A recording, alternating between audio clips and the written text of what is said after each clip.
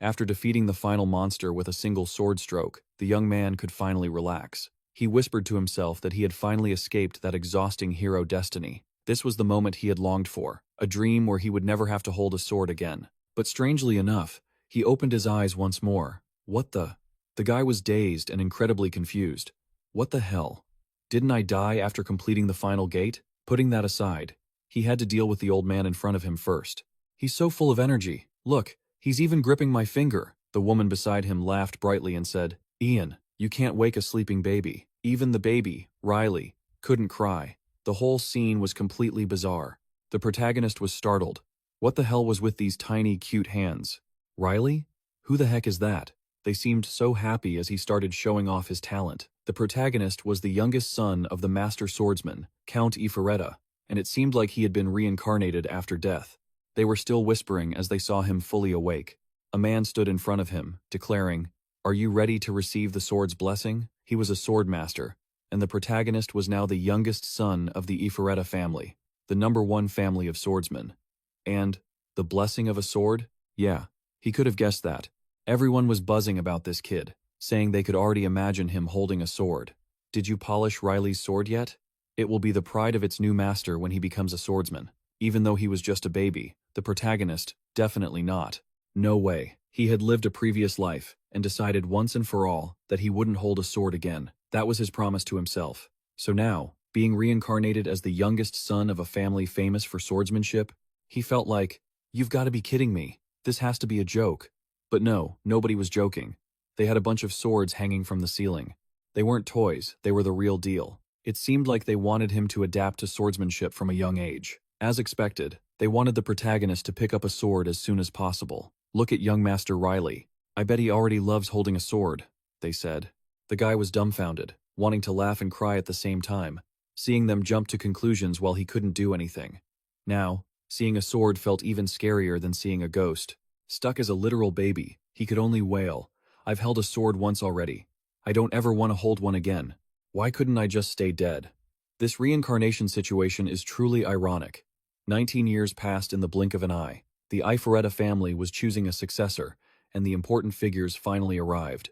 The Ifaretta family was a clan blessed by the sword. To this day, many knew them for their swordsmanship, and that wouldn't be easy to judge just by looking at these candidates. The eldest son, Lion of Ifaretta, carried pure and powerful strength. True to his fame, he was the one who made a crucial contribution in the battle. The second son was Lloyd of Ifaretta. Unlike Lion, he was someone no one could defeat in terms of speed, a god of speed. They said he could cut through falling raindrops. Anyway, there was still one youngest son.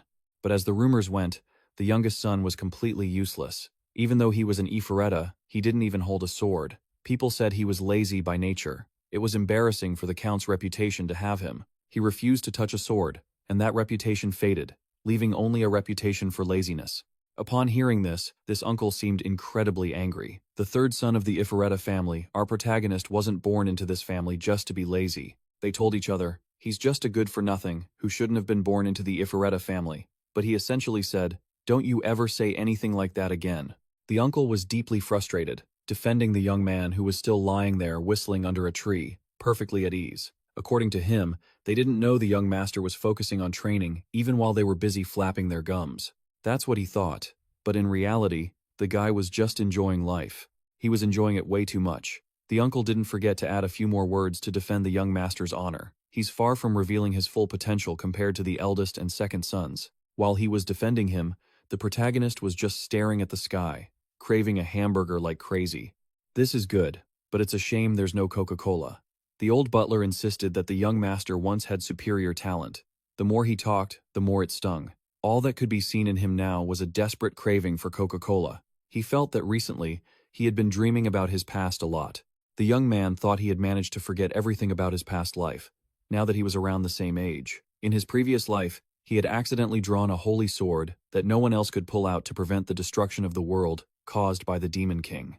At that moment, when his former ego was lost, the protagonist had fought constantly like a warrior, and he had no choice but to live a life like that. That was precisely why, in this life, he vowed that he would never hold a sword again. Absolutely. Forever. Never again. As he was lying there, just relaxing, old Ian suddenly appeared right in front of him, calling out helplessly, "Young master, As expected, you are here. Today, it seemed that because he refused to practice, they would soon choose a successor. It was an event that other families would be watching. That day, he protected him with all his might and sincerely reminded him, but the young man didn't seem to care much. He yawned, then nonchalantly said, "Forget it. I'm just a lazy kid." At this point, it was hard to defend him even if you wanted to. The uncle was extremely angry. "If you know that, then why? Don't you try to prove those rumors wrong by using your sword? Why are you being so stubborn?" Once again, the protagonist let out words that couldn't be more frustrating and indifferent. Why should I fix the rumors when they aren't wrong? At this point, besides being speechless, there was nothing else to say. The uncle was becoming increasingly helpless. How can that be? When you hear about this, don't you have something better than the other young masters? The uncle still insisted that he was not lazy by nature, but very intelligent. It had to be so. But the protagonist looked back at the uncle, with a look of complete apathy. "I'm hurt. I'll never hold a sword or anything ever again."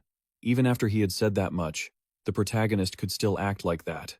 Honestly, this uncle's endurance was extraordinary. If it were me, my blood pressure would have dropped already, guys. Before leaving, he didn't forget to remind the old butler, "Don't pay too much attention to other people's opinions. That's the biggest regret of my life." And just like that, the young man stood there spouting theoretical wisdom as if he were a person who had lived through deep experiences, driving the old man crazy. He helplessly asked, "You've only lived for 19 years, haven't you? What was meant to happen would happen. I wish you a hearty meal." They said to each other, "My lady, the selection of the successor is coming up. Young Master Riley must compete as an heir. Doesn't he know he can't just sit there like that?" They also felt the protagonist deserved as much.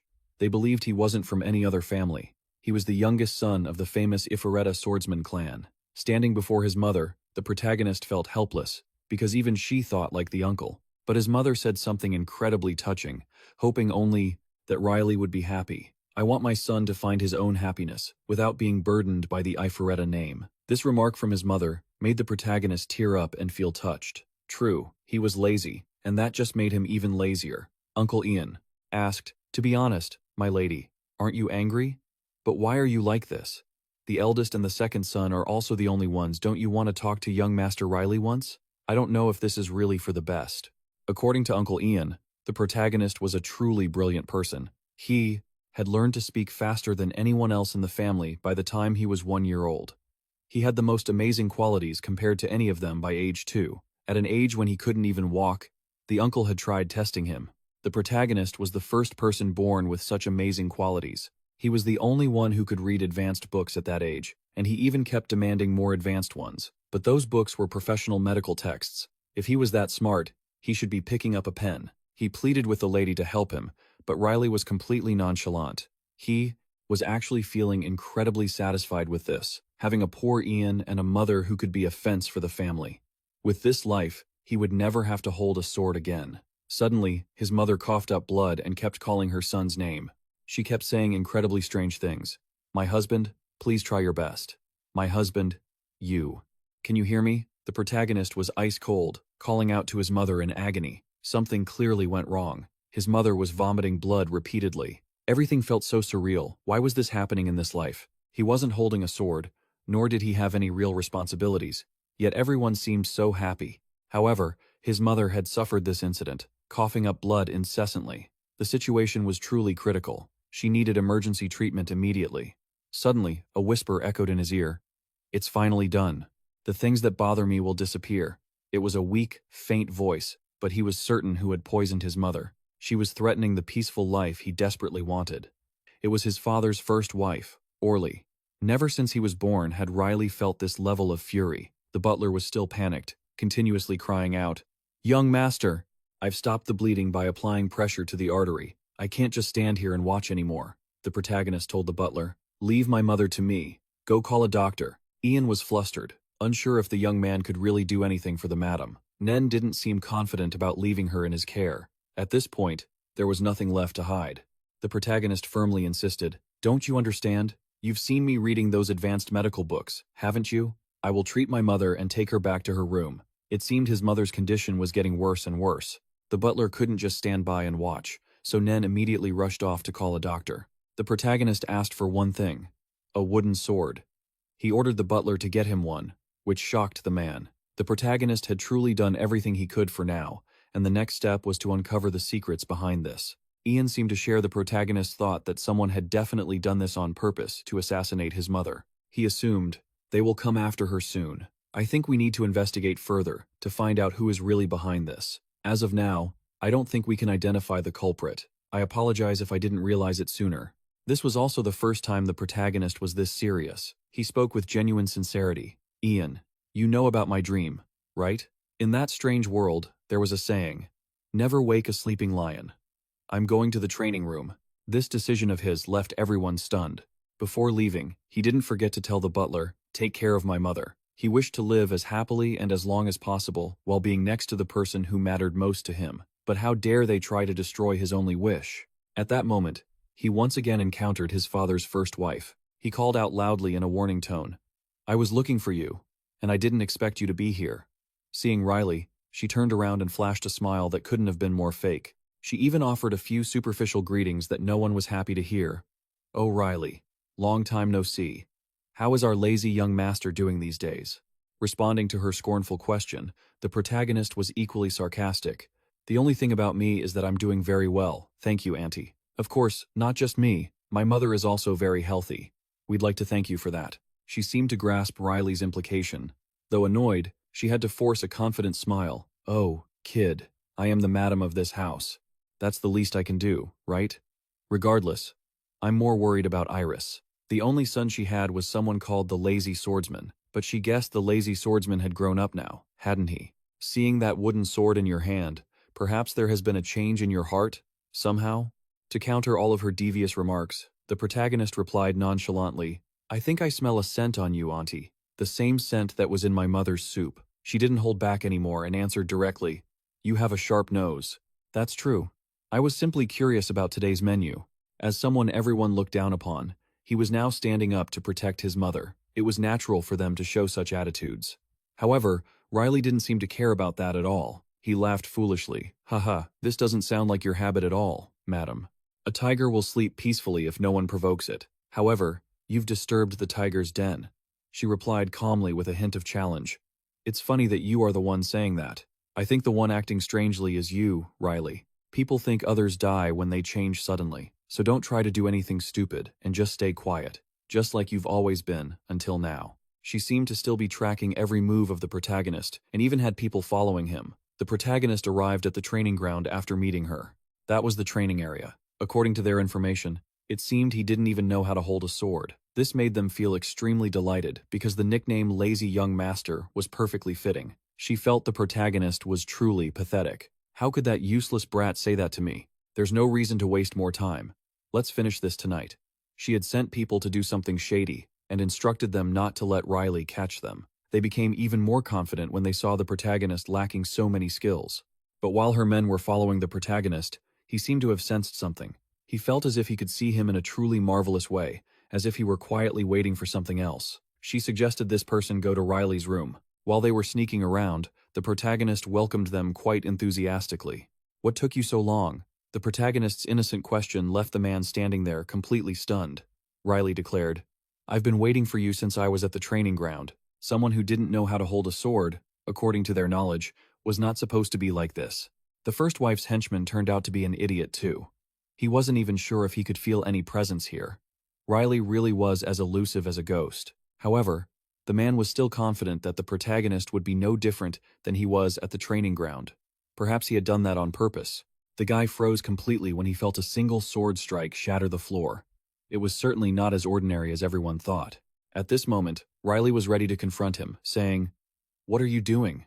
Why aren't you focusing on the battle? The protagonist lunged at him and said, You came here to kill me after receiving orders from Madame Orly, didn't you?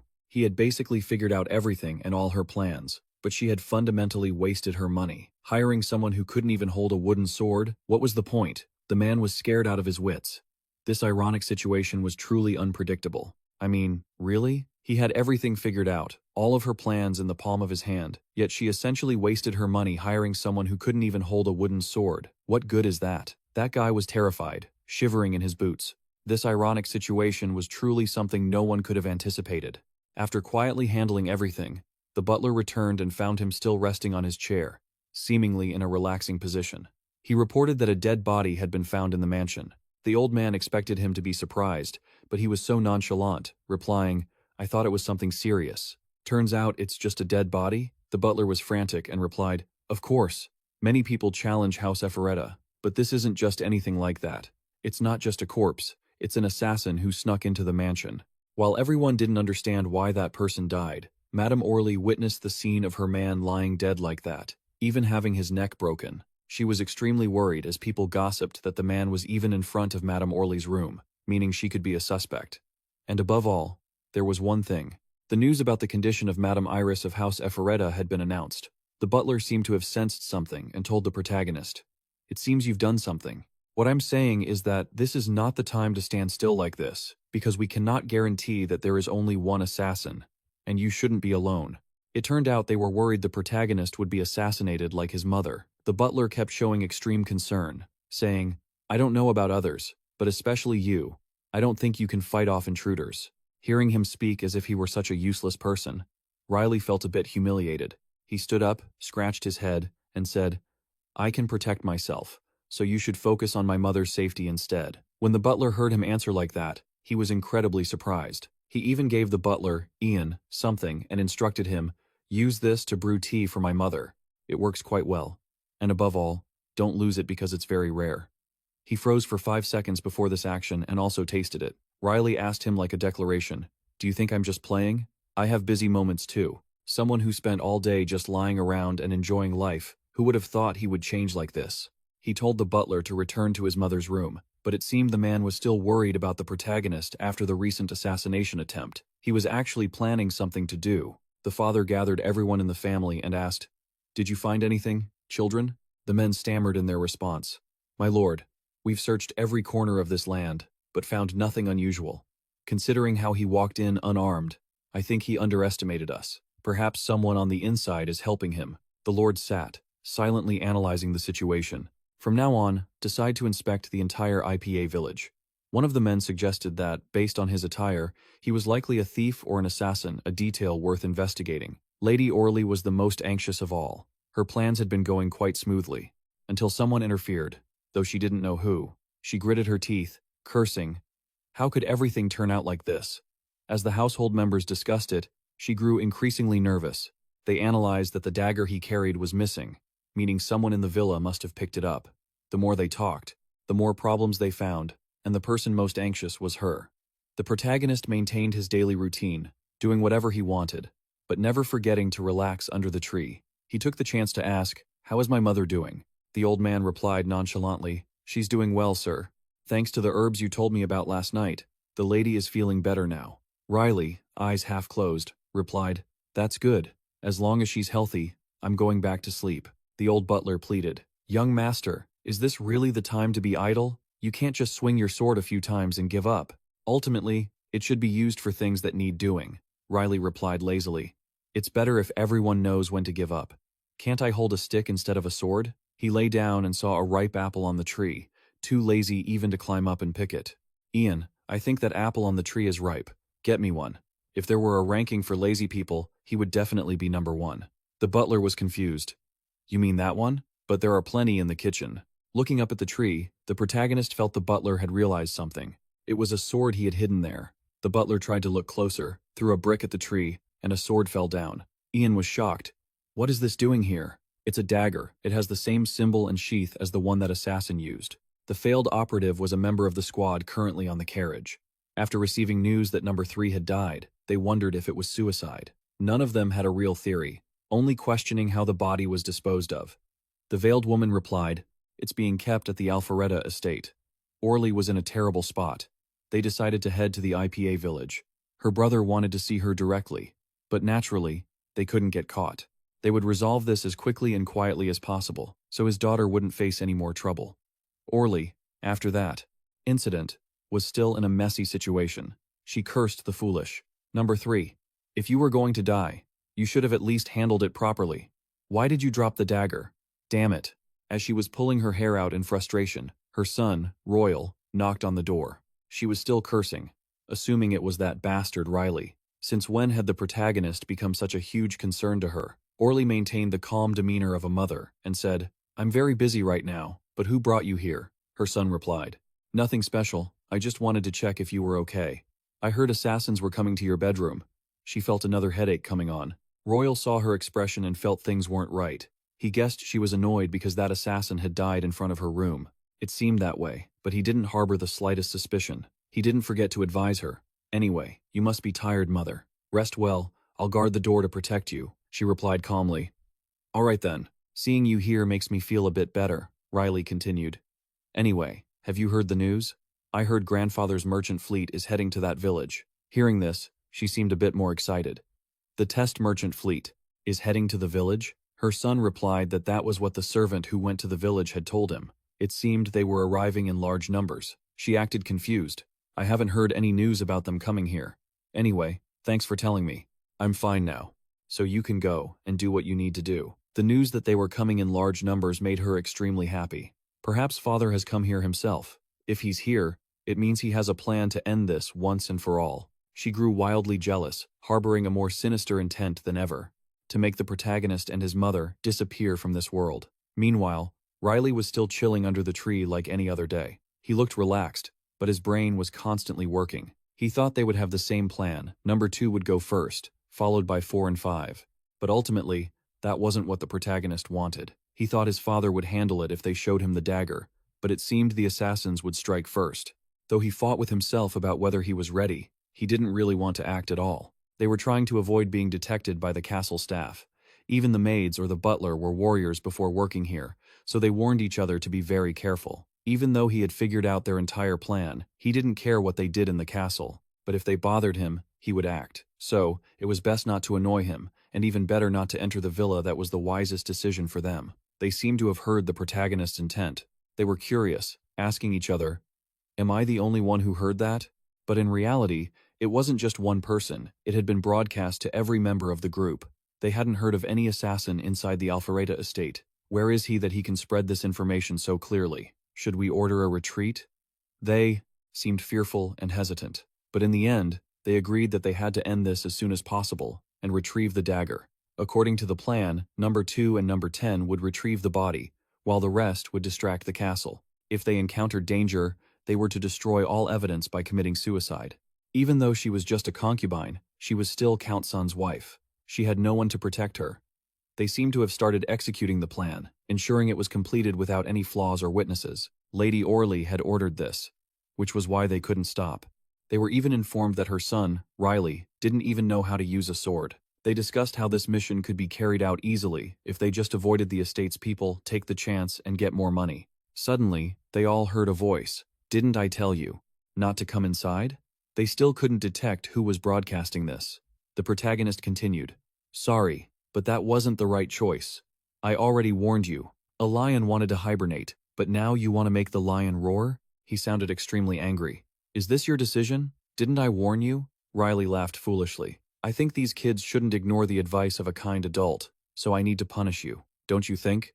As he turned around, they seemed to realize that the person known as the young Master Riley was indeed him. Far from being scared, they remained incredibly calm. "This is perfect. We don't need to waste time finding you. To show our gratitude, we'll let you die in the easiest way possible."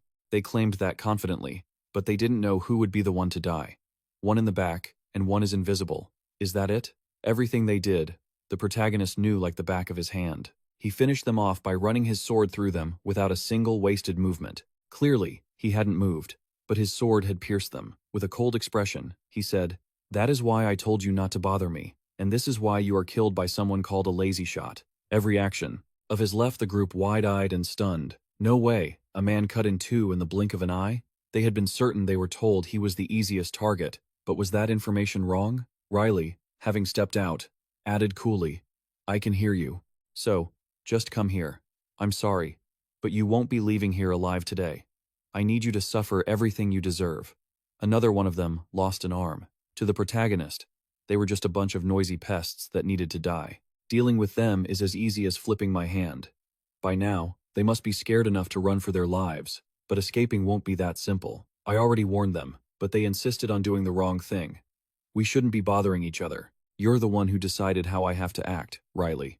With a single, clean strike, he wiped them all out. He thought this would be fun, but why is it so boring? He's looking for the rest of them. Some assassins are surrounding Ian and a maid. When did they sneak in? A bunch of good-for-nothings. He lunges in to finish them off. How dare you set foot in here? I thought it was someone significant, but it's just these nobodies.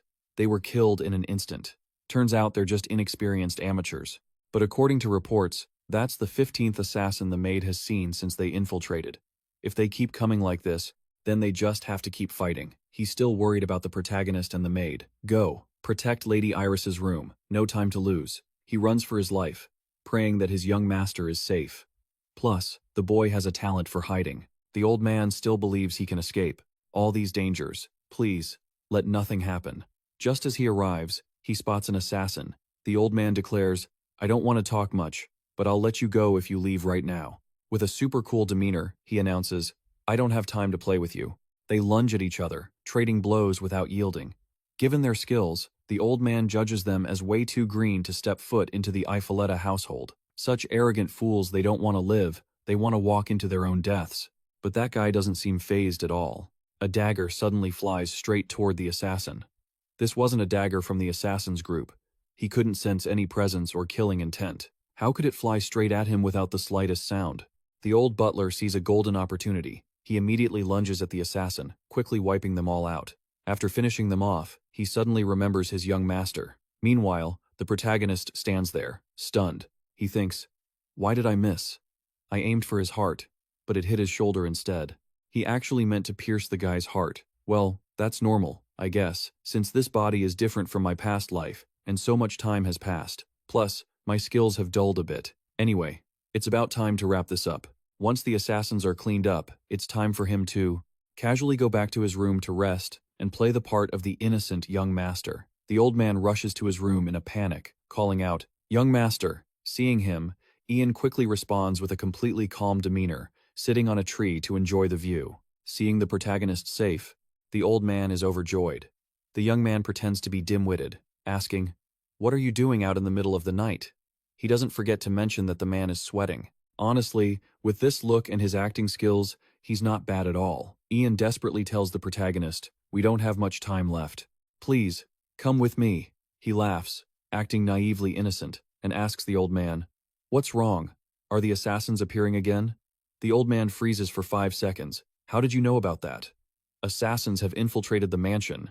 Well, since the old man is acting so urgent, the boy should play along. He acts bewildered, not fake at all. Really? That's terrible. Oh my god, is this the acting skill of a warrior who once saved the world? The old man buys it completely, even wondering, Is that why you were hiding here? Thank goodness. If anything happened to you, I would have really regretted it. I think the situation has changed. It's too dangerous to be alone now. He casually asks, How bad is the situation? The number of assassins Sierra and I found is up to 15. Riley. He suddenly realizes he forgot to ask about his mother. The old man is surprised that he's still worried about her in this situation. Everyone says he's lazy, but he seems incredibly thoughtful. He suddenly looks at the protagonist with eyes full of love and care. It's like he has a maiden's heart. He replies that there are people protecting her, and she is brave, so the lady will surely be fine. Hearing this, the protagonist can finally breathe a sigh of relief. Let's join them first. The energy is becoming more terrifying than I thought. The Count has already drawn his sword. The old man remains on high alert. Actually, the protagonist has already finished things here and just needs to leave, but he can't conveniently tell him that. In Ian's mind, he assumes that because the protagonist is the weakest in the house, they must be extremely careful. We don't know what might happen, so please stay right behind me. Well, if you're going to act, go all the way. He acts incredibly grateful and says, All right then, thank you. He's so touched he could cry. Suddenly, he calls the old man over. Now that I think about it, I found something strange. This might be related to the assassins in the mansion. He stops and looks suspicious. But what is it? He discovers it's just a piece of toilet paper. This makes the protagonist extremely annoyed. He argues back, I was just checking.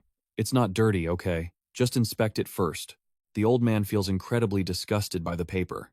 But as he opens it, it reads, Rumex, Moon Glow Herb, Cocatin Mushrooms, and written in big bold letters at the bottom, Use before meals. Isn't this handwriting too familiar? The old man's hands start trembling. This can't be. These are the ingredients for the poison in the soup the lady drank, and Orly seems to be the main culprit behind this. At that moment, the assassins had infiltrated. The father was waiting there. I guess you really are just a rat, scurrying from place to place. However, you've chosen the wrong opponent.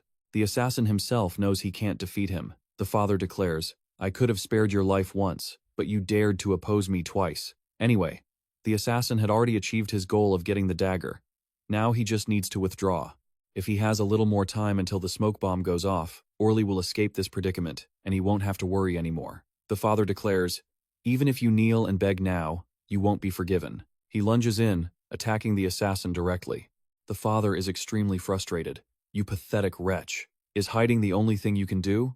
I intended to take you alive, but not anymore. The assassin seems to be in an SOS's situation. It's really dangerous now. As a swordsman, I'll let you say your last words. Before he could finish off the assassin, Ian runs in, shouting, Count, we now know who secretly poisoned the lady. The Count stares at him with a blank expression. Ian didn't come alone. He brought Orly with him. The moment she arrived, everyone froze. They exchange unpleasant looks. It's just an ordinary assassin. I can kill him whenever I want. So, everything is fine. Anyway, who poisoned Iris? The father seems to have some suspicions, and after looking at the paper, his face changes completely. Ian declares, the owner of that handwriting is Lady Orly. Honestly, the fact that she managed to escape at this point is impressive. She just covers her face, acts utterly miserable, and sobs. Riley thinks calmly, Ian must have handed over the letter by now. This means what Lady Orly did will be discovered soon. You've been running around for a while now. Riley, are you okay? Are you hurt anywhere? Suddenly, his mother stands before them. They stand around comforting each other. Don't worry, everything will be fine. Riley suddenly becomes unusually alert. I'm fine. Luckily, I'm doing just fine. The mother and son embrace as if it were a dream. Suddenly, someone runs in. My lady, young master, I am Ian. Riley speaks as if he already understands what he has done. The maid is confused. Where did they go? You didn't say much and left so suddenly. That's true. He has nothing to hide at this point. He immediately exposes her. The one who poisoned Lady Iris's soup is Orly. They have found the real culprit. Hearing this, Iris is completely shocked. She doesn't believe it's the truth. She repeats over and over that it can't be. This is just a joke, right? Young Master Riley found a note about the poison with Lady Orly's handwriting. The more she denies it, the more shameless she looks. She even thinks she misheard. Orly wouldn't actually do that. Even if she lived and died, she couldn't imagine a day where she would put poison in a bowl of soup.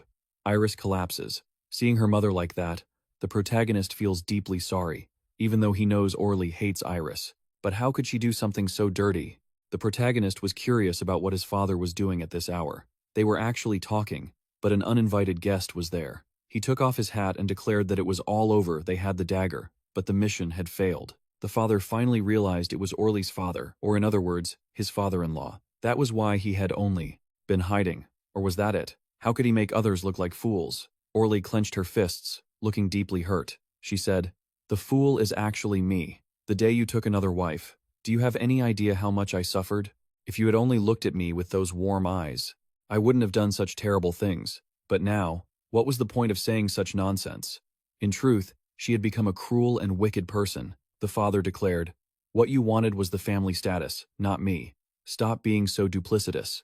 The father then began to expose everything. On the day of your wedding, do you know what I checked first before meeting you? This engagement involved the Test Trading Company. You were very satisfied when you followed this family name, but in reality, no. You brought filthy assassins into my mansion, and now you dare to say it's all my fault?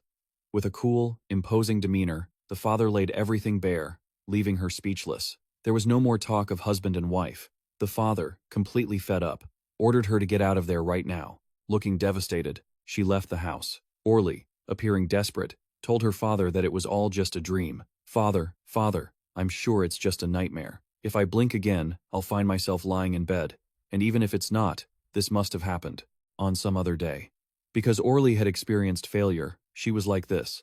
But it was fine. Her father asserted, as long as the Test Trading Company stands firm, we won't collapse easily. That was why they wanted to stand up and start over. Orly saw something and cursed it, turned out. The protagonist was right behind them, sitting blatantly, holding the dagger while provoking them. Is the fun over for you guys? He felt the fun hadn't even begun yet. Seeing the protagonist, the father was startled out of his wits. Why is he here? At this point, formalities meant nothing. The protagonist was there to see something interesting. He came because he had to continue taking revenge for his mother. Everything Orly did to his mother, he now wanted her to endure it all. Seeing Riley, she was extremely resentful. "You arrogant bastard. You are the most useless and pathetic person in this house. What right do you have to open your mouth so carelessly?" She raised her hand, acting as if she were powerful, intending to slap the protagonist, but he dodged it slightly. "What?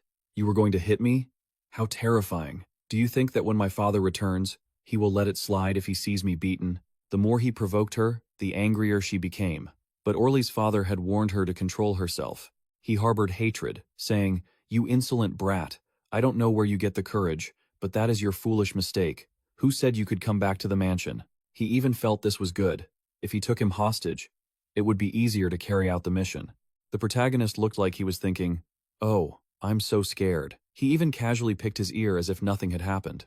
"Old man, because you didn't touch me today, I could let it slide. But that Lady Orly? No way. She threatened my mother and sent assassins, didn't she? She shouldn't have tried to kill my mother twice.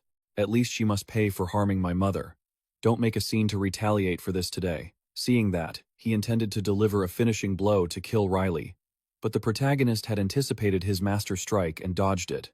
Having hidden his skills, showing them now left everyone surprised. Orly was confused, and told her father, "Father, kill that bastard. Truly useless for anything other than ordering others around." They told each other not to leave any traces, tear him into small pieces. Oh my God. They thought he was someone they could just tear into pieces? The protagonist lunged forward with a wooden sword. This reminded him of what he had experienced in the past. Back then, he had saved assassins and said they were human. Truly, there was no saint like him. Now, fine, from now on, this is considered self-defense. The protagonist declared, "Don't say anything weird without cause." They surrounded the protagonist from all sides. "Sorry, but I won't live like I did in my past life anymore." He cleaned them up in an instant. The band of assassins met their ancestors. No way, it couldn't be, he only swung his sword once, right? He was extremely surprised that the protagonist, with just a wooden sword, could do that. The protagonist approached and told him, "This is the second time. You used to be a warrior, so I will give you a merciful death." At this point, he knew fear and pleaded with the protagonist. He was willing to die for his daughter and openly claimed that this child had certainly done bad things, but her nature was kind. She just did it the wrong way. So please, at least my daughter, I beg you, spare my daughter. But she was able to casually poison Iris, the protagonist's mother. How could that be easily forgiven? If it were that easy to forgive, killers in this world wouldn't be thrown into prison by the police. He didn't hesitate and struck. The protagonist felt his body was far different from before. He had actually rested for 19 years, so now there was no other choice. This hand had been stained with blood once again. What's done is done. Being swayed by emotions was a story of yesterday. Now he could safely return. Suddenly a maid ran in to inform the head butler that everything was in chaos. Everyone was extremely worried about Riley. They feared the assassins had taken the protagonist hostage because he was the weakest in the house. The uncle still held a belief that he was just hiding somewhere. The maid, still confused, said that the young master had suddenly disappeared from the lady's room. Even if it were the young master, he wouldn't be so carefree as to play hide and seek at a time like this. It was now even more certain that this was the work of the assassins. There was no other explanation. They couldn't just sit still like this. The uncle decided to search around the mansion again. The father felt they were in a frenzy over Riley's SOS situation and had witnessed everything. Ian also didn't know how to explain it properly. What would happen if he told the count, who was in a fit of rage, that the young master had likely been kidnapped by the assassins? Thinking the father would be extremely worried, he instead declared, "That kid was kidnapped by the assassins? How pathetic. No need to go find him, because my house doesn't need weaklings like that." This heartlessness left everyone in the house frozen for 5 seconds. Just after saying that, the protagonist appeared and casually said, "Is everyone looking for me?" Seeing him, the uncle was overjoyed. "Young master, where have you been?" The maid and Ian were deeply worried. The count walked over seriously and said, "Riley, follow me to the study. I heard you were the one who discovered that note." Before he could finish his sentence, the other son rushed in. "Were you kicked out by the lady of this mansion? Do you want to play hide and seek?" He continued to yell angrily at the protagonist. "Don't pretend you don't know. You definitely forged that note." He blamed the protagonist, saying that because of Riley, his mother had been kicked out onto the street. He seemed to have sensed something unusual. What is he plotting? I don't think he knows. This is just an outburst, right? I really don't like being bothered like this. That's enough. The son, Lloyd, kept making a fuss, but the father didn't seem to care much, only lightly reminding them, I won't say it again. Regardless, it is true that Orly poisoned Iris's soup, and it is true that she let assassins sneak into this mansion. The father told Riley to come in, not actually to interrogate him, but just to ask how he found that note. Such things certainly couldn't have fallen from the sky. So, without hiding anything, he spoke up. To be honest, I met the assassin who was targeting my mother. You must have heard, father, about me practicing with a wooden sword a few days ago at the training ground. I said I didn't even know how to hold a sword. That very day, the assassin ran towards me, and I tried to confront him with the wooden sword in my hand. I escaped, then returned. But by then, the man was dead. I found the note in his sleeve, and that assassin was sent by Orly. At this point, only the son, Lloyd, insisted on protecting her, thinking she wouldn't be the one to do such a thing. The father only gently replied, I understand how you feel, but she let an assassin sneak into this prestigious mansion. That is why I kicked Orly out. Standing here arguing won't solve anything. The father dismissed the two sons to return to their rooms, adding, Riley, come to the study tomorrow to meet me. He had something to say. Just as he opened the door, he saw his son, Lion. But it seemed that since childhood, the protagonist had been looked down upon so much that no one wanted to look at him or talk to him. To the protagonist, they were just a bunch of cheapskates. The two sons met, and one said, I don't think he's lying. As for mother, how unfortunate. But there's nothing I can do. We can't let our emotions cloud our judgment on this one. To be honest, I'm actually grateful to Riley. Even though we don't get along, we have to admit he made a massive contribution. After all, they're just trying to protect their mother. But the fact that she sent assassins is a crime that can't be excused. I feel bad for him, but what can you do? The son just wanted to protect his mother, but he couldn't stop her. She truly made a mistake. His older brother, Lion, patted his head and said now isn't the time. The heir hasn't been decided yet. What happened with their mother can be dealt with after the successor is chosen. Once he wins the race for the title and claims the Ifoletta name, he'll set everything right. Honestly, that kid is a real pain. But you can't deny that father has placed high hopes on him. Think about the future. They both made a firm decision to topple Riley. Once they are in power, they will bring Orly back to the mansion. The day finally arrived when their father asked to see Riley privately. Ian was acting incredibly urgent, saying that the Count wanted a private meeting with him, right? I should have known sooner. I apologize for the delay. He kept fussing over the protagonist, trying to make him look sharp before meeting the Count. Good grief, he's overdoing it. After grooming him to look dapper, he didn't forget to praise him, saying he looks 10 years younger now. He was already a kid, and now he looks even younger? The protagonist just couldn't handle it. His hair was slicked back with gel, and he looked more like a middle-aged uncle than a 10-year-old boy. He didn't forget to give him advice. Master, this is your chance. Now that Lady Orly has been kicked out of the mansion, you can turn this into an opportunity to compete for the succession. Just thinking about it made the uncle's eyes shine. He felt like this was a once-in-a-millennium opportunity. But the protagonist didn't seem interested at all. Ian insisted that this might be the Count's way of testing his abilities. Didn't I tell you before? You are truly more talented and amazing than anyone else. Before entering the Count's room, Ian didn't forget to cheer him on as if he were heading into battle. That guy is truly too much. Their father had never spoken to Riley so seriously before. Everyone had been looking at him with nothing but contempt. Their father ordered the protagonist to move out of the mansion. Good grief. What on earth? He wanted to hide in a hole just hearing that. He didn't even give the protagonist a moment to think. Their father declared that this was a mandatory order that had to be followed. He was actually very confused, not understanding what was happening. Wait, what do you mean, father? Are you asking me to move out? Then, the father handed Riley a piece of paper, detailing the Royal Sword Fighting Tournament, to be held next month.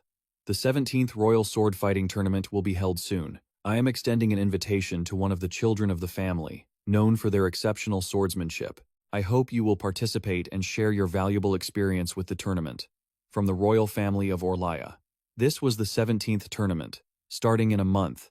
The protagonist knew that even he could participate. It was like he was being told, you must participate in this tournament. But wasn't kicking him out of the mansion a bit too extreme? The young man scratched his head awkwardly and replied, well, father, you know what I'm going to say. I'll gain experience from the tournament, but I don't really need more experience, right? My brothers have all participated in that tournament before. Can't they go again? Isn't it a great tournament? This letter was sent to you. Don't you realize this is a call of love? The protagonist really just wanted to run away from these useless tournaments. He just wanted to lie around and enjoy his life. He thought about closing his eyes and crying just like he did in Chapter 1. Riley was firm. I'm not going. I won't participate in that tournament. I don't have the ability to compete. The father was helpless. How much longer do you want to delay this? Don't let this opportunity slip away. But the father was just as determined as he was. I've tried training with a wooden sword, and Mom was very worried about me. I even saw Ian's face that day. So, Father, please don't make me go there. The young man clenched his fists, determined and asserted, Please, Father, don't make me hold a sword anymore. Just as he said this, he thought his father would get furious and yell at him, but instead, he encouraged him, saying, Son, you can do it. I truly believe in you. Hearing those words, the protagonist's heart skipped a beat. Memories from the past echoed in his ears. You can do it. The warriors can't do it without you. You can do it. You can do it. You are a warrior. Isn't that your duty? Fight, warrior. In the past, she had looked at the protagonist with that exact gaze. Because of that, the protagonist didn't really want his father to look at him that way. It seemed like that look would make him waver. Every word felt like a conflict. He was determined. I won't compete. The father remained extremely firm and tried to convince Riley. This tournament is different. Things are different now. You are no longer a child, so you don't have the right to choose. You must participate in the tournament, at least for the sake of the family's interests and honor. But to him, he just wanted to live his own life. Why must he do this for the family's sake? Just as he said this, the uncle snuck in. There was something stuck on the door, so I came in. Seeing that, the protagonist bolted. The father ordered the uncle to catch him immediately and bring him back. Escaping them made Riley feel incredibly exhausted. He just wished he could have a normal life without any memories of his past life. Everything felt so present, making his head ache terribly. Forget it. Why was I born into a family of swordsmen? This is truly insane. He knew they wanted to train their son in how to fight, but why did even the servants know how to fight? He had been optimistic and happy just recently, but the protagonist felt he had truly changed. How can I get so angry just because of a few words? What must I do to find something that countless others cannot find? While he was hiding, he heard the maid looking for him. She told Iris that the Count wanted to talk to the young master about the upcoming tournament, so that was the reason he was avoiding the Count. The Count really hopes the young master will participate in the tournament, but he has already run away. I heard the lady has no heir. Does this bother you? His mother replied. Well, a little bit, but I think I'll be fine. Sometimes, Riley would show a sad face. I want to have a private talk with him and ask if he has any troubles in his heart. But every time, he just replies that everything is fine. He tells me there is nothing to worry about. I've never seen him like this. I don't know the reason, but as a mother, I need to understand him more. Even if everyone hates him, I will always support him, because more than anyone else in the world, I truly want Riley to be happy. Hearing that, who wouldn't be moved? Iris had another wish. She wanted a new room and asked the maid to prepare it. As if out of habit, it seemed Iris was very familiar with her son's hiding spot. Seeing his mother, the young man teared up as if he were a 3-year-old. The mother just smiled. I was just thinking about a few things. You did that when the assassins broke in. Many people were worried because they didn't know where you were. Is what you're thinking about related to the tournament? The protagonist still couldn't say a word. The mother asked again, and then he replied that because just holding a sword makes me feel terrified. So what about a date? I said a date with your mother. The mother replied, I will help you as a mother. The two were carrying everything necessary. They were busily preparing for this tournament. Everything had been arranged very carefully. Now, all that was left was to set off. The uncle seemed worried and turned to ask, Do you think just me and Sira are enough to help? Yes, that's right. I think the two of you are enough. The protagonist also seized the moment to add, Of course it's enough. I know how strong you two are. They finally finished preparing everything. Riley gratefully told his mother she didn't need to go with him, but she had promised and made an agreement with her son. This is our first date. She also reminded the protagonist not to say things that would ruin the atmosphere or make others feel jealous. Though he thought, who would even be jealous? The father asserted that by going with the boy, he was sure he would participate in the competition right away. Iris's face suddenly tensed up, and she said, The agreement was about positive things, not negative, right? At this point, the mother decided to give her son some advice. The father let out a sigh and said goodbye to Sarah and Ian. He didn't forget to warn them. If anything happens to them, the two of you will be held responsible. Ian followed orders, bowing sincerely and saying he would swear on his own life that he would protect them thoroughly. That was his lifelong mission. and after much back and forth, they could finally set off. Iris was feeling incredibly excited. It had been a long time since she'd spoken to him. Riley looked totally confused. It was his first time ever stepping foot outside the castle. Since Solala was the name of the castle, he had lived there his whole life, only to realize the castle actually didn't have a name. Iris explained that because her father loved the castle so much, they named it after him. They were chatting away so happily, and the mother kept the conversation going very intimately. Sarah, you're a native of Sorlia, aren't you? She was someone who lived in the region to the right of Sorlia. Seeing they looked puzzled and didn't understand, the young lady explained further. This is a map of Sorlia. The only thing at the peak of Sorlia is the castle, and this is the wall that protects us from intruders. Isn't Sorlia shockingly huge then? Well, it is a town belonging to a kingdom, so, after all, Sorlia was pretty much just as she had described. The male lead froze for a few seconds. The name Cola made the young man jump in surprise. It was a drink that made you feel like something was burning on your tongue, and it tasted even better with ice added. Just hearing that was enough to make his mouth water. To describe how it felt, it was like a taste of heaven that cooled you down in an instant. Hearing that back and forth, the male lead still didn't understand a damn thing, so he just snapped and growled.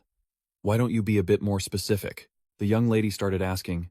Sir, I said it tastes as sweet as wine but won't make you drunk.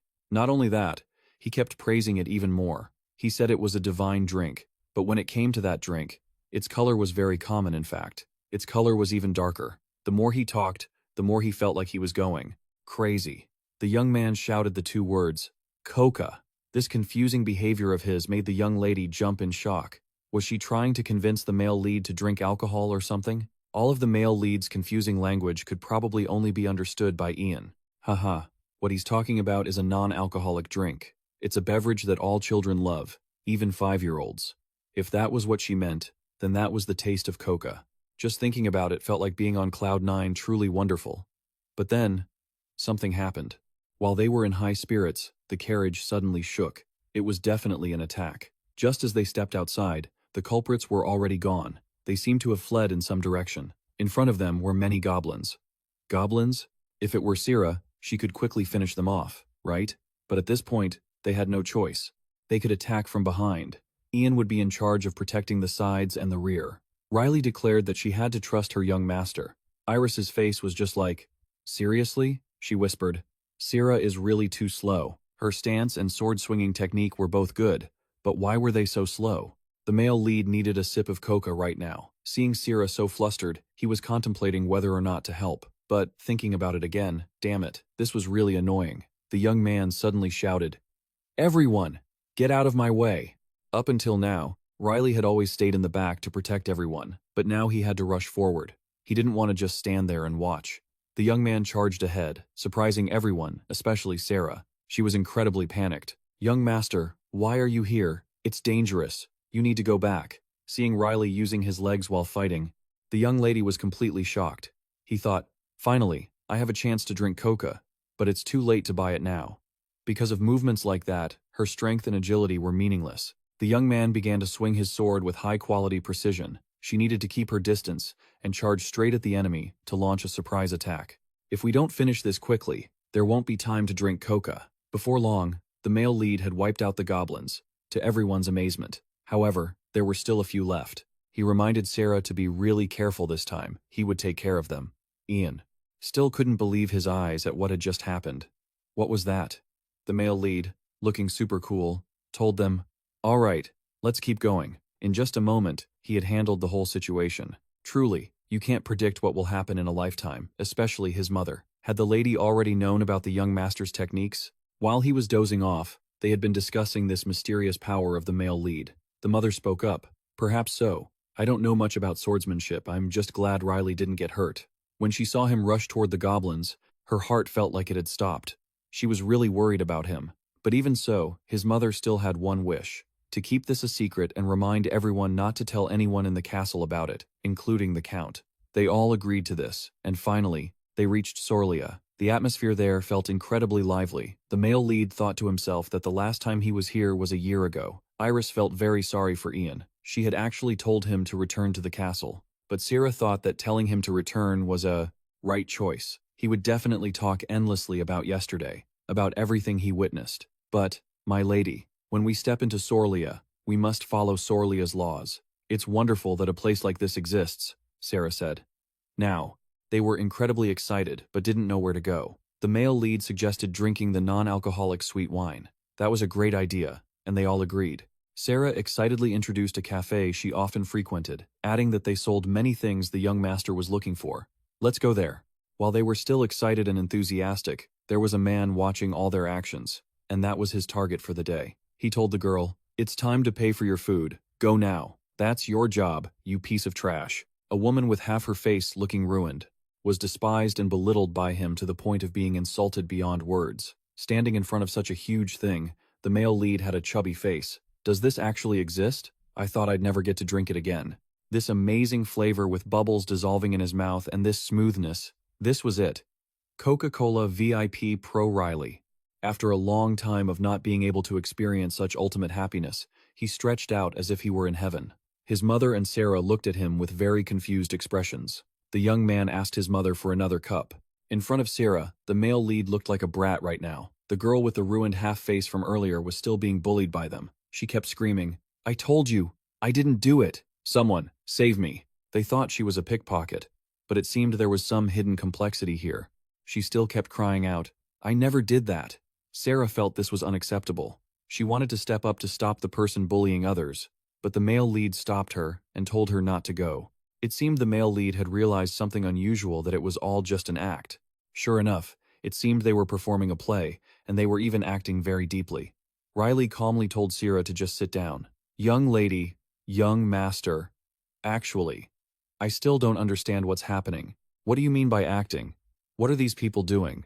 He had actually noticed that they were looking at Sarah's sword, and another very logical analysis. If that girl really wanted to be saved, she would be shaking her head constantly.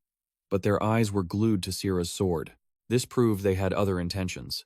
The male lead calmly sighed and reminded the young lady, "The uncle is coming back." He leaned down, looking like he wanted to announce something very serious. "To be honest, I wanted to do that alone if I could. I just wanted to get that ticket. But do you know what happened in the Sorlia Castle just now? The Guangdou sword competition.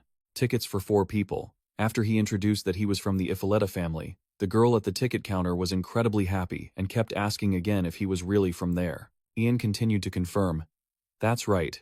Here is the seal and the letter from the count." He thought they would just agree, but who would have thought he'd only be allowed to watch and not participate? The uncle just started wailing miserably like a 5-year-old boy. Riley was speechless, his face completely blank. He didn't know how to console him. He continued to explain.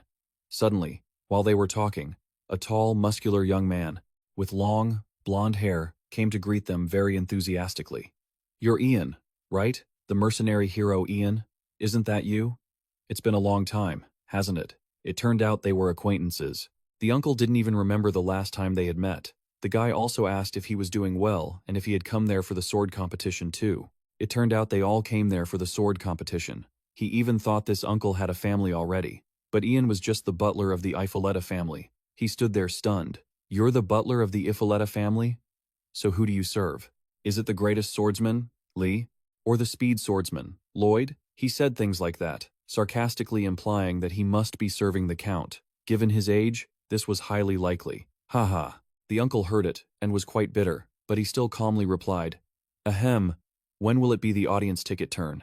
"I wonder how much more time this is going to take," Riley asked, hearing all this. "Are we paying for the audience's tickets?" Hearing the name Riley, the blonde uncle looked suspicious. Isn't his nickname the Lazy Swordsman because he's actually lazy, or what?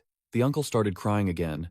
"You don't know how embarrassed I was. In front of my old friend, it was so shameful.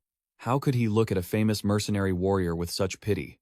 Boo-hoo-hoo. If Lady Iris hadn't made me keep last night's events a secret, if she hadn't done that, I wouldn't be so humiliated today. Good grief, this is so frustrating." The uncle continued to wail miserably. Morning had arrived, and the group gathered once more. Upon seeing the protagonist, Sarah asked if he had slept well, but he didn't really want to talk anymore.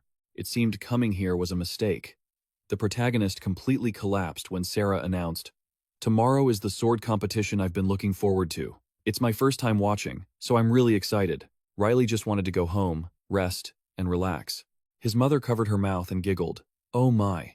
I didn't know Ian had such a sensitive side." The protagonist helplessly wailed that for 30 minutes, the uncle had been like a drunk, repeating the same story over and over. By now, he seemed a bit more sober and shyly, wished everyone a good morning.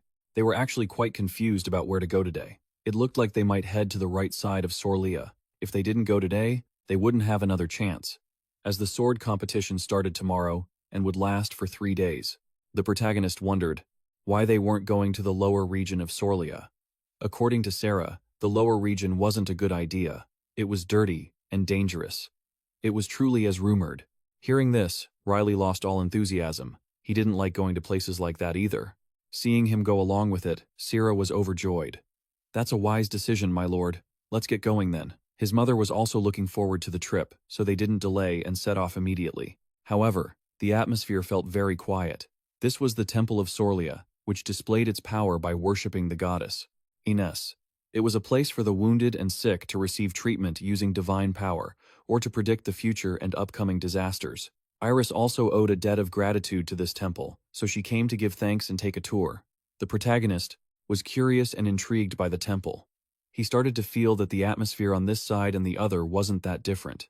Those people here also received prophecies by worshipping God. Would anyone really be willing to throw away their life in exchange for a prophecy? The protagonist's mother went to meet someone. He said that her illness was not something that would recover quickly, but just after saying that, he congratulated Iris, saying it seemed like Ines was protecting her. The mother seemed very grateful. "Thank you, High Priest." Riley was still curious and nosy about the place. "I think they'll be talking for a while, so I'll go for a walk." As he walked, he looked around. It was indeed built beautifully and thoroughly. The uncle introduced that many people traveled from afar just to see the Temple of Sorlia. In his previous life, while visiting the Temple of Sorlia from another place, the protagonist had accidentally met a saint in the temple. Right after seeing her, she had told him, "You were chosen by the Sword Saint." From that day on, his life began to become extremely complicated. This temple reminded him of his past life. He had met a saint and drawn a holy sword. Suddenly, a woman turned around and greeted Riley and Ian. Seeing her, the uncle greeted her very respectfully. "Greetings, milady," then turned to ask the protagonist, "Aren't you going to greet her?" But the protagonist thought to himself, "Why should I have to do that?" He added, "If she wants me to greet her, she should show her face first." Saying that, everyone around looked at him with very confused expressions. Ian felt embarrassed and whispered, "Young master, I think she is someone important here." Riley acted cocky and replied immediately, "I'm the son of someone just as important as that lady." The girl seemed to find the protagonist interesting, so she removed her veil to reveal her face. "Isn't it the Saintess, Brycia?" Ian bowed respectfully. "Please forgive me for not recognizing you, Saintess." "Young master, you should greet her. That's the Saintess. She's the youngest Saintess of Sorlia. Does this place even have an annoying system of worshipping saints and saintesses?" Seeing the protagonist unmoved, the uncle asked again, "What's the matter with you?" But the protagonist brushed it off. "Nothing's wrong. I was just talking to myself." Riley didn't like the word saint at all. More accurately, he despised it. He remembered years ago when he was chosen by the Sword Saint and told to use the holy sword to destroy the Demon King. The saintess of the past had declared that only a warrior chosen by the gods could do it. The protagonist was their only hope and savior. He thought, "Why on earth would I agree to do that again?" And the young man just turned around and walked away. The uncle was extremely bewildered. "Young master, where are you going? At least introduce yourself." Riley showed no interest and said, "Introduce my foot. I don't even want to look at them anymore." The saintess heard this and was furious, but she only whispered, "Listen to me." After she said something, the protagonist was shocked and felt completely confused. Why would a saintess be curious about such things? She said, "Seeing your reaction, I guess I was right. So, that's the reason, huh?" How on earth could she be so certain when talking about that? She nonchalantly replied, "Because your reaction was still very bland, even after recognizing me. What kind of saint is this? The saints I know at least don't talk nonsense like this, but I am still the Saintess of Sorlia, even the youngest one. I'm proud of that. Is there something unusual about it?" The protagonist had a completely helpless look on his face. Yes, truly a great saint." Then, "Great Saintess, think whatever you want." She went crazy. "Excuse me? You already knew I was a saint. How dare you talk to me like that?" He still replied nonchalantly, "Oh, so you're a saint. So what?" Upon hearing this, she froze, feeling extremely frustrated and not knowing what to do. The uncle was stiff as a board. Should I kneel and cry in front of a saint? Should I do that? The The protagonist didn't seem to have ever been as serious as this moment, while the Saintess didn't like this at all. The atmosphere became increasingly tense.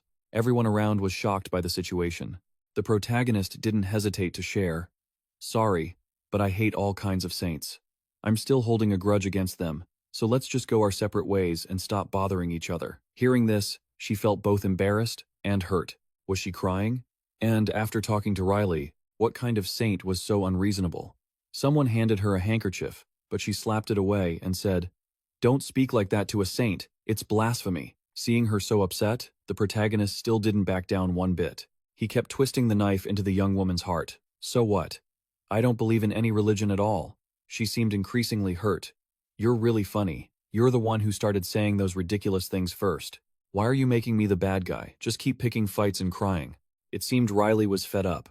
That was the reason why he didn't want to come here and wanted to go back immediately. He also said, "We have no reason to linger here any longer." Since she became a saintess, she had never encountered such a shameful situation. As a saintess, how could he dare to show such hatred? They started gossiping. The fact that someone hates us is unbelievable. The more the people around gossiped, the angrier she became. You call that comforting me? To calm things down, they had to say, "That guy is just a young master who hasn't experienced the world. Don't pay it too much mind." Seeing them all panicking, she asked further, "Anyway, have you ever had thoughts like that?" Hearing this, they were shocked. "Of course not. You are the saintess who has received the most blessings under the protection of Goddess Inez. I even have to wonder if you are her incarnation. You don't need to care about what that guy just said." They all comforted her, and she seemed to calm down a bit. "That's right. Just ignore it, and continue praying for all the best things." Just then, something seemed to have happened. A beam of light struck down directly onto her. The saintess seemed to have realized something about the protagonist. She turned around, extremely surprised. This can't be. Could it be that person? The uncle was curious about what the saintess had just said to Riley. Actually, at that time, she had leaned in and whispered, "Could it be that you like men?" But it seemed the protagonist didn't want to tell the uncle much, so he distorted it into, "She asked what my type was. I want to ask that too. Forget it, it's not important anyway."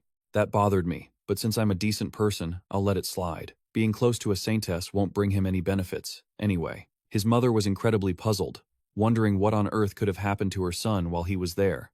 They'd gone on, but it wasn't exactly like that. Next, they were heading to the magic tower. "Come to think of it, you once said you were interested in magic, right?" The young master didn't hesitate to answer right away.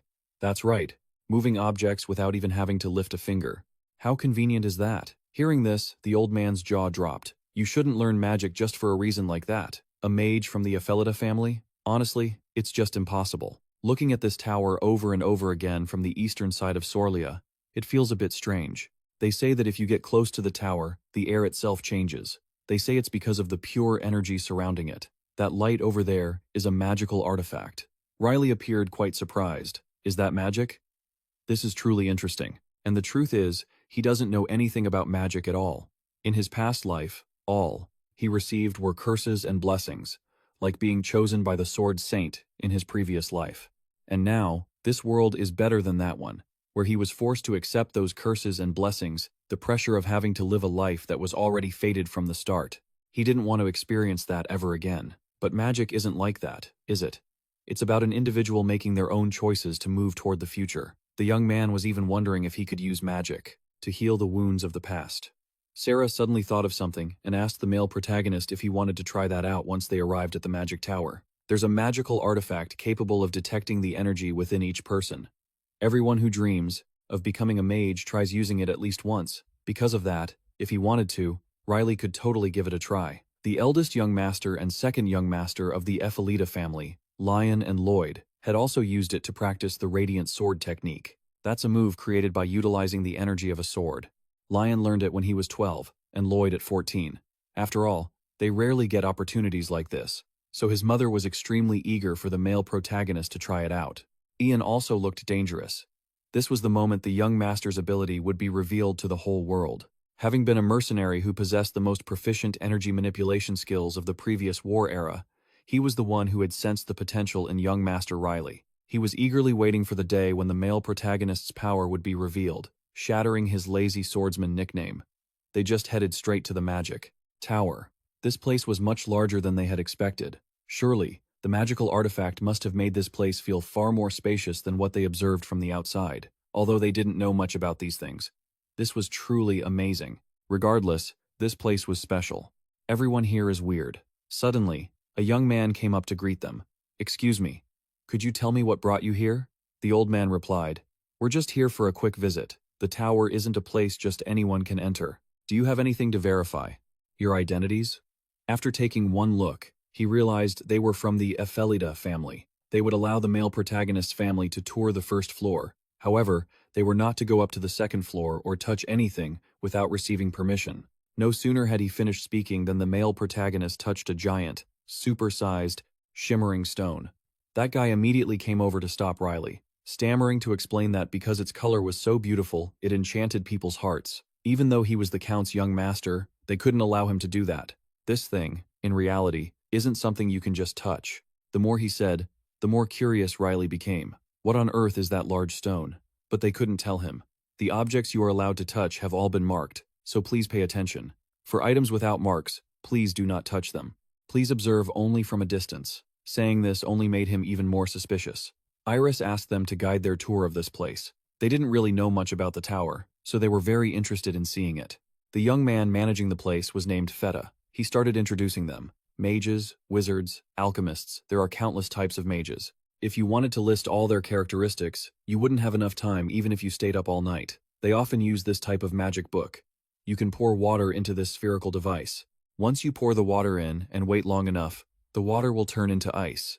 This is thanks to the magic circle drawn inside the device. It sounds magical, but Riley didn't seem to find it very special. So, it's no different from a refrigerator? Wait, what's a refrigerator? They didn't actually understand this definition. Feta didn't forget to remind them, do come visit again.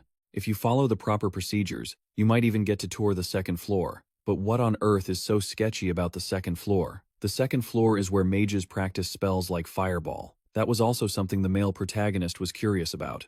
The more they talked, the more interesting it sounded. Everyone looked extremely excited at this kind of magical artifact. Only Riley looked troubled in a way that was hard to fathom. Previously, he had been extremely curious and wanted to try it, but now, he seemed very hesitant and indecisive. Seeing him like that, the old man flew into a rage, looking at the male protagonist with fiery eyes. He asked again exactly what this stone was used for. Feta explained that he just needed to place his hand on that crystal sphere. The crystal sphere would glow, and the water level would rise based on the energy he possessed. It didn't sound like anything special, just putting your hand on this sphere. Before he could even try, the old man looked dangerous, and he even had the audacity to ask the guide, what if the artifact shatters because of the excessive energy? Feta continued to explain, if that happens, I guess everyone would be eager to recruit him, the younger, the better. However, until now, the crystal sphere has never shattered. Just making it crack would already make one a genius. In history, no one has ever been recorded as having broken it, unless they were a dragon. This object can never be broken.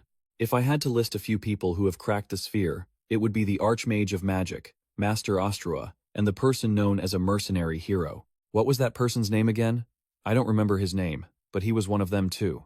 It seemed he was eagerly waiting for something from Riley. The moment the male protagonist placed his hand on the sphere, a stream of light began to radiate. My heart is pounding, folks. I don't even know what I'm waiting for myself. He placed his hand on it, and within a split second, it seemed it was all over. Everyone was extremely curious to see how the result would turn out, but it seemed a bit disappointing. Riley was completely normal, and even average. Ian was totally disappointed. He couldn't believe it. Average? Not at all. Beyond the regulated threshold? Or belonging to a category that couldn't be measured, just average? Really? The male protagonist seemed very excited about the average result. So, can I become a wizard now? This didn't seem bad at all. Still, learning magic every day would be better. No one paid attention to this result, except for Ian, who didn't seem willing to accept it. What do you mean by average? That can't be the truth. He just lunged at the sphere, squeezing it with all his might, so much that the guide couldn't even stop him. He assumed this sphere must have a problem and misjudged Riley's strength. Riley remained very calm, whistling.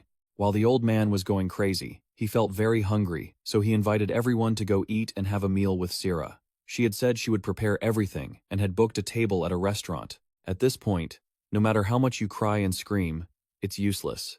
Ian was exactly the type to have high hopes and big disappointments. Is there really nothing wrong with this sphere? It seemed something had happened. Sierra called out loudly. Master Ian, behind you is Master Riley's magic. His face turned extremely surprised. No way. Is the young master actually proficient in other things? If the magic power is this strong, I think we should move somewhere else before it hits us. If we keep talking here, who knows when we'll get to eat. He was so stubborn that Sierra had to grab Lloyd by the head and neck to get him to leave. The old man was still unsettled, clinging to what he sensed that the young master had immense potential, countless envious eyes of others, and the prejudice of the world toward a lazy swordsman. Feta breathed a sigh of relief when they left. He swept up the place. That old man was old, but he had the strength of an ox. He felt helpless because the male protagonist had touched everything. Now, he looked incredibly exhausted.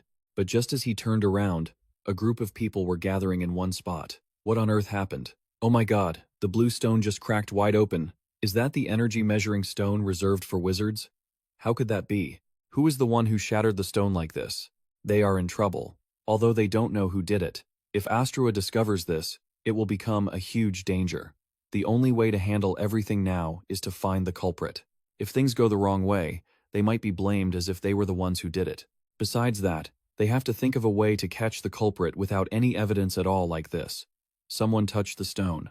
Ordinary people couldn't do things like this. They started asking around. Who all visited the first floor today? Are there really no witnesses? They started asking Feta if he saw anyone suspicious, but he didn't seem to dare answer yet. They still don't have a single lead. No sooner had he said that than the rock couldn't hold on anymore and shattered into pieces.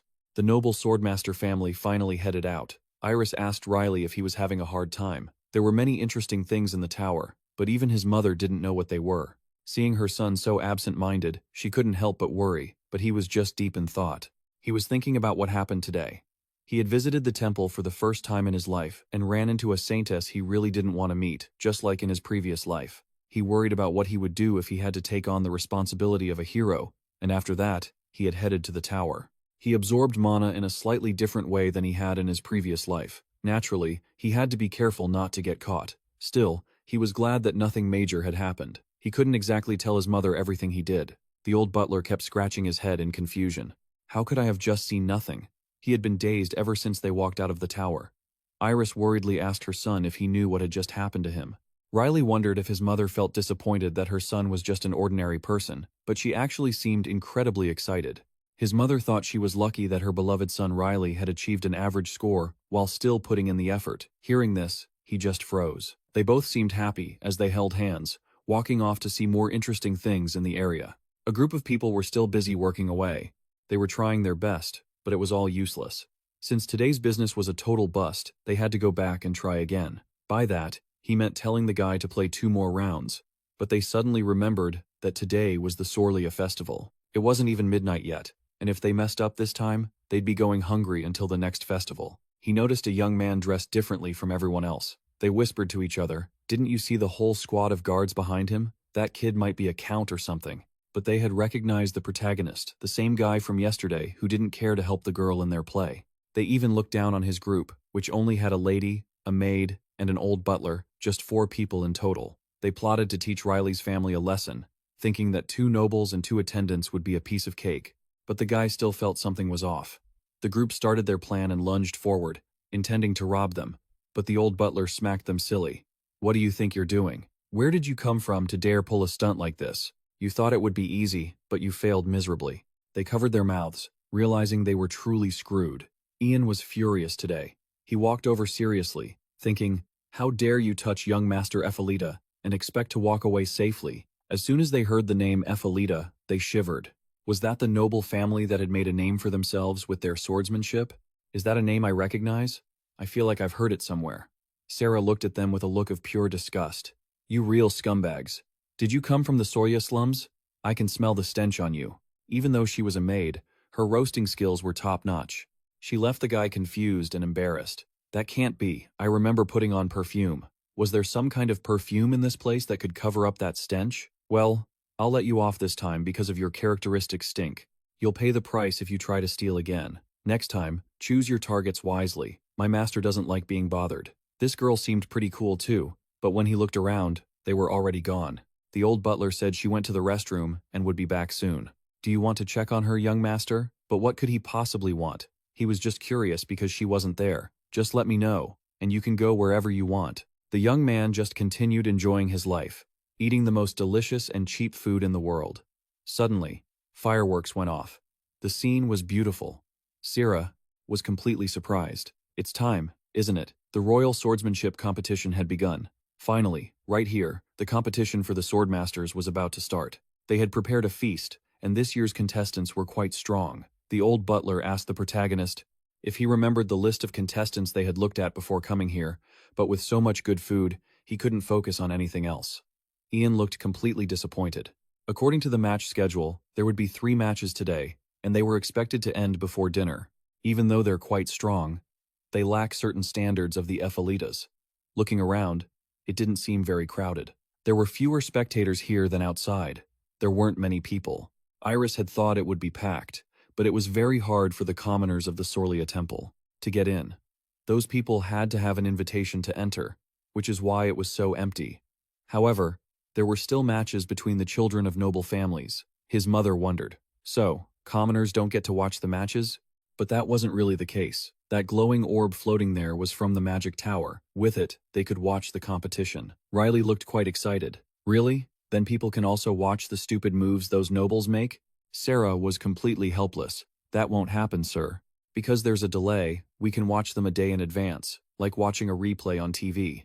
That recording is handled by the magic tower, so if anyone requests to cut out unnecessary parts, they'll do it. Just as he thought, the magic tower was quite interesting. The eras were different, but things that were only possible in his previous life could be solved here with magic. The final match was about to begin. Someone was getting very irritated. Stop screaming. Why don't you shut your mouth? Where's your home? My son is about to go into the arena. These nobles were so loud, he couldn't understand why they were getting so worked up.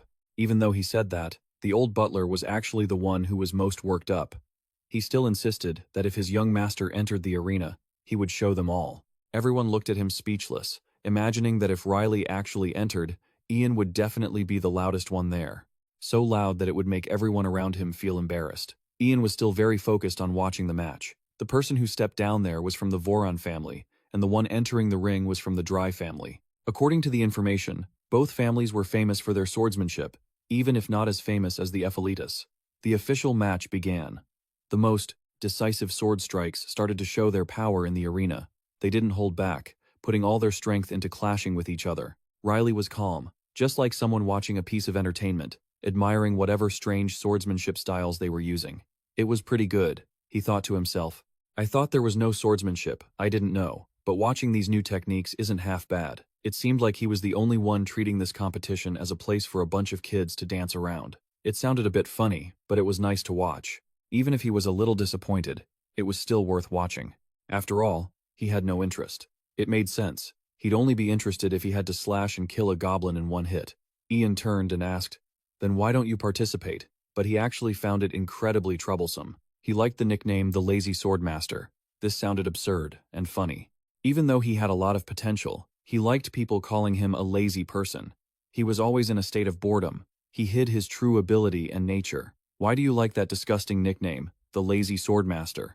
Iris turned to Ian and asked, if Riley wants to live such a carefree life, maybe it would be reasonable to find him a wife. Don't you think? Hearing that, a young man who was sitting there relaxing and drinking water almost choked to death. Seeing his son so shocked, she smiled. Mom is just joking. Ian looked so serious, so I just teased you a bit. This was the first time the protagonist felt this embarrassed. Why did his mother suddenly bring up getting married? Suddenly, someone called out to them. That person was incredibly angry after hearing those nonsensical words just now. This purple-haired guy felt extremely annoyed when Riley said he felt disappointed watching them dance around when they had worked so hard to participate in the competition. It seems you don't know a damn thing about swordsmanship. If you retract that statement, I'll let it slide. In reality, the young man had no energy to argue with them. He apologized, without a shred of sincerity. Yeah, I'm sorry, okay? I was thoughtless. I apologize. He apologized, but the way he did it only made them feel more furious than ever. It was truly an apology without a single bit of sincerity. He snapped and said, I am the eldest son of the Aranum family. I will punish you for that disrespectful attitude toward the participants in this tournament. Riley tried to ignore it, but the guy kept provoking him. If you're here, you must belong to some family. Identify yourself. The male protagonist felt incredibly annoyed. He finally regained his composure. Well, it's my fault. I should have just walked away quietly. This bad habit of his has carried over from his past life into this one. Ian looked confused, wondering what his young master was planning to do. What was he even talking about? At this point, they should have run as fast as possible, but just as the male protagonist tried to leave, the old man blocked his path. Excuse me. Before Ian could finish, the blue-haired guy brushed past the old man. It wasn't a big deal to an old man, but unfortunately, it was 2 against 1. The old man just kept advancing, grabbing Riley by the shoulder and then grabbing his wrist. I wanted to live in peace, but you just love picking fights. I already said I'm sorry. The male protagonist squeezed harder, which completely shocked the guy.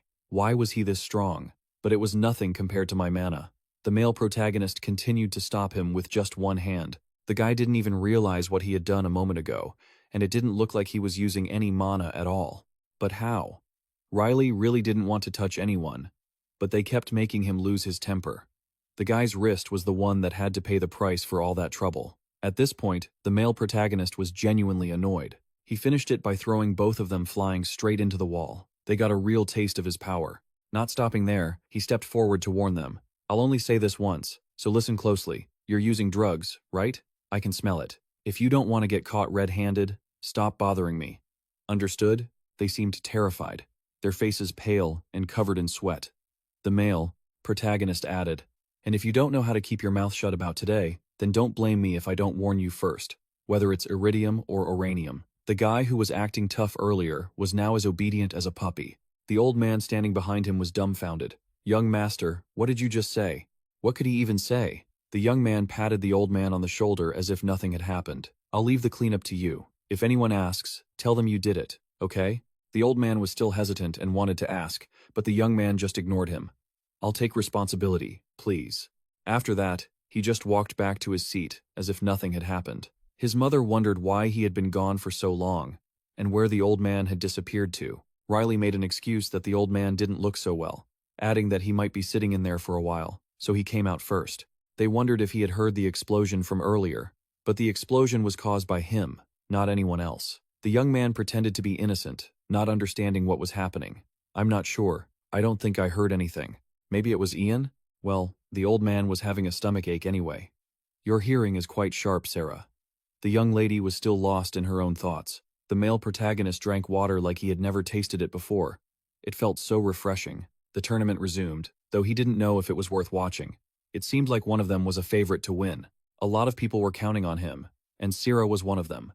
Hearing this, the young man became curious.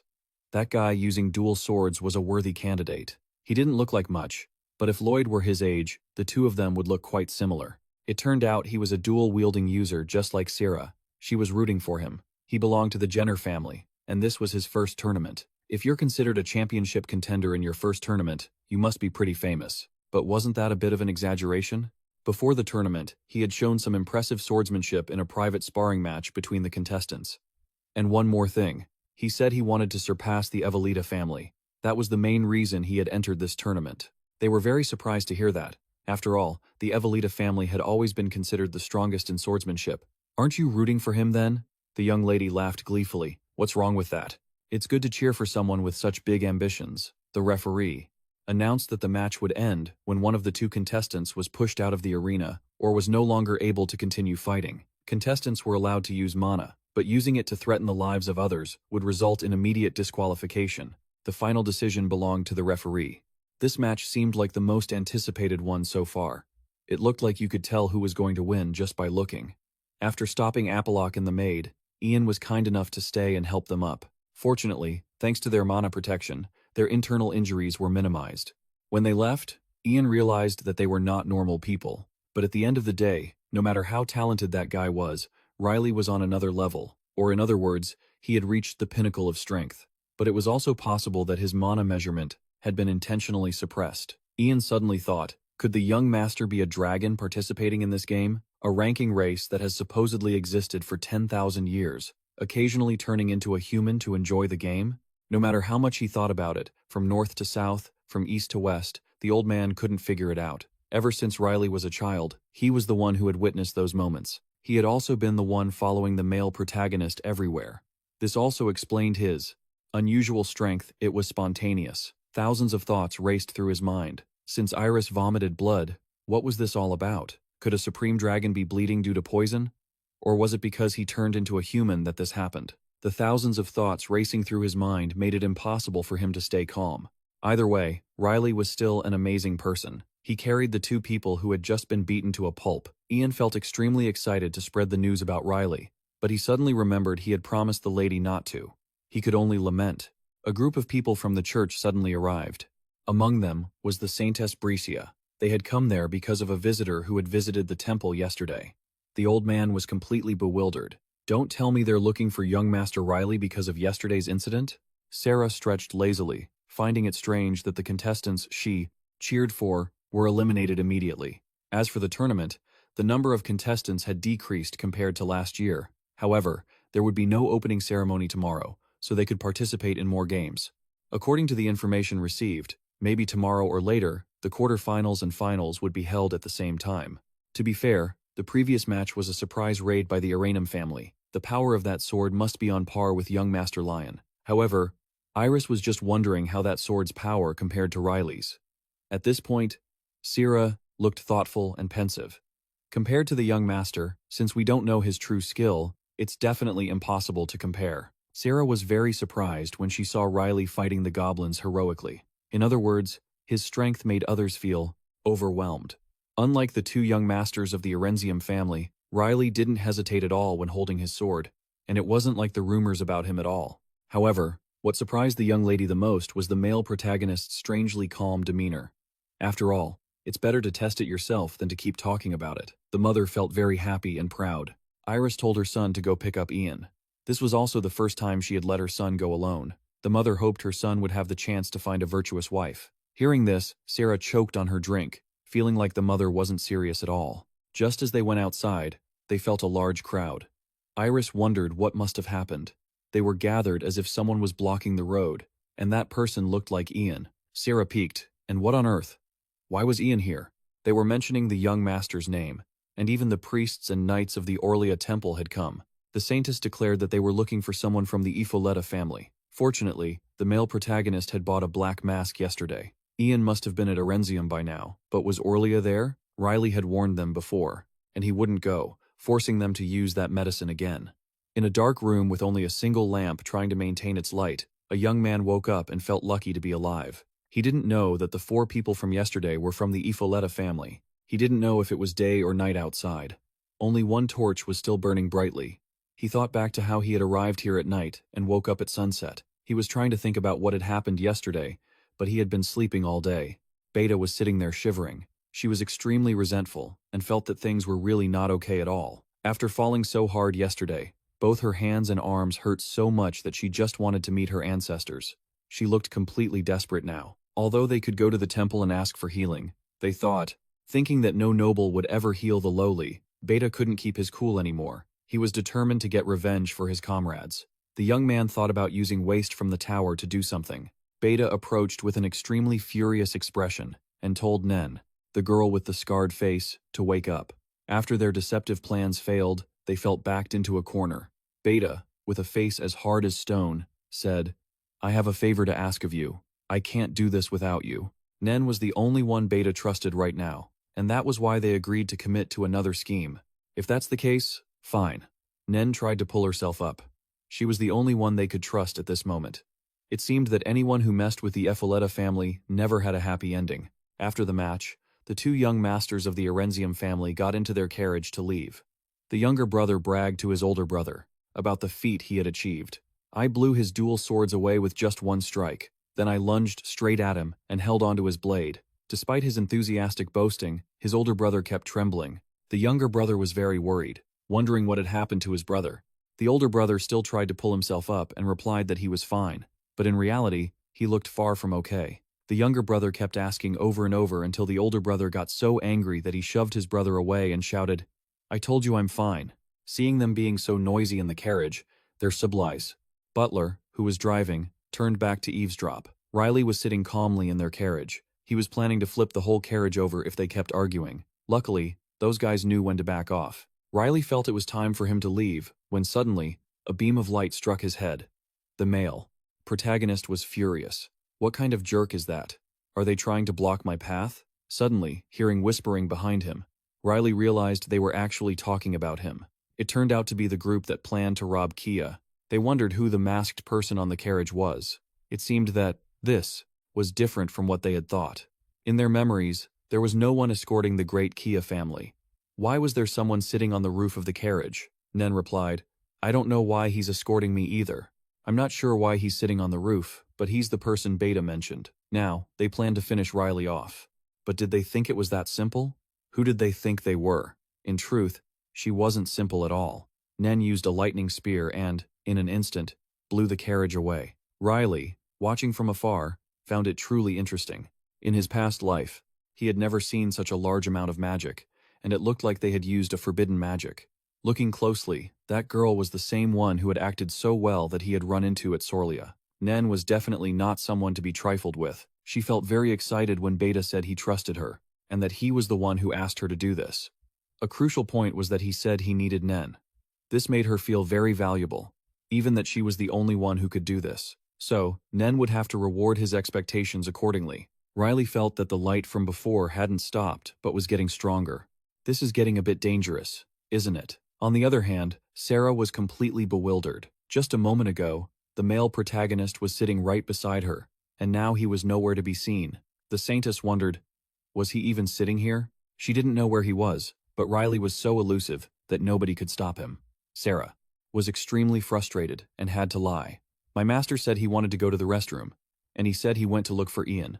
She looked at the old man with such a murderous glare that he turned pale. The Saintess felt she also needed more eyes and ears here. Her mother didn't hesitate to say that she could stay and wait a little longer. Seeing the Saintess walking in circles as if looking for something, they were very confused about what she was doing. Was she planning to use holy magic? Everyone thought that as a Saintess trusted most by the god Ines, she only needed a little holy magic to find Riley. However, the Saintess's face looked very tense. Suddenly, she crushed the cup she was holding in her hand, to the surprise of everyone.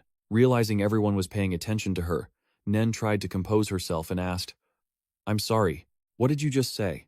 Iris saw her reaction and didn't say another word, just hesitantly asked, Are you okay? Ian's face was still pale. He kept thinking about the incident that happened a few days ago. Clearly, his master was still holding a grudge about that day. It would be better if his master didn't run into these saints. While he was still in panic mode, a maid reported to the Saintess that something was happening in the central square. It was something extremely bizarre. 7 screams echoed continuously. Cries for help filled the sky, and Riley was there witnessing everything. The male protagonist had actually only seen such things in books before. This was the first time he had seen it in person. Nen was still continuously activating her power. For Beta, she was ready to sacrifice herself. Riley was increasingly astonished. At this age, she could master magic in such an amazing way. He wondered how Sarah was doing, but he thought the old man should be here. Or perhaps the siblings of the Arenzium family should be here too. Why were they all fainting at such a critical moment? The young man was getting a massive headache. Riley was really hesitating whether he should stop her, as she kept going crazy, continuing to use fireballs to attack everyone. He really couldn't just stand by and watch. Even so, Riley still couldn't fight comfortably. He felt this magical power was truly too strong. He was very hesitant about whether he should learn it. It looked more convenient than using swordsmanship with physical strength. With magic, he could also move much more easily. Nen continued to use ice spears. She acted too slowly and didn't know how to observe the situation at all. Beta saw that Nen couldn't do anything, and the male protagonist immediately called her useless and was about to use physical force. Riley stood there observing the situation, thinking Ian and Sarah were always wasting their time with unnecessary things. If they had dealt with Beta earlier, this wouldn't have happened. Therefore, he should also do something to resolve this mess. Riley stepped forward to stop her in the holy area. Everyone was still in chaos, trying to find the culprit who broke the mana measuring stone. Before the Saintess found out, the young man had greeted the great Epheleta family, sighing in frustration. What would happen to him if he were kicked out of the tower? He cried out in helplessness because how could he find the person when he didn't even know who they were? And he didn't think anyone would consider Riley the culprit. After all, he was the only one who touched the stone. Recalling the memory, that person was Riley, the sword of the Epheleta family. His mana was weak and had nothing special about it. That stone couldn't even be scratched by an archmage, and that lazy sword saint had shattered it with just a touch? This absurd story was truly ridiculous. Even if you asked the children, they would say the same thing. Either way, there was no more time to think. The young man had to find clues related to the culprit. Just stepping outside, he saw smoke and fire billowing from the city. It was fireballs. The sound of burning and this energy source, it was definitely fireballs. It couldn't be anything else. Just then, a crowd ran up and shouted, "Everyone, run away quickly, it's a mage. A mage is going berserk." The young man wondered what kind of insane person was in the square using magic to fight without permission. He decided to run over to stop that person. Just as he arrived, he felt extremely stunned. Why was she here? Nen, in their eyes, was just a discarded piece of trash, and she was using fireballs very proficiently. Riley just happened to come out to stop her power with just one sword. This made the young man very surprised.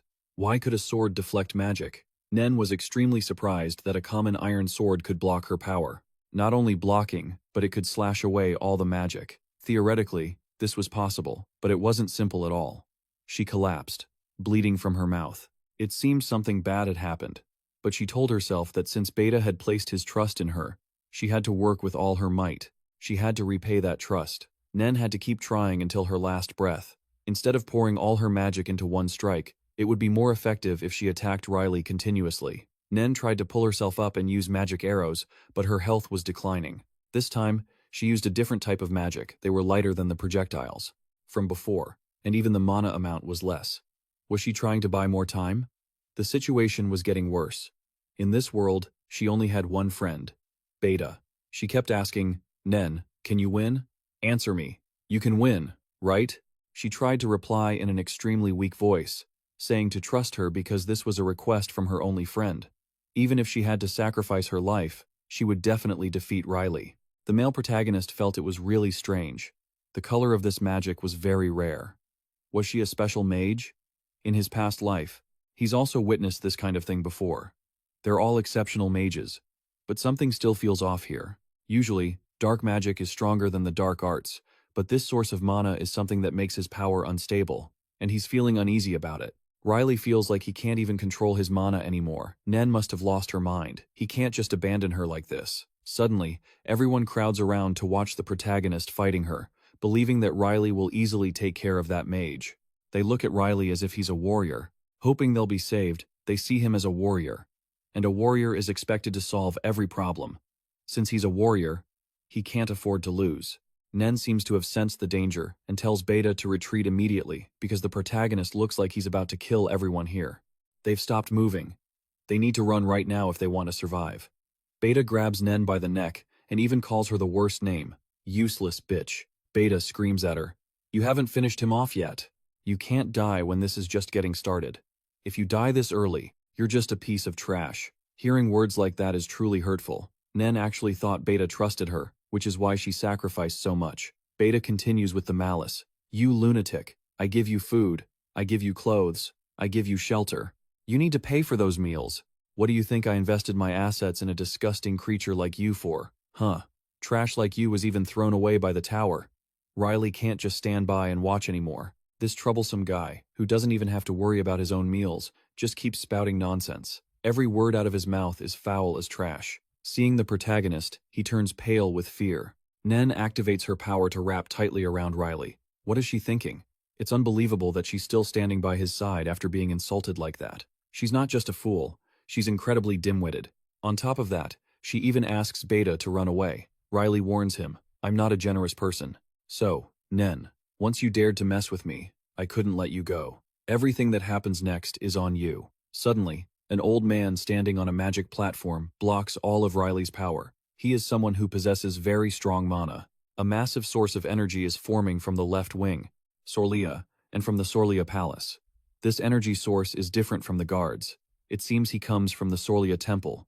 It's the Archmage Astrua. Turns out, this guard came to inform him about the situation at the central square. He didn't intend to go at first because he's about to become a great mage representing Sorlia. He didn't want anyone to call him for trivial matters. This young man continues, looking extremely urgent. "Transporting medicinal herbs isn't important anymore, sir. The experimental subject that the tower discarded is running wild everywhere, sir." Hearing this news, The old man finally decides to go to the square. The young man adds that there is someone fighting that experimental subject. It's none other than Riley. He is very curious about the protagonist, yet he says sternly, "I don't care where you crawled out from, but if you dare to run around in the Sorlia Palace, the territory of Archmage Astrua, I won't let it slide." Riley looks at him, totally confused. Is he really trying to act all dangerous just because he calls himself an Archmage? With the fireball he's charging up, anyone would be scared, but he's just trying to test Riley's level. His final decision is to use a fire gem to battle the protagonist. Riley has 3 ways to block it. First, split it into 3. Then knock all 3 away at once. The old man is completely shocked. He continues to use water orbs to attack, but the result is truly pathetic. Riley can easily defeat his magic. Before he can even blink, he doesn't realize where the young man has gone, who knows what corner he hid in. Suddenly, a sword flies from out of nowhere, piercing straight through his arm, causing him agonizing pain. For the first time in his life, someone dared to attack him so decisively, but the only evidence left is a sword, nothing else. The group from the Holy See, along with the Saintess, walks over. She sees the holy shield and guesses this must be Astrua's magic. She is extremely surprised. Is the tower's archmage attacking a holy follower? What the hell is going on? Based on observations, he isn't looking in this direction. His gaze is fixed on the central square. They tell each other to leave. Nen. According to the prophecy of Lady Ines, the Saintess thinks something very important has happened. Iris is still worried about his son, and wonders why they are looking for Riley. Ian coughs as if to cause a distraction. The protagonist finally returns and stops everything he was about to say. Upon seeing Riley, the uncle asks with great difficulty, "Where have you been all this time?" Riley doesn't seem to want to explain anything at all. He just says, "I already told Mom. While everyone was looking for me, I wonder if my mom checked the bathroom yet." Ian thinks to himself, could he know that the holy follower was looking for him? Regardless, he's here now. Sierra is extremely happy, and tells everyone it's time to head back. Before leaving, the protagonist asks the uncle, "Did you pay attention to what I told you?" That concerns the young master of the Arenzium family. The uncle runs into the middle of the crowd of holy followers and asks what's going on, acting all innocent, as if he's done nothing wrong. Riley thinks he will come back to check later. The habit of being a hero still lingers, so he will definitely do something. 2 Arenzium brothers are walking when a soldier blocks them. They claim they have an appointment with someone there and refuse to tell the soldier the reason. The 2 brothers insist that they have no connection to the recent attack and that they know nothing about it. This soldier seems to have been holding them up for a long time. The headmaid is extremely frustrated and shouts, "At first, you said this disaster was caused by magic, so you're implying that Arenzium, a family of swordsmen, is involved in this magic?" She just flares up, shouting, "We are victims too. Among the dead, there are even our own servants." The soldier still insists on giving her a separate notice. She tears it all to pieces. Even a common soldier can't stand trash like them anymore. Nen, after waking up, no longer sees herself at the square anymore. Nen is extremely bewildered. In her current memories, there are many insulting words from Beta. She is actually very afraid of the feeling of being abandoned again. She hates being called a useless bitch. She cries in pain, believing that is the reason she was kicked out of the tower. Before she finishes crying, she looks up to see Riley standing right in front of her. She asks, "Who are you?" She was so unconscious that the protagonist thought she was really dead. She asks, "Where is Beta?" Riley thinks she wants to change the subject. Nen asks him the reason for the attack. Nen is stubborn and refuses to tell Riley any reason. The protagonist continues to ask curiously, "You're not just a witch, are you? Your color is different, isn't it? You're one of a kind." Riley guesses that she must not know what's going on, even though it's nothing major. Nen falls into despair once again. Is she finally going to die here like this? Remembering the past, on a day when the snow was mesmerizingly beautiful, her mother complimented her, saying she was the most beautiful white-haired girl in the world. Her mother also said that if Nen participated in the tower's research and experiments, they wouldn't have to live in poverty anymore. In that moment, Nen was excited and asked, "What if I become a mage?" From that moment on, she had to endure so much in life, just like an experimental subject, and only by doing so could she have money. There were even times she wanted to die, and the moment they succeeded in obtaining mana was also the moment she was kicked out of the tower. That was also when she could stop taking medicine after such a long time. She also got to meet her mother, but how ironic on a day when the snow was still as beautiful, only the person had changed. Nen no longer had the beautiful white hair she once had. This is the reason her mother didn't recognize her daughter, and at that moment, she was completely stuck. That horrible moment, This little girl had no one left in the world to rely on. In this world, she felt like the only unfortunate soul. Riley, after hearing Nen's story, is moved to tears and offers to help her. Perhaps the protagonist is the first person to offer help to Nen, when she thought she had been abandoned by the whole world. Looking at the girl, she sees a glimmer of hope that she could have a new life. Riley promises her that he can fulfill all her expectations. The young man advises Nen to leave everything behind and start a new life. Riley reaches out his hand with a sincere heart that truly makes both of them stand frozen. Nen is both puzzled and a bit surprised, as this is the first time a young noble like him has spoken to her. But in reality, this is nothing special, just because she reminded him of Riley's own past. The Holy Elder, after being skewered in the left arm, is absolutely furious. He can't even find any clues about the person who destroyed their Mana Stone. He is angry at anyone who says there is no evidence of the incident. The old man, he currently harbors two grudges, one against the masked man, and another against the person who destroyed the Mana Stone. He declares, "Let's assume there are no traces of the masked man or the stone destroyer, then why haven't you found that piece of trash? Didn't I place a seal on her?" They report that the ADET seal on Nen has vanished. It is no longer on her. It has been dispelled. If he doesn't believe it, he can check for himself. The old mage continues to ask whether the matters at Sorlia Tower have been settled. After hearing their reply, he becomes more enraged than ever and curses them, calling them pathetic losers. Ever since he lost, he has been taking his anger out on everyone. He intends to head underground once again. Someone tries to stop him. Aren't 7 circles more than enough? This isn't even about passion anymore. Why don't you stop now? Nen has now decided to follow Riley. She is extremely confused when the protagonist talks about having old memories. Is he also a test subject? Riley suddenly stops. He can smell it from a kilometer away. This is Kenza Leaf. Why would it be inside the tower? Just then, the two old mages appear. He laughs triumphantly and calls Nen a piece of trash. He gloats. Aren't we having uninvited guests? How did you manage to break the seal? As soon as he sees him, Riley speaks up. The old man is surprised by his presence. Riley exposes what he has been doing inside the tower. He is keeping many illicit items at Sorlia, inside this tower. The young man is truly the type to say, "Don't ask who my father is," when I'm already in deep. He came here to find everything related to Nen, but it seems he just caught a big fish. Everyone will surely be shocked if the protagonist exposes this to the public. The old mage loses his cool and launches a fireball straight at the protagonist and the girl. In a split second, Riley blocks his power again. Riley feels deeply frustrated by how he has treated Nen. Aren't you a bit pathetic for coming back to look for her, and treating her like that after abandoning her? The Archmage of the tower is extremely curious about the identity of the masked person, but Riley decides not to reveal his face, only provoking him, "You can consider me a former hero." It seems the young man is trying to goad him into losing his mind. He calls the protagonist scum and uses all his power to attack him. Once again, Riley stops the blast, leaving the self-proclaimed wizard stunned. A tiger that doesn't roar is mistaken for a stray dog. The arrogant old man only kneels when his arm is sliced clean off by Riley. Nen covers her mouth, frozen for 5 seconds.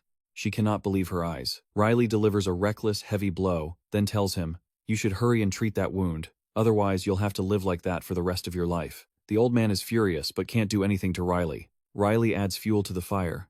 "I only tore a large blood vessel a little bit, that's all. If you leave it like that, it will rot away." The old man is more bitter than ever, thinking that he had let his guard down. At this point, the protagonist has no interest in trading blows with him anymore. Nen tells him, "I won't bother you anymore, Nen. Move out of the way, quick." But the young man still teases him about the previous transaction. The protagonist is certain that this staircase leads to a basement somewhere nearby. The old man is in total shock. Impossible. Has the way to the basement been exposed? Holding a blood-stained sword, he releases a faint, casual aura. It seems Riley has found the place where a biological experiment is being conducted. Now, the old man turns and blames everything on Nen. He claims that the girl is a traitor because he gave her a chance and taught her magic, yet she dared to stab him in the back.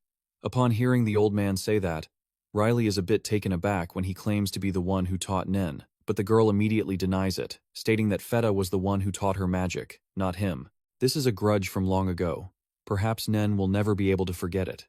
Feta promised to give Nen a chance to start over, even though her life felt like it was coming to an end. For Nen, now is the time she wants him to pay for everything he has done.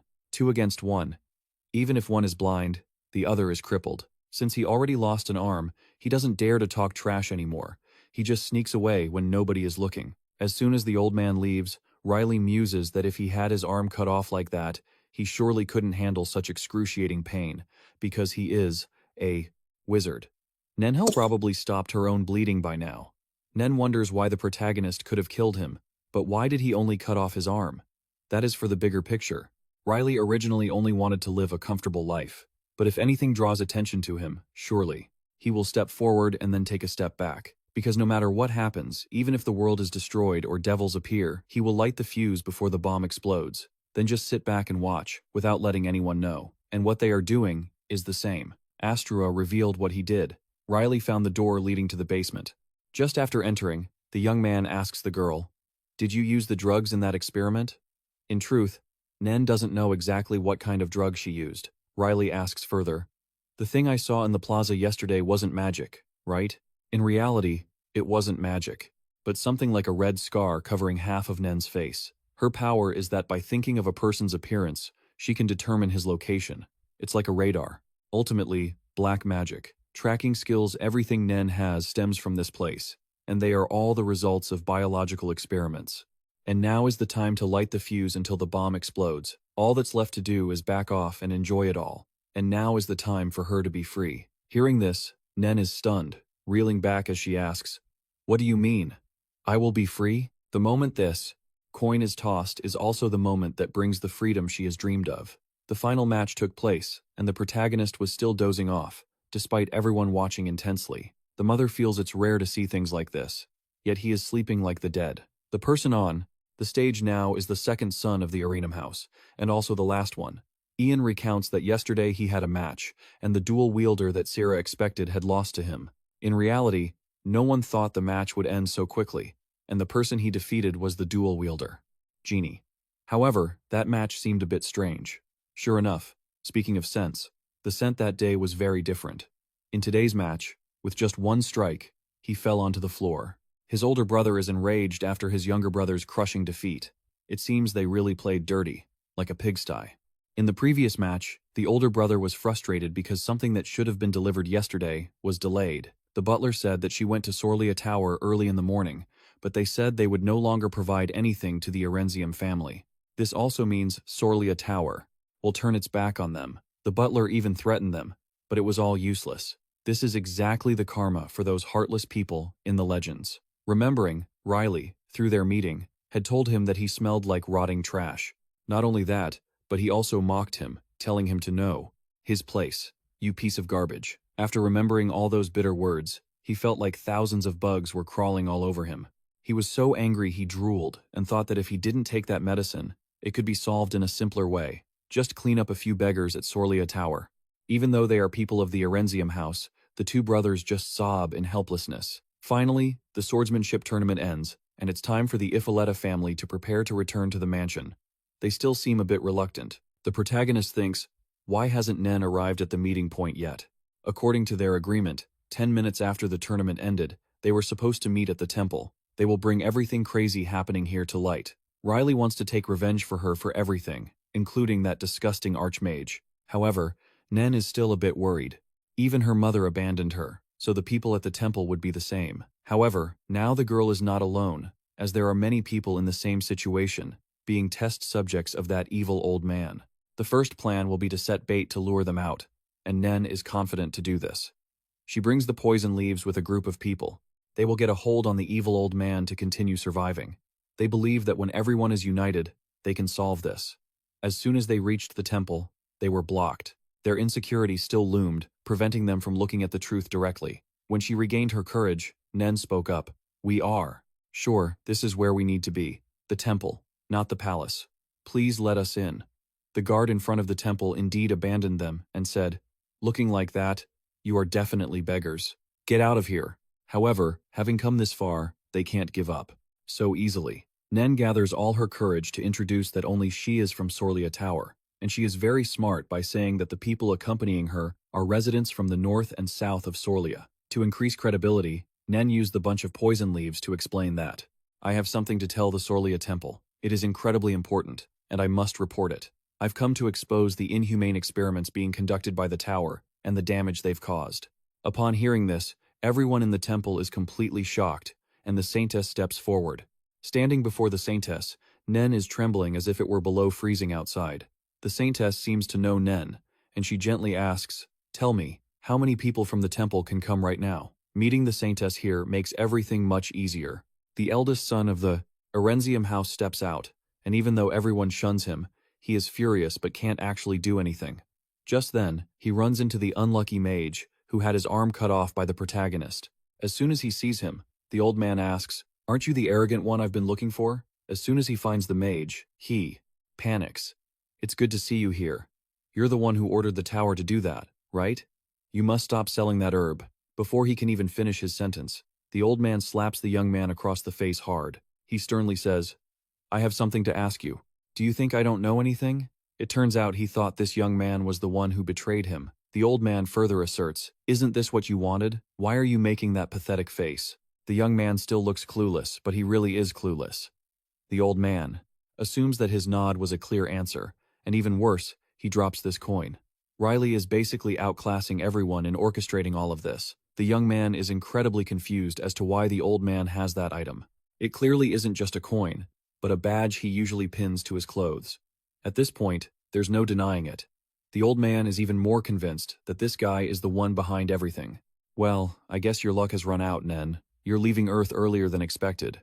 However, sensing something strange, the old man is extremely surprised that this guy is actually this weak. From what he observed, the person who cut off his arm had terrifying strength. The more he thinks about it, the more he shudders, and he is even more shocked to see the saintess standing behind him. Everything is about to be exposed. "Lady Astrua, we have received reports about those inhumane products. Can you give me an answer?" The old man turns around, trying to keep his composure, and replies with fake courtesy, "What wind brought you here?" The saintess asks again about the illegal production and distribution of the drugs. Is he involved in these illegal activities? The old man freezes, speechless. The saintess uses a spell to strip him of all his magic, turning him into a useless old man. He tries to run away, but it's too late. The saintess has already heard everything from Nen about the drugs and the experiments. Once again, the saintess asks if he is the one behind all of this. Sarah feels the atmosphere is tense, and this surely isn't normal. Riley feels incredibly excited. It seems she convinced the temple quite well to spare his life. At this point, the old man denies it completely, saying, "How could that be? Could the master of the tower really make that kind of drug? How ridiculous." The saintess remains calm and asks him, "Do you dare to swear by the name of Saint Inez?" At this point, he seems to hesitate. After witnessing everything, Riley is surprised that she could detect the lie with her own eyes. However, the young man doesn't want to face her. After all, she is a saintess. The old man seems intent on not answering. By now, the saintess is furious about the drugs Nen mentioned, and the experiments they were all orchestrated by him. "Right, Lord Astrua." After his pathetic act, he looks up and confirms, "Yes, I did it. I created those drugs in the tower's basement and sold them to the nobles. I paid for it myself, and it was just a very small experiment." He committed wrongdoings and acted as if it were nothing. Nen is furious to see him lying through his teeth. "It was just a small experiment? You're a bastard. It's just that simple?" Standing from afar and watching, Ian is even more frustrated than the people involved. The old man is so frustrated he wants to run out and eat that wizard alive. Years ago, a great war broke out just because of that damn drug. You think only a few people shed blood and tears? You dare to think that? His attitude attracts everyone's attention, including those involved. Ian adds, "I've hated wizards for a long time." An old onlooker getting support from a young man standing there. They are quite the comedy duo. The old man is still furious and adds, "Those bastards are the cheapest, most pathetic kind." Just listening to him curse makes life feel a lot less boring. Anyway, the serious situation is being distracted by the meddling onlooker. The saintess regains her composure. Manufacturing and distributing opium in Sorlia is a crime. The most serious crime in the world. So, Nen, you need to come to Sorlia Castle with me. The saintess orders someone to arrest him, but he looks motionless and unafraid. He adds, "Did you forget? I am the Archmage of the 7th Circle. Losing me won't be easy, right? Isn't that right, my lady?"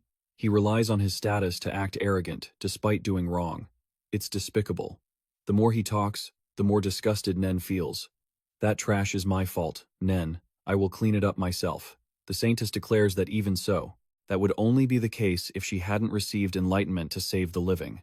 According to her, someone will appear in this very world and immediately arrest that wretched wizard. He begins to cast a defensive spell, using all his power to block them. The swamp spell made the soldiers sink. He confidently claims that if the Saintess opposes him, many people will die. The Saintess is extremely disgusted by his actions and immediately uses a healing spell, telling the Holy Knights to evacuate the nearby civilians. If they don't stop Astrua here, there will be more victims. Riley is just acting like a bystander, wearing sunglasses and watching the drama.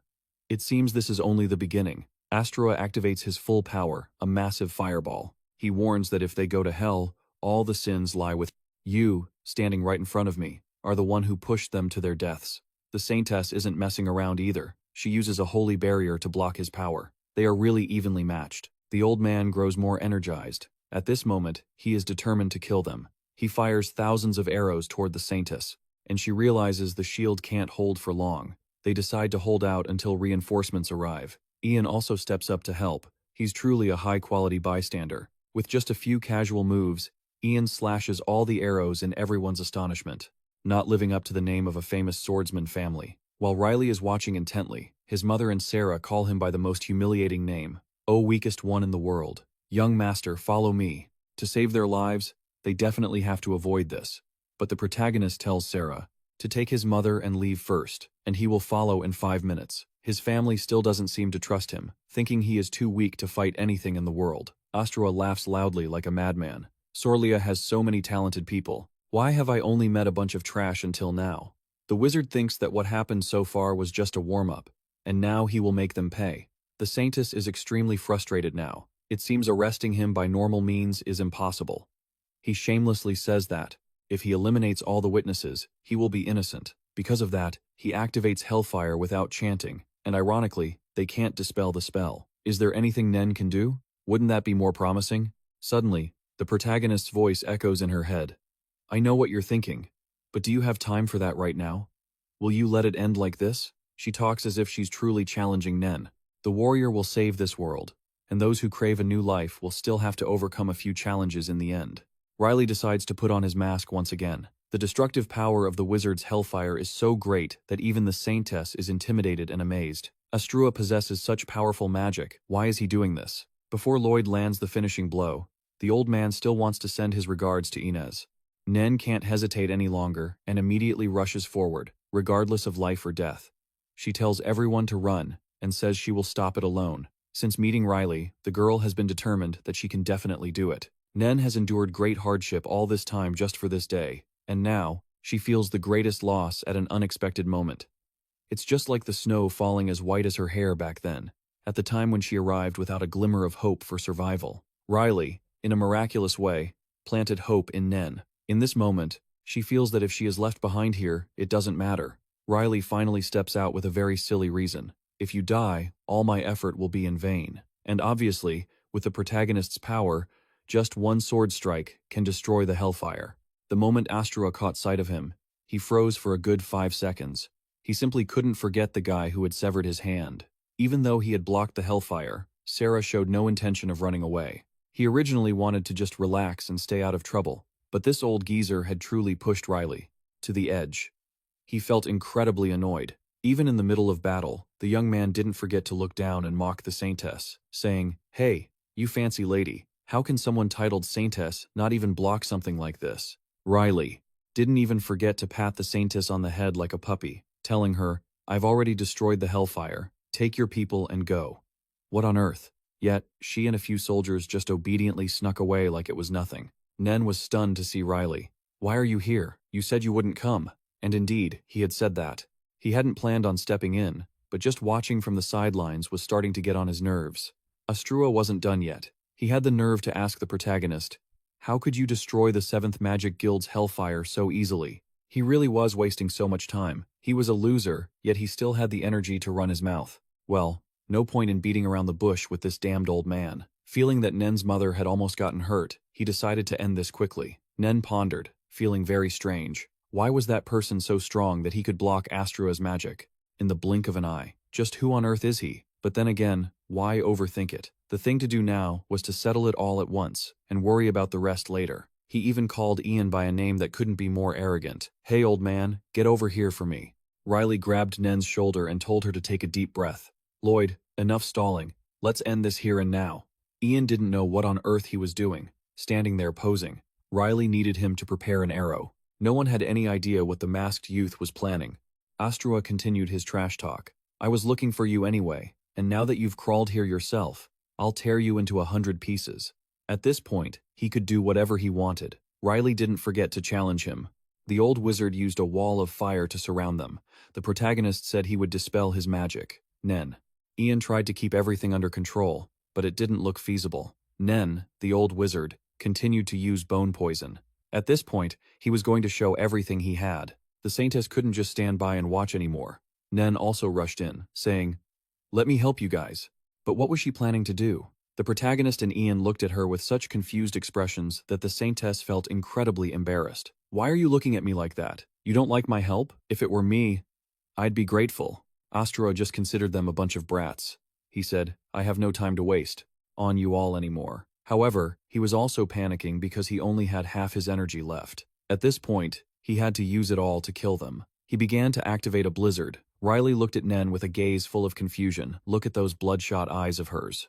Nen, have you taken a deep breath yet? If you have, are you ready to go all out?" The girl didn't hesitate, and agreed, activating her extraordinary power. The protagonist decided to go for a heart-piercing strike on the old man, and told Ian to block the ice pillars from afar.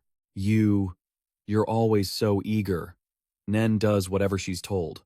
Astrua tried to muster his remaining strength, bragging that he would pierce through everything. At this point, he just needed to focus on that extraordinary power. The protagonist told Nen that, but she looked confused and started stammering.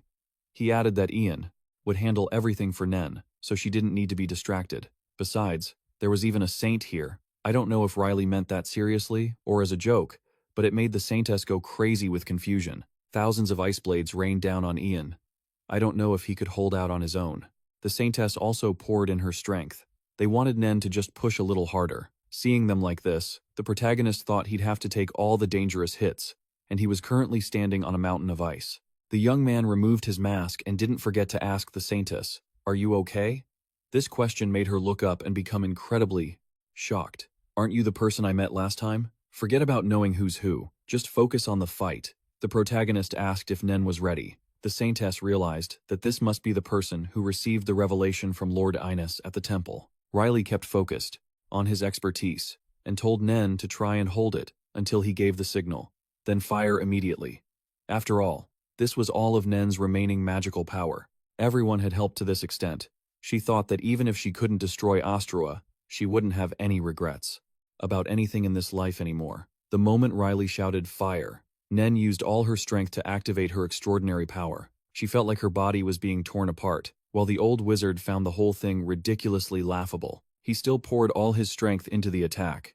Just as expected, Nen didn't really have enough energy, but she wouldn't leave a single regret behind. Now, she just told herself to try a little harder. Riley told the old wizard, "I guess I can throw this now, right?" It was only then that the old man was caught off guard. That sword pierced his heart. And now, the beautiful scene, he was so stunned, he forgot he was in a life-or-death battle. Nen was exhausted and just fell to the ground. The fate of that pathetic, evil wizard was surely to go meet his ancestors. Seeing Nen collapse, the Saintess was incredibly worried. Even though she was a Saintess, she was also easily moved. She burst into tears. "You can't just die like this. I beg of you." This scene was both tragic and full of emotion. The Saintess took Nen back, and even sat guard all night. The Saintess asked the uncle if he had seen where he threw the sword or where he went. Everyone had only been watching him from afar. As for Nen, she didn't know where he had gone either. He appeared as abruptly as he vanished, like a ghost. Honestly, if he hadn't helped, they wouldn't have been able to stop Astrua. Ian didn't even recognize his own young master. The Saintess also asked, "Didn't he come from the Ippolita family? I saw him at the temple." Just then, Nen woke up and was incredibly surprised to find herself lying in the temple, with the Saintess in front of her. She said, "You're okay. That's good." The Saintess didn't forget to apologize, saying she had tried her best. She said Nen's condition was more serious than predicted, and the energy accumulated from the experiments in the tower was making her body mutate, making it increasingly difficult to sustain life. Besides, too much time had passed. Even so, Nen didn't seem sad at all. She only asked, "All of this, I suppose. It's irreversible, isn't it?" The moment the Saintess replied, while bowing her head, the space became even quieter. "You bravely exposed Astroa's evil deeds. I'm sorry I couldn't do anything for you." Nen was truly a strong girl. Even so, she still resiliently replied, "I'm fine. I've already prepared myself mentally." The Saintess still couldn't control her emotions because, thanks to the girl, they were able to stop Astrua. Anyway, Nen didn't dare to take the credit for herself. She said she hadn't done much, and she had one more question for the Saintess. "How much longer do I have to live?" The Saintess didn't dare to say anything, as tears kept falling, soaking the pillow. "I cannot cure you completely. I can prolong your life, but long would probably be until winter, and short would only be until summer. Perhaps you can live until autumn." She thought, autumn, that's quite a long time. That much was enough for Nen. That was already incredibly generous. Even though the outcome was tragic, she didn't forget to thank the Saintess. Receiving this thanks only made the Saintess feel sadder and more touched because she hadn't done anything for Nen. Nen didn't dare accept the credit. As a Saintess, Nen made this expression, feeling very shy. Nen said that exposing and defeating Astrua's evil actions was all done by someone else, not her. If anyone deserved praise, that person was definitely the one most deserving. "If you intend to grant me one wish, please fulfill this desire. That is also my only wish." The Saintess was startled and asked her, "Do you know who he is?" Nen didn't hesitate to reply, "Yes, I know who he is." The city today was truly bustling. Riley, after a period of fighting without using much energy, was stuffing his face with food. He asked Sarah, as if nothing had happened. The young man also mentioned that they didn't use their feet at all, only focusing on their hands. His mother said, "I'm glad, Riley," as if enjoying something. Ian, on the other hand, looked as hollowed out as a lost soul. He was making everyone very worried. He said, "My body isn't what it used to be anymore." Anyway, the uncle was still very happy that his young master had returned here safely. Very soon, the award ceremony would be held for Prince Daniel of Sorlia Castle. Before the award ceremony, Daniel announced that the tower's dark secrets had been exposed by a noble rumored to be someone currently in this very room. Riley feared being exposed, and Nen looked deathly pale, only for her to freeze even more when he shouted the name of the Ifaleta family. Everyone looked on in complete confusion, full of questions. Daniel added, "I know Count Ifleta is watching today's competition, but where exactly is he?" As soon as Sarah turned around, she realized Riley had already vanished.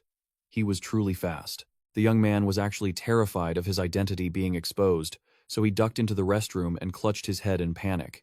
Daniel declared that the person who exposed the tower's dark secrets, including the forbidden drugs, and helped the Sorlia Temple end the crisis, was our hero, the Ifleta family's Riley. He stomped his foot, frustrated. He thought he had disguised himself so carefully, even changing his voice. He had calculated the angles perfectly so that the sword would be destroyed by Nen's magic. So why was he exposed so easily? Suddenly, Nen and the Saintess opened the door to find Riley sitting peacefully on the toilet. The young man thought to himself that he should sue them for sexual harassment. Riley couldn't fathom how she had found him so easily. Nen had accidentally let it slip that the Saintess possessed an eye that allowed her to find anyone just by thinking of their appearance. He felt like this radar cheat was totally unfair. A proper Saintess, acting like the men's restroom was her own personal hangout.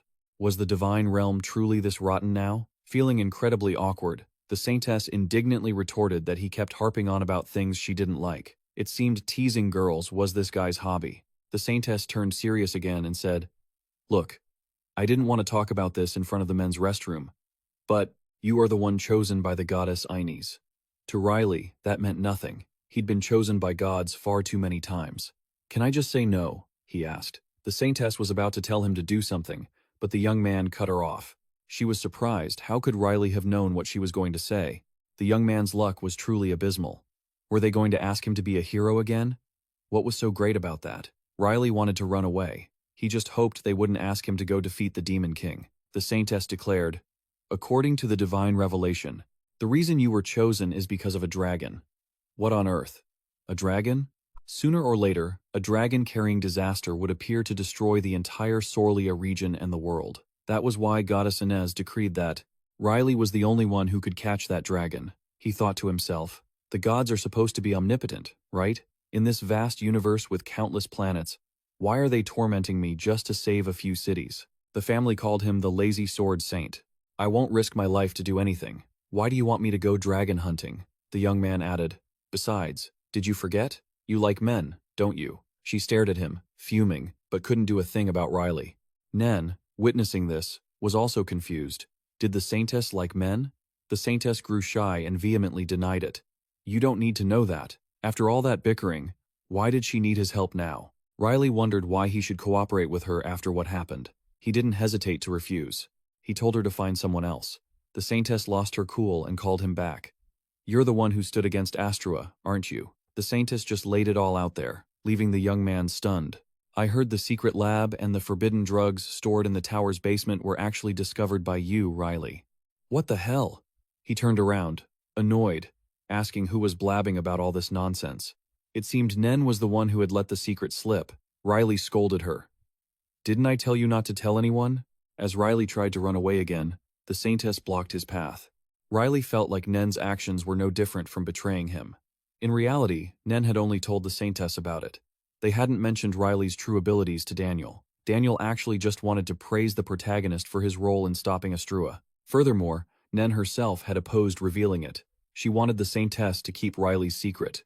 Even so, those few techniques were enough to show everyone just what level the protagonist was at. The Saintess continued to explain. According to the revelation, if you catch the dragon, there will be a generous reward. The young man acted completely indifferent to everything, she said, total silence. The Saintess was incredibly confused, as he could handle the dragon easily, given he defeated Astrua with just a single strike.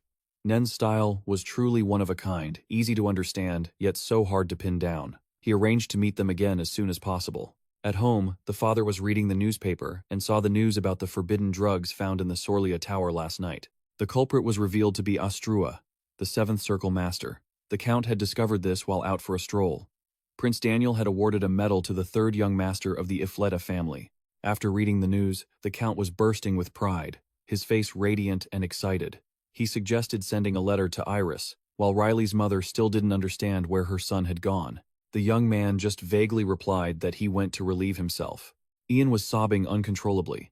He couldn't believe the Saintess appeared where Astrua was because of his young master. Since being in the news, Riley had become quite famous. Everyone looked at him with an entirely different perspective. Everyone felt his demeanor was far different from the rumors. But Riley was just his usual bored self. He didn't want the attention. This was also why the young man didn't like being exposed. Everyone was just as shocked as when he first swung his sword in his previous life. This state of affairs made Riley fed up. Iris was incredibly proud of her son. His father must be happy too. Now, they were all a bit lost. But Iris didn't know Nen's status.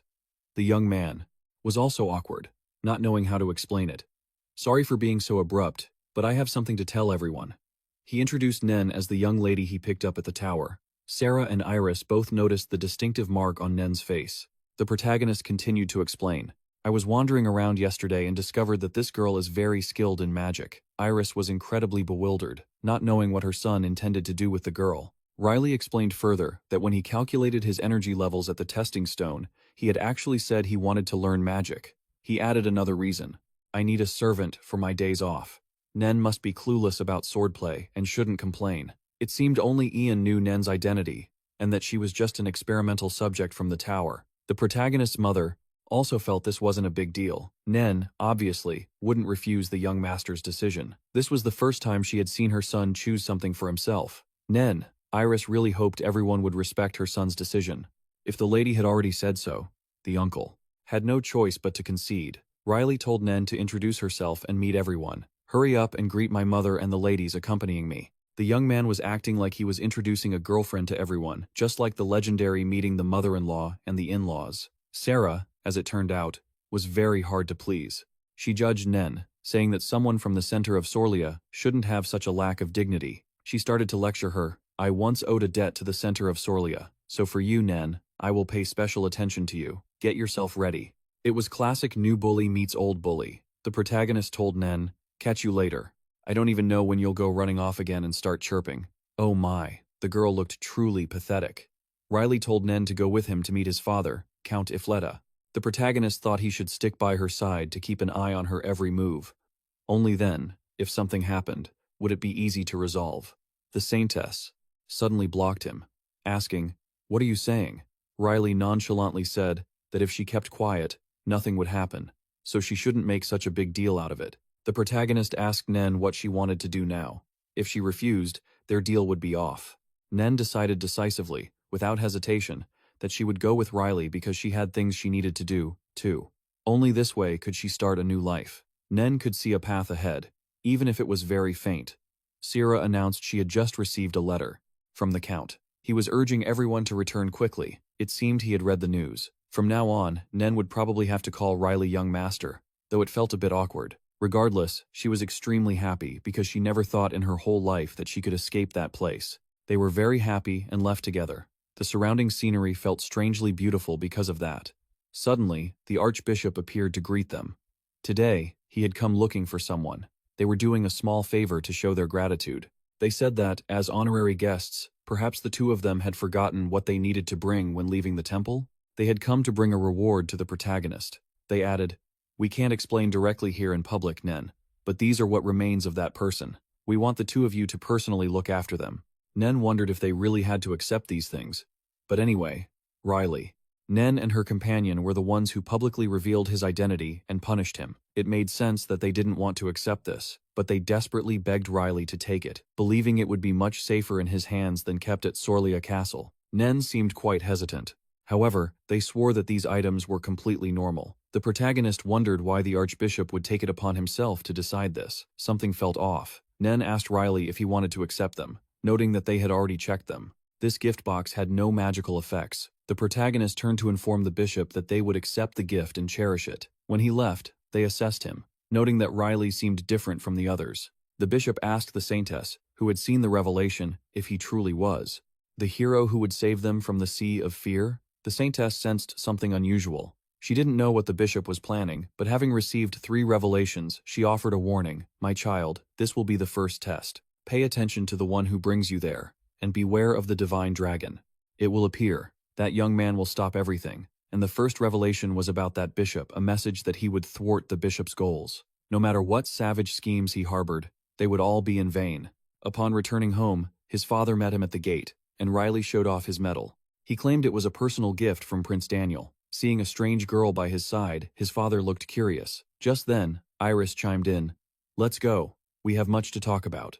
Nen, go inside and get some rest." The protagonist was completely flustered. He had been on edge earlier and now felt a sense of relief. He thought he would just sleep like the dead in the carriage. As soon as he got home, the pink-haired jerk started mocking and sneering before Riley could even rest. He sarcastically asked if it was a mistake in the awards announcement or something of the sort. "My brother is blathering everywhere again. It's truly annoying. I wanted peace, but he just loves to pick fights. Fine, I'll just show him the medal." The moment he saw it, his eyes lit up, and he blabbered on, wondering how the protagonist got his hands on it. At this point, "I really can't stand this crazy guy anymore." Riley said if he liked the medal that much, he could just have it. Seeing his brother's stunned reaction, Riley teased him. "Looks like you really want it, huh? Anyway, I have so much stuff I don't use piling up. It's quite a nuisance. It's great to have a brother who loves to scavenge, right? Now that's a proper burn." The brother was furious, but angry as he was, there was nothing he could actually do. Riley just kept dangling the medal to provoke him. "Oh well, if you don't want it, I guess I can't help you." Lloyd was so incensed, he grabbed the protagonist by the collar. Just then, he acted out so rudely in front of their father. The Count told Lloyd to stop. Iris didn't forget to step in and ask after him, and he replied very politely, "Was your trip to the capital pleasant, my lady?" Turns out his mother did that to distract everyone for her son's sake. Iris really is a savior for Riley. Lloyd took the opportunity to say, "It seems nobody cares about the family succession anymore. I find that shameful. But it's good to know one's limits." He was clearly taking a jab at Riley. Nen couldn't stand it anymore. She used magic to shut him up, and he collapsed. As he was walking home, his forehead swollen like a guava, he told his other brother that the ground felt very strange. He also added, "Riley is also very close to a strange girl, and she looks incredibly grumpy." He didn't feel like she was the high-class lady type. They started getting suspicious, sensing something off. He added that she smelled really weird. They guessed Riley might be up to something. All sorts of people were flooding into Sorlia. They knew Riley wasn't a playboy. He just climbed trees during training. They decided to keep an eye on his every move and observe carefully. The eldest brother wondered, "How did our lazy brother win the heart of Sorlia? He just went to watch the sword tournament. He didn't even register to participate. I don't understand why he was awarded that medal." He felt his succession plan was looking shaky. Nen wore her servant's uniform and looked quite bright. After all, the young master had taken her in so she could learn magic. Before Nen could even have an opinion, Sarah stepped in. I know you understand, but you must do your job well, right? She scared the poor girl so badly that she turned pale. Before coming here, Sarah threatened to grade every one of Nen's actions, saying the Ifoleta family was incredibly strict. You must fulfill your duties while here. Hearing that, Nen looked incredibly solemn and obeyed immediately. She felt this person was even scarier than Beta. To make matters worse, Sarah intimidated the newbie right in the protagonist's room, leaving him completely dumbfounded. Ian figured, Sarah must be in high spirits since it had been a long time since she took on an apprentice. Turns out that was why she had been smiling since they were at the mansion. It was fun for her to feel powerful and superior for once. Besides, Ian was very curious about what Riley would do with the items the bishop gave him. Riley honestly didn't know what these things were for, but he had an idea to just sell them off. At least they had the title of Great Mage's equipment, so he might make some money. Selling them felt a bit odd though. He decided to ask someone who knew about these things. Meanwhile, Sarah was busy training her new apprentice. After tidying up everything in the young master's room, they headed out and ran into the young master, Lloyd. Sarah reminded Nen, remember clearly that this person is extremely hot-headed. When you meet him, stay relaxed and smile. Otherwise, you'll be in trouble. Even though she didn't like this guy one bit, Nen still greeted him sincerely. The reason he came here today was because of Nen. He was curious because this was the first time Riley had brought a girl home. He started probing Nen, asking, tell me why that lazy bum got a medal. Nen felt he was truly a scum. Why did he keep obsessing over that? She forced a smile that couldn't be more fake and sycophantic. At first glance, this guy didn't seem like someone superior at all. This guy wasn't anything special, completely unlike Riley. Seeing Nen didn't answer, he felt insulted. Since when does a maid have the right to ignore her master? He started threatening her, saying if she didn't want to get fired, she had to learn how to behave. Nen dropped a line that couldn't be more embarrassing. You aren't my master. It was the first time someone had dared to say that, causing Sarah to panic. She insisted that Riley was her only master. Lloyd was so frustrated he went mad. Your father really knows how to annoy people, doesn't he? Ha ha. Nen didn't just fear him, she glared back. At that moment, Nen used magic to make him collapse and sleep like the dead. She knew a maid shouldn't do that, but he, despite being a young master of a noble lineage, was far too arrogant.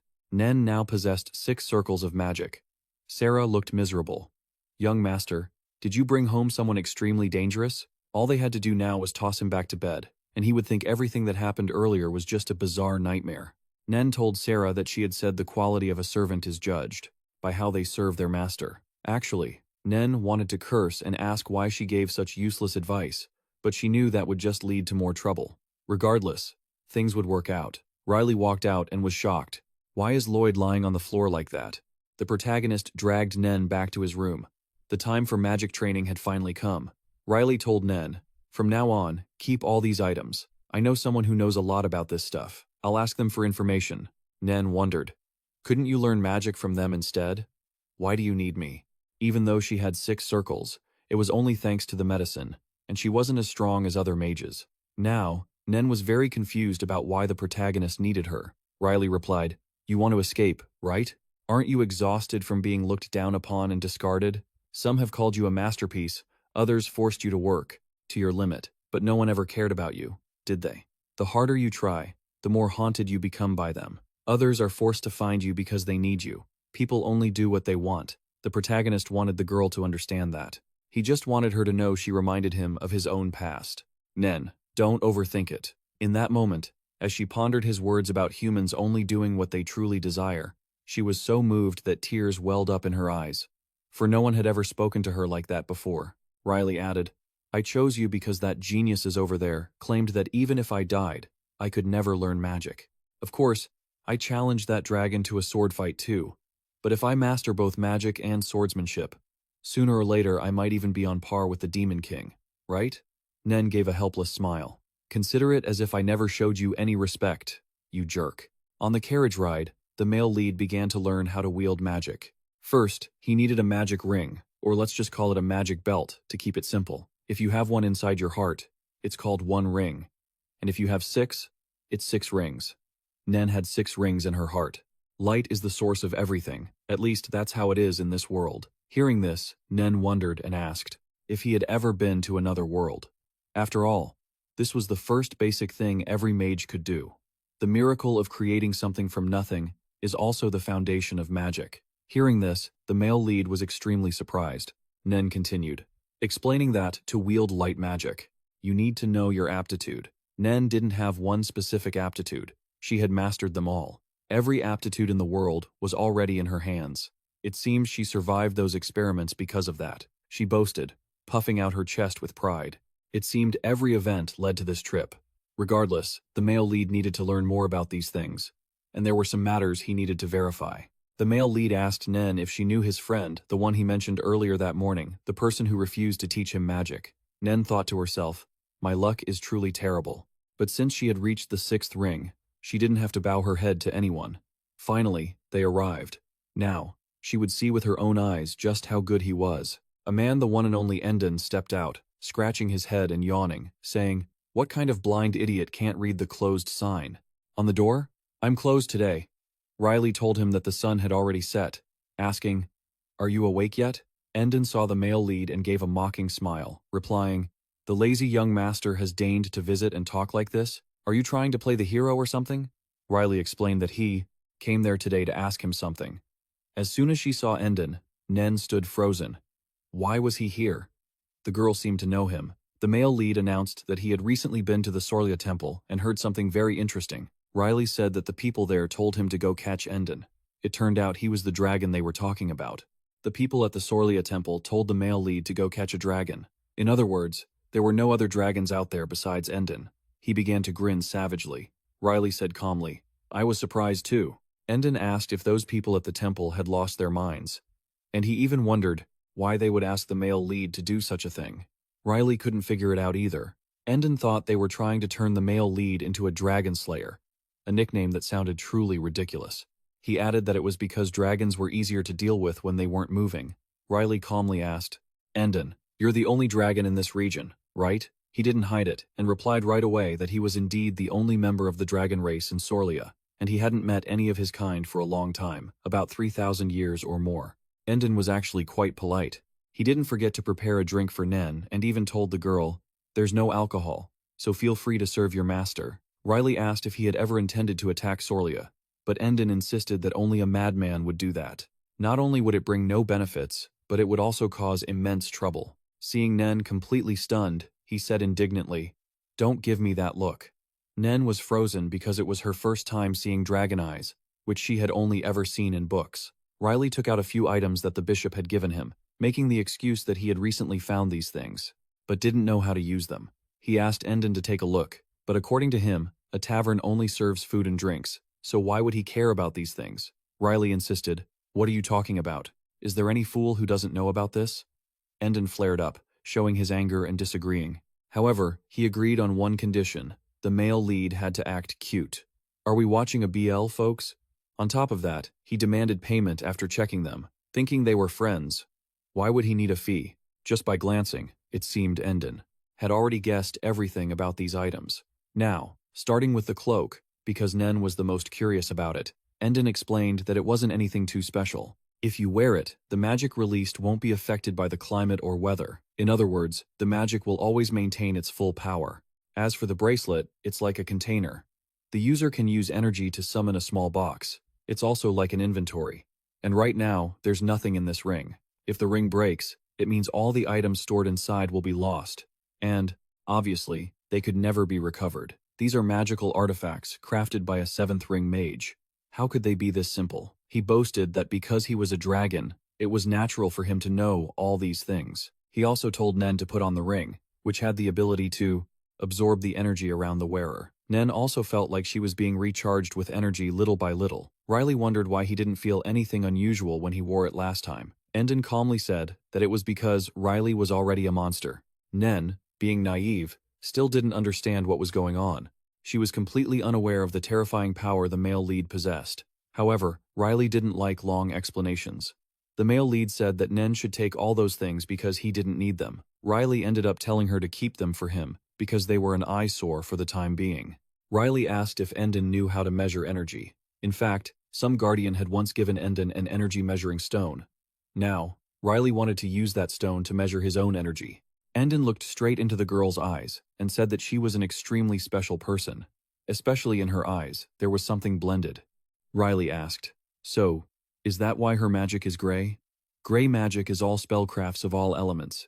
Whether it's a fireball, ice bullet, or lightning, they are all gray. Endon felt this girl was a very interesting person. He could even see that she didn't have much time left in her life.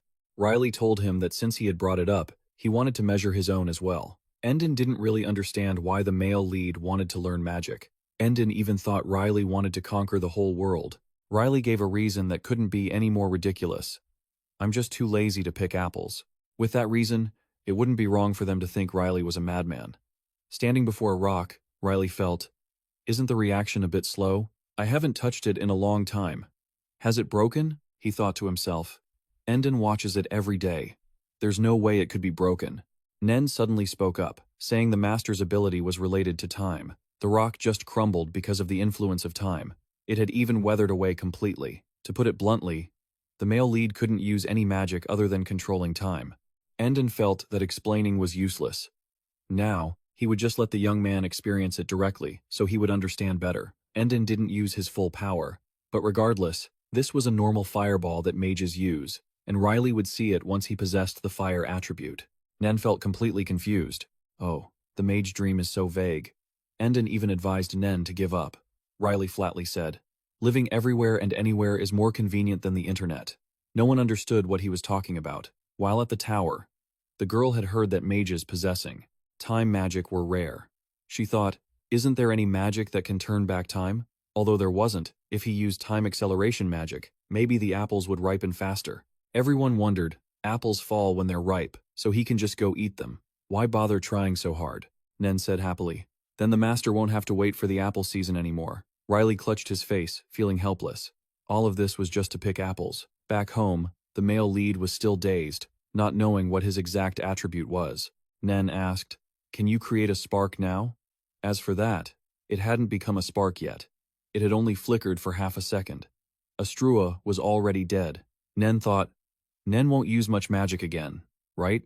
Just as things were peaceful, his two older brothers arrived and teased Riley. "Did you go anywhere fun?" The male lead didn't hide anything and said directly, "I went to Iba village. Ian and Sira stayed at the mansion all day." The male lead went by himself without taking a servant? The red-haired one wondered. Riley calmly replied, "I went with Nen." Suddenly, the male lead's mother arrived and announced that there was a guest.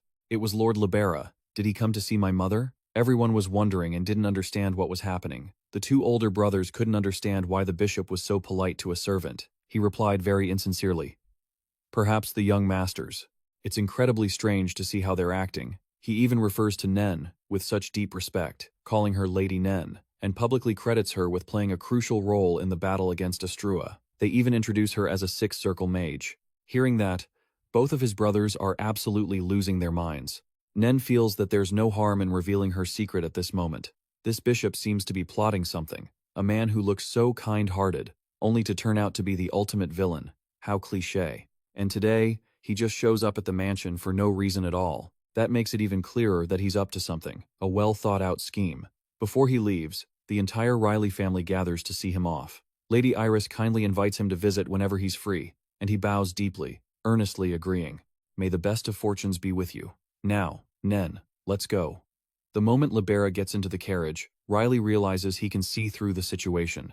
On paper, he claimed to be visiting to check on his mother's chronic illness, but in reality, he was only eyeing Riley and Nen. Holding the box in her hands, Nen wonders aloud what the Saintess said last time. Bricia had announced that the revelation of the dragon would soon appear at the Orlia castle. She ordered Riley to capture it himself. This confirms that Libera's purpose wasn't just to visit Iris, but to present him with that gift as a form of bribery. Riley looks visibly annoyed. When you eat the fruit, remember the one who planted the tree. He seems like the type to preach morality. Nen is curious if she could ever receive a revelation herself. As soon as she asks, Riley snaps and curses at her, calling her crazy. Of course not. Can't you see what I'm having to grit my teeth and endure? Riley feels like he's going to be sick. He wants to say a few things about the Saintess, but realizes she's not the same as in his past life.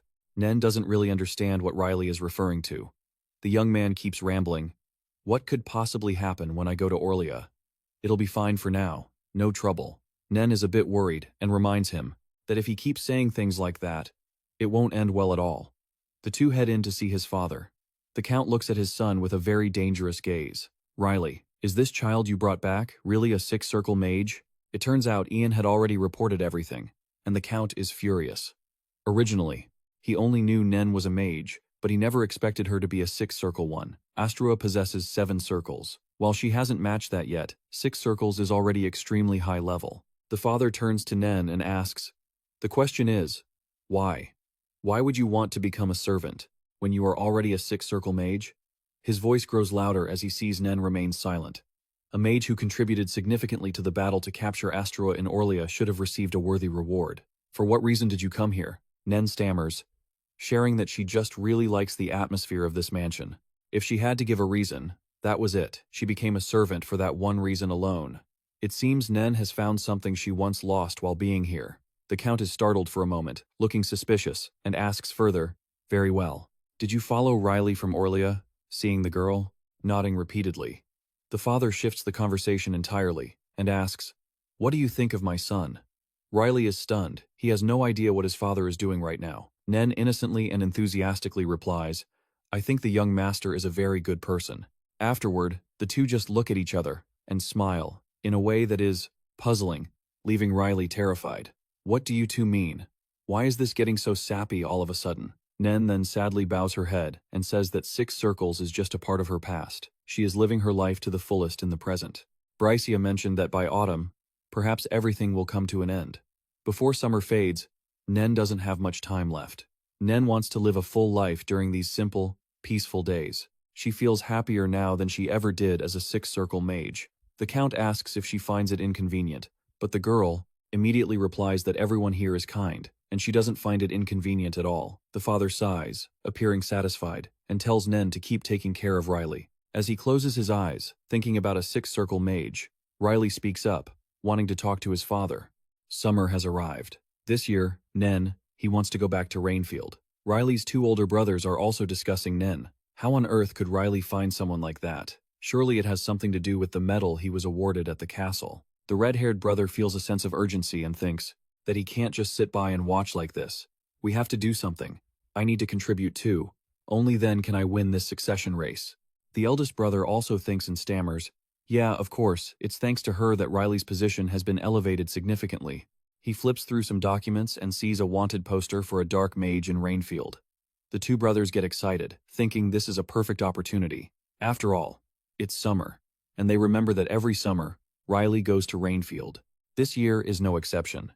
The Count has allowed Riley to go, and the young man is as excited as if he'd struck gold. The 2 brothers plan to use this opportunity to make sure Riley never comes back. Before leaving, Ian is extremely worried, even more so when Riley says he will be gone for about 3 weeks. Seeing the old man looking so tense, Riley pats him on the shoulder to comfort him, insisting that he will return safe and sound. Nen is also coming along on this trip, and she carefully casts a communication spell on Lady Iris's hand mirror so they can keep in touch to ease the worries of those back home. Lady Iris gives her praise, saying, "Thanks to Nen, I'm much more at ease now." Even just hearing that, Nen sheds tears of emotion. After all, it's rare for her to be praised. Now, they are about to depart. Lady Iris runs over and gives Nen an item as a thank you gift for taking care of Riley throughout the previous holiday. "It seems to be something I used to wear. I've repaired it a little, but I don't know if Nen will like it or not. Open it later. I hope you like it." Nen is deeply grateful and promises to keep it in her heart. At the moment of departure, Riley is the most excited. He laughs crazily, looking forward to ending these boring days. Riley seeks out Endon, asking him to help with teleportation. Seeing this, Endon flips out and even loses his temper, attacking Riley. But as luck would have it, every time Endon has an outburst, Riley manages to dodge everything. Endon gets even more frustrated. How annoying. How is that jerk so good at dodging? Riley has to humble himself and sweet-talk him. All right. I'll pay you back later. Please, help me just this once." The ancient tree protected by the red dragon is fiercely awakening. Endon agrees. "I'll teleport you, but in exchange, you owe me one. As for Nen, leave her to me." Endon seems to treat Nen like a bargaining chip, and Riley will never agree to that. "I've told you over and over, don't treat people like objects. Especially Nen." Riley feels that there is something about this girl that is very similar to him, and he doesn't want to hand her over to anyone else. Riley tries to think about Nen's past life, but he isn't sure about anything. Riley asserts that everyone's life has its own story. As a dragonkin, Endon wouldn't be able to understand. He isn't bothered enough to be curious anymore. Nen asks directly what Riley's current problem is. After all, if he keeps popping in and out of Rainfield, he'll get caught. I'll take you somewhere in the woods. Riley smiles and agrees immediately. Just as he's about to pack his things to head out, Endon calls out, startled, "Riley, there's something I want to tell you about Nen's lifespan." Endon hesitates for a few minutes, still unable to say it. Riley acts as if he already knows everything. Even for someone as strong as Riley, it would be strange if he didn't know. Endon wonders what he will do next. Nen sits in the carriage, waiting and waiting, but doesn't see Riley coming out. Nen decides to open the bag Iris gave her. As soon as she opens it, she sees a mask. The girl is a bit startled, her hands trembling as she whispers a thank you to Lady Iris. She is truly grateful for this thoughtfulness. While Nen is choked up with emotion, she coughs up blood. The girl remembers the words of the Saintess. If it's a long time, maybe until winter, but if it's short, it will only be until summer. Perhaps you will live until autumn. Even though it's tragic, Nen doesn't feel afraid right now. She is genuinely very happy. Just then, Riley comes out, and they all set off. Thanks to Endon's teleportation spell, in an instant, Riley and Nen are in the forest. However, ironically, he lands right where the giant serpent is standing, even right in front of it in the rain. Under the rain, this supermassive giant serpent is more furious than ever. Riley can only curse Endon under his breath for being a crazy jerk. The giant serpent frantically picks up a tree and waves it around. Riley looks up at it with a look of pure contempt. What the hell is going on? Picking up a tree and swinging it around like that? Is its strength infinite? Nen, seeing this, panics and runs over. "Young master, leave this to me." To Riley, at this moment, it's just like watching a circus. He finds it entirely unimpressive. After all, it's just one giant serpent. He rests his sword on his shoulder and reminds Nen lightly. "Blood will splatter everywhere. Put up a shield." Nen obeys, but doesn't forget to warn him, "Young master, please be careful." Riley, even while standing in the eye of the storm, is strangely chill, thinking that Nen is just worried for no reason. Having said that, the giant serpent swings the tree to attack Riley, but at that exact moment, the young man leaps onto the tree, acting like a teacher, telling the giant serpent to just calm down. Being all worked up won't solve anything. And then, saying he's going to die anyway, so why bother trying? The eyes of the spirit started glowing deep red. As his anger peaked, he began to attack frantically, knocking over trees and losing all sense of his surroundings. Riley calmly dodged his attacks. By the way, while striking a pro-model pose with his hands on his hips, he was fighting like a water puppet show. After some dizzying tosses, the creature's body snapped in two. Riley jumped up, declaring, "I just wanted a quiet vacation. This is way too much. There's no reason for me to get dumped in a godforsaken place like this." And then, things escalated quickly. With lightning speed, Riley slashed repeatedly, leaving millions of wounds on the creature's body until it bled out. Nen's barrier didn't seem to block all of Riley's attacks either. After finishing the job, he had to deal with a body reeking of blood. The young man complained, "I just took a bath, and now it's come to this." He was certain that Endon had thrown him here on purpose. Otherwise, none of this would have happened. Nen rushed over, urging, "Young master, first, use a purification spell." Riley listened, but there was no sign of purification, just mud getting smeared all over his face. Nen stammered, "Oh, what happened? I thought it would work." "Young master, it's just mud. It's not actually dirty." Riley, annoyed, snapped at the girl. Meanwhile, the creature let out a scream that echoed through the forest. It looked like its body was about to explode. Riley, still grumpy, yelled, "Explode? What the hell? Who's the one really about to explode here?" Nen offered to finish it off if she could, then activated her power to completely wipe out the creature. Once everything was settled, Nen went to look for wet wipes for Riley.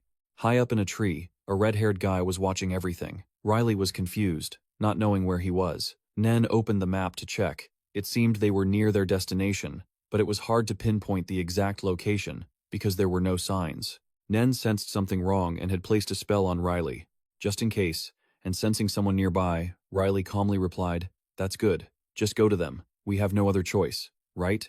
On another note, the creature had broken Nen's mystical circle and awakened.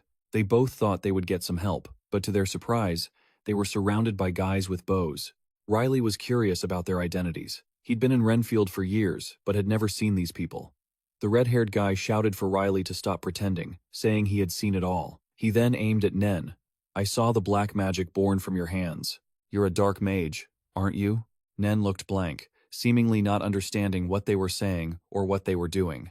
A dark mage had been running wild near Renfield lately, and they were a group of mage hunters. They insisted that Nen was a dark mage, and Nen had no way to deny it. You used black magic. That's the proof. Then, turning to Riley, you say you used a purification spell? You think I don't know your accomplice has been tainted by black magic?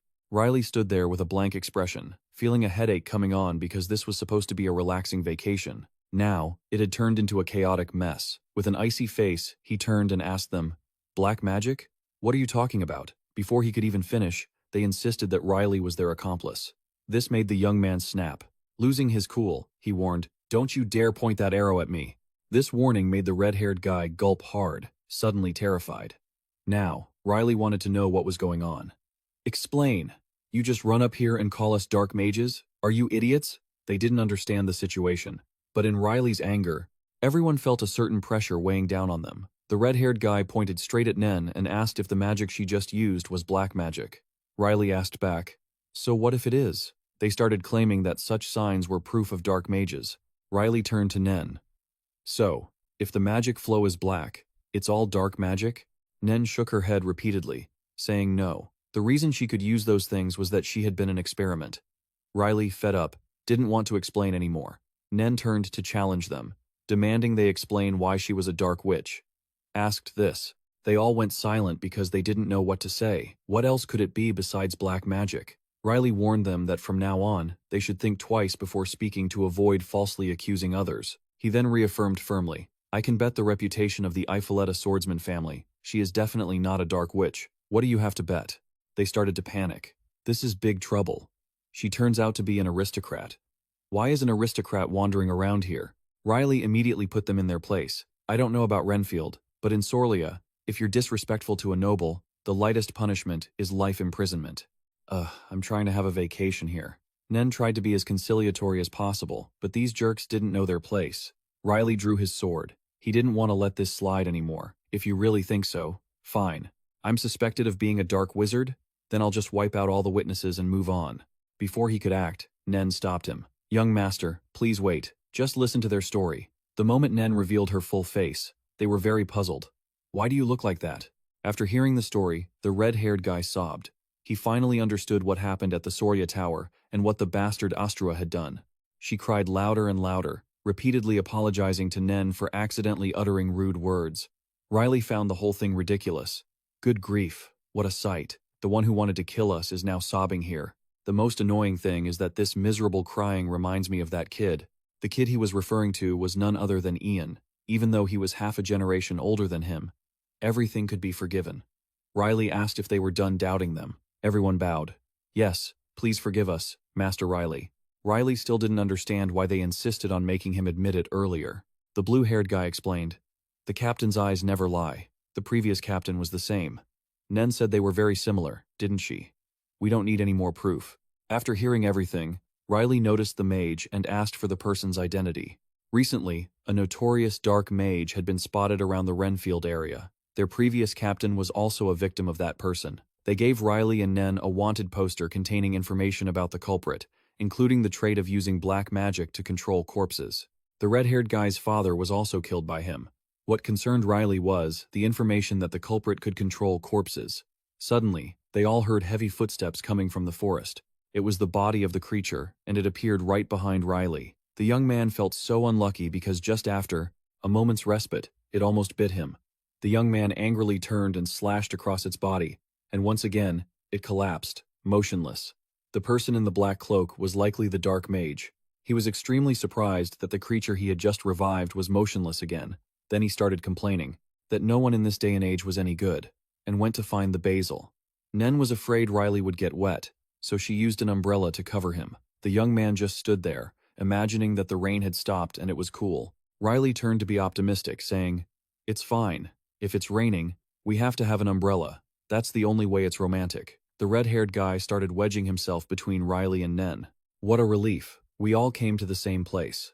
In a situation that was supposed to be romantic, this guy was a total mood killer. Not only was he clueless, but he also acted impressed when he found out the mercenary hero Ian was Riley's butler. Riley turned to mock him. I'm also surprised to see someone sobbing like Ian. He was so embarrassed, and Nen shut up too. Then he handed over a piece of paper. I really owe you too. Nen, just take this. I'll stay in Renfield for a month. Nen, just come find me if you want. I'll treat you both. Riley didn't hesitate to take it, and then it was time for them to say goodbye. Although a lot happened, they finally reached a safe place. Riley was optimistic, thinking that after the rain, there would be a rainbow. Finally, the vacation started. The thing to do now was to figure out their destination and where Nen wanted to go first. Just as they were passing a restaurant, Nen stammered. Riley subtly understood Nen wanted to ask her out for a meal. The girl suggested eating hot soup. Riley was excited, thinking, I get it. On a rainy day like this, having a pajong meal with rice wine is the best. He really couldn't predict the young man's intentions. Nen actually didn't even know the definition of pajong. The moment the food was laid out on the table, Riley marveled and praised it, while Nen looked completely blank, not excited at all, even saying, What kind of food is this? It looks like vomit. Riley froze for 5 seconds and was extremely surprised. Oh, please apologize to everyone who loves pajong on a rainy day. What the hell? Nen hesitated when Riley kept inviting her. Just try it.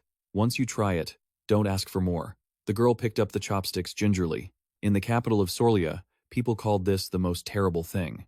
Nen managed to get this terrible thing into her mouth, and her life blossomed. It wasn't just delicious. It was delicious beyond belief. Delicious enough to swallow your tongue. Riley ate while looking satisfied to the extreme. This is the flavor from the old days, back when I was young.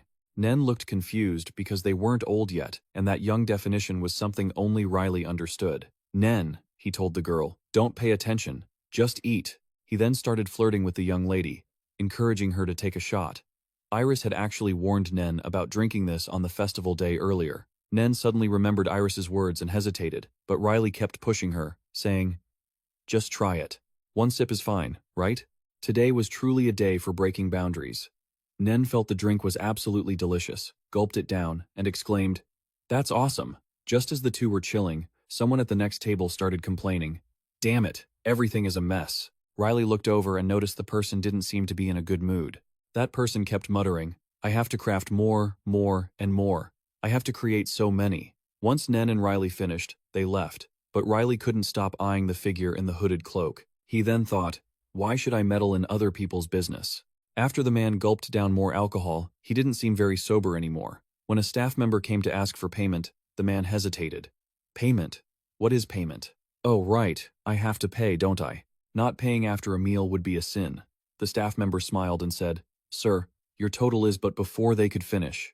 The man snapped and slapped the staff member right in the face. How unlucky. I only have one of these here. Then, a terrifying aura erupted from him. He intended to use a vegetable stem to pay for his meal. This person killed the staff member without a shred of hesitation. Riley and Nen went on their way, relaxed. They were companions now, Nen and Riley. Being clever, he told Nen not to tell her mother. As they reached Renfield, Nen had brought a raincoat instead of an umbrella, but she realized she had forgotten it.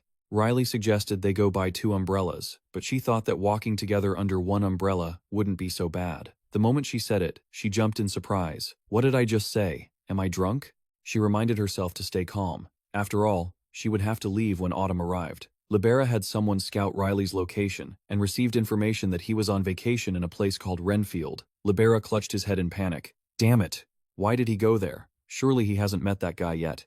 There's still time to gather the pieces. If it's wiped out before then, it'll be dangerous. Libera looked grave. This is bad. Bracia trusts him. Nen, we must go and bring him back. He told his servant there was no more time for this. Nen quickly got ready. At that moment, Saintess Bracia arrived and asked, Are you planning to meet young Master Riley? Then the Saintess warned him. I have told you many times, meddling with him will not lead to a good ending. He laughed foolishly, acting dismissive. Is this a divine revelation? If not, perhaps it's your doctrine, Saintess? If you have received a divine revelation, shouldn't you two meet more often? He has to believe in the existence of dragons in Sorlia, or else he will decide the fate of this entire world. Why do you keep pushing him away when he is our savior? Bracia felt as though Libera had some other hidden agenda, but there was nothing she could do. In any case, I've warned you many times. You cannot touch young Master Riley. She was deeply confused about what Saintess Inez's revelation regarding Archbishop Libera actually meant. On the other side, Riley was still very relaxed, heading to a library. Even though it had been raining all day, it was still very clean inside. Rainfield must have upgraded its protective magic. Nen wondered why it rained in Rainfield every single day. Regarding this, Riley wasn't sure either, and he just wanted to enjoy it. Reading a book while listening to the sound of rain is the best thing in the world, he said. He told Nen they should each pick a book and meet in the center. Nen was here to escort Riley. She couldn't leave his side. However, the young man insisted he didn't need that. He told Nen to go choose a book, saying whoever finished first would get the seat. She had to obey. The girl started to ponder. The book I want to read, even if you say that, I don't know what to choose. She wondered what genres were there. I've only read books about tower mages. Now, she wanted to look for a guidebook on making Tenering. Pajong. While she was busy choosing, she bumped into Nara. He was there looking for books on dark magic, and was incidentally curious about the book Nen was holding. One was about combat, the other about food and alcohol. Nen blushed from embarrassment. Suddenly, they heard a piercing scream. Nara asked where Riley was, then panicked and immediately ran to Riley. Even though he didn't know what the scream was about, Nara had a bad feeling. They rushed to the central reading room to find Riley. As soon as they arrived, they saw nothing but corpses. Nen was absolutely terrified. What is going on? Who did this? At first glance, Nen realized it was magic. These slashes had traces of magical power. Furthermore, they hadn't heard any explosion. It seemed the culprit had used magic to muffle the sound. So, what was the scream from earlier? One thing was certain. The perpetrator was someone extremely formidable.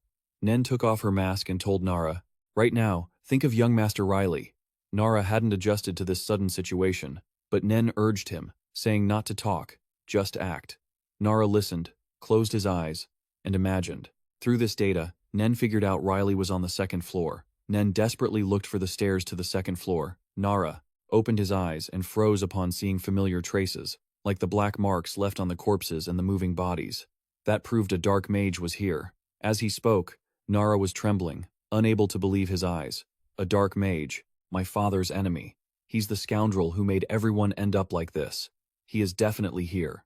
Nen reasoned that it was too dangerous for Nara to act on his own right now. First, we need to find Riley and get to a safe place. Nara suddenly hesitated. If Ian, that mercenary hero, is here, he would evacuate others first. My father would surely do the same. Then, Nara told Nen to go find the young master first while he searched around the library. Nen ran as if her life depended on it to reach Riley. The young man was still leisurely looking for books, until Nen informed him that something happened in the library. It seems a dark mage has appeared in the library. Riley didn't understand. Nen explained. You remember that monster, right? The one you defeated in the Renfield forest? Riley only then realized, I thought I had finished it off. Yet it came back from the dead. Nen urgently said that the corpses were also coming back to life inside this library, and they had to leave as soon as possible. Riley remained deep in thought, observing the corpses below. Zombies. Just zombies. It made the young man's head ache. A disaster while trying to chill? It's never been this tiring. Riley laughed foolishly, feeling helpless. Is this a zombie movie? Does the scream I heard earlier have anything to do with this? Nen stammered that it probably did. At this point, Riley mostly understood what was happening here. Before them now, there were zombies everywhere. Riley disagreed and asked Nen, when you heard that noise, you rushed to find me. Did you think that was important? On the other side, Nara was still determined to find the dark mage. He remembered in the past, when attacked by dark magic before he died, his father had told him that someone had to stand up, to stop him. Nen, just run away yourself. In this moment, Nara became even more determined to find the one who killed his father and destroy him. Suddenly, he heard a voice echoing, and Nara realized this voice was extremely familiar, and the person was wailing to the heavens. Damn it. Too many. It's terrible. The Renfield Cloud book, where is it in this hellish library? You ungrateful wretches. I just want to find one book. Why can't you find it even now? Once the zombies in the library found the book he wanted, he changed his tune, and praised them. You aren't ungrateful. Good. Very good. Nara looked down and realized it was the dark mage. The mage was muttering, with this book, you can mix a little acid into the clouds. Nara was shocked to hear these words. Then, the dark mage excitedly declared, we can create hundreds of billions more. Nen was looking foolish and dazed while walking back with Riley, repeatedly apologizing. Riley was quite angry and told her to stop talking. I came here just to go on vacation, not to catch some dark mage or whatever. He even made a cold, heartless declaration. Is that a mistake? We'll just run away. Like normal people do. There's no need to get tangled up in trouble for nothing. Nen was stunned into silence. Riley once again affirmed, neither us nor Sorlia can turn a blind eye to this, but this time, don't get involved, just leave it alone. Nara walked out of the library, saying words that were hesitant and weak. Young master of the Eiffel family, I still remember you were the one who defeated the star last time. Just now, I saw the dark mage in the library. I saw what he did. Before disappearing, he took the Renfield cloud book. They will use magic to mix a quantity of acid into the clouds to create acid rain. They will turn hundreds of people into living corpses just because of a contract with some scoundrel. You don't need to prove your strength to me anymore. For Nen, I beg you, please help us, young master. Nara approached with a desperate look. In contrast, Riley was looking at everything with empty eyes. If the dark mage creates acid rain in Rainfield, as the ones in the library said, they will turn into puppets. Riley sighed helplessly. What kind of luck is this? Whenever I go anywhere, guys like this suddenly pop up. The young man thought he hadn't even been on vacation for a full week yet. Nen flatly rejected Nara's pleas once again. Tears streaming down her face, Nara begged the black mage, he's the one who killed my father and my former commander. Before she could even finish, Riley cut her off, feigning a look of indifference that couldn't have been more fake. My condolences, but I'm on vacation. Deal with your own problems. With that, Riley turned his back and walked away. No matter how you look at it, Riley was being a real jerk here. Even though Nen went with him to the market to pick out flowers and acted like he didn't care, deep down, he was actually incredibly annoyed. This was a vacation he'd been looking forward to for a long time. After all, Riley didn't want to get tangled up in any trouble. He just wanted to unwind. Nara, pale as a ghost, rushed past him, clutching wanted posters of the Black Mage, begging everyone for help. Riley, holding his grilled meat with a look of pure bliss, finished his break. Nen hesitated, then asked, Master, are you having fun? Riley pursed his lips. It seemed he was forcing himself to pretend, and he wasn't having any fun at all. After a long struggle, Nara's team finally tracked down the Black Mage. The moment she found him, Nara used all her strength to warn him. You aren't ready to cast acid rain, are you? You'll be headless before you even lift a finger. The Black Mage chuckled, mocking her. Headless? Who do you think you are to touch me? Nara ripped off her hood and declared, I'm here to kill you, the one who slaughtered all my people. Seeing her face, the Black Mage realized who she was. I remember you now. Those eyes, what a masterpiece. The eyes of someone who clawed their way back from that day. No matter how hard I try, I could never forget them. I didn't expect a survivor from your kind. The killer knew exactly why Nara was standing there today. He even scolded her, claiming he had kindly granted her eternal life. Yet here she was, ungrateful and seeking revenge. Nara bit her tongue, as if she were at her breaking point, and told the Black Mage to shut his mouth. But a guy as arrogant as him wouldn't know fear if it hit him. If anything, her anger only amused him. I'm only looking for that one thing right now. But I can't pass up an opportunity like this, can I? With that, amidst the drizzling rain, he resurrected the corpse of Nara's father. The killer used this weakness to taunt Nara. The moment she saw her father, Nara could barely contain her emotions. He continued to provoke her. Father-daughter reunion. How touching. Well, he looks a bit ragged. But you recognize him, don't you? Is it because you share the same blood? Nara gripped her sword and lunged, desperate to finish him off. But the closer she got, the more he tormented her with his vile words. Oh my, look at you coming at me. I'm so scared. In her loss of control, he used her father's corpse as a shield. Nara accidentally pierced her own father from behind. See, I let you meet your father, didn't I? You really are ungrateful. Fireworks suddenly exploded in the sky, painting it with vibrant colors, making the night look beautiful. Everyone was excited, marveling at the display. Riley, who was watching, suddenly turned and asked Nen, Are you having fun? Nen froze, then smiled brightly and replied, I think I expected too much. Honestly, there's nothing fun about this. Riley tried to act innocent, asking why. But Nen believed he knew the reason better than anyone. Because of that, Riley decided it was time to move. Well then, let's go, Nen. I wonder if that little bug in front of me will dare to bite randomly again. Elsewhere, the Black Mage was still playing with Nara, while she poured all her energy into frantic slashes. The killer felt thrilled. Just as I expected. You're good. That speed is truly magnificent. Let's crank it up a notch, shall we? Nara didn't stop, determined to kill him at any cost. With a terrifying smile, he asked, "Are you regretting it?" Then, he once again used her father's corpse as a shield. A painful cry for her father echoed through the sky. In that moment, Nara felt like everything she did was wrong. Her hands, which once held the sword firmly, were now trembling as she pointed her spear at her own father. The black mage kept provoking her. "No matter how much you want revenge, how dare you point your spear at your father?" Nara's teammates, standing nearby, quickly shot an arrow into the zombie's arm and shouted to snap Nara out of it. "Captain, stay calm. Your father is already gone." After the mage noticed Nara's teammates, he unleashed a magic circle, firing dozens of arrows at the blue-haired youth, but Riley blocked them all. The killer laughed loudly, thinking, "Those Duffnaclast archers are actually quite annoying, aren't they? Your friends seem a bit busy, don't they?" They were surrounded by swarms of zombies. In this situation, the blue-haired guy suggested it was best to retreat, but Nara hesitated, seeing her father still there. She turned away, but still didn't dare to act. On the other side, the demon continued his taunts. "Ha ha ha. Can you drive your spear through your father's heart?" Nara gritted her teeth, turned around, and lunged straight toward the black mage once more. He used the father's corpse as a shield again, and this time, Nara fully drove her spear through and destroyed her father's body. She screamed in agony and collapsed. Her teammates rushed over, deeply worried.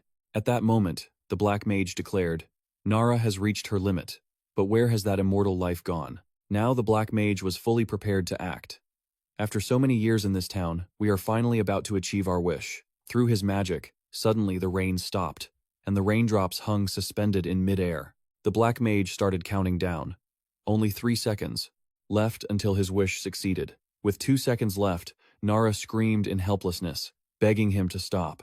However, what was bound to happen, happened. The killer raised his hands to the sky and declared, "The moment of destiny has arrived." Shortly after, some absurd things happened that made his face look incredibly frustrated. Right at that moment, Riley found the black mage. Appearing from behind, he shouted, "Found you, you scumbag. You're ruining my fun." Everyone in town was shocked by the sight of water droplets hanging in the air.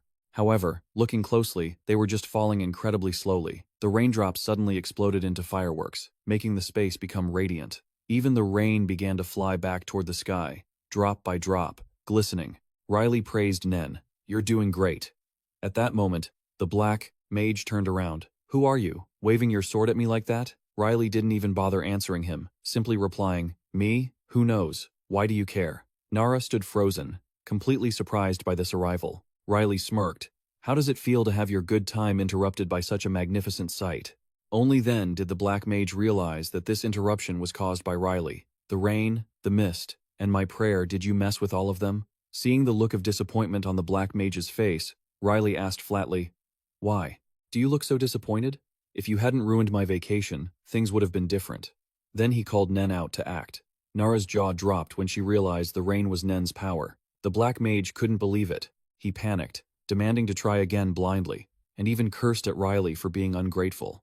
Riley looked at him with an expression of pure boredom. "Ungrateful? You're the one who ruined someone else's vacation, and you're the one yelling? Seriously?" Ignoring everything, the black mage kept trying to retry, appearing like a madman, constantly cursing everyone as ungrateful. He summoned the zombies to rise from their graves. Riley didn't care how many he slashed. They wouldn't die, but he felt no fear, only amusement. He confidently asserted that he was stronger than this trashy mage, and that, too, was a kind of talent. All the tricks the mage was pulling with the zombies were just cheap parlor tricks. Having said that, the youth finished him off. With one slash, he blew the heads off the entire group of useless monsters. The mage realized he had run into a real opponent. He summoned every zombie he had, determined not to let Riley off the hook. The corpses he summoned included elves and even other mages. Riley felt things were getting more thrilling, but unfortunately, they were just puppets. He handled each one without flinching, which drove the black mage insane. "How dare you? How dare you ignore them?" Riley thought that if the mage still had more tricks up his sleeve, he should at least show some real skill. The youth landed every strike, not sparing a single corpse. Meanwhile, Nara and her teammates felt their bodies frozen, unable to move. Everything Riley had shown so far was just a warm-up, and he hadn't even broken a sweat. The black mage, who was already dark, now turned pale, and then even darker. Riley didn't hold back, landing a final blow that sent the black mage to hell. Finally, that damn pest was eliminated. The evildoer was vanquished, dissolving into black flames that carried away the souls of the innocent who had suffered. Nara fell to her knees and sobbed, knowing her father could finally rest in peace. Having taken care of business, Riley looked off into the distance, deep in thought, full of praise. Nen, you did well. Beside this success was Nen, standing powerfully, controlling everything. She had even drained all her energy and shed blood to push the dark clouds away. Despite the struggle, she finally succeeded. A small girl had finally accomplished the extraordinary. After that day, the press wrote a lot about the phenomenon of rain flying back to the sky and the strange scenes of fireworks covering the heavens. Everyone thought this was the most spectacular fireworks show ever held on Waterphone Street. Nen ran over with the newspaper and handed it to Riley. Even though the Black Mage had been defeated, the news still reported that the Black Mage hadn't been captured yet. Riley sighed and thought, Basilisk seems to know how to keep his mouth shut. This is a true silent hero. Nen only hoped that one day, everyone would know what Riley had done for them. This wish of Nen's made Riley look at her with a confused expression, wondering if she had been possessed by Ian.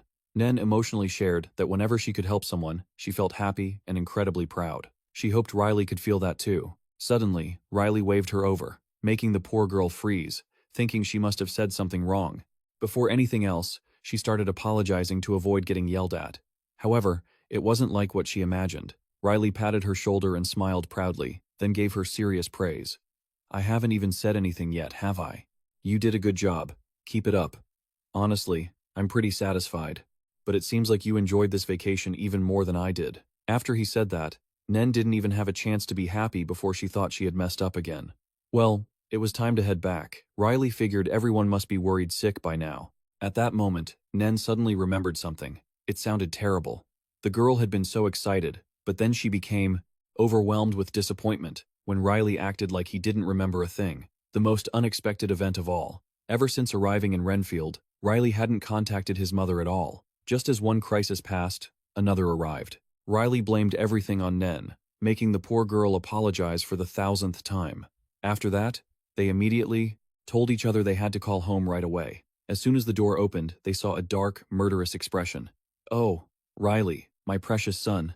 Is that you? Both of them stammered and pushed the blame onto each other. When Iris asked why the call was so late, they both fell silent. Riley even put on an act, pretending to be reading a book and leaving Nen to handle everything. Only after they both confirmed they were fine, did Iris finally let out a sigh of relief. But the crisis wasn't over yet. The old man Ian immediately poked his head into the mirror, shouting and demanding, Young master, how is your body? Riley informed him that he was about to return to Sorlia and apologized to his mother. His mother said she would be waiting at the estate. Just as they were about to cut the connection, Sarah offered to speak with Nen for a moment. As soon as she looked, Nen felt Sarah's overwhelming power. Another person poked their head into the mirror and barked, Nen, if the young master forgets to call home, you're the one who's supposed to call instead. Why did you forget? Riley is the one who loves to play around, but Nen is the one getting in trouble. What rotten luck. They scolded her, saying that Riley was the one on vacation, not Nen. Nen stood there shyly, not knowing what to do, only able to nod and apologize repeatedly. Seeing Nen so pitiful, Sarah's anger subsided. So, did you see the brow? Waterphone view? And, what about the fireworks? Nen replied that she had seen it all. Sarah seemed very excited to hear Nen's story. Nen just smiled, saying that it was the most beautiful scene she had ever witnessed in her life. Under the persistent drizzle, Libera walked toward the cliff, where the Black Mage had been defeated. He looked frustrated. I knew it. Hirio, this is why I warned you not to act recklessly. Everything we have done was for that prayer. Nen, you must be careful. Surprisingly, the final boss was none other than Libera. Nara hesitantly found where Riley was hiding. He came there because he had something to say. Young master, I may look like a human, but I am not. During the Great War, my father was indebted to Sir Ian, the only surviving mercenary hero of the Basilisk Guild. Riley took a sip of water and wanted Nara to get straight to the point. Nara started his request. If you agree, could you let me return to Sorlia with you? Before he could finish, Riley flatly refused. Nara actually only wanted to go there to see his benefactor, Ian, one last time. That was his father's dying wish. He just wanted to meet Ian once. Nara wanted to bury his father after meeting that hero. After saying that, the young man knelt before Riley. Please, allow me to go to Sorlia with you. And then, he sobbed so hard that the carriage carrying Riley finally had to take him along too. The young man even volunteered to be the driver. Riley was at a complete loss for words. Look at that. Just by thinking of seeing Ian, he was already that ecstatic. Thinking about it, these two actually have something in common. Both Ian and Nara are crybabies. Suddenly, Nen started trembling. It seemed like she had used up too much energy earlier. Riley called her name repeatedly, but it took a while for Nen to become clear-headed enough to answer. The day before, Nara had mentioned the Basilisk Guild. Riley just happened to be planning to ask Nen about the powers of each person. He heard they could perceive the tendencies of others' energy. That was similar to the nature of magic. Nara believed they categorized people by their inner selves, not by appearance. Red, blue, and white. For some, it was purple and black. The Black Mage Inn. Rainfield last time emitted a purple light. As they were going, the carriage braked suddenly when they bumped into a bald, muscular man. As soon as he saw Nara, he shouted, "Oh, look who it is! Isn't this the leader of Thunderbone? It's a small world. It's been half a year, hasn't it? Did you come here from Greenfield?" This bald man was named Caban, and it seemed he was on his way to Renfield. He had heard an old friend of his had stopped in Renfield. Then, he looked at the carriage, curious about who Nara was waiting for. "Looks like a noble, huh?" Seeing Caban rambling on, Nara told him not to poke his nose into other people's business. Riley appeared annoyed, looking out with a contemplative gaze. As soon as Caban looked, he recognized the emblem on the carriage as belonging to the Iphileta family of Sorlia. Nara once again warned him not to stick his nose into other people's business again. "Get lost." Seeing Nara, angry, he left, but not before saying they would meet again soon. Nara felt he was a purple-dyed freak. Riley wondered, he's purple too?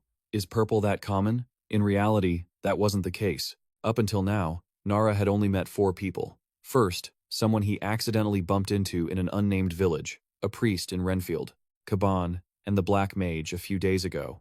Those were the only ones he had met. Who knew how many more of them were out there?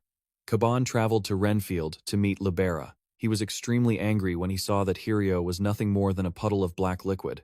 "This guy is overdoing it. How long will it take?" Libera replied that he wasn't sure. Caban was even angrier. "Now that guy has lost his left arm." He couldn't keep his cool and slashed his blade wildly. Caban asked where the other 2 were, but Libera acted dismissive and said the leader was busy with important matters and couldn't come. Caban screamed and cursed that they were a bunch of ungrateful rats. Then he turned to ask Libera what he intended to do next. He replied that he wasn't sure, but first, he would have to move slowly and temporarily postpone the secret garden plan, then wait for an opportunity to fix the left arm. Riley finally returned home safely. Just as he arrived, Ian anxiously ran out and hugged Riley, crying his eyes out like his father had passed away. Riley was hugged so tightly he was suffocating. Yeah, I'm back. Let go of me, then we can talk." Ian was still overwhelmed with emotion and kept scolding him, asking if the young master knew how worried this old man had been. The old man's tears were about to form a river. Nara witnessed this man and couldn't believe his eyes, that this was the legendary mercenary hero. Riley felt it was too embarrassing and told him not to cry like a child and to control himself. After that, he introduced Nara, who had been looking for Ian for so long. Ian looked at Nara with a questioning gaze. Nara introduced himself, saying he was also a mercenary, then bowed before Ian. "It is such an honor to meet you, noble hero." After looking closely for a long time, Ian realized Nara seemed to be from the Basilisk family. After hearing the whole story, Ian understood the situation. He felt saddened and bowed his head, saying, "It seems he killed those I cherished too easily. I swear on my honor, Gaff of the Basilisk mercenary clan was once a very skilled man." Then, Ian delicately encouraged Nara, saying that because of that, he should be proud of his father, even though he had faced many difficulties out there. Hearing this, Nara was moved to tears. Ian said seriously that when the Count returned, he would tell him that a guest from the Lining Jock Mercenary Guild had visited. Riley only then realized, and asked where his father was. 2 days ago, after receiving a letter from Sorlia Castle, the Count had immediately left the estate. Word was that the Sorlia border had just been attacked. Riley asked how his 2 older brothers were doing, and Ian replied that they were still at the estate. After all, they couldn't leave the place empty. Even Lady Iris was in her room. Riley was walking toward his mother's room when he suddenly heard a crashing sound. He rushed to open the door and entered to ask what happened. Nen was there, her hands trembling and standing completely stunned. Riley immediately ran over and supported her. "Nen, is your body okay?" Although she was already very weak, because she was afraid of worrying Riley, Nen still said she was fine and would clean it up immediately. Riley didn't accept her cleaning up while her hands were still shaking like that. Nen broke into a cold sweat. not knowing what to say other than, I'm sorry, I will try my best, please, please don't discard me. The little girl seemed too haunted by the indifference of people, only wishing that for the rest of her life, she would not be thrown away again. After saying that, the girl, faint and nearly collapsing, Riley had no choice but to take her to see Endon. According to Endon, Nen's current condition is critical. She likely won't make it past autumn. Naturally, even though she can't control her body's decline, she still insists she's fine. Nen always tries to act strong like that, never wanting others to worry about her. Riley is genuinely deeply concerned now. Honestly, I can't understand her if it hurts. Just say it, and rest. Isn't that what people usually do? Endon believes there are many types of people these days. People who suffer in silence and foolishly shoulder everything alone that is Nen. To Riley, Nen is just a silly girl. Riley once vowed to save humanity and the entire world, swearing he would live up to their immense expectations. There were times when he only focused on charging forward without a care for himself. In the end, if you had to summarize the conclusion of his sacrifices in 2 words, it would be shattered. Regardless, humanity is quite interesting, and its fascination lies in its fleeting, finite lifespan. Riley recalls what Nen used to say. She always wanted Riley to be proud of himself. It seems Nen's lifespan was shortened after she exhausted too much magic at Renfield. Riley turns to ask Endon if he remembers what Nen pleaded for last time. Back then, she said teleportation. That was fine, but there was one condition. Please give me that thing. No one knows what Nen was referring to, but Riley only has one request. Please, save her. After resting for a while, Nen regained consciousness. As soon as she woke up, she looked out the window and saw Riley slumped under the apple tree, fast asleep, looking so lost. She felt incredibly worried. It's so windy today. If he sleeps like that, the young master will catch a cold. Suddenly seeing Riley sweating, the girl grew even more anxious.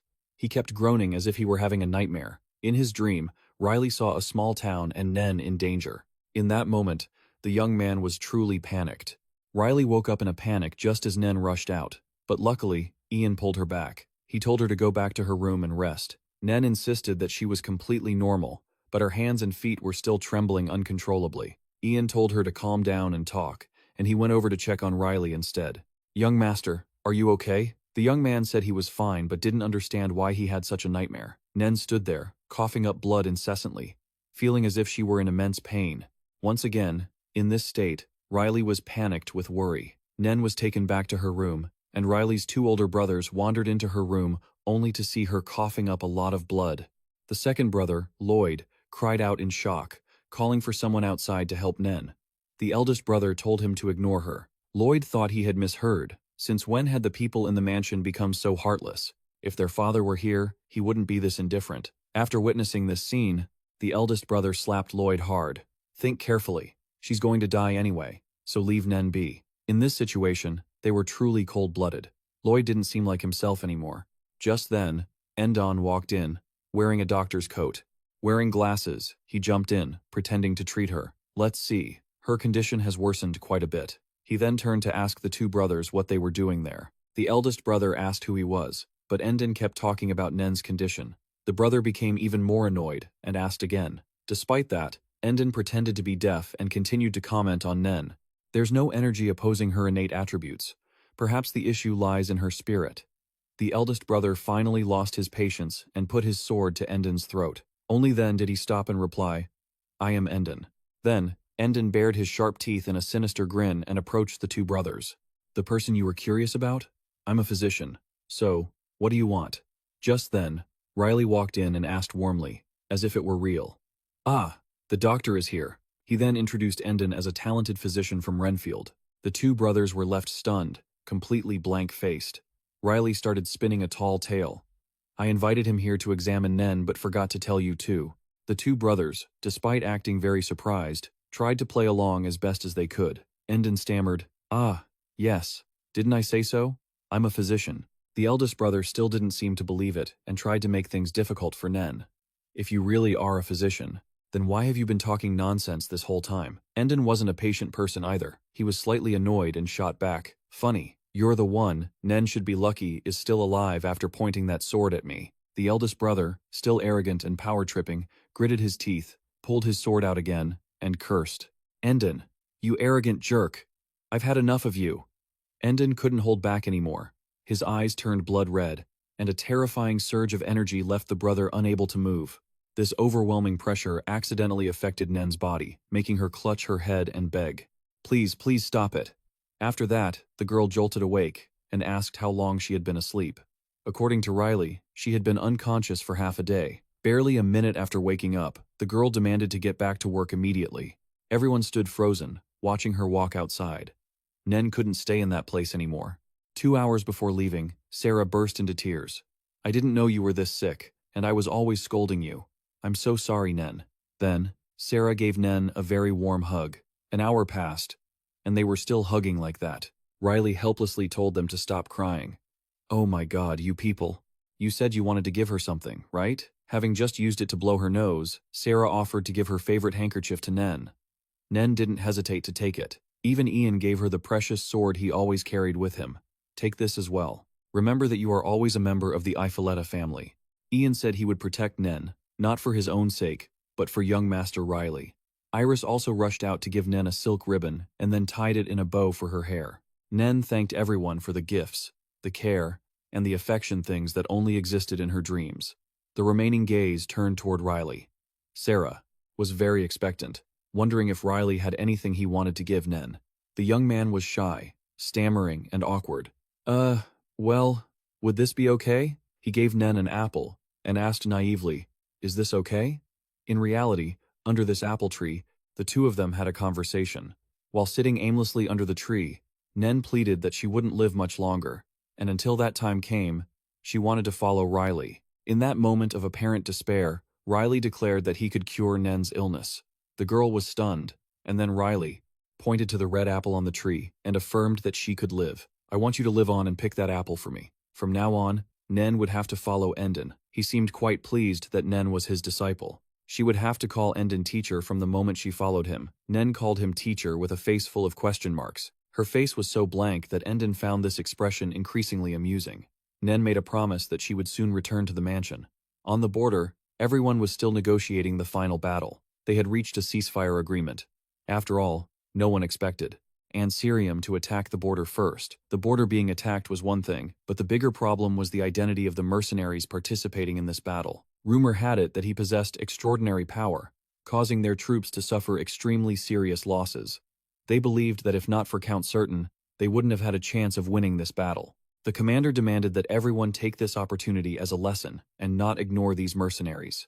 Regarding Count Certain's condition, it is currently not looking good. He lost his right arm, and it's unknown if he will survive. Because of this, they decided to issue a wanted poster for the mercenary Caban to ensure the Count's sacrifice wouldn't be in vain. He was truly struggling with agonizing pain, and they were very hesitant about whether or not to inform the Ifoletta family. The Count hadn't even chosen an heir yet. The second son, Lloyd, was still lost in thought about what his older brother had said. Lloyd couldn't understand why his brother had changed so much. The eldest brother's change made Lloyd feel confused. The young man thought that if his father were still here, things would be different. After a moment of reflection, Lloyd reminded himself not to think too much. Lloyd looked out the window and saw Riley and Ian standing outside. Suddenly, Libera and a group of people rushed in, announcing that the Count had returned, but the situation was very serious. Nara watched from afar and saw a purple light emanating from Libera. She couldn't believe her eyes. They had represented the effort to bring Count Certain back in a state where he had lost an arm. The eldest brother panicked and acted indignant. "Who dared to make my father's arm end up like this?"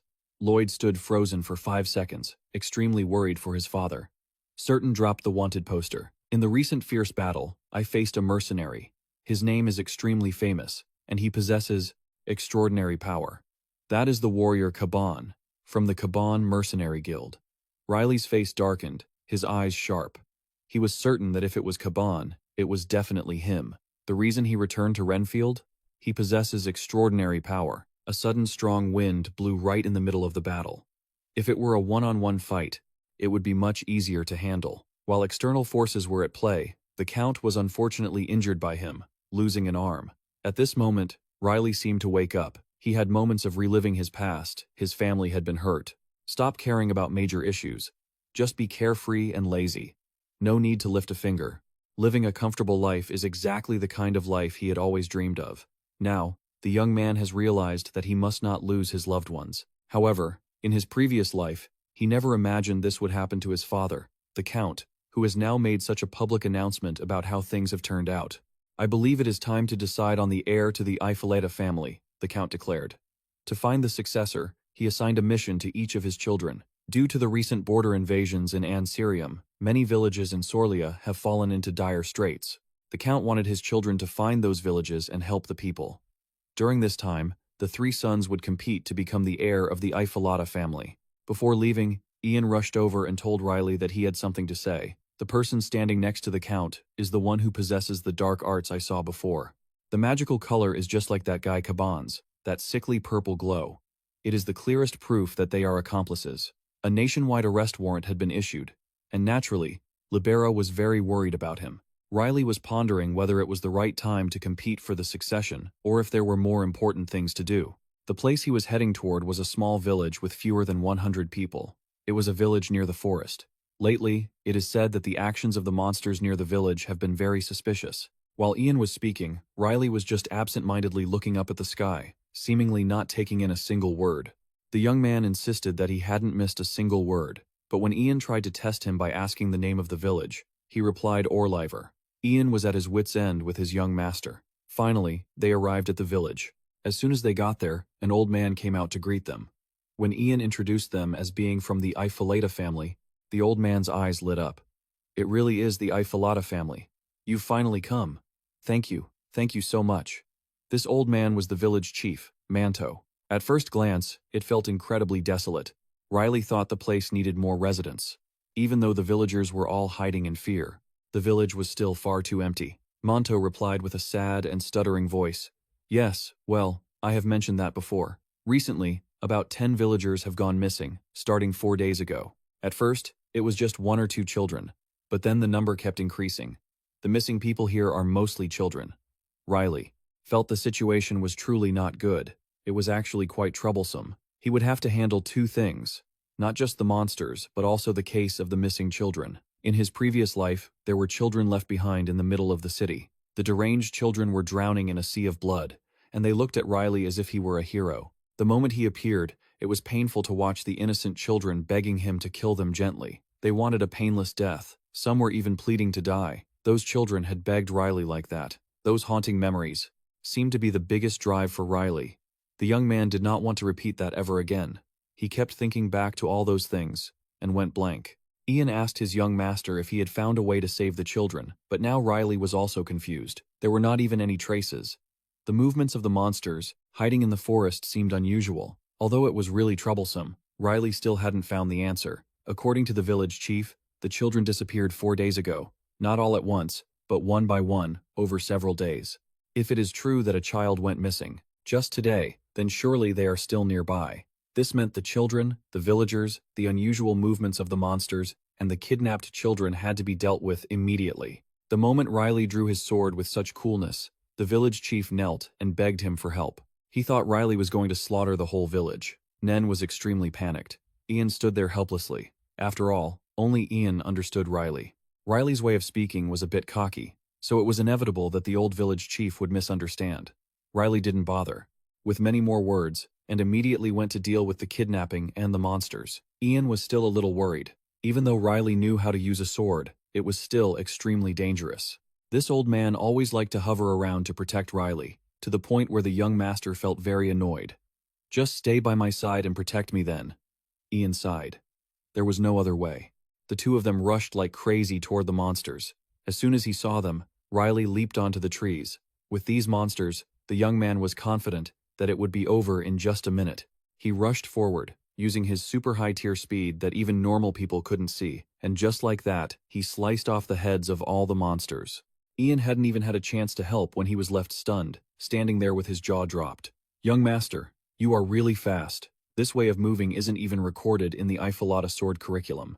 In the moment, Ian stood there, dazed, thinking, He then discovered that his young master could communicate using telepathy, transmitting thoughts through energy. Riley kept reminding Ian to be careful. Riley sliced through them, counting the order of each one. According to Ian, there should have been about 150 monsters, but now there were a few missing. They seemed to have escaped. Just as Ian was standing there speechless, a giant monster appeared behind him. Its red eyes showed extreme anger. This human has killed our comrades. Now witness my wrath. A few monsters had run back to call for reinforcements and report that there was an intruder. Riley was still enthusiastically slashing and counting. Now the 90th one had been wiped out. Riley's sword showed signs of cracking, and it was literally sending out an SOS. It seemed it wouldn't last much longer. He had to quickly find the children before it was too late. Riley went to search. He started using his own sensory abilities. He discovered there were about 14 children, but his sensory power was gradually weakening. He rushed ahead, hoping he was still in time. His sense led him to a cave. This energy was also gradually weakening. Riley began to have dozens of suspicions regarding the old village chief, but it was really too early to conclude. He started to step inside the cave. Besides skulls and bones, there were slimy things inside that looked like mud. However, after getting closer, it gave off a super foul smell. This was definitely not mud, but the corpses of monsters. Riley was extremely curious. He didn't know which bastard had done this. He moved deeper inside and discovered the sounds of the children.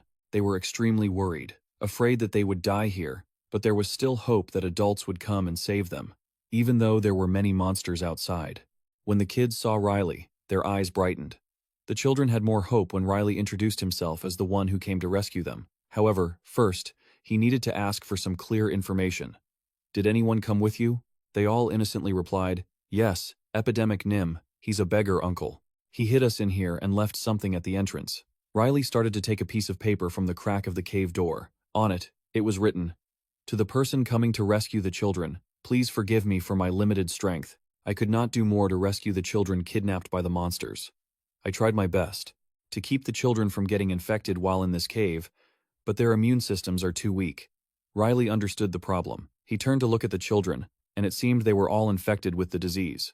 Everyone's face had black, itchy, slimy marks. Riley would first get them out of here, and then figure things out later. The children were finally safe. Riley wanted more information, so he asked them, "Do you guys know anything else about that beggar uncle?" Everyone praised the person for being very kind, with hair reaching his waist, and he didn't even breathe.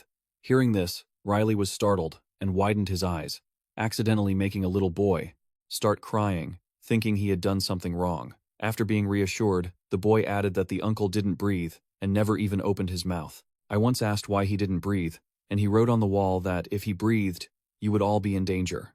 Riley finally understood. Perhaps the scene he saw in the cave was the consequence of that person breathing. However, he still couldn't figure out what the dark purple liquid was. Back home, the masked man was still extremely worried about the children, wondering if they had been rescued. However, he still thought optimistically that they would all be fine.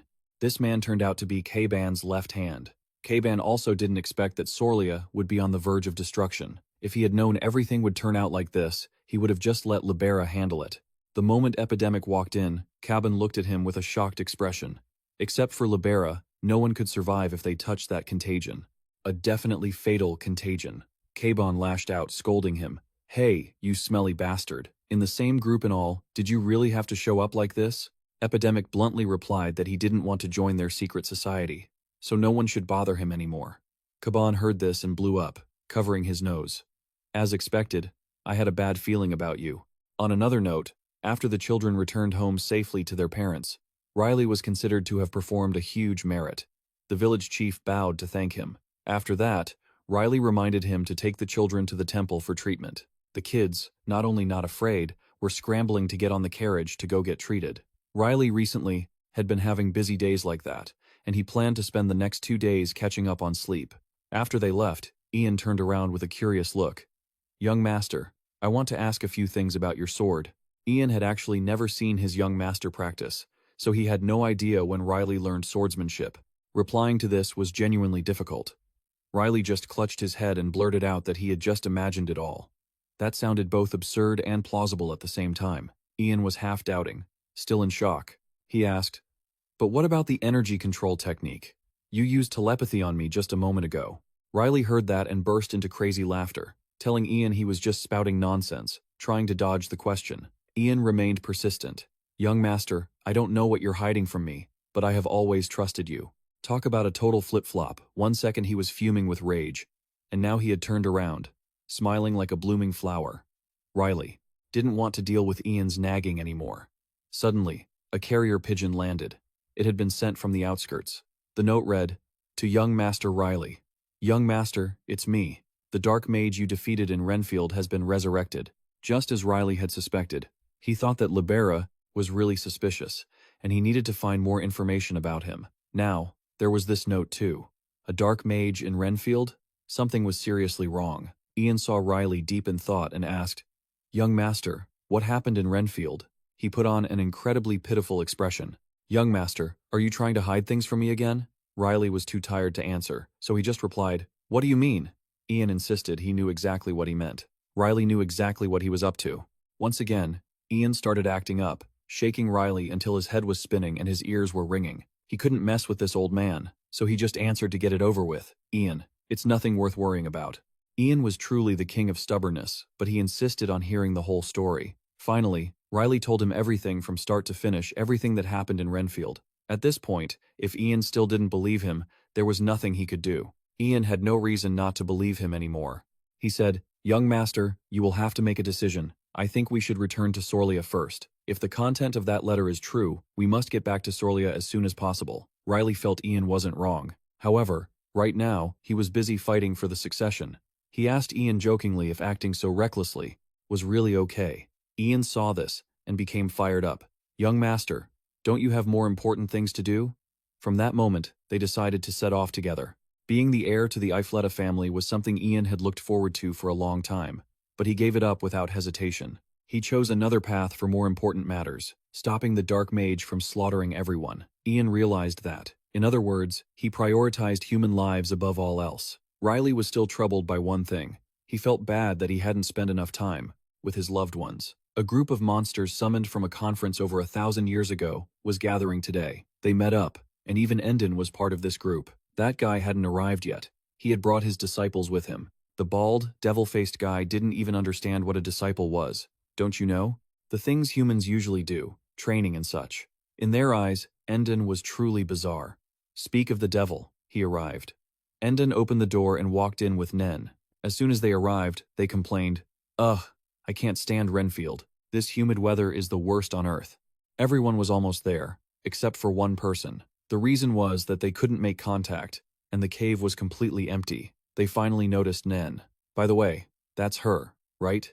What kind of disciples did you bring here? The devil-faced guy, Arthur, was excited, thinking it would be fun to have Nen fight his guards. Endon confidently replied, Don't be ridiculous. Your guards couldn't even touch a hair on her head. Arthur burst out laughing.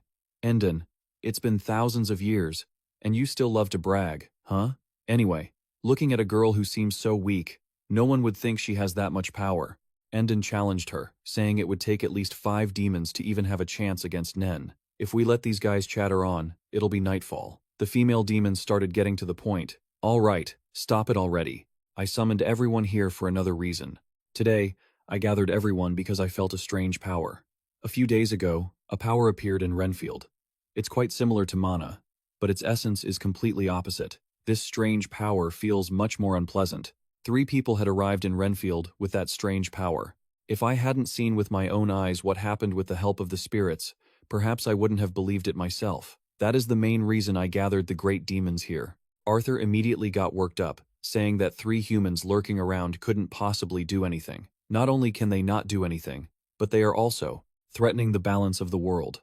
They are directly interfering with the fate of life and death. At this point, everyone gasped in surprise. Immediately after, they wanted to ask Nen about what she had witnessed. Thanks to the spirit's guidance, I know you were in Renfield at that time. Tell us exactly what happened that day, Nen stammered. That day in Renfield, we suddenly ran into the Dark Mage. He was a mage who used dark necromancy like I do. Not only that, but he also had the power of soul calling. Before she could finish, the brown-skinned demon chimed in. Oh, for heaven's sake, that's no big deal. To break the dragonkind's soul-calling spell, we just need to wave our hand. Even so, the problem is the soul hidden in that body. It means he can resurrect souls. They started yelling at each other again. Quiet, Nen continued. My young master Riley stood up and defeated the Dark Mage, and the corpses disappeared along with those souls. The white-haired demoness asked Nen, That eye helps you find the presence of anyone you imagine in your mind, doesn't it? After confirming, the demoness asked, Then, what about someone who is already dead? To put it simply, now try to imagine that Dark Mage and tell me where he is. Nen listened and followed suit. After imagining it, Nen froze and broke out in a cold sweat. She couldn't believe it, the dark mage was still alive. Ian, while tending to the horses, said to Riley, "Based on the letter from earlier, this situation seems serious." The old man was criticizing Riley. "We've reached this point, and you still can't stop thinking about food." Riley was always chill with life. He thought that rushing into fire was fine, but one needed to prepare properly first. Moreover, he was still stuck in the middle of a succession war. Nen still wanted to hold back a bit. Riley and Ian went shopping together. Suddenly passing by a mask shop, Riley couldn't stop thinking about Nen. It felt like the young man had fallen into the web of love without even realizing it. Why am I thinking about her all of a sudden? Just thinking about that made him flush bright red, which made Ian worried, thinking his young master was in pain somewhere. The young man barked at Ian, "It's none of your business." After that, he bought 2 of the most beautiful masks. He tossed one to Ian and kept one for himself. Suddenly, Ian pointed toward a group of people. The guy wearing glasses was Feta. Looking like that, it seemed they were on their way to Sorlia. Riley decided to follow them to see. As they walked, Feta shouted, "Mages from the magic tower here. Please move aside. Please make way for us." Standing in front of the tunnel entrance to the cave, they warned the people and told everyone to back away. "This is a dangerous area. Everyone, please stay away." From inside, a monster lunged out, face covered in grime, radiating dark energy. In reality, it wasn't a monster, but humans. They were like a bunch of zombies controlled by dark, magical energy. After the bald guy, a series of corrupted people crawled out one after another. Riley thought they were just corpses moving on their own. However, he still needed to monitor them. Feta was now going to seal the entrance to keep everyone safe. The dark mage, after regaining his form, was extremely delighted. Bricia warned him seriously, "It's best if you don't lose this body again." He also responded gleefully, Yeah, I understand. I won't sacrifice it in vain anymore."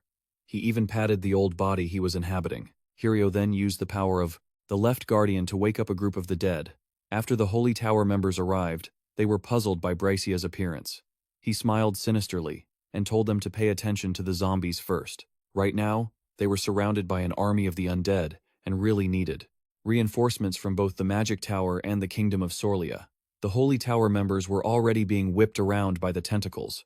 It seemed the time for a great slaughter had arrived. Feta was determined not to let the evildoer do that, but he couldn't hold on alone. The dark mage was annoyed, calling them a bunch of insolent creatures, and kept cursing them. He scolded Bricia, confident that they would sooner or later be swallowed by the dark mage. Nen just stood there. The saintess stood before the Lord, Ines, extremely worried and helpless. "What should I do, Nen? With my current strength, Libera, and the apocalypse, I'm truly powerless." After hearing these pleas, Ines appeared and gave instructions, showing the way to her holy children. "My child, if you lose the battle, go find the black butterfly. That child of the black butterfly will show you the way." Ian's face was extremely pale, and he didn't seem well. They sat together discussing with Nara. Riley felt the zombies were exactly the same as the ones in Renfield. They also moved on their own without needing to use energy. The young man, while chewing his food, asked for information about Libera. Nara thought that he usually looked after the temple in the morning, and toward late afternoon, he would head to the outskirts of Sorlia until late at night. This meant he was involved with the zombies. Ian whispered to Riley, wanting to tell him something. "Long ago, I once saw those undead creatures. They weren't exactly like the ones we just fought, but their pitch-black eyes were identical. It was 26 years ago, and even now, the memory still haunts me. I was a soldier sent to a small village. In that village, there was a woman whom the villagers whispered was a witch. She also had those pitch-black eyes, just like the undead we encountered in Orlia. I once thought that was the reason the villagers called her a witch, but after meeting her, I realized all those assumptions were baseless. She also wielded a sword, and that woman with the pitch-black eyes was the very master who taught me back when I was just a drifter my first lessons in swordsmanship. I once asked why her eyes were so black, and she told me she had been blessed, even though she had never prayed for it. This proved that it was a power not of this world." Hearing this, Riley froze for 5 seconds. Suddenly, the ground shook violently. The magic tower was collapsing completely. They had no idea where Feta was, or why he allowed the magic tower to fall. Not only that, but the way the tower fell, it crashed right into the temple. This was truly alarming. This was the time when the saintess would be praying in the evening. Riley put on his mask and said he would head to the temple immediately. He had to act before it was too late. At the collapsed tower, The undead were rampaging and attacking people. Soldiers were trying to guide the crowd, but unfortunately, some were trapped. Luckily, Ian arrived just in time to rescue them and get them out of there as quickly as possible. Just as he was about to save a kid, a light emanated from someone wearing a half-mask, standing right behind Ian. It turned out to be the Saintess, and she wasn't hurt at all. Ian was wearing his mask, and the Saintess didn't know who he was either. However, now wasn't the time for introductions. It was time to save lives. They guided the people to gather near the soldiers. Ian, Riley, and Nara all had their faces covered, hidden, yet not really hidden. However, the Saintess couldn't recognize them. I know you are here to save the people, so I will not ask for your identities for now. Above them, many undead creatures leapt down from high above. Riley looked up, and with one strike, he slashed them all to pieces. Seeing this slaughter, the Saintess intervened, telling him, "Don't kill them." Then, she cast a mystical light upon the undead. Ian felt extremely frustrated having to hold back the zombies without being able to kill them. Moreover, these zombies could even use ice bolts and fireballs. It seemed they were mages. In this critical situation, Ian told Riley they needed to retreat immediately. Just then, the dark mage appeared alongside Libera, revealing his true face, which shocked the Saintess completely. Riley realized the person standing before him was Astrua. He couldn't believe that bastard was still alive. Libera smiled, suggesting it would be best to start the curse now, as talking back and forth was a waste of time. Feta had been slammed hard into the ground by them. Feta informed them that the guy wasn't Astrua, but something completely different. Riley felt it, that sensation, a source of dark energy, inhabiting Astrua's body. The Saintess turned and displayed her utter outrage at Libera. Upon learning he was on the side of evil, Libera calmly declared that he didn't need anyone to know anything, because everyone was going to perish here. Riley took off his mask and, cold-eyed, gripped his sword as he stepped forward. Finally, the truth has come to light. Astrua's body began to tremble violently. The dark mage began to realize from the body's reaction that Riley was the one who had killed Astrua. Riley laughed foolishly, scratching his head. "I already killed you, didn't you forget that?" The dark mage's eyes widened, continuously cursing Riley as an ungrateful bastard who ruined the prayer session. Libera spoke up. "Is that young Master Riley?" "Just as I thought. It is the young master. It was just a guess, but this is a surprise." The Saintess was also left in astonishment. "Lazy sword saint, I can't believe you hid such godly swordsmanship." After revealing his identity, Libera didn't fear anyone anymore, and boldly declared that he would let Riley taste death. Riley replied with a dismissive wave of his hand, "Ho ho, I have no intention of that. But if you want to open the door to the underworld, you wouldn't be doing these things, would you?" At the mention of this, the whole group stood there blankly. It seemed Riley had seen right through them. The foolish dark mage, feeling guilty, snapped back, How do you know? You shouldn't have been able to know that. Even if you leave now, I'll kill you." He began to activate his full power, surrounding all of Riley's companions. The young man realized he had been too careless. In a moment of negligence, he was tightly bound by the dark mage's tentacles. Feta shouted for the Saintess to run quickly because he didn't have much energy left. However, it seemed it was too late. In this moment of despair, the Saintess shed tears and thought, "Lord Inez, is this the end?" Just then, she received a message. "My child, follow the child of the black butterfly." The girl's voice echoed, and at that moment, the Saintess realized she had just escaped a death trap. That girl was Nen. She had appeared just in time during the most hopeless moment. "Forgive me, young master. The training took longer than expected." The reappearance of Nen left Riley heart-struck. Even the dark mage and Libera hadn't adapted to what had just happened. Nen had just reversed the space. It was seventh circle magic intended to create an eternal boundary in space. They couldn't believe Nen could do that. Feta was extremely surprised because last spring, the girl was only at the sixth circle, but now she had reached the seventh circle. Nen remained as composed and polite as ever. "Lord Feta, long time no see. I truly wanted to talk with you longer, but I have work to do now. Please excuse me." Nen wanted Riley to explain briefly what was happening there. Riley said only one thing: "That guy is the enemy." Nen got straight to the point, asking for her instructions. Whatever Nen did, Riley just replied bluntly, "Those undead are immortal. For the rest, you decide." Nen heard the order. For her, defeating him now was as easy as pie, so she intended to act fast and end it as soon as possible. Nen said this, flew up, and swung her sword. She tightened her legs around the two undead. They were the mages. The girl's speed was so fast she could handle any critical situation. Even the zombie that tried to ambush Ian was pierced to death by Nen. The girl didn't forget to praise the sword that Ian had given her before he left, calling it top quality. Ian looked full of pride. Nen, it really is you. The remnants were now completely confused, not knowing what to do. That bitch, how dare she? Nen's energy coiled tightly around the dark mages from behind. Libera felt annoyed that Riley didn't bother to intervene and just stood there yawning. He told the dark mage to blast fire at Riley, thinking they had wiped them all out. But they didn't expect that Nen had used her cloak to block all the fire. Nen continued to activate a swirling storm of power. They started to panic, feeling that at this rate, they would lose. Libera didn't discuss further but decided to use his ultimate move. They only needed to hold out for 30 more seconds. Libera's final boss would appear. Libera suddenly deployed a suspicious magic formation. Riley realized something was wrong and told Nen to quickly stop him before it was too late. Nen immediately took the order and continuously increased the power of her attacks. The old man Astra was struggling immensely to fight back, urging Libera to act quickly. Immediately after, the magic formation was completed. Libera launched a move that made the entire ground shake violently. Everyone was extremely confused, not knowing what the hell was happening. Unfortunately, before they could even do anything, Libera had achieved his goal, successfully summoning a black dragon to this place. Riley hadn't expected this move from Libera either. How could a human summon a dragon? This was insane. Now, the old man Astrua was incredibly arrogant, like, "You're dead meat today, kid." Libera, standing next to him, was impatient, urging him to quickly deal with them and stop grandstanding. Initially, the old man Astrua used tentacles to control the black dragon, then used a secret art through the tentacles to manipulate it. After that, the black dragon opened its mouth to suck everything around it inside, not even sparing the air. Nen, by this time, had also realized something. She remembered the words her master had once said. No matter what happened, she had to avoid the dragon's breath. There was only one way to stop a dragon's breath, and that was to use the breath of another dragon to counter it. And if you couldn't stop it, you might as well say your prayers, because not even your ancestors could save you in this mess.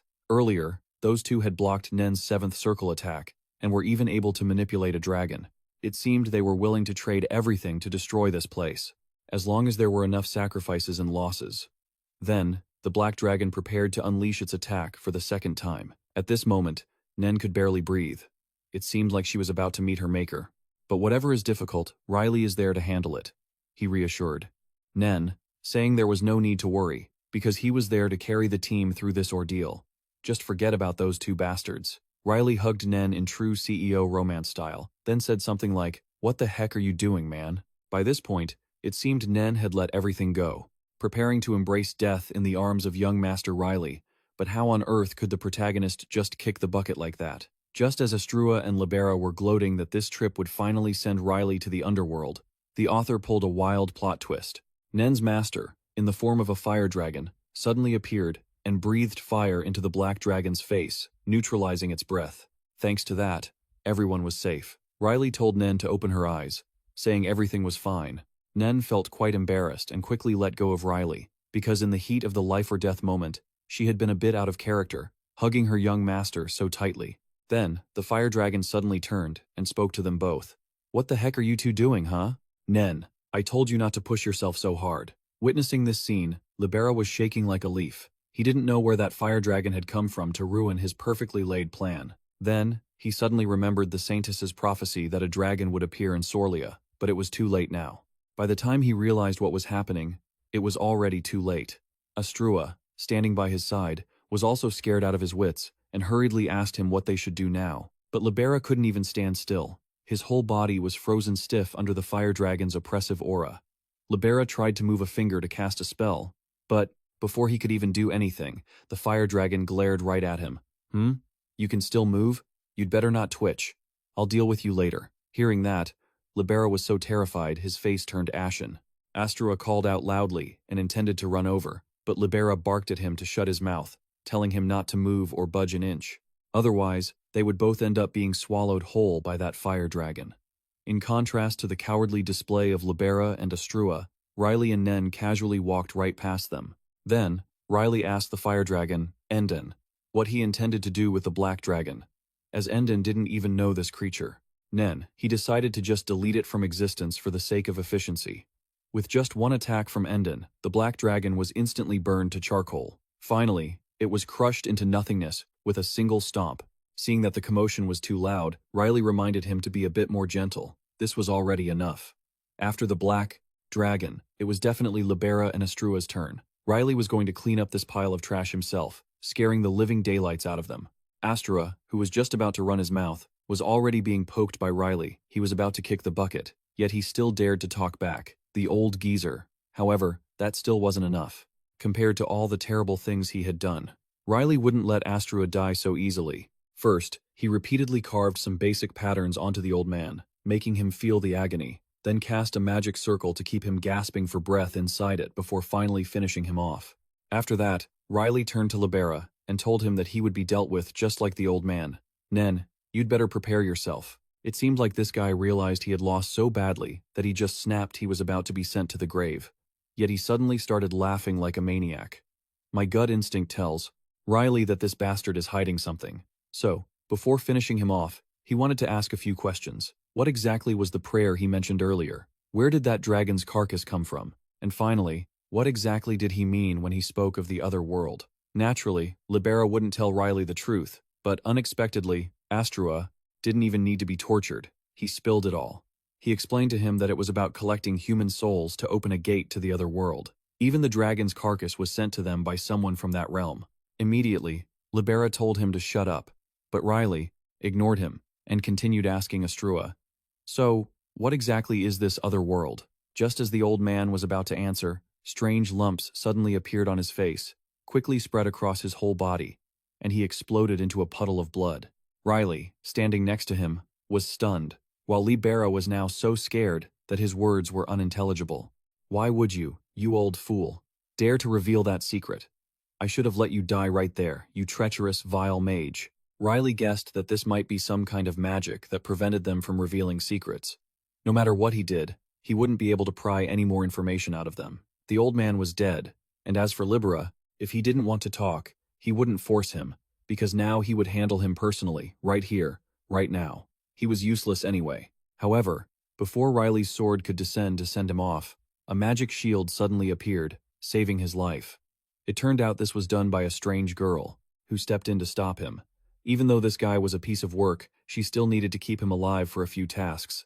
Riley sensed a familiar source of energy, and guessed she was a dragon. Then, the girl landed on the ground to greet them. "That's right. It's nice to meet you, Riley Nim. I've heard a lot about you from Endon. Allow me to introduce myself. I am Isildur, leader of the Dragon Tribe." Then, she expressed to him that their tribe was responsible for maintaining the world's balance with the Wheel of Fate. Therefore, they had to ensure the safety of Libera, who was connected to the secret of the other world. Isildur tried to persuade Riley to hand him over to her. Anyway, it wasn't too late to deal with him after gathering all the information. But Riley didn't give a damn. Libera was a bastard who deserved to die. So why should he spare him? What was the meaning of letting him go? Isildur continued to explain that if they dealt with Libera now, they might be safe for the next 100 years. But after 100 years, it wasn't guaranteed, and keeping him was a precaution for the future. Riley felt like his skin was crawling. He suddenly slashed at the shield, forcing Isildur to increase her power to protect Libera. From start to finish, Riley didn't care about this issue. After all, he wouldn't even be alive 100 years from now. Those who think they can live, that long had better find a way to deal with it themselves. As for Riley, he was going to live the way he wanted, to hell with the rest of the world. Isildur saw that she couldn't convince Riley, so before the shield completely shattered, she had to stop him. Then, she immediately cast a spell to bind his hands and feet. At this point, Riley wasn't holding back anymore. "So, you've chosen death." With a slight exertion of force, he broke through Isildur's chains. Tired of this whole mess, Riley was determined to skewer that bastard Libera to end everything once and for all. No matter how much Isildur begged and pleaded, he didn't care. However, before Riley could act, a mysterious force suddenly appeared to stop him. The voice of that person echoed as if it were coming from the afterlife. "I'm quite disappointed, Rebecca. You woke me up a bit too early." Immediately after, a giant hand reached out, catching both Isildur and Riley off guard. Luckily, Riley reacted in time to block that arm with his sword. But the thing was terrifyingly strong. He had to pour all his strength into resisting it, to the point where his sword nearly snapped, but he was only able to hold it off for a moment. But it's real. Target wasn't Riley, it was Libera. Seeing that they were about to escape, he quickly wanted to chase after them to root out the problem. However, before Riley could run a few steps, he fell into another dimension controlled by a suspicious character. Even more surprisingly, this person even knew about Riley's past life, which shocked him to his core. More accurately, he could see the subconscious and the deep memories in his mind. It seemed he found this quite amusing. He promised to give Riley a gift the next time they met, then suddenly gave him a punch that made him cough up blood and fly dozens of meters away. Isuter, on the side, was also desperately trying to stop that person from taking Libera. She couldn't let this opportunity slip away. Nen saw that both sides couldn't keep grappling like this forever. She had cleverly left a tracking mark on that person before he completely vanished. Endon immediately ran over to support the severely wounded Isuter, and hurriedly asked Nen if she could track their location. Of course, Nen could sense their direction, but she was absolutely stunned to see familiar landscapes that had appeared in Riley's nightmares. There's no way he was also heading to that place. Now, Nen didn't understand why these images kept appearing before her eyes. How were they connected to Riley? Even things like the other world were just like the scenes she often saw in his dreams. She suspected that Riley was hiding some sort of secret, or perhaps even had some connection to that other world.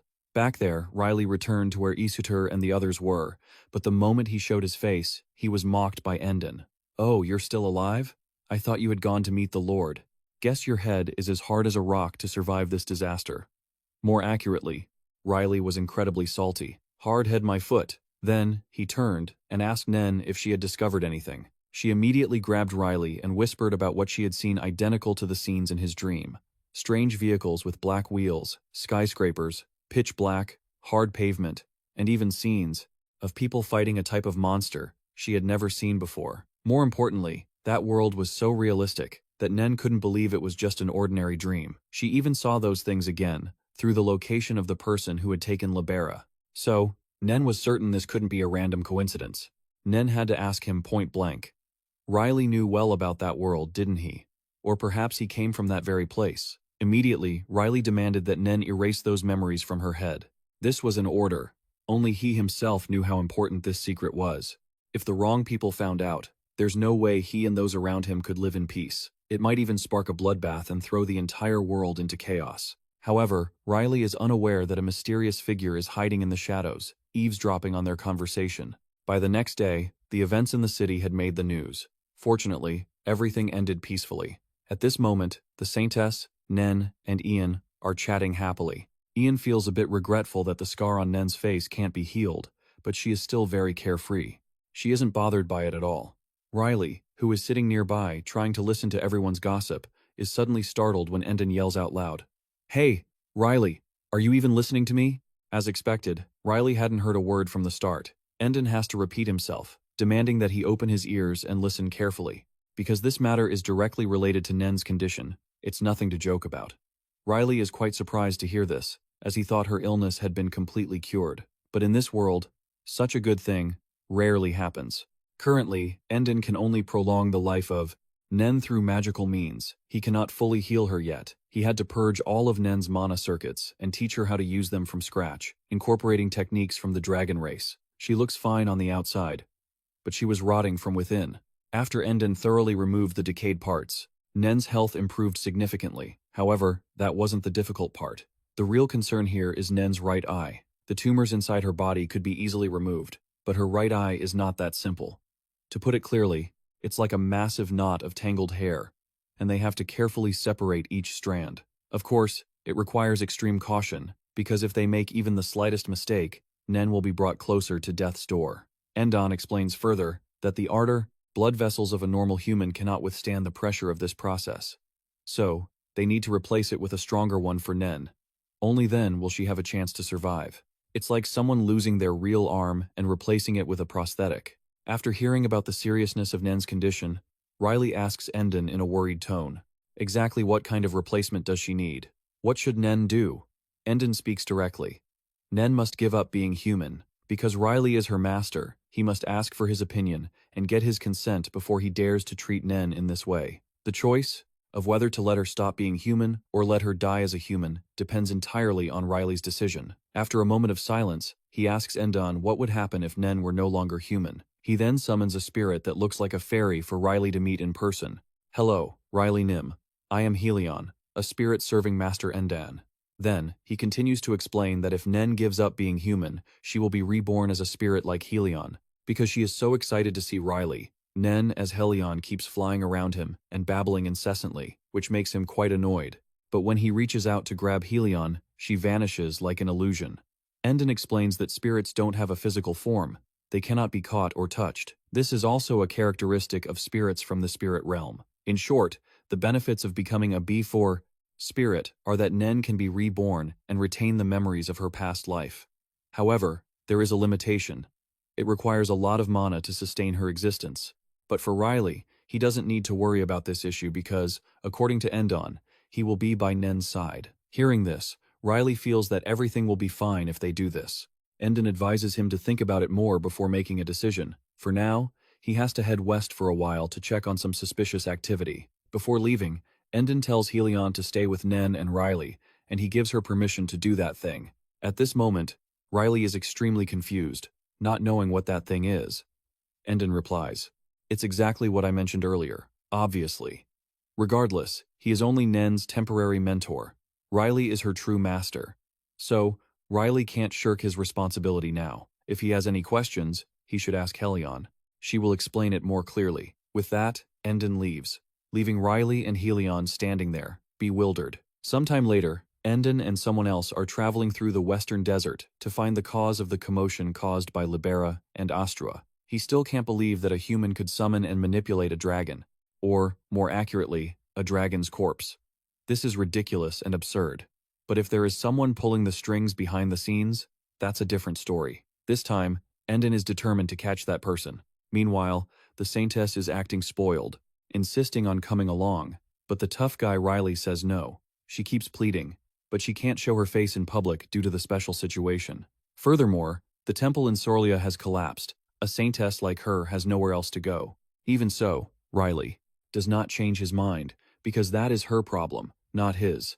A few drops of her crocodile tears have no effect on Riley. Even when Ian and Nara intervene to persuade him to let the Saintess come along after all, she has a noble status in Sorlia. Riley remains unmoved. He believes that the Saintess has grown up in the temple since she was a child, but now she needs to get rid of the mindset that everyone will be ready to cater to her needs. You have to work to eat.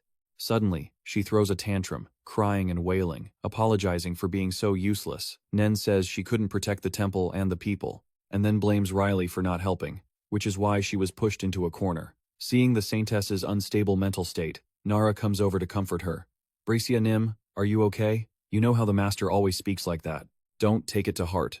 And so, under pressure from everyone, Riley has to let the Saintess come along. Next, the group returns to the castle. Upon getting out of the carriage, Riley asks Nara if she has done what he told her to, and upon hearing that she has, he sighs with relief. Afterward, Riley meets his two older brothers in the hallway. The eldest brother, Lion, acts friendly and welcoming when he sees Riley return, but behind his back, he wears a cold, indifferent expression. Surprisingly, the second brother, Lloyd, had secretly followed Riley to Sorlia and witnessed everything from beginning to end. Although he often follows the orders of his eldest brother, Lion, it seems that this time, Lloyd did not tell his brother about this. In the Patriarch's office, their father is praising his three sons for what they accomplished in Sorlia during this time. First is the eldest, Lion, who is credited with saving many villages and towns. Next is Lloyd. And finally, the youngest, Riley. After applauding his three beloved sons, he announces that the results of the succession race will be announced in 2 days. At the same time, he reminds his sons to be careful and not get distracted during this period. For now, all three can go back to their rooms to rest. It seems Lloyd has something he wants to say to Riley, but stops himself. Very quickly, 2 days pass. The banquet to announce the winner of the succession race is held grandly, with the participation of nobles and influential figures. However, Riley, at this moment, is not in the mood to join the festivities, because he is preoccupied with the words of that mysterious figure. In truth, he doesn't want to be reborn while retaining memories of his past life. Things like his incredible predictive abilities or the massive, endless supply of mana mean nothing to Riley. Because, in the end, what awaits him at the end of the road is hell.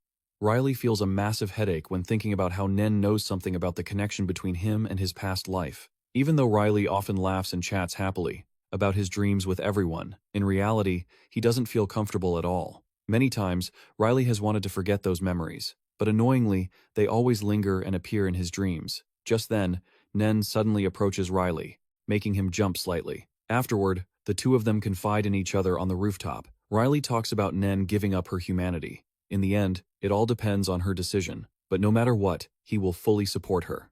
Indeed, Nen was once worried about one thing, that if she were no longer human, he would no longer keep her by his side. However, now Nen is no longer bothered by this, because Riley has promised that no matter what form she is in, he will keep her by his side. That alone is enough to satisfy Nen. Riley is extremely touched by Nen's sincere heart. Returning to the banquet, the guests are very surprised to see the Count of the Ifoletta family and Lady Iris walking together, because they thought he had been seriously injured in the border battle last time and could not appear. There are many people whispering and gossiping around the patriarch, along with speculations about who will win the succession race. Some think that surely the eldest son, Lion, will win, but others feel that the third son, Riley, is no pushover, especially after he kicked Lady Orly out of the Count's mansion. There is even a level 6 follower there. A young lady, seeing everyone gossiping so excitedly, cannot hide her sarcasm. She feels that these people are like clowns looking for amusement, because as nobles, it is truly humorous for them to spout such nonsense. Just at this moment, the Count of Ifoletta. The announcement of the winner of this succession race had begun. The Count was very proud that all three of his sons had put in so much effort to complete their assigned tasks perfectly, and he had evaluated each result fairly to uphold the pride of the Ifoletta name. But nobody could have expected that the ultimate winner, who would inherit the entire fortune of the Ifoletta Swordmaster clan, would be the most unremarkable one, the second young master, Lloyd. As soon as this result was announced, all the guests were completely bewildered. They were stunned. Even Riley himself couldn't believe he was the winner. Only when Riley clapped his hands in congratulations did everyone else snap out of it and immediately applaud the new master, the young Count of the Ifoletta Swordmaster clan. By the time Lloyd stepped onto the stage, he was still dazed and confused, unable to believe this was real. Perhaps the Count saw the incredulous expressions on everyone's faces when he announced the result, so he brought out a precious sword and began to explain why Lloyd had become the winner. Not long ago, an unfortunate incident occurred in the capital, and this precious sword was something Lloyd had actively strived to obtain. Furthermore, he had heard that a brave young noble had teamed up with mercenaries to fight against the riot led by fanatical cultists, and that person was none other than Lloyd. Meanwhile, down under the stage, Lion was extremely bitter about being upstaged by his own younger brother, but he couldn't do a thing about it. After the party ended, Lion grumbled to Riley, asking why he had handed over that sword to the second young master, Lloyd, when it was clearly something he had obtained earlier. But for Riley, the reason he did that was because Lloyd had tried his best to fight to protect the people, and he completely acknowledged that contribution from his older brother. Part of it was because Riley had absolutely no interest in the position of heir. Just thinking about the scene of having to work like a dog from morning till night, having to be present whenever summoned, and secretly struggling against other nobles, was enough to make Riley terrified, let alone craving the Count's seat for the Ifoletta clan. More importantly, Riley's mother had agreed to let him decide his own life and do whatever he wanted. So, Ian didn't need to worry about this anymore. Just then, Riley and Ian unexpectedly caught Lion questioning his father about why he had granted the succession to Lloyd instead of him, even though the father was trying to explain that Lloyd had received the sword from the Sorlia Tower. But Lion was completely out of control and wouldn't listen to a word. Seeing his eldest son, fully grown yet still throwing a tantrum like this, the Count demanded he reconsider the situation. "Can't you see the difference between you and Lloyd?" He knew full well what Lion truly cared about: honorary medals, the power of a sword, and the number of people saved, all frivolous and useless things. The most important thing the Count wanted to see was mindset and a pure purpose before picking up a sword. But what he saw in Lion when he held a sword was just the position of heir. Actually, last night, he had a conversation with Lloyd about announcing the succession race results early. Lloyd had honestly admitted that the Sorlia sword belonged to Riley, and wanted his younger brother to be the heir because he was worthy of what he had done for Sorlia. But the Count refused Lloyd's request and chose him to be the heir of the Ifoletta clan, because Lloyd possessed all the virtues of an exemplary head of the family: clear thinking, humility, and consideration for the clan's interests. He also demanded Lion take a look at himself now. It was shameful for an eldest brother to be jealous and petty, comparing losses and gains with his two younger brothers. This was the huge difference between Lloyd and Lion. One was noble, humble, and calm, while the other was selfish, small-minded, and calculating. Even though the Count had explained everything he could, it seemed his words had fallen on deaf ears for this guy. Moreover, because he was so bitter, he grabbed his sword and lunged at his father to attack him. You have to hand it to the Count for raising such a filial son. He didn't get his way, so he decided to stab his own father. Unfortunately for him, the Count wasn't carrying his weapon, but luckily the youngest brother was quick-witted and tossed him a sword to counter the unfilial son. Even though the Count was getting on in years and had been seriously injured from the last battle, he was still more than capable of straightening out his son. How disappointing. Lion. Lloyd isn't as weak as you think. Truly. You've been blinded by power. So, all the training you've done has been for nothing? How ridiculous. Now, the Count gave Lion 2 choices. 1, stubbornly oppose him, and the Count would send him to the afterlife. 2, accept leaving the Aifaleta clan. Naturally, he knew well enough that he didn't have the skill to solo his father, so he had to gloomily choose the second option and leave silently to avoid bringing more disgrace upon himself. After Lion kicked the bucket and left, Ian dared to approach the Count. He asked if Ian was the one who had tossed him the sword, and seeing Ian's awkward look, the Count immediately guessed that the person who really did it was his youngest son, Riley. At this moment, Riley had intentionally stayed out of the way to let Ian handle the Count's business. He accidentally ran into a girl who was struggling to ask the servants for directions. At first, he didn't intend to care, but she suddenly ran over to ask for help. Well, Riley decided to play the good guy this time. How can I help you? He tried to ask which room she wanted to find, the guest room or the restroom. But after some hesitation, she finally said straight out that she was looking for the room of the 3rd young master, Riley. Now, he was extremely confused as to why this girl was looking for his room, and when Riley introduced himself as the 3rd young master of Aifaleta, she was very surprised.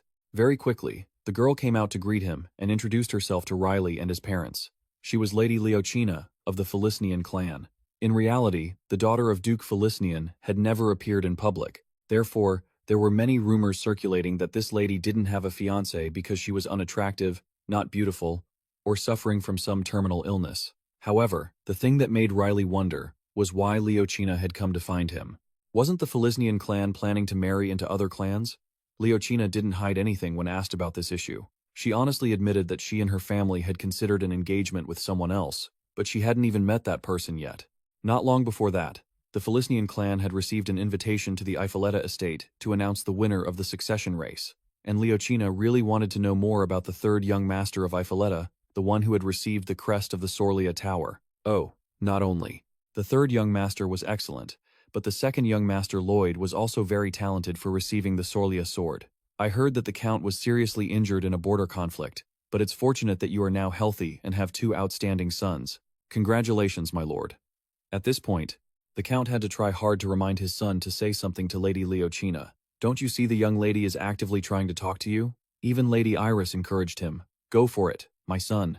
However, the stoic Riley, who had lived through 2 lifetimes, was now completely immune to women. Even so, under pressure from his parents, he had to find a topic to talk about. He was quite curious about what the invitation from Aifaleta that Leochina mentioned earlier was really about. She frankly replied that it could be considered a matchmaking event, or simply a meeting. Riley guessed for sure that this was the old man's doing, arranging this for him.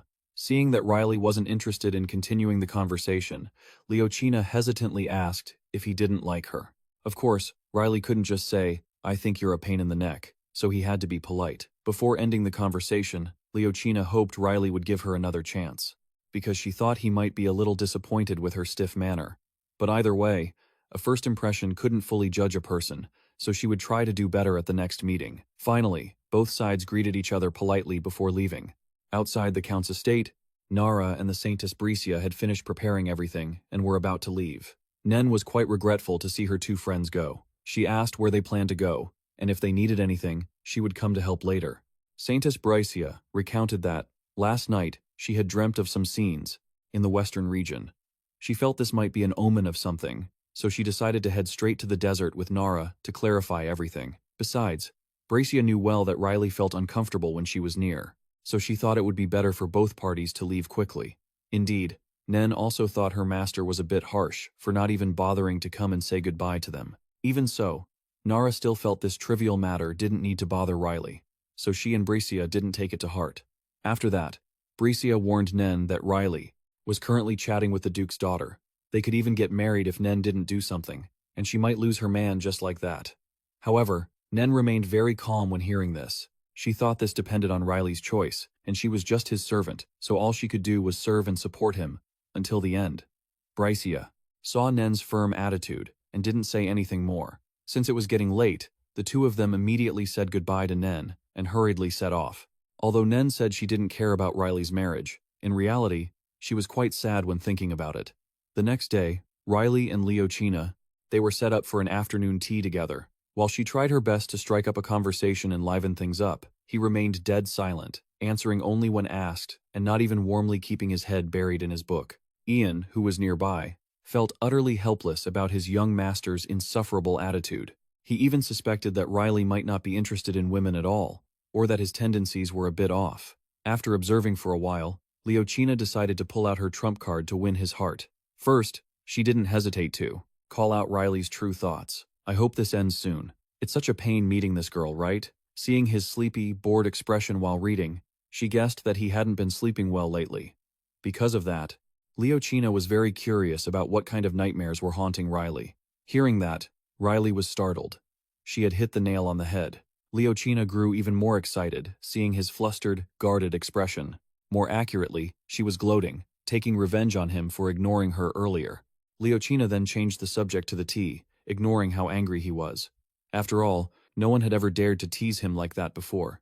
However, the angrier Riley got, the happier she became. Then, Leochina told him about the rumors of a lazy swordsman from the Count Ifoletta family, who supposedly just sleeps all day instead of practicing with his sword. She was quite skeptical about the truth of these stories. Thus, a wager was proposed. Leochina would tell Riley how she was able to read his thoughts, on the condition that he had to defeat her bodyguard in a duel. This man was one of the strongest guards of the Philistine family and had never lost in any friendly match. But the difficulty for Riley lay in the fact that if he made a scene to challenge a guard, even if he won, it wouldn't be anything to brag about. Furthermore, the Count and everyone else would only see him as petty and narrow-minded. But if Riley lost, he would be the one humiliated. Leochina was dying to see what choice Riley would make. Be clever or be a fool. Switching to another scene. Leochina was speaking privately with Count Ifoletta. She thought that what the Count had said about Riley was completely accurate because even she felt that he was hiding his true strength. Returning to that day's conversation, when Leochina mentioned the deal between the two sides and forced Riley to choose between two difficult options, instead of getting angry or choosing one of the options, Riley calmly handled the situation, replying to Leochina with wit. "A high-ranking bodyguard like you doesn't know your place or position?" A simple sentence, but filled with provocation, it infuriated the guard accompanying Leochina while drawing a line between the noble class and servants. He warned the man not to overstep his bounds, as they were on the grounds of the Ifoletta family. Therefore, he should know his place. Ian also stepped in to remind the guard about his insolent attitude toward the master of the Ifoletta estate. At this point, Leochina stopped bothering Riley. Instead, she said she would tell his father everything that happened today, leaving Riley speechless. He didn't understand if she was a child or what, constantly tattling to his parents. Furthermore, Leochina wanted to tell his father about Riley's insomnia, and this woman even claimed she wanted to be his body pillow every night to improve his sleep quality and to let the Marchioness and the Count have a grandchild soon. Hearing Leochina say this, Riley was speechless, but he couldn't stand her rambling on about him anymore. A bit agitated, he told Ian to referee the duel with the Philistine family's guard. But because Riley had been under long-term pressure and was haunted by the memories of the cultists who worshipped the hero of the sword in his past life, he couldn't bring himself to hold a sword to fight and had to quit. Obviously, him abandoning the match halfway made his opponent very upset. The guard demanded a reasonable explanation. Riley didn't show any respect and said bluntly, "It seems my body rejects disgusting things, and I feel nauseous, so I can't stand before my opponent." Hearing Riley insult him, the guard was furious and wanted to charge at him to teach him a lesson. But touching the main character isn't that easy. The bodyguard hadn't even touched a hair on Riley before he was frozen solid by his killing intent, stuck standing in one spot, unable to move. He had already said, "Don't make me angry," but the man didn't listen. In reality, Riley just wanted to rest for a moment because he was tired and nauseous. But this guy wouldn't let up like a rabid dog, so he had to use this method to intimidate both master and servant. Afterward, Riley ignored Leochina's questions about his strength, played dumb, and walked away. Thus, from Riley's unusual behavior, she guessed for sure that he was deliberately hiding his true strength. After all, the Count had personally asked Leochina to come and test Riley's strength, which is why she dared to mess with him. But now, it's a mess she ended up falling for him.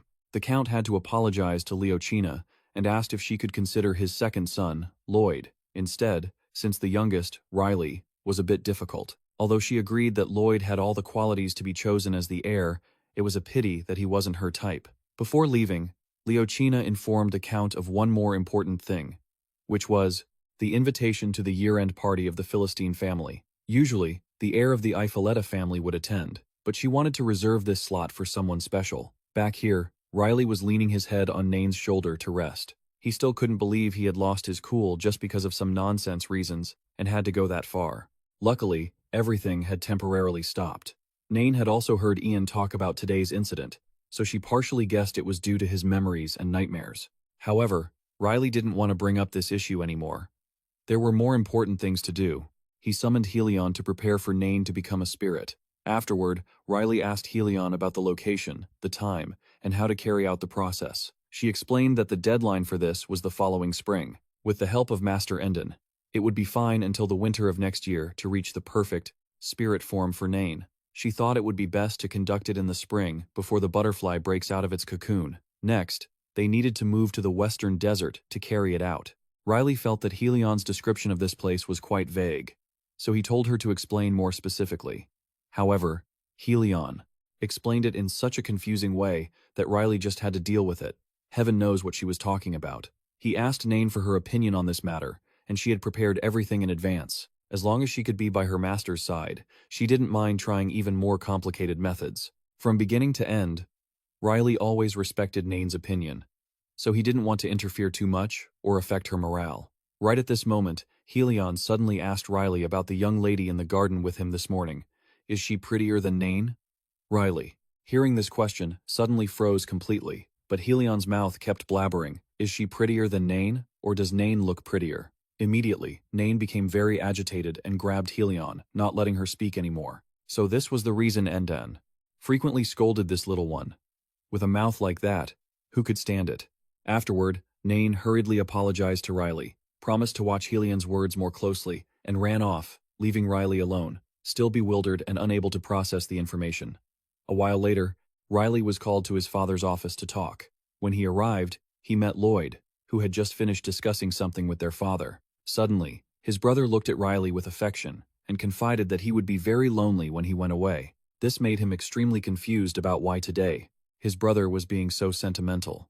After Lloyd went out, only Riley and his father were left in the room. He told him to sit down and handed him a black letter, asking him to open and read it. And as soon as he saw the contents of the letter, he immediately slammed the table and declared he wouldn't go anywhere. His old man had already anticipated that his rebellious son would react violently, so he wasn't very surprised. It turned out this was a personal invitation for Riley to the year-end party of the Philistine family. He absolutely hated these annoying parties, full of fake people, which made him disgusted and uncomfortable. Therefore, Riley stubbornly refused to attend. At this moment, his father spoke up to persuade him, because, after all, they had a secret meeting with the young lady of the Philistine family yesterday. But hearing this, Riley became even angrier, reacting more violently than his father, so he asked for his son's opinion on the matter, even if just once. The Count was very surprised to see Riley get angry for the first time like this. He had to tell him, "First, calm down and listen to what I have to say. As a father, I want to seriously ask you a few things." The Count took out the sword and asked why Riley was hiding his strength.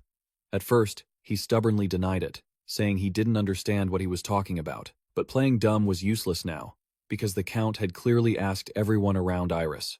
Ian and Sierra both knew that Riley was the one who threw the sword to his father in the hallway, but they couldn't understand why he kept such incredible skills hidden. Riley himself was also deeply suspicious of why he did that. Why was he reborn with the cursed memories of his past life, making it impossible for him to relax and constantly annoyed by everything and everyone around him? Why do such unfortunate things always happen to him? Riley reminisced about his terrifying past life. He could only hear curses, insults, and heartbreaking wails. At this moment, Riley seemed too unstable to listen to his father, beginning to imagine dark, demonic shadows manipulating him. "Don't worry about that, hero. We all believe in you. You can do it, right?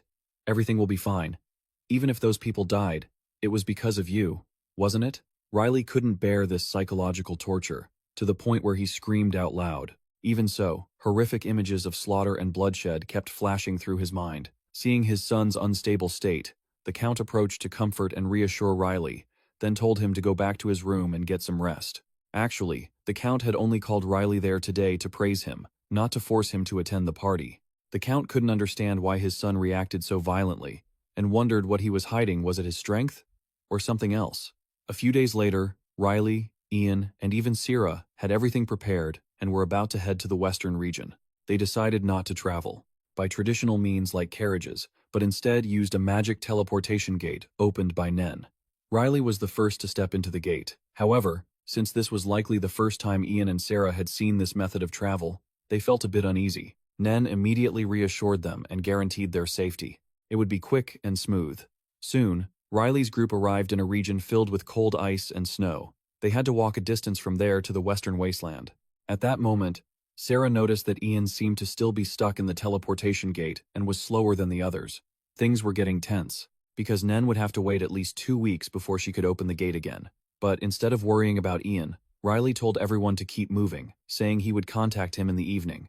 Staying in one place wouldn't solve anything anyway, and besides, Ian would surely be out of the gate soon, so Nen shouldn't worry. Nen was quite curious why Sarah had suddenly decided to accompany them on this trip. In truth, it was a request from Lady Iris, who was quite worried about her young son, as Nen lacked experience and Ian wasn't exactly subtle. So, Lady Iris would feel more at ease if Sarah went along with them. Before the group set off, Lady Iris had also instructed Riley to be careful and take care of his health. By evening, they found a cave to rest and looked over the map together. Sarah was very curious. She didn't understand why they weren't stopping at the Duke of Philistine's territory. After all, he had sent a personal invitation for young Master Riley to attend his year-end party. When she heard that, Nen felt so agitated that she carelessly cut her finger without even realizing it. Luckily, Sarah was by her side and noticed. She helped bandage Nen's wound, while not forgetting to complain about what would happen if a beautiful person like her let herself get hurt like that. This remark from Sarah made Nen feel uncomfortable, because Nen was often insecure about the large scar on her face. She thought she was ugly. However, in Sarah's eyes, Nen was a very beautiful and talented girl. She was not only ready to fight her heart out for young Master Riley, but could also make tea, do laundry, handle household chores, and cook amazingly well. Sarah had never seen a girl as talented and meticulous as Nen. So, when Sarah saw Nen feeling insecure about her appearance and abilities, she advised her, "Nen, looks have never been the problem. And even if they were important, it wouldn't change the fact that you are very beautiful. What is truly valuable and wonderful is the heart. A kind nature outweighs beauty. Even if one's outer appearance is gorgeous, if the inner soul is rotten, it's useless." After hearing Sarah's advice, Nen felt enlightened. She asked Sarah if Riley thought the same way, but that was hard for Sarah to answer. She suggested Nen ask him directly. Actually, Sarah was just joking, but to her surprise, Nen went to ask him for real. However, when Nen approached Riley, she hadn't even asked yet before she was startled by his pale and weary face. Even though Riley said he was fine, Nen was still very worried about his condition. She asked if he had lost sleep again due to nightmares. Facing Nen's concern, he suddenly flared up. Suddenly, the three of them heard the sound of wolves howling, and it seemed they were approaching their position. Riley wanted to grab his sword and finish them all off, but Nen immediately stopped him. She confessed that this time, she absolutely would not let him shoulder everything alone. Nen knew for sure that holding swords and shedding blood like this was not what Riley truly wanted. Instead of using violence, she advised Riley to try talking to resolve some matters peacefully. At this moment, 2 wolves had come very close to the cave. Nen slowly stepped outside to the wolves and successfully calmed them down with gentle words, without using force. Facing this scene, Riley was extremely surprised and couldn't understand how Nen could do that. She explained that she had learned this while staying with Master Endon. The black markings on these 2 wolves were similar to the phenomenon she had seen in the wasteland near the Sorlia Tower. If Nen guessed correctly, these black marks belonged to the person whom Endon and Isuder were tracking, the same person who took Libera to summon the dragon's remains. Next, Nen helped treat the black markings that were tormenting the wolves. She suggested that Riley could keep these 2 wolves for travel, because she had once read in a book that wolves were very useful in snowy terrain. In the end, Nen showed him that solving things through peaceful measures was much better than killing 2 innocent animals. Riley agreed with her opinion, but Sarah, hiding to the side, was scared out of her wits and asked if she could release the wolves. What if they took the opportunity to eat the whole group? Regardless, the two wolves were allowed to stay in the warm cave and slept soundly with Nen. Sarah was quite spooked because she had been bitten by a dog when she was little, creating a psychological trauma regarding all animals of the canine family. Afterward, the two of them, Sarah and Riley, talked to each other about some trivial things from the past. Sarah asked Riley if he had anything like a psychological trauma, or not. She shared that she was always careful because there were many things related to dogs. Sometimes she thought she had overcome her fear, but when interacting with dogs, she found it difficult to accept them. Riley guessed that maybe Sarah had encountered something in Sorlia, because he had seen her eyes darting back and forth as if she were afraid during their entire time in Sorlia. Now, Sarah confessed to him that in the past, she had lived in a poor town in Sorlia and begged for food there. Her senses were much sharper than an average person's, to avoid being captured by human traffickers. Even now, Sarah still had a fear of loud noises and confined spaces from those unpleasant experiences in the past. After hearing Sarah's story, Riley asked if there was any chance for her to overcome those psychological shadows. The answer, of course, was no, because, as he could see, she still shook like a leaf when seeing wolves. But the important thing was that she was living very happily. After all, in this world, everyone has their own weaknesses and fears, including Riley. Sarah saw that her young master had many flaws. For example, he didn't like troublesome things, slept in a lot, and was very afraid of his mother. And although Ian always complained about Riley, saying he could be a bit troublesome at first, in the end, he was always the one ready to help him through difficult times. This might actually be a blessing for him. So, Sarah thought it wasn't so bad to have flaws because you could ask others for help. In short, there was nothing to be ashamed of for having flaws or secret fears, because in this world, who doesn't have them? No need to get a headache over such trivial things. After hours of listening to Sarah's lecture, Riley seemed to have understood something. At the same time, the bald guy was struggling in the snowstorm when the mysterious figure suddenly appeared, announcing that his left arm, that is, old Astrua, was done for, and Libera had been beaten within an inch of his life. Therefore, the mysterious figure ordered him to quickly find a replacement for that man's position, and gave the bald guy a dark orb to handle everything from now on, because his own heart had been injured during the clash. Upon hearing this news, the bald guy's first reaction was utter shock, then it turned into fury, because his two henchmen had been sent to the afterlife by someone else, and his boss had even lost a chunk of flesh. He didn't know who was bold enough to do something so outrageous. Back to Riley's group. Sarah now knew that Nen hadn't fully recovered from her illness and that the purpose of the trip from the very beginning was because of Nen. Only now did Nen dare to tell the truth because she was afraid everyone would worry. But actually, Sarah had been suspicious since Nen mentioned the journey. Even Lady Iris was very concerned about her and the young master.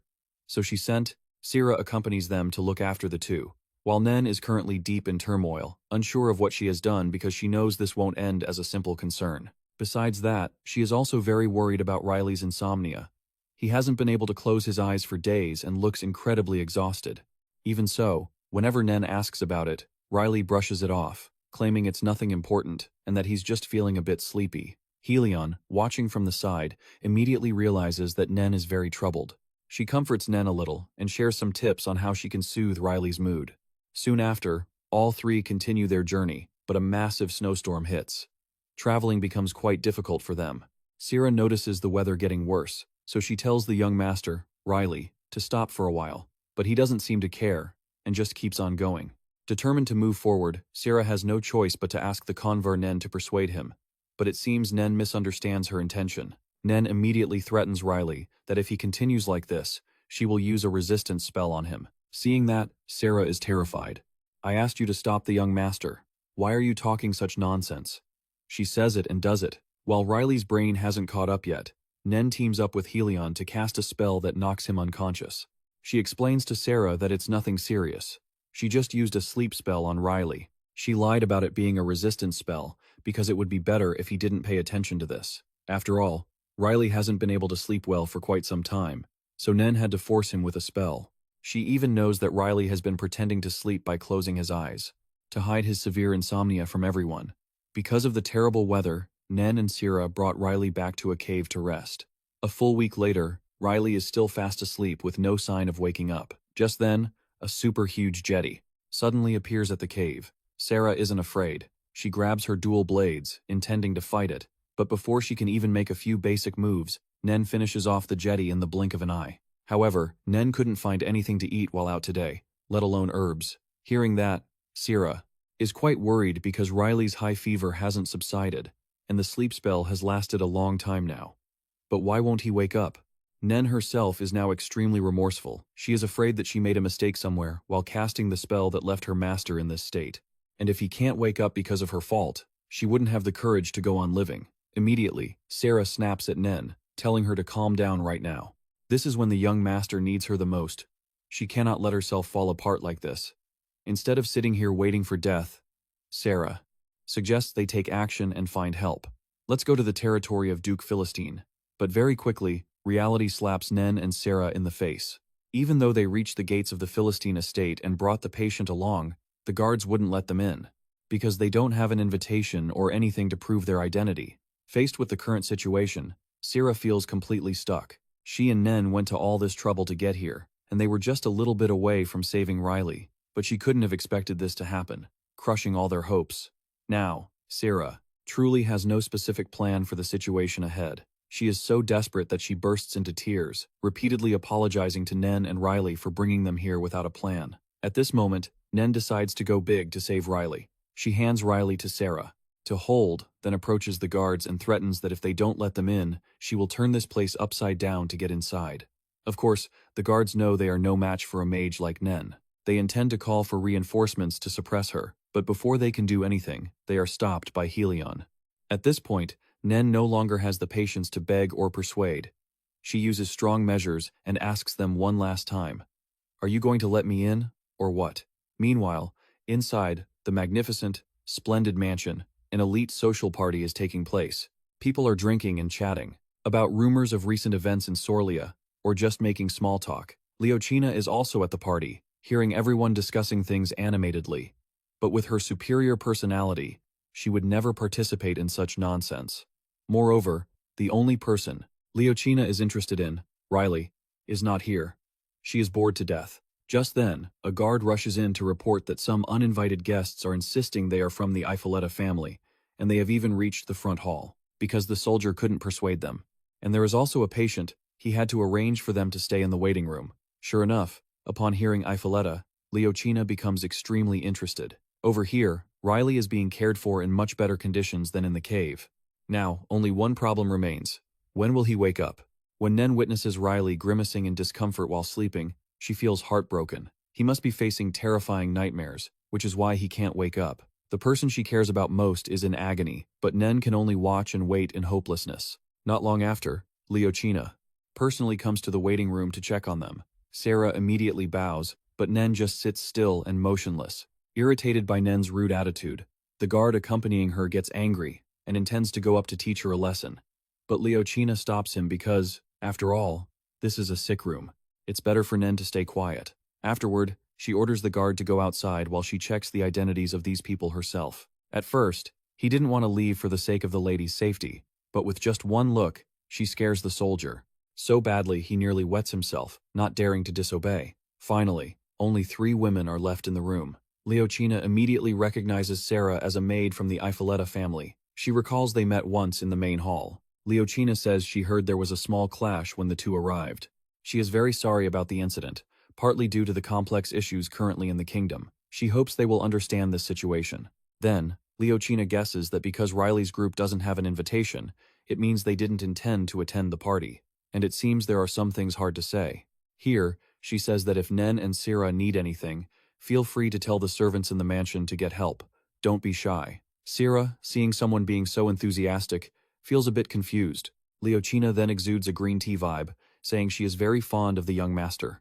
That Riley's actions for Nen were completely voluntary. The woman doesn't forget to emphasize a person who once killed the old Astrua, and also served as a level 7 mage, and as we all know, that person is Nen. At this, Nen reacts. "How could you know about this?" Leochina replies calmly. "Just like the secrets you two can't reveal, I have my own secrets." Immediately after, Leochina says she must return to the party because she can't leave her seat empty for too long. Before leaving, she casts a meaningful glance at Nen. Afterward, Nen and Sarah are forced to stay at the Duke Philistine estate, waiting for Riley to wake up. Perhaps because being in the room for so long is stuffy, Sierra tells Nen to go outside to walk and breathe some fresh air to relax. Initially, Nen intends to refuse, but Helion at her side keeps chirping, demanding they go out, so she finally agrees. Even so, Sierra cannot relax or unwind at all, because she keeps dwelling on the unpleasant talk at the party. Sure enough, the appearance of young Master Riley here, instead of Ifiletta's heir, Lloyd, has sparked rumors and speculation among the nobility. They even know that a maid with a terrible appearance from the Ifiletta family helped stop Astra from destroying Sorlia. There are many who don't believe this because it sounds too absurd, but others argue that the maid is no ordinary maid, but a level 7 mage. Perhaps because of that, the young master of Ifiletta used her as a weapon of destruction to gain power and a standing of his own in the family. Someone suggests that if they appoint a new mage as the master of the tower during this time, surely no one would have the ability to defeat that maid. Not stopping there, they even make malicious jokes about the flaw on her face. At this point, Sarah can no longer listen. Nen, Riley, and many others risked their lives to save Sorlia and those bastards, but now these elite people are saying malicious things about Nen's flaw and about using humans as weapons. How ridiculous. It's lucky that Nen didn't hear these things, otherwise she would be very sad. Elsewhere, Nen accidentally meets Leochina while walking. While chatting with Nen, she asks directly if Nen likes Riley. Because she was hit right where it hurts, Nen is very confused. Seeing Nen react that way, she knows for sure that she guessed right. Then, she adopts a tone telling Nen to give up that thought, because the Ifiletta family is the sword of the Sorlia Empire. Carrying such a massive and honorable burden a girl of such humble origins like Nen could never reach. That green tea BT/ even maliciously emphasized the flaws on her face, and those scars too, right? Even if one tried to view the situation in a positive light, they couldn't be healed, huh? Helion was furious hearing this, but Nen stopped this little one before her words spiraled out of control. It's true that the tree wants to be still, but the wind won't stop. Leochina continued to body shame her, claiming that no matter how talented or prominent Nen is, those scars can never be hidden. If the two of them were to hold a wedding, what would the guests think when they saw that? They probably wouldn't even want to attend. Ultimately, Leochina claimed that everything she had said so far was just a joke, telling Nen not to take it to heart. What the hell was that? Who asked you to do that, you demon? Helion was beyond pissed at this woman. What kind of person is ugly inside and out? Nen is obviously 100,000 times prettier than her. That's because Nen is gentle. That's why she gets bullied. If she were dealing with Riley, she'd be in for a real lesson today. Helion encouraged her to ignore Leochina, telling her to treat it like a dog barking in the distance. She said that once she becomes a spirit, all the scars will vanish, so she shouldn't worry. Even though Nen didn't say anything from start to finish, she was actually deeply hurt and saddened by those malicious words. Afterward, Nen and Helion returned to the room with Sarah. As the three of them talked and discussed the prophecies about the location of the soul Nen needed to find, Nen suddenly asked Sarah to take care of Riley for a while. She had decided to personally go and find that soul. Although the location was unknown, Nen would use her ocular powers to search. Then, she asked Helion to recall the details from her encounter. As soon as she gathered the necessary information, Nen got to work. Since this was her first time searching for a soul, she had to exert a lot of effort, and it was incredibly painful. Seeing her like this, Helion was extremely worried. But Nen insisted she was fine and continued to try a second time. She was so close to finding that soul, and Nen couldn't just give up halfway. However, using her ocular powers at such high intensity caused Nen excruciating pain. Sarah, standing beside her, also advised her not to overexert herself like that. But luckily, she succeeded in finding the soul's location. Both Sarah and Helion were astonished to hear this, and asked Nen where the soul was. She immediately pointed toward Riley, who was lying there. The two were very confused by Nen's action. Nen immediately explained that Riley was the key. However, Helion disagreed with her opinion, because Riley didn't seem to have any connection or signs related to the prophecy. The black wings, the silent hymn, and the invisible eyes. But Nen actually thought that the invisible eyes, which they couldn't see, only existed within dreams. By now, Helion felt that everything was becoming even more confusing. How could the soul she mentioned months ago appear in Riley's dream? But to understand this mystery, they needed to find a way to solve it themselves from now on. Therefore, Nen planned to enter Riley's dream. After all, it was the only way she could think of right now. Seeing this, Helion immediately tried to stop her, because if Nen did this, her condition would worsen, and she could even get lost in the labyrinth of memories and face serious consequences. But by this point, Nen had made up her mind. She wasn't just doing this for herself. She wanted to find Riley to redeem herself. As her master's sword, she could only stand by and watch him suffer, tormented by nightmares. So, Nen thought she had to take action, before it was too late.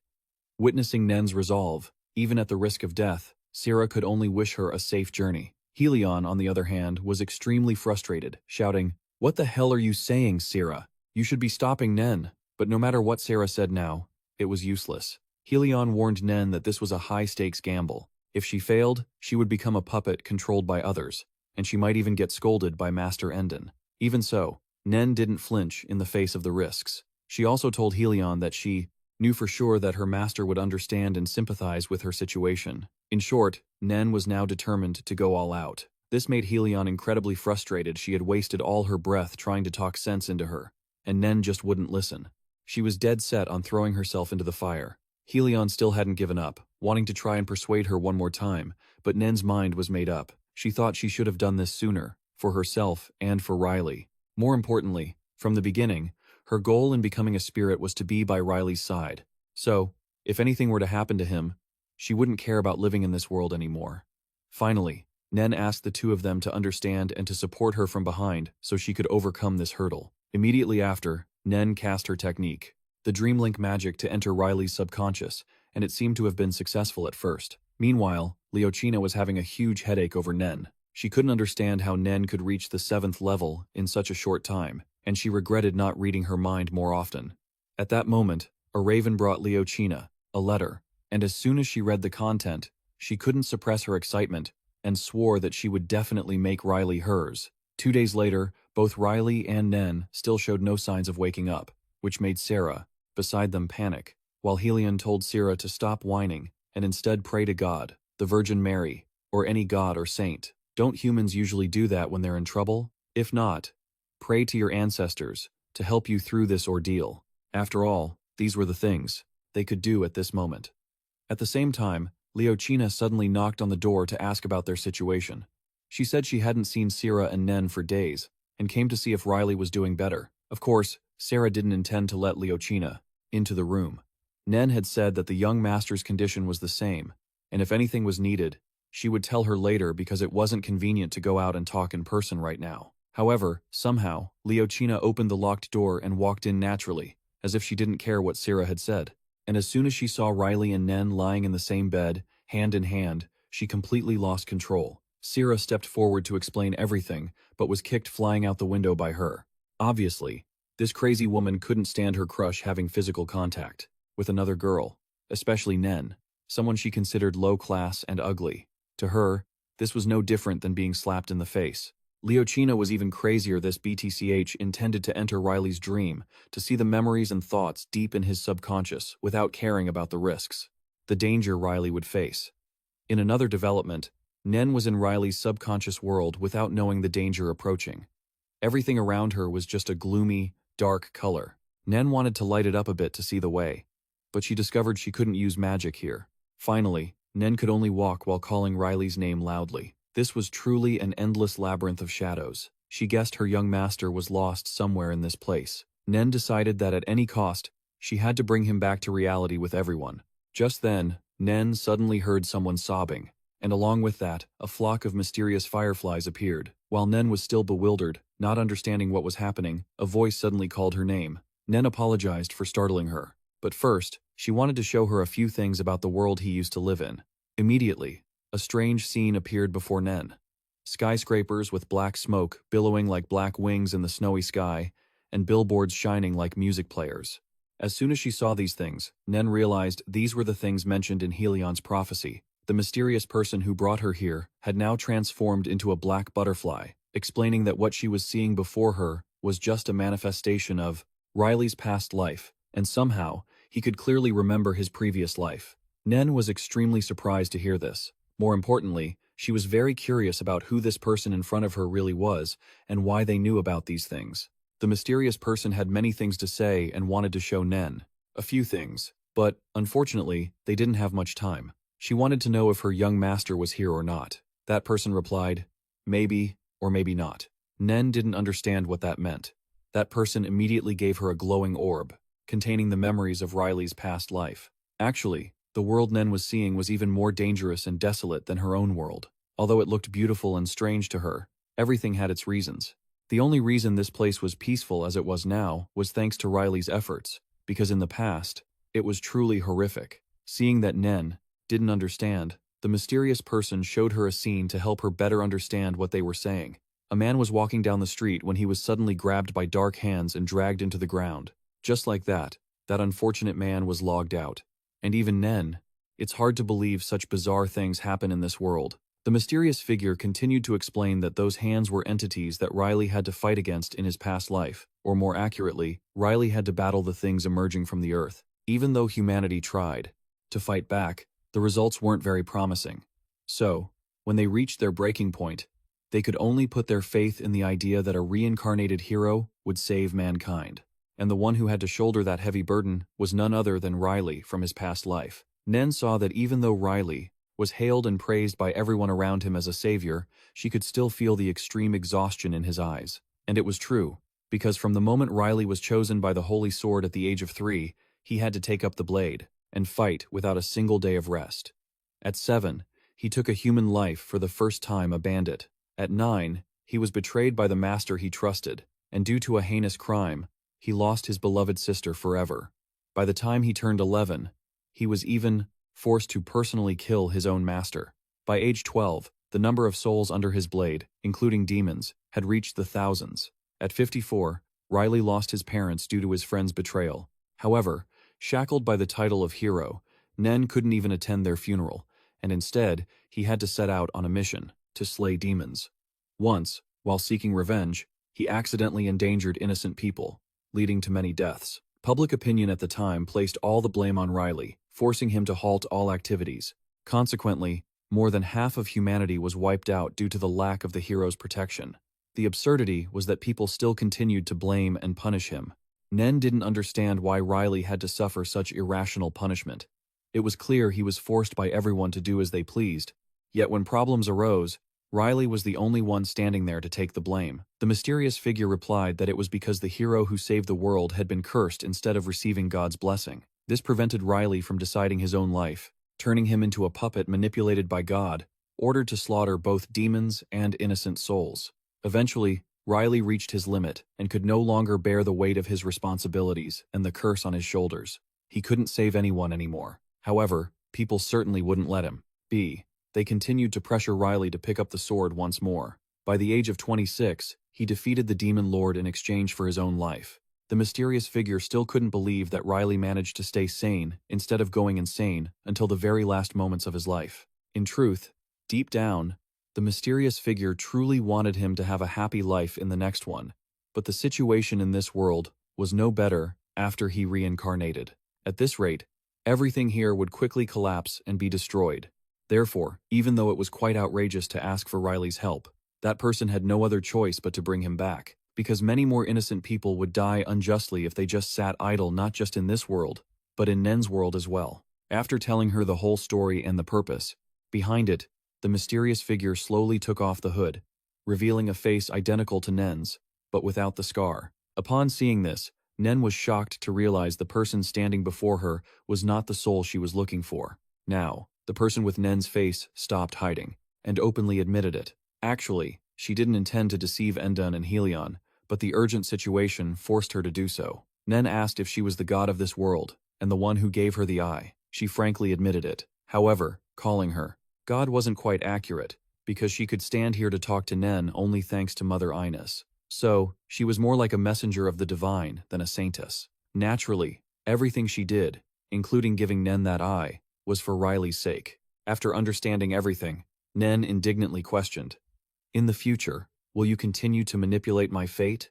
Are all my choices truly my own, or am I just a puppet of yours and God?" Faced with Nen's rapid-fire questions, the girl, or let's call her the messenger of God, gently addressed her concerns. In reality, Nen's destined path had ended long ago, so every path she had taken since meeting Riley was decided by herself. In other words, Nen's fate was determined by Nen alone, not by anyone else. Even God had no right to interfere with her destiny. What surprised the messenger was Nen's extraordinary courage in daring to travel all the way here alone to save Riley.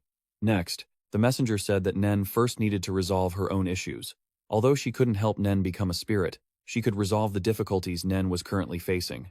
This meant Nen would be cured without needing to become a spirit. She would remain a perfectly healthy human. Because they didn't have much time left, the messenger told Nen to close her eyes, and when she woke from this dream, she should ask Riley to pick up the sword and fight once more for the peace of both worlds. Besides that, she revealed to Nen that the mysterious figure who clashed with Riley's group in Sorlia, and others like Libera, had used dark power. Since only Nen had appeared in this world, if they let them continue like this, both worlds would fall into imbalance and collapse.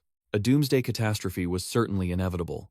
Although the messenger knew this was a shameless request, she had no other choice but to ask for Riley's help. She genuinely wanted to save the world. Hearing this, Nen understood somewhat.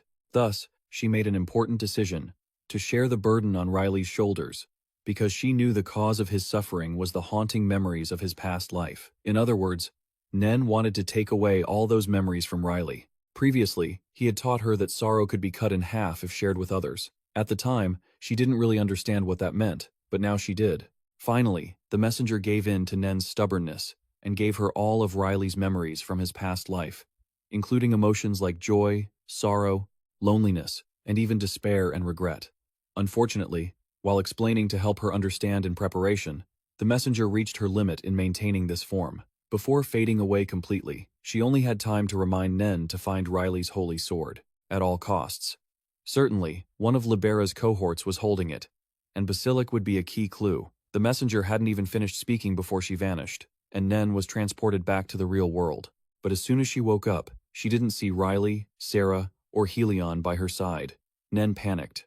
At the same time, the horrific memories of Riley's past life began to manifest in her mind, causing her immense pain. After a while, Nen managed to calm down, and she was extremely astonished to discover that the scar on her face had disappeared. She immediately channeled the mana in her body, and felt everything flowing smoothly without any obstruction. Indeed, Nen had been completely cured by that messenger. However, just as she was about to start searching for Grad and her friends, she suddenly heard the ear-piercing scream of that green tea girl, Leochina. But even hearing that, Nen was still sharp. Forget everyone else. For now, she just had to go find her beloved Riley and her two friends.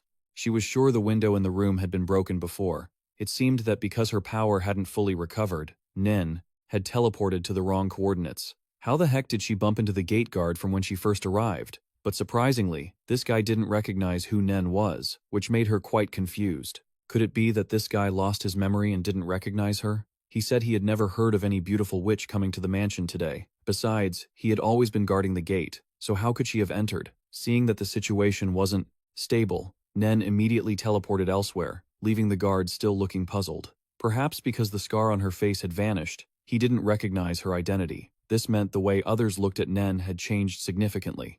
Afterward, Nen found where Sarah and Helion were. Even they, at first, didn't recognize who she was. Nen was very curious to see how Riley would react when he saw her current appearance. It would surely be interesting. However, this wasn't the time for idle thoughts. Immediately, Nen took Sarah away and said she would explain everything later. In another development, that green tea, Leochina, had entered Riley's subconscious world to sneak a peek at his memories. It seemed the place she went to was a monastery on Earth. Nen was sure this was a fragment of his past life. Indeed, very soon after, she saw the Riley of the past life and the stranger standing opposite him. Leochina heard those two talking about things like the curse, God's blessing, Earth, the hero, and the demon lord. To sum it up, she didn't understand a damn thing. But unfortunately for Leochina, she was discovered right before the two were about to clash. Instantly, she was punished by the Demon King, which made her. The pain was so intense that she had to break out of Riley's subconscious realm immediately. If she had been a moment later, she would have definitely kicked the bucket. Even after returning to reality, Leochina was still haunted by that agonizing sensation, while Nen kept screaming at the top of her lungs like a pig being slaughtered. It was so annoying that Riley, who was trying to sleep, had to jump up and cover her mouth. "Please, just shut up for a second." Just then, Nen and Sarah found his location. The moment Nen met him, Riley realized something was wrong. But when she heard him call the girl in front of him, Nen, the two, Sarah, and Helion finally realized this was their friend. What a pair of ride-or-die besties. Afterward, Riley told Nen to make Leochina be quiet because it was hurting his ears, and as soon as she used her magic, the girl went silent. Riley could finally breathe a sigh of relief. while Nen was deeply moved to see her beloved master had finally woken up and returned to normal. However, he felt quite confused as to why he was here, because clearly, before going to sleep, they were all in that stone cave. Sarah had to explain the whole story to him. After all, he had been fast asleep for an entire month. Just then, soldiers from the Duke's estate were about to reach this room. Nen and the other two had to teleport to a different location. When the soldiers entered, they only found their young mistress in an unconscious state. Since this incident caused quite a commotion, the Duke's estate had to investigate everything clearly to find the culprit who left Lady Philippnian in this condition. A soldier came to take statements from Riley's group, asking where they were at the time. Naturally, he couldn't just blurt out the truth. He had to play it off, claiming he was just lying around in bed because he was sick. Not stopping there, the man continued to ask them about how the maid flew out the window that day. Riley bullshitted, saying the reason Sierra did that was because the Ifoletta family is a family of swordsmanship. Nen, everyone, including the maids and servants, has to train for their lives just to be able to carry the noble responsibilities bestowed upon them by the Empire. Finally, unable to get any useful information, the soldier had to leave. Even though Riley told her it was best to keep this quiet, there were still some parts Sarah couldn't understand, because Leochina had acted very strangely that day. Nen kept ruminating on it, especially the fact that she had kicked her right out the window. After thinking for a while, Sarah guessed that Leochina had been possessed by a ghost, which is why she had a seizure and screamed so horribly. This girl even deduced that it could be the ghost of the Philippnian Duke family that had been trapped in the mansion for a long time, and now it had risen to take over Lady Leochina's body. Riley was left speechless upon hearing that. He couldn't tell if Sarah was truly dumb or just pretending, because how could a normal person have such a ridiculous train of thought? A while later, he decided to go outside for some fresh air. After all, today was the last day of the Philippnian family banquet. During the ball, everyone turned their attention toward one special woman. As for the men, they were chasing after her like fans after a young idol.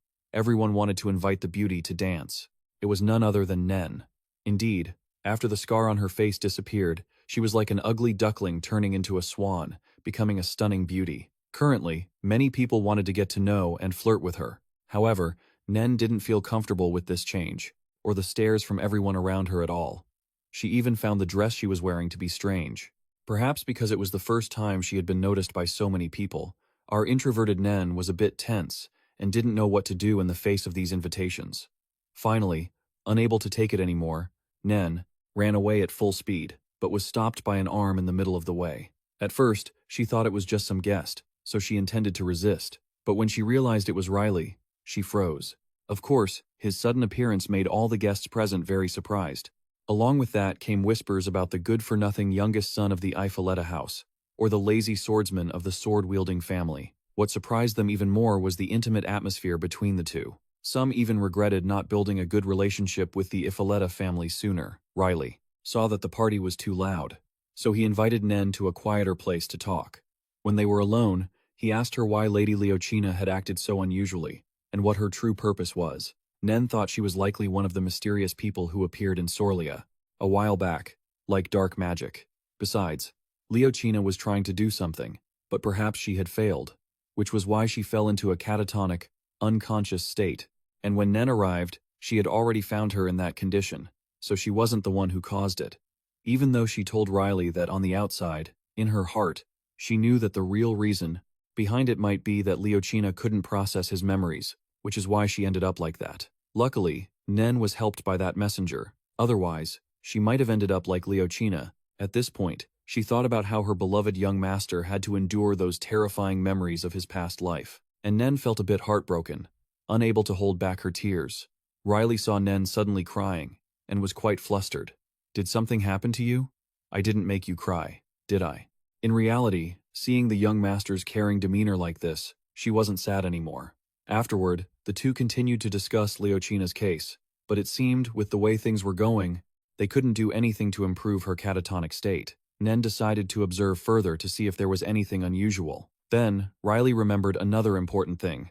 He had to resolve Nen's issue, which was the preparation to become a spirit. However, she told him she had already handled everything while he was asleep, so he didn't need to worry. At this moment, Nen gathered all her courage to ask Riley directly if she had changed that much, since both the guard and Sarah couldn't recognize her at first. Nen was quite worried that people around her would think she looked ridiculous with a changed face. She didn't know if Ian and Madame Iris would recognize her, but Riley's reaction really surprised Nen. He said he hadn't noticed she had changed that much. Even if her face was a bit different, it didn't matter at all, because, in Riley's eyes, Nen was still Nen, exactly the same as always, a beautiful and strong girl. Surely their friends wouldn't notice this either, because they all loved Nen very much. Today, Riley's mouth was sweet as honey. Everything he said sounded so sugary. With his level of flirting, it would be a surprise if Nen didn't fall head over heels for him. In another development, the bald guy seemed to have found something important in the desert. On this side, Riley's group was also about to continue their journey after Riley had fully recovered. Sarah was especially excited and happy to know that the scar on Nen's face had completely disappeared after the young master woke up. She guessed that Ian, the madam, and everyone at the Count's estate would be very surprised to see this beautiful appearance of Nen. However, at this moment, Nen told Sarah and Riley to go ahead, saying she would follow them later, with the excuse that she wanted to go thank the doctor who had treated her face. Neither of them doubted her words. In fact, Riley even wanted to go with her to thank the doctor himself. He walked over to Nen and revealed to her that the real reason he started this journey wasn't just that simple. But just as he was about to say something, he forgot. It seemed his memory had gotten much worse than before. Nen guessed that this was related to her absorbing his past life memories.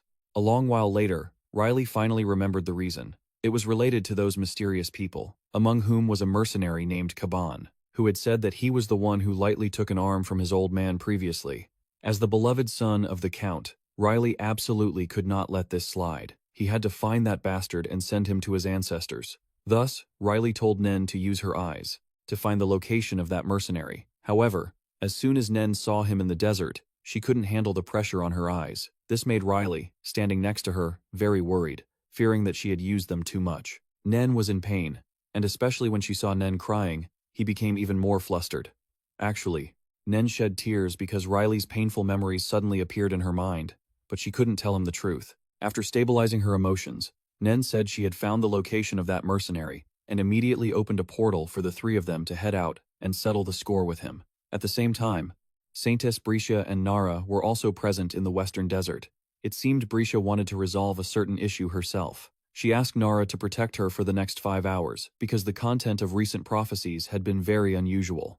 She had to investigate this clearly and be present to handle it in time. Nara asked what the content of the prophecy was that made the Saintess of Sorlia so worried. Brescia didn't hide it, and said straight out that someone with evil intentions was planning to approach the saint, so they must be careful.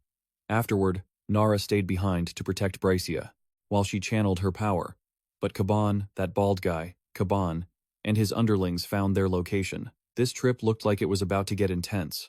On the other hand, when Riley's group reached the western desert, it was already completely dark. They had lost the trail of that bastard, and Nen, since he couldn't use his eyes to search, he decided to try using magic to track them. Luckily, he managed to find some crucial clues. The scene looked like a bloody brawl had just taken place. Meanwhile, Kaban's group successfully captured Nara and Brescia, though he was still feeling anxious. He was waiting for a reply from his accomplices, while his 2 henchmen were impatient to sell Nara and Brescia to human traffickers. They were convinced that such high-quality goods would fetch a high price. However, Kaban got angry and punched each of them to snap them out of it. Those idiots. Don't you guys get it? Do you have any idea who this white-haired girl is? She's a saintess. Only then did the 2 henchmen realize they were holding onto something extremely dangerous. If they weren't careful, the entire Sorlia Empire would hunt them down. At the same time, Kaban warned them once more to be very careful because, in the future, these 2 girls would be very useful. But life is never that simple. While the 3 were talking, Riley arrived and overheard everything. He never expected these guys would dare to touch both the Saintess and his friend. He decided to settle both old and new scores at once. This time, he would make them pay for everything they had done. When he saw Riley, Kaban was still stubborn enough to provoke him about the incident where he'd taken the arm of Riley's father during a battle near the border. Naturally, those words successfully awakened the demon inside him. "Oh, so you've chosen death?" Riley was all talk, but the moment he activated his haki, the whole group was scared stiff, frozen under the overwhelming pressure he emitted. In just a blink of an eye, Riley approached Kaban, intending to take this bastard out first. However, just at the most intense moment, the plot took a sharp turn. Riley suddenly fell into an indescribably unstable state. After waking up from a long sleep, he had been constantly agonizing over why he even held a sword, and he even started having hallucinations about being sliced to bits. Then, images of his past life self appeared, begging him to protect his family in this life and never let that tragedy happen again. At this moment, Riley was battling his past self in his subconscious. He doubted the true reason for holding a sword and why he had turned himself into someone viewed as a troublemaker, a coward, a good-for-nothing, a lazy person, and a disgrace to the swordsman family.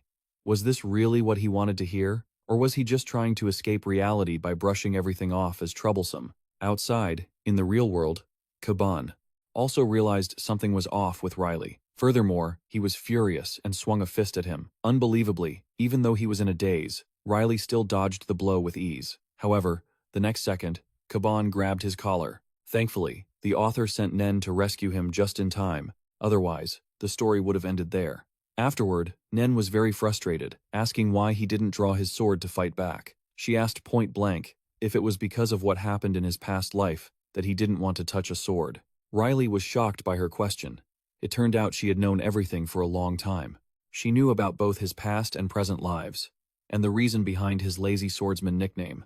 Even though he always acted indifferent, lazy, and avoided holding a sword, she knew deep down in his soul he still longed to fight with his blade. Seeing Riley so conflicted made Nen feel hurt and distressed. In the past, he had told her that if she was afraid or disappointed by something, she should step back and slowly observe everything. However, what Nen concluded was a little different. She believed that no matter what happened, and regardless of the outcome, she just wanted Riley to do what he truly desired. If he wanted to hold a sword, he should. If he didn't want to, then don't. But he shouldn't struggle over it, because no matter what Riley chose, Nen would always support him. As the young couple talked, suddenly, the bald guy appeared out of nowhere to launch a sneak attack. But there was no way to beat the protagonist that easily, especially after Riley got a waifu power-up. I tell you, it was absolutely badass. In a flash, his sword strike had cleanly taken one of Kaban's arms. The guy even froze for a few seconds before realizing he had just become Yang Guo. How's that? Does it feel good? The words Riley just spoke obviously triggered Kaban's rage. He grabbed his axe, wanting to chop him in half, but this guy was suffering from a severe case of power delusion. How on earth could he have the skill to defeat that sword genius? After swinging his axe wildly for a while, Kaban couldn't even touch a single hair on Riley's head. He was like a mosquito trying to bite through stainless steel, totally oblivious to his own limits. Finally, Riley got bored of playing cat and mouse with him. In your next life, try living properly, old man. Immediately after, he returned to Nen. Both of them looked affectionate, but it wasn't a touching scene, it was more like things had just gotten cold. Riley pinched Nen's cheek, telling her to come clean about everything she knew regarding his past life. Nen had to honestly confess everything she knew, including her meeting with the god's messenger and the fact that the messenger had apologized to Riley, hoping he would help save that world once again. At this point, Riley admitted that the world on the other side that Ian had mentioned was actually Earth, his homeland from his past life. He had experienced many unfortunate events there. When the messenger apologized and asked for help, he hadn't been able to accept it immediately. However, Riley still had one more question. Why did he suddenly fall asleep in the cave? Hearing this, Nen felt guilty. Finally, under the pressure of the young master, she admitted that she had used a sleep spell on him. Naturally, Riley was usually too doting on Nen, and she knew it, which is why she did that. So now, he had to punish her by pinching her cheeks. After that, Nen asked if he wanted to find the twin swords as the messenger requested to save Earth. Of course, his answer was no. Who has the time to worry about their past life? Nen wasn't surprised by this at all because she understood the young master's personality too well. In another development, at the Eifeletta estate, Sarah was incredibly bored after her trip with Riley and Nen. In the end, she still didn't understand why Lady Iris had sent her along to solve their problems, and clearly, she hadn't accomplished a single thing. Even though Sarah was useless, Lady Iris didn't blame her at all. Instead, she shared that not long ago, she had talked about this with Ian, and was worried about what might happen if Sarah reacted similarly. Just then, Lady Iris remembered she had forgotten to tell Ian, so she immediately went to look for the letter he had left behind, and discovered that Ian had already set off to support the young master and Nen a long time ago. Well, that's it. They were really in trouble now. Elsewhere, Nara and Breicha had woken up, and fortunately, neither of them had any serious injuries. Nara thanked Riley for saving their lives, but he said that it was Nen who helped them wake up. At first, seeing Nen's new appearance, Nara couldn't recognize her immediately, and had to be reminded by Bricia. Of course, she was extremely surprised to know that the beautiful girl standing in front of her was the Seven-Circle Mage, with the huge scar on her face. Afterward, both Nara and Bricia were very happy for Nen, as she had fully recovered from her illness and regained her original appearance. Nara even noticed that Riley had changed slightly. The colors around him seemed clearer and brighter. When she first met him, she felt his aura was always dark and dingy. Hearing this, Riley was speechless. "Are you saying I looked filthy before?" Of course, that wasn't what Nara meant. But the important thing Riley wanted to ask them was how many of the mysterious group members had appeared recently. Kaban, Hakma the Mage of the Rainy Fields, the head of the Sorlia Temple, Ribera, along with the masked person in the countryside, there were 4 in total. But based on the 6 great believers, Riley guessed there must be 6 people, including the 4 mentioned above, plus Lucina, the daughter of the Philistine family, which made 5. There was one missing, whom they didn't know yet. At that moment, Bricia said that she had recently encountered a suspicious person. Although she couldn't see the face because the person was hooded, she clearly remembered the woman had long, platinum-colored hair. It seemed she wasn't a noble, as she had no guards accompanying her. Riley realized the situation was becoming complicated with 3 more people they hadn't encountered yet. It was best for the group to be more cautious from now on. Then, Bricia shyly asked if it would be a bother to ask Riley for a favor, but before she could finish, he immediately refused outright, leaving the Saintess frozen. So, Nara had to step in and explain Bricia's reason. It was about a prophecy from not long ago, follow the child of the black butterfly. Bricia thought the child of the black butterfly referred to Nen, which was why she wanted to join the 2 of them.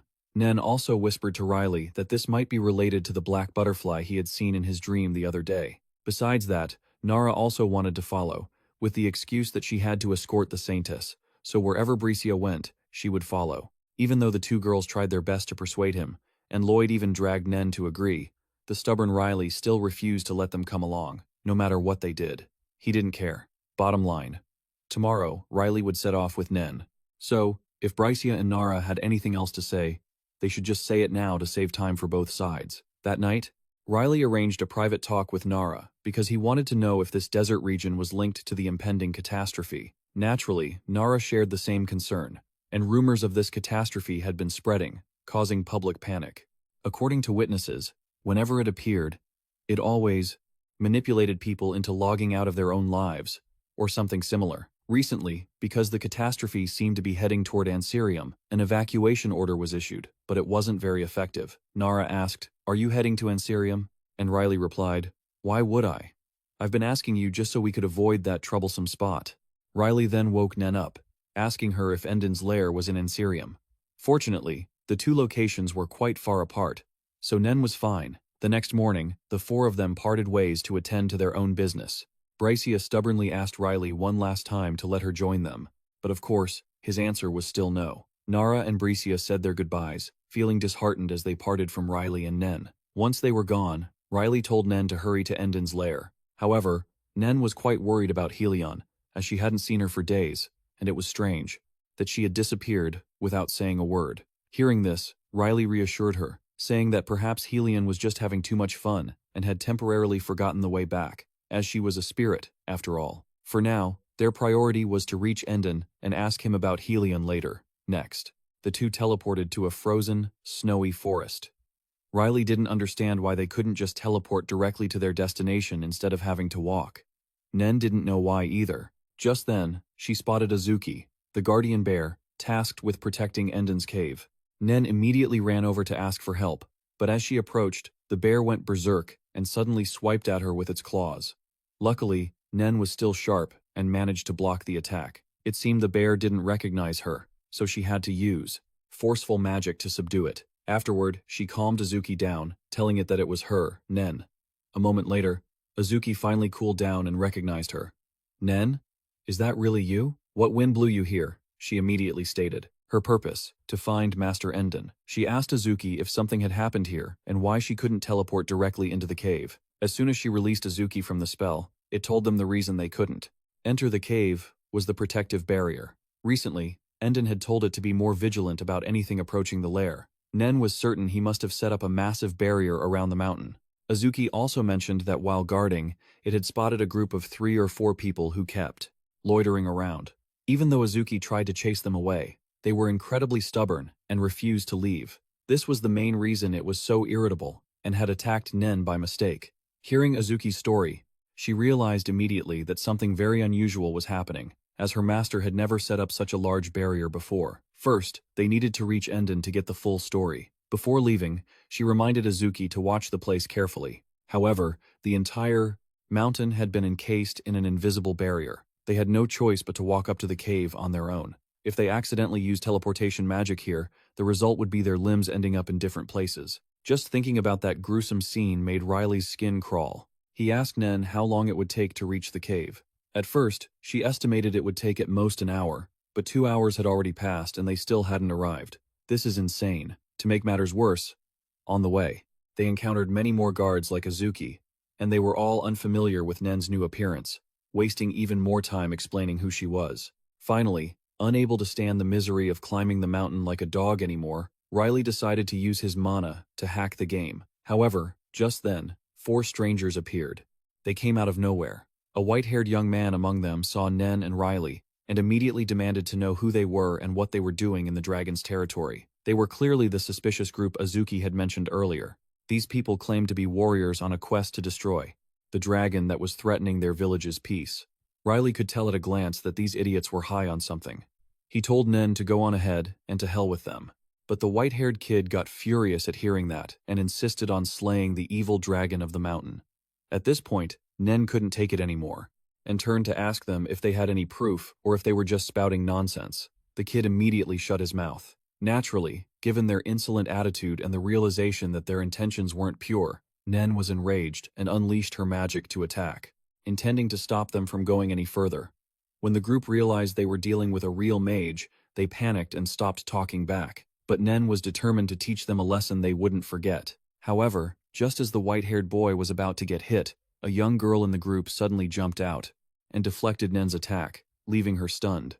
Taking advantage of that, the girl bowed, apologized profusely on behalf of the other 3, and dragged the whole bunch away. Although surprised at first, Nen quickly reacted, feeling that the girl's technique looked familiar, as if she'd seen it somewhere, but she couldn't quite remember.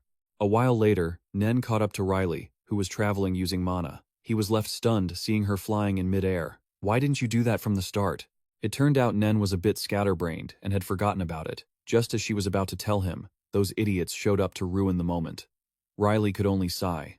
She deserved a cheek pinch for that one. Afterward, Nen used her magic to help Riley fly so they wouldn't have to walk anymore. They zipped over to Enden's location, but when they reunited with him after some time, both Nen and Riley were shocked to see him back in his dragon form, his entire body infected with poison. It turned out, he had encountered one of the 6 great disciples in the western desert and had been hit by a sneak attack. In reality, Enden had nearly been mind-controlled into logging out. Even now, he found it ironic that he, a powerful being who held the power of life and death, had been duped by a tiny human. Especially when Riley asked if he had lost, the prideful dragon couldn't accept the truth and made excuses, saying he was a bit dizzy and needed a nap. Nen was confused as to why her master didn't use purification magic to cleanse the toxin, or if it simply wasn't working.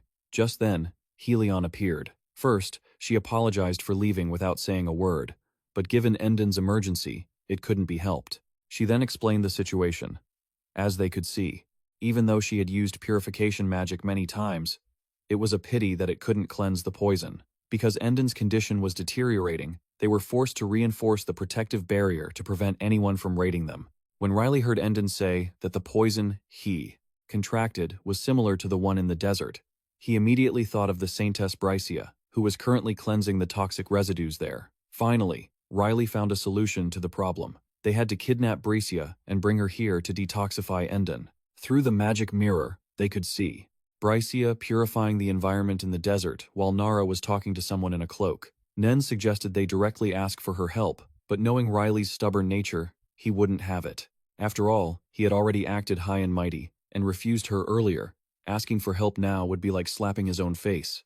So, Riley decided they would kidnap Brycia in 3 days, once she had finished cleansing the poison in the western desert. However, Nen said she was still worried about her master. Riley immediately reassured her that Endon was a giant, thousand-year-old gecko who was tougher than a cockroach. He couldn't possibly kick the bucket just like that because of some human poison. She shouldn't worry herself sick. It was best for them to go rest and regain their strength to prepare for the next steps. Elsewhere, the girl who blocked the attack that morning was being punished for sneaking up the mountain. Her family member next to her was furious, but then she called the girl over and whispered, "I know you're worried, because the moment of parting is drawing near, but I don't want you to die in vain, because you are my final disciple." All the grandmother and granddaughter could do now was wait for the savior to appear, but if not, then it was simply fate. 3 days later, Riley observed through the magic mirror that Bricia had cleaned up everything in the desert.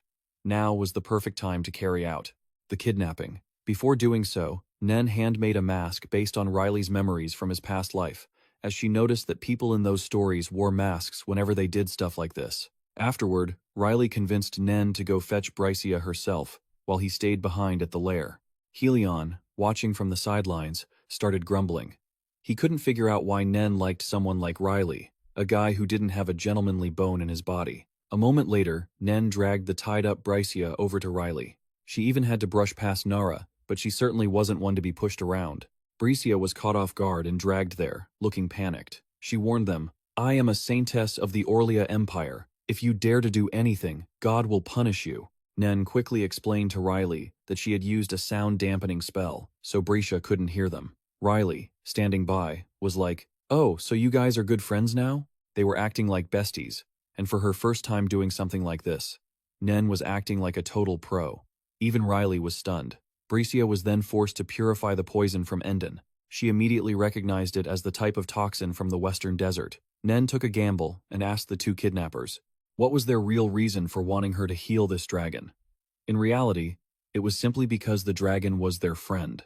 Of course, both Riley and Nen were wearing masks, looking like a couple of dog thieves. Bricia couldn't recognize them, but she could use the Saintess's power to sense malice.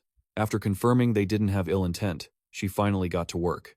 Using her blessing, she treated Endon. A moment later, Endon woke up and seemed to have fully recovered. They prepared to take Bricia back to Nara, but they didn't expect that before she left, the troublemaker Endon would accidentally call out Riley's name. Riley, panicked, slapped Endon and tried to cover it up, but the stubborn dragon started bickering, blowing Nen and Riley's cover completely. At this point, there was no point in crying over spilled milk. All three of them just froze in awkward silence. Bricia took the opportunity to show off to Riley about how capable she was. Endon, meanwhile, expressed deep gratitude to her for saving his life. Afterward, Bricia just wouldn't let Riley off the hook, constantly nagging him about why he chose to kidnap her and so on. Naturally, Riley wasn't in the mood to chat. Nen just nodded along to get it over with, but as soon as he turned around, he caught Endon's fiery gaze. It scared the living daylights out of him. "What the heck are you doing, man? You scared me." And just like that, the two big mouths started bickering again. Riley criticized Endon for his rude attitude after he'd just cleaned up his mess, and mocked him for almost kicking the bucket from a human's poison, a dragon failing that hard. Pathetic, just a winged gecko. Endon, with his own big mouth, didn't back down. He mocked Riley for sleeping for an entire month and having to be protected by a girl, saying he wasn't acting like a man. In short, neither would give an inch. Having seen this 1,000 times, Nen didn't even bother to stop them. Just sat there, sipping tea, not caring about the world. After a while, they finally calmed down. Riley asked Endon if he planned to hunt down the culprit and give him a beating. Of course, the answer was yes, because he knew this wouldn't just stop at the western desert. It would likely spread to the surrounding regions. They needed to get to the root of the problem quickly. However, Riley started doubting Endon's capability. What if he got poisoned again? Was he going to ask Bricia for help again? Don't even dream of it. Afterward, they asked for Bricia's input on the matter and what she thought of those behind the plague and the poison. The truth was, she hadn't seen them yet, but they would clash soon, just as the prophecy had warned. That was also why she wanted to join Riley and Nen, but unfortunately, she was turned down flat. Nen couldn't defend her young master's stubbornness anymore, because, after all, Bricia had shown sincere intent and trusted Nen and Riley. Even Endon stood on Bricia's side. But while they were discussing, Riley's drowsiness hit. Nen and the others left, and Riley took a nap, leaving them to do whatever they wanted. In another turn of events, the last disciple of the mysterious faction appeared. It seemed he was struggling, in immense pain from the wounds Endon had inflicted. At this rate, he would lose control of this place soon. and in the worst-case scenario, he might even die. While he was in despair, Libera suddenly appeared, scolding him for accepting the master's power but failing the mission. Even though the disciple tried to argue that he never wanted this kind of power at all, Libera didn't care. His goal was to punish the sixth disciple and teach him a painful lesson. At this point, the white-haired guy struggling was useless. He had no choice but to endure the pain caused by his own accomplice. Elsewhere, while dazed, Riley suddenly realized he was no longer in the cave. It turned out that while he was asleep, Endon had carried him to the border, the culprit's hideout. Nen explained that they had no choice because Master Endon insisted on doing it that way. Riley started regretting saving the dragon's life. If he'd known this would happen, he would have let this bright red gecko go see the afterlife. As soon as he said that, it ticked Endon off. He demanded Riley get his butt up to prepare for the next step. At the same time, Bricia arrived to inform everyone that checking the entrance of the pit was done. The group quickly went down to investigate the situation and find the sixth disciple, the one causing the plague. Endon mentioned that during their last encounter in the western desert, he had left his flames on the guy. This meant the guy was no pushover. Not only did he dare to face a dragon, but he could also endure dragon fire. It didn't stop there. Endon added that even if his head was blown off, his body smashed, or he was burned by dragon fire, he could still survive. He was a complete freak of nature.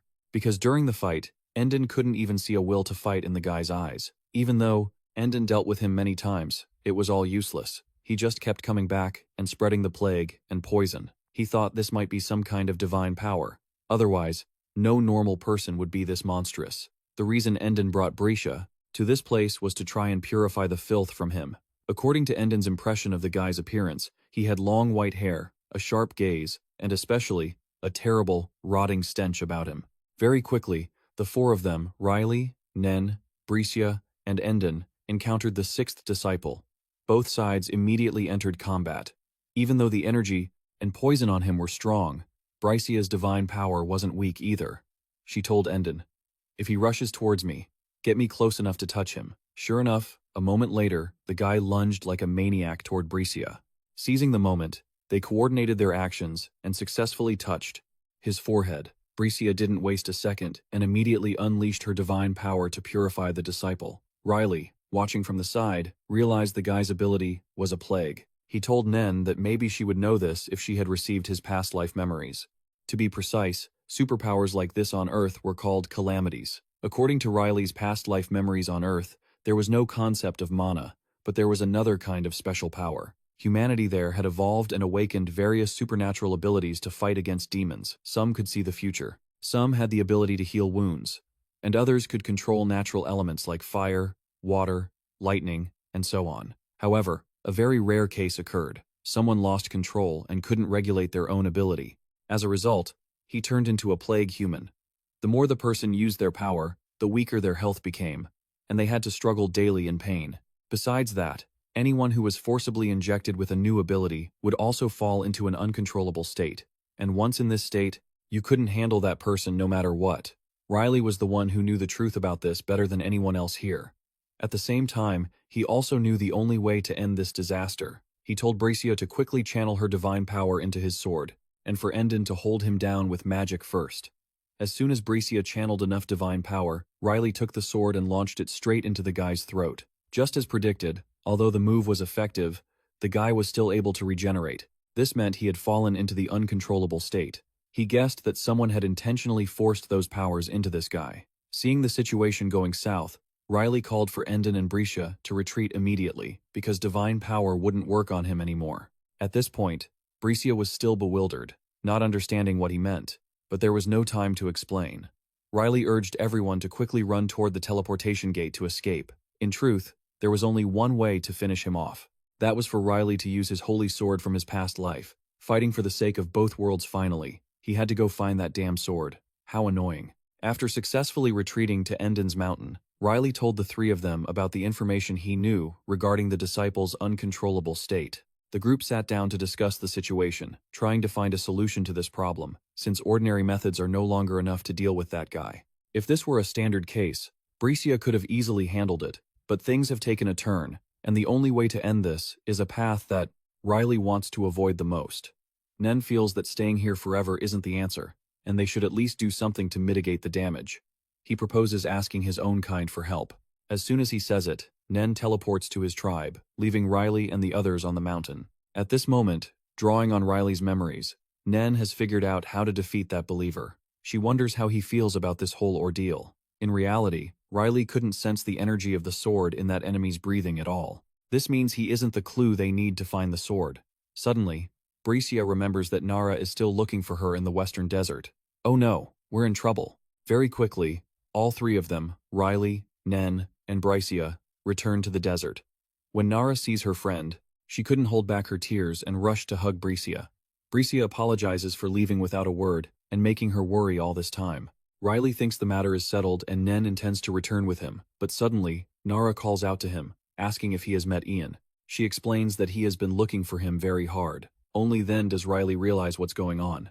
Nen is extremely surprised and immediately asks Nara about Ian's whereabouts. In fact, Nara had encountered Ian while purifying the environment in the desert a short while ago. Perhaps because he was dressed so suspiciously, Nen didn't recognize him at first. So, the hooded person Nara saw through the magic mirror was actually Ian. Riley asks Nara if she knows where he went. She thinks he might have headed to the rainy fields because she mentioned that Nen's doctor is there. So, Riley decides to head to the rainy fields to find Ian first, to prevent this middle-aged troublemaker from causing any more messes, which would be a headache. At the same time, he invites Nara and Bricia to come along, as it will make it more convenient to track down the remnants of the 6 great believers. Near Endon's village, young Ajin is on guard duty as usual, when suddenly she spots a mysterious figure in a cloak approaching. Immediately, Ajin runs out to block the stranger. If you want to step into Romela village, you have to fight me first. In truth, this person is a professional swordsman, and Nen doesn't want to bother with a kid like Ajin. But this little firecracker won't stay put, daring to provoke a much larger opponent, and even taunting him to draw his sword. Then, they both rush at each other to test their swordsmanship. Even though she's a bit foul-mouthed and smaller than her opponent, Ajin doesn't hold back, matching him blow for blow. At times, she even takes the upper hand, leaving the cloaked man incredibly stunned. To possess such advanced skills at such a young age, there's no telling how much she will develop when she grows up. After exchanging a few basic moves, she introduces herself as Ajin. At this moment, the man takes off his hood and introduces himself as Lion. It turns out this person is none other than the banished eldest son of the Earl Ifoletta family, Riley's half-brother. At the same time, Riley's group has arrived at Romela, the largest village near the desert. Their goal is to ask the villagers if they know anything about Ian, but unexpectedly, Riley senses the familiar power of the holy sword that God mentioned. He guesses it must be somewhere in this village. He then asks Nara for a favor. That is to collect all available information about Romela village, including recent events, important locations, and anything suspicious. In short, gather everything.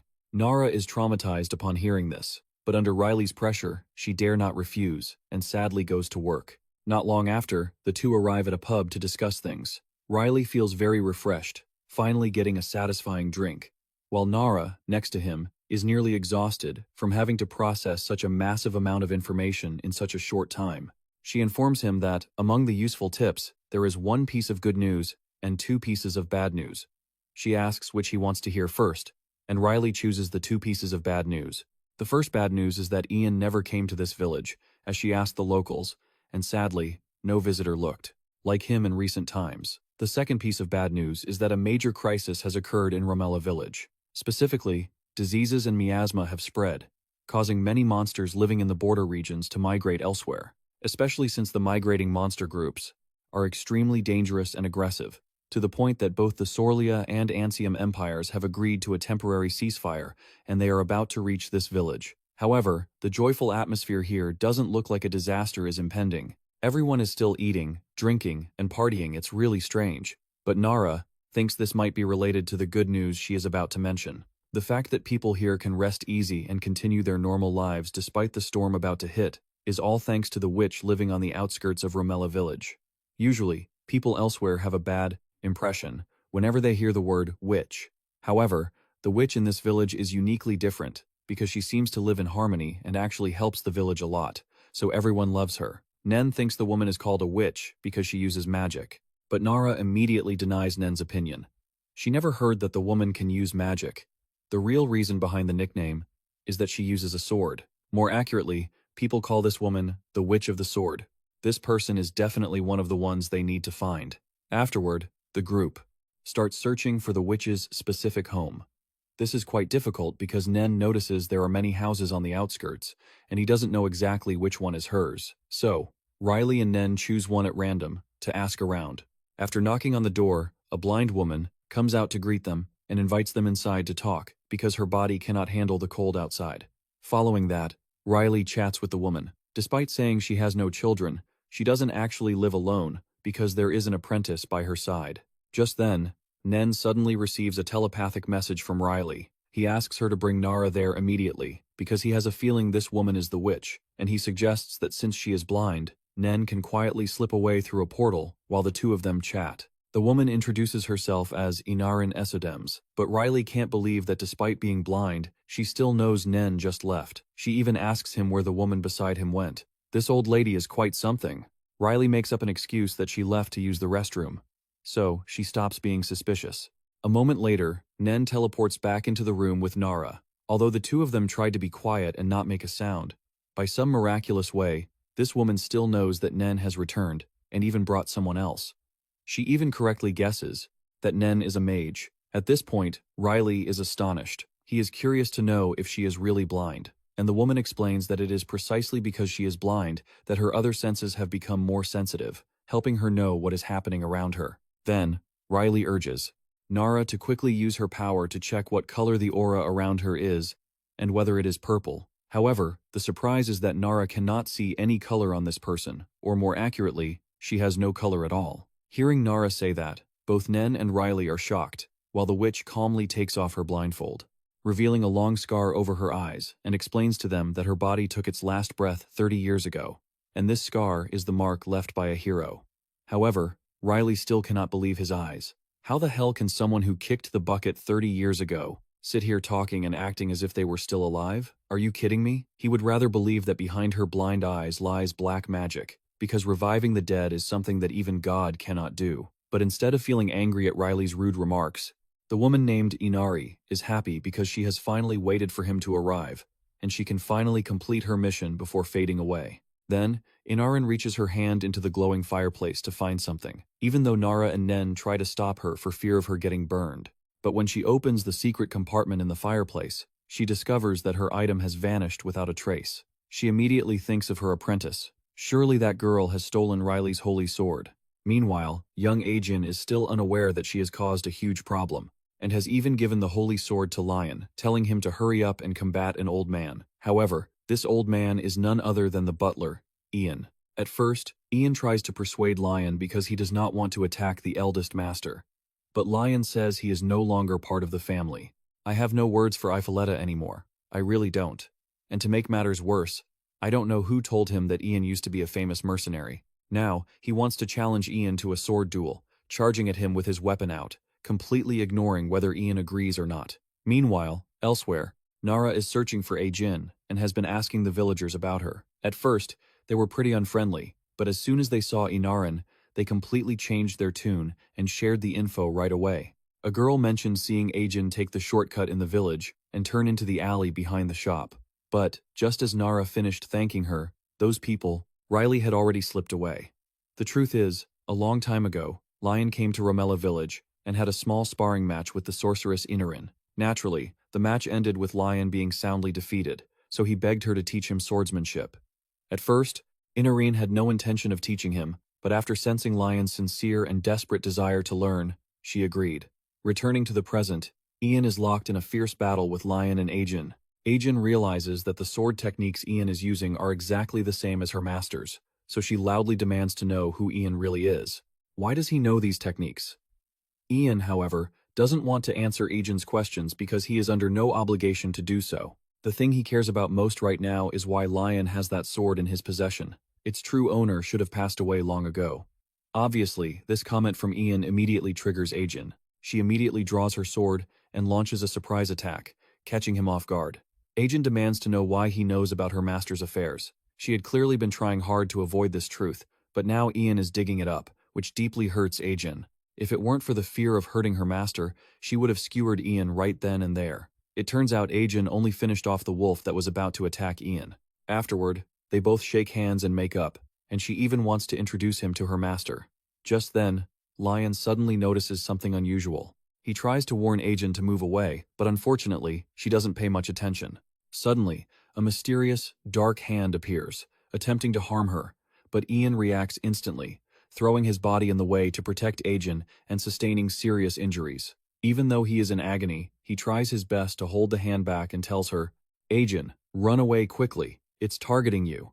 Seeing Ian so badly hurt, she refuses to leave and wants to save him at all costs. Out of options, Ian asks Lion to quickly take Ajin and run because he can't hold on much longer. Seeing how dire things are, Lion doesn't hesitate for a single second and scoops up Ajin to leave, no matter how much she struggles. Even though he managed to stop that hand and is critically wounded, seeing that Ajin, the final disciple and Inarin's hope, is safe, Ian feels satisfied. Perhaps because he has lost so much blood and feels that he is about to die, he starts to see the image of Inarin, the master he has always revered, coming to take him to the other side. But in reality, it's very underwhelming. There's no master here, just Riley, who is getting goosebumps from hearing Ian's cheesy, deathbed-like lines. Afterward, he tells Nen to quickly take him to Brycia to be healed. With some blood loss and a hole in his body like that, he can probably still be saved. As for himself, he is going back to Inarin to clarify a few things. Elsewhere, while Inarin is feeling her way around with her staff, Riley suddenly jumps out and attacks with his sword.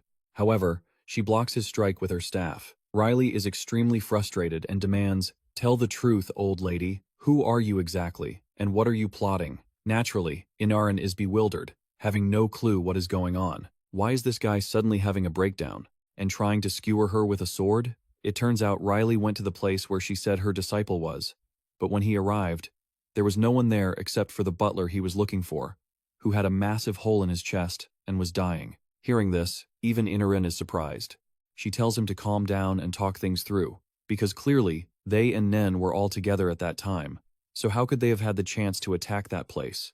Suddenly, Inarin seems to realize something and asks if he has dealt with any of the 6 great apostles, as she has sensed a rather familiar energy nearby recently. It seems to be that of the priest, Libera.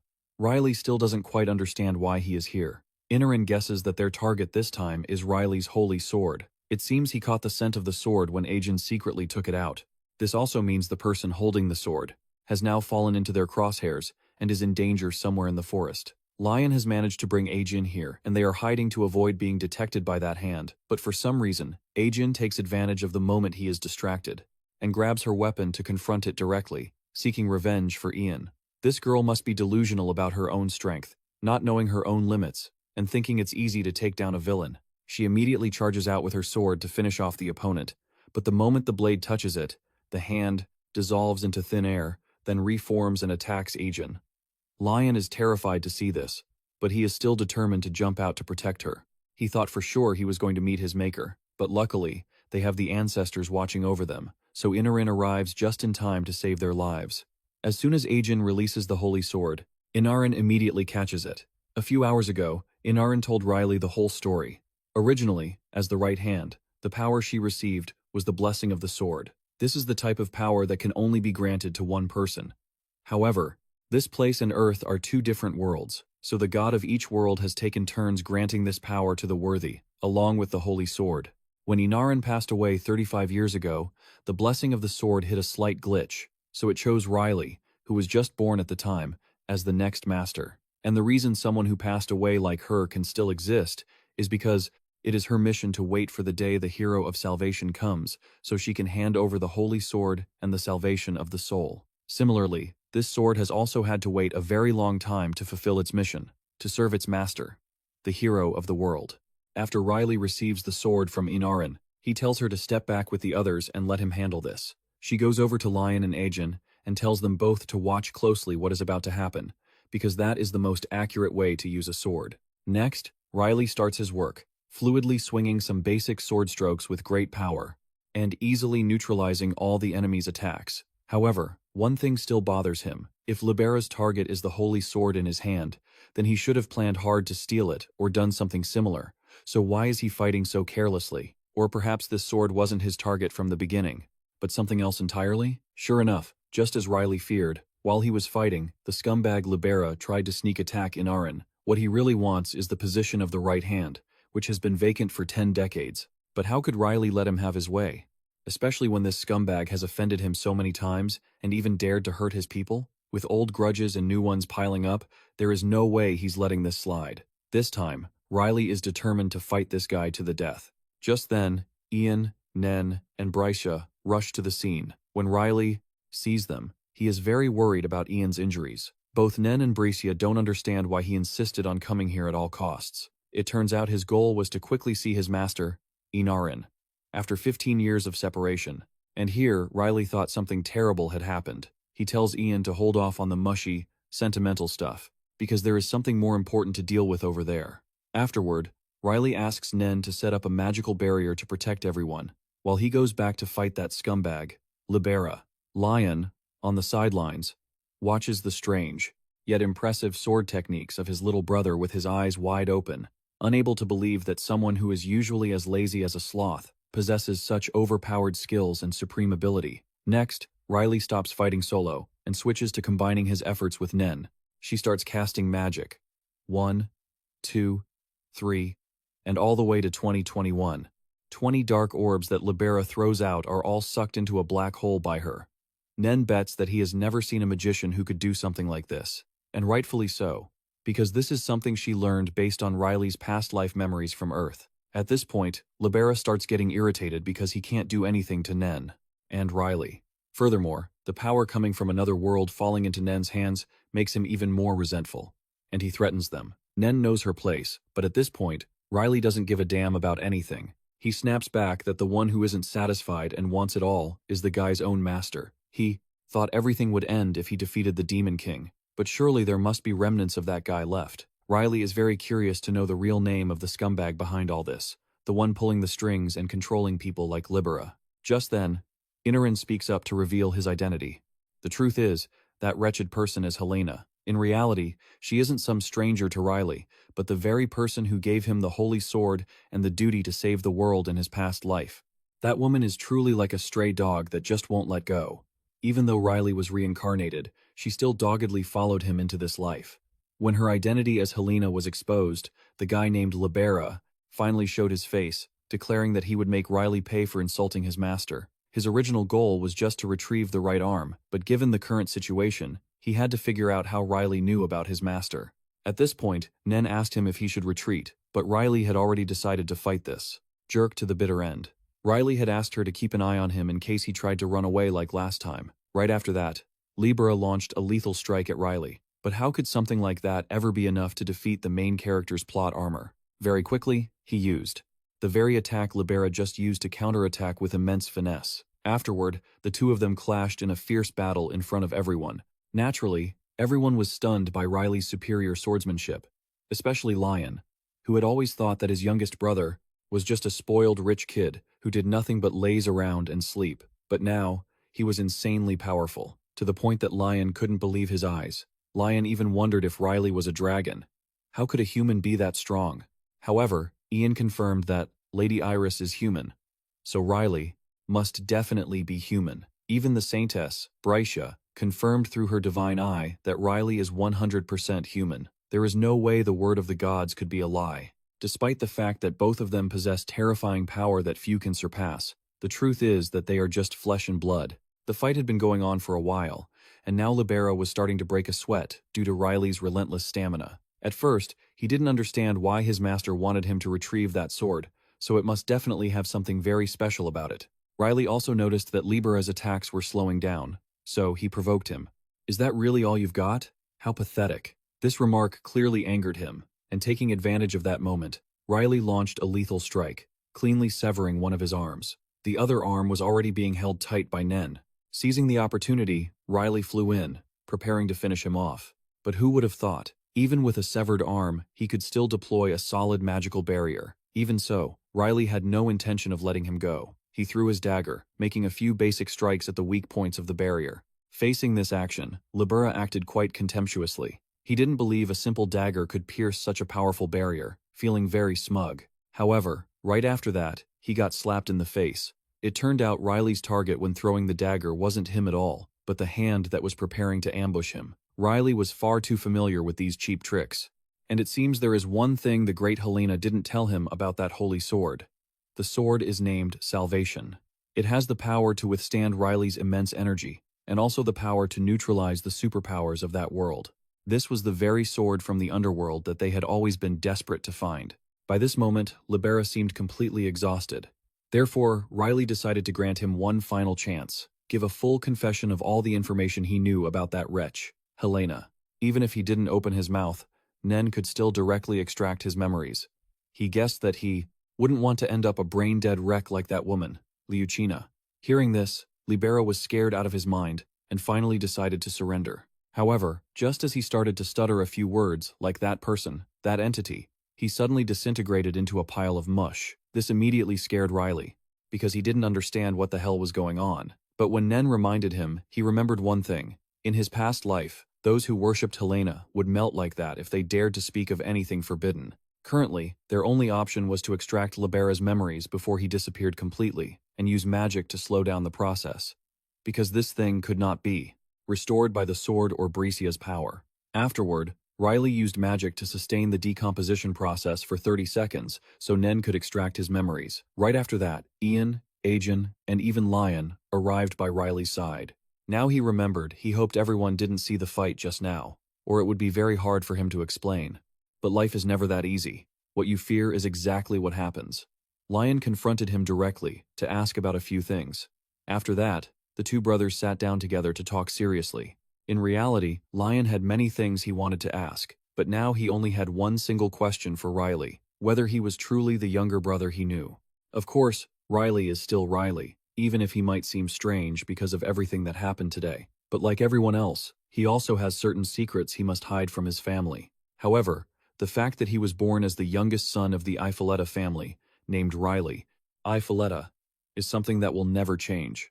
Upon hearing this answer, Lion didn't ask anything else about his brother. At this moment, he wanted to go for a walk to clear his head. It's understandable, really, because he had to process way too much information today. In the next room, the others were gathering around Ian's hospital bed.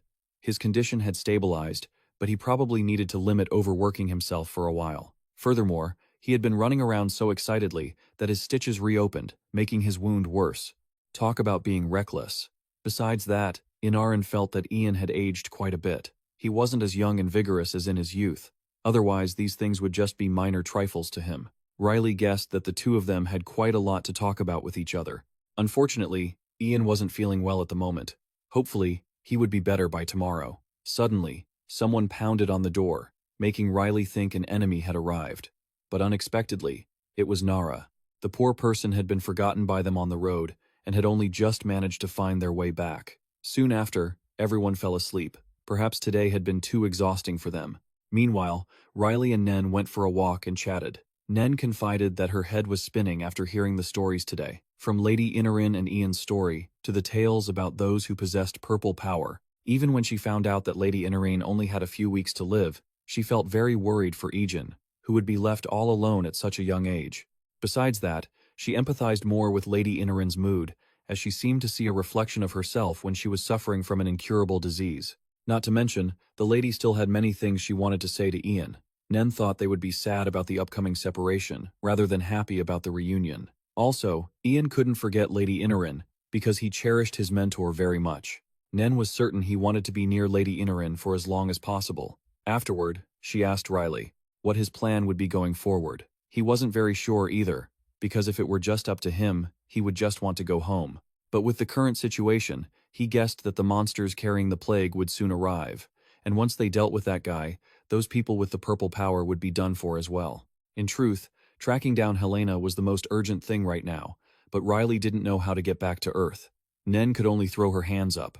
More importantly, recently, Riley hadn't been napping during the day because he couldn't stop himself from thinking enough to actually fall asleep. Normally, if there was anything troublesome, Riley would ignore everything and go to sleep. But lately, one thing kept lingering in his mind, and he felt it was related to a certain maid, and he couldn't ignore what she said. He wanted to save the world.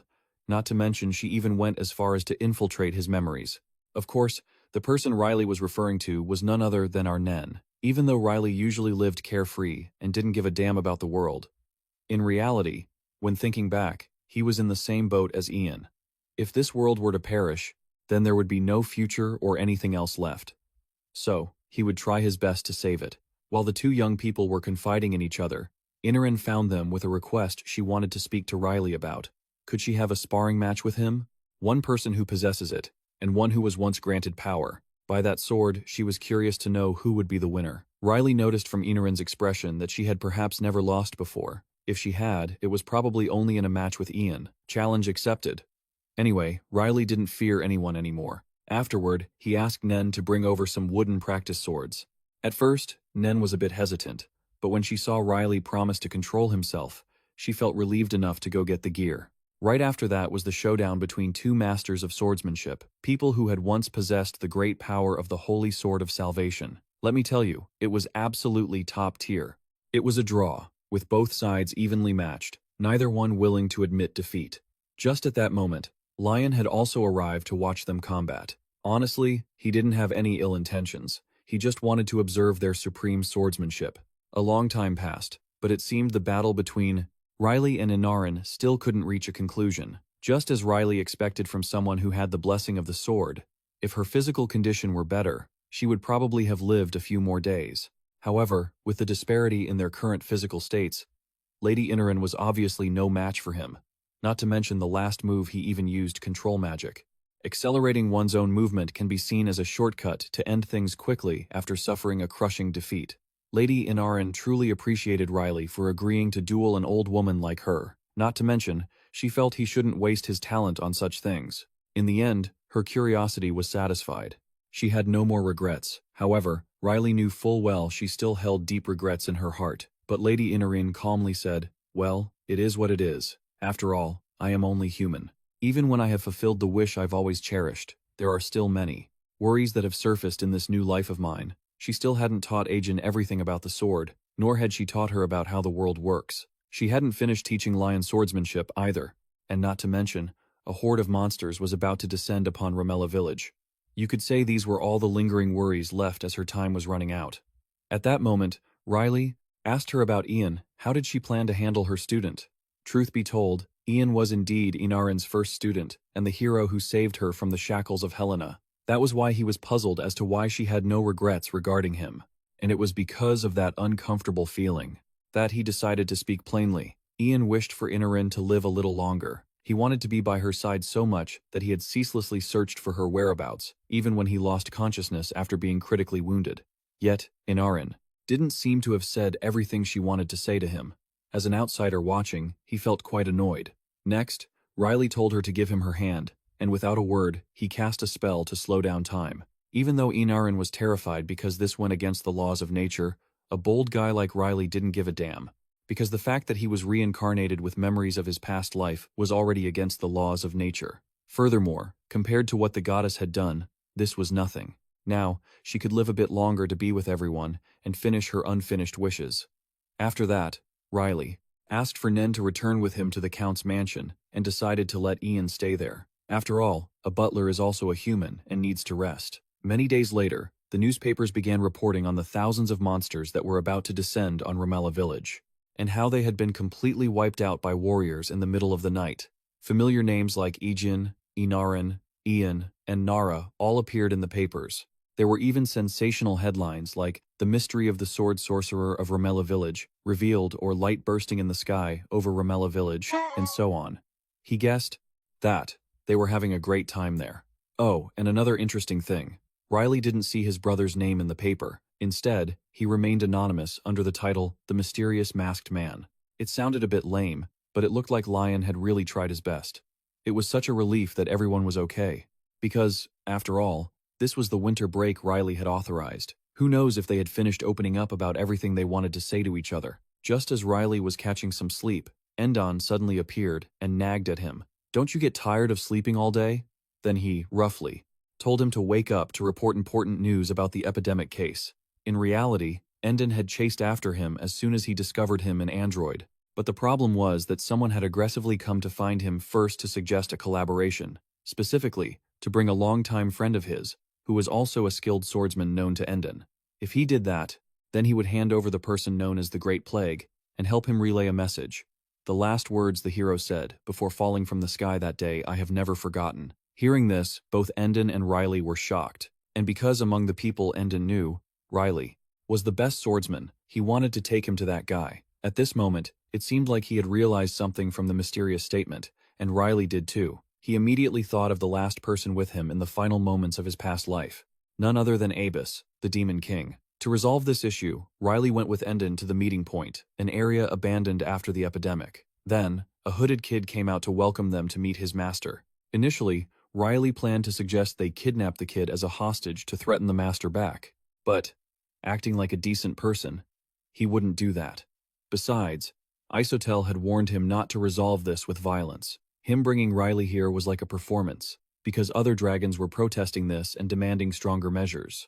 Soon after, both of them reached the mysterious person holding the plague and demanded a deal with the dragons. It seemed that as soon as he saw Riley still wearing the same face as his past life, he was very excited. He immediately challenged him, asking who he was. He didn't hide it and replied straight out that the child had no name, but his name in the previous life was Abis. Now, we finally got to admire the true appearance of the legendary Demon King. He looked like nothing more than a cunning kid. In the past life, Demon King Abis was one of the strongest entities, threatening the safety of humanity. Under the goddess's request, Riley had a fierce battle with him, and now, as the two met again in this life, the emotions were truly hard to describe in words. At this point, Endon immediately demanded the plague, but Abis said the kid standing next to him was that person. He explained that the plague was now just a normal child after being stripped of his powers. Although he lost some memories in the process, that was also good, because those were memories he wanted to forget anyway. Possessing power he didn't want was the most painful thing. Not to mention, he never intended to harm anyone. That made him suffer 100 times more. Even while in extreme agony, he still wanted to save orphaned children. And because of this, Abis decided to break his shackles. Endon, upon hearing this, still couldn't believe it, because the current appearance of the plague was so different. But Riley told him to just take him back and check first. As for now, he would have a private talk with Abis. It turned out he knew of his existence thanks to an article about the heir of Eiffel. He even kept it with him at all times, just in case he forgot Riley's face, even though he was the one who killed him in the past life. Truly a miraculous and chilling friendship. However, in all honesty, Abis had learned many things from him, and in particular, he held no grudge against the person who had brought him benefits. Thanks to Riley, he realized he had exhausted himself in the past life, and the fact that he could live the life he had now was all thanks to Riley. Thanks to Riley, he learned that small lives were worth sparing. Thanks to Riley, he took up fishing, looking after the kids, and even provided for all the children abandoned by the plague, lacking nothing. Riley was bewildered, thinking, when the hell did I teach you all this stuff? But Abis explained that seeing him always trying to save the kids with all his might had given him a profound sense of meaning in this life. Hearing that, Riley was even more shocked.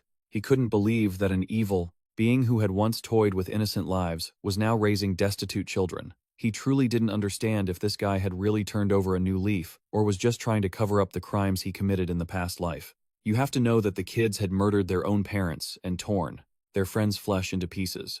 Once they woke up and realized what horrible things they had done, they would scream in pain and live a life full of guilt, repeating the same trauma as the past life. However, when hearing Riley say that, Abis expressed that he really didn't understand what the hell he was talking about. What are you saying? Toying with the children? Me? Riley was like, are you kidding? Do I look like I'm joking? Or are you trying to play dumb with someone here? But in reality, from start to finish, Abis knew nothing of what Riley had said because, to demons, they believe power is justice and law. The victor has the right to determine right and wrong, it's just that simple, and there are no other strings attached. But turning kids into monsters? What the hell? What benefit did he get from doing that? He didn't get any stronger from it either. Then, Abis retorted that they were talking about cowardice and cruelty. Isn't that talking about humans? Humans kidnap and experiment on the bodies of their own kind, dissecting and forcing them to become slaves, extorting and torturing them. And the nobles stand up high, enjoying those savage scenes with delight. Therefore, whether this life or the past life, Abis felt humans were just as disgusting and miserable as each other, to the point that even demons couldn't compare. Abis even swore on his entire lifespan that the demon race never did such things. He was very troubled, not understanding why Riley had such thoughts about him. Only then did he slowly realize the reason for his warped thoughts. It was that goddess at the church in his past life, who had brainwashed and manipulated his psychology, forcing him to handle all the cursed children with his own hands, simultaneously pushing him into a pit of despair. All this time, on the other side, Endon had confirmed that this child was indeed the plague by reading his memories, but he still didn't understand the story. How exactly does he strip away that power? Endon only caught a glimpse of his memories, but it was enough to feel the true nature of Abis's ability. This guy is monstrously strong, just like Riley in this current life. Seeing Endon staring blankly, the kid, Nen, thought he had gone mute and started shoving food into his mouth. With a completely innocent look, Nen told him to hurry up and eat. Endon couldn't help but give up. "You little brat. Do you have any idea how crazy I went while you were running around spreading that plague?" Although he was furious, he couldn't vent his anger on a child who had no memories or powers. He decided to let it slide just this once. Afterward, Endon asked the kid about Abis. Nen answered honestly that he saw Abis as a kind, smart, and capable leader. Everyone followed his commands. At times, Abis acted like the grandfather of all the kids there. In short, he was flawless. Endon also admitted that the guy radiated a charisma that far exceeded his apparent age. Anything else? The boy suddenly remembered that Abis said he wanted to drink something called a cola. Wait, hold on a second. Endon felt like he had heard Riley mention this before. He guessed there might be some connection between the two of them. Elsewhere, after chatting with Abis, Riley realized a few things by comparing his past life memories with the guy. First, the demon race never actually wanted to push humanity to extinction. Second, what Abis did wasn't his own intention, but that of another AI. And third, the reason the demon race targeted their world was simply to find the goddess from his past life. Abis guessed that the goddess and those who knew him had conspired beforehand, with the goal of pushing both species to the brink of annihilation. Both Riley and he had been played for fools. Then, Riley asked Abis about his original goal and how he was able to interfere with this world. The reason Abis could intervene was that he had dealt with the god of another world. Honestly, divinity isn't as terrifying as people think. Humans just love to overhype the idea of gods, but it's not really what they've been told. The truth is, gods can be stabbed just like anyone else. In fact, Riley's ignorance of this fact was part of their plan. It's infuriating. Riley thought he could finally rest after fighting and serving like a dog, but he never expected to realize he had been deceived all along. At this moment, Abis asked if Riley could gather the 6 people he trusts the most, because he wanted them to help resolve the current situation. He even wanted to show him what the real deal looked like, those bearing purple power. Also known as the 6 Great Apostles. They held power from the previous life, and it seemed like they were just poor imitations. In short, Abis wanted to create 6 counterparts, but a much more VIP version that would completely outclass those fakers. Abis didn't care if Riley agreed with his plan or not, because he could infiltrate that world with these kids once they grew up. After all, he was a 1,000-year-old demon king. After a moment of thought, Riley decided to go along with it because he couldn't pass up such a perfect opportunity for revenge. Just then, Nen found Riley and told him that the kid was the source of the plague from before, but Riley seemed to know that already and wasn't surprised. However, Endon had something more important to say. He asked Riley and Abis straight up, "What the hell is a cola? Is it so delicious that you both have to go searching for it?" Since he was curious, he wanted to try this cola too. Abis guessed that perhaps one of the 6 had already been chosen. At the Eiffeletta Count's mansion, Nen was sitting in the study with Riley's puppet. She felt the young master was late and worried if everything was okay. Just then, she heard Sira's voice outside, saying the young master had returned. Nen panicked and hid the doll, as she had just been fooled by it. Why would he come back suddenly without any notice? Thankfully, she managed to hide it just as Sarah walked in. However, Nen didn't expect that Riley would betray her and tell Sarah everything. As a result, Nen got a good scolding from Sarah. Obviously, the young master could communicate with her telepathically, but she had been so panicked that she forgot. After all, she had forgotten the anti-gravity spell previous times, forcing him to struggle up the mountain, right? So now, they were even. Seeing that Riley was genuinely remorseful, Nen wasn't angry anymore. The important thing was that he had returned safely. Besides, she felt it was interesting that they both shared the same fate and were reborn in this world. That alone was enough to call each other friends. Later, Riley told Nen about assembling the 6 people similar to those with purple power. He needed her opinion.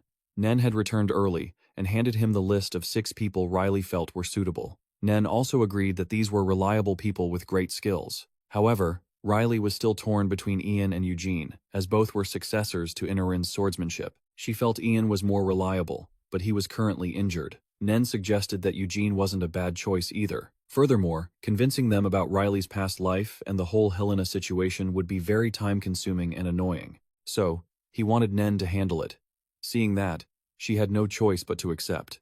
Riley also warned Nen that they wouldn't be gone for too long this time, because time flowed differently in the two worlds.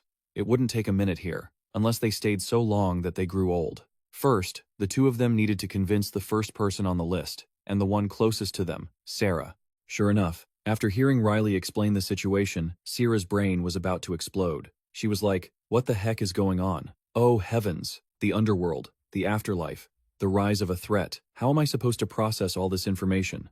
And not to mention, leading a knight would be better than a servant like her. She felt like she would just be a burden if he took her to such a dangerous place. However, Riley didn't think so. On the contrary, he highly valued Sarah's instincts and sense of smell. With just a small test, he saw her potential because, just a few seconds ago, she had dodged his surprise sword strike with her eyes. Seeing that Sarah was still worried, Nen came over to reassure her, please trust them. The young master chose you because he sees you're a perfect fit, and your ability is so top tier, it can't be compared to any AI. Only when recognized so sincerely by Nen did Sarah confidently agree to the deal. Afterward, the stone-cold Riley didn't hesitate to shatter the heartwarming atmosphere between the two and urged them to hurry, as there were many others they still had to convince. A scene of a desolate, ancient temple appeared. In the center stood a small stone statue of a goddess with her arms outstretched. Brycia prayed before the statue. Her entire body emitted a golden light. Brycia kept her eyes closed tightly, her hands clasped in front of her chest in a gesture of deep devotion. Then, space shifted. A giant shadow appeared before her eyes. It was Inez. She spoke. My child, the time has come for me to reveal my final truths to you, she replied in shock. The final truth? You must be joking. My goddess? She continued. I will bless every path you take, every moment, just as I always have. Brycia's eyes widened, her pupils turning into golden swirls, showing extreme shock. Inez spoke gently. No, my child. Please, don't weep so sorrowfully, she choked out. But I'm still not ready. I need guidance more than blessings. Goddess, please don't go, she added. When you awaken, follow the young man who has come to find you. Illuminate the path he walks. Then, she gradually vanished into the air. But her voice echoed, never forget, my child. You will receive my blessings in all things. In your heart, I will always be there. Brycia lunged forward, one hand reaching out as if to grasp something incredibly important that was slipping away. Please, wait, goddess, please let my prayers touch you a little longer. Don't take your voice away. Please, not now. Despite her desperate cries, there was no response. Tears rolled down her cheeks, and she remained shaken by the truth.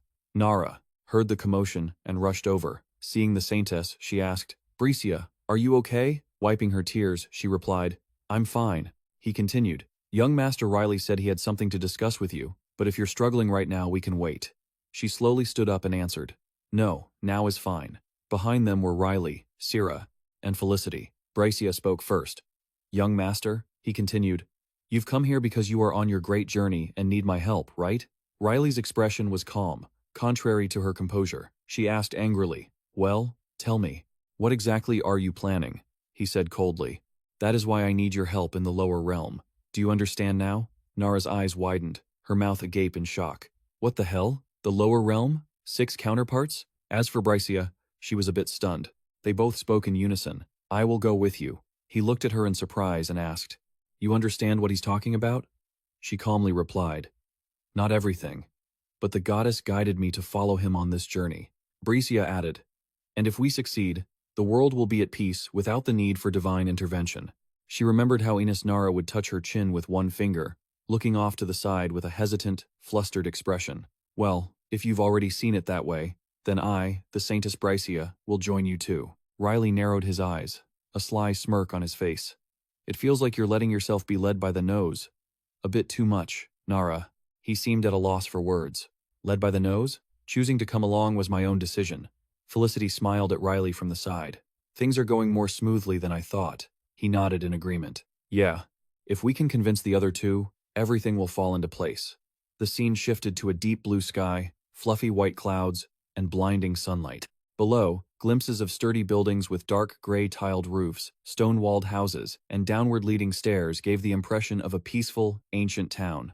A young man wearing a white headscarf and gray tunic was helping a young boy in a brown shirt carry a heavy piece of wooden timber. When their attention shifted to the other side to Riley, Sarah, Felicity, and Bricia, they wondered, who are they now?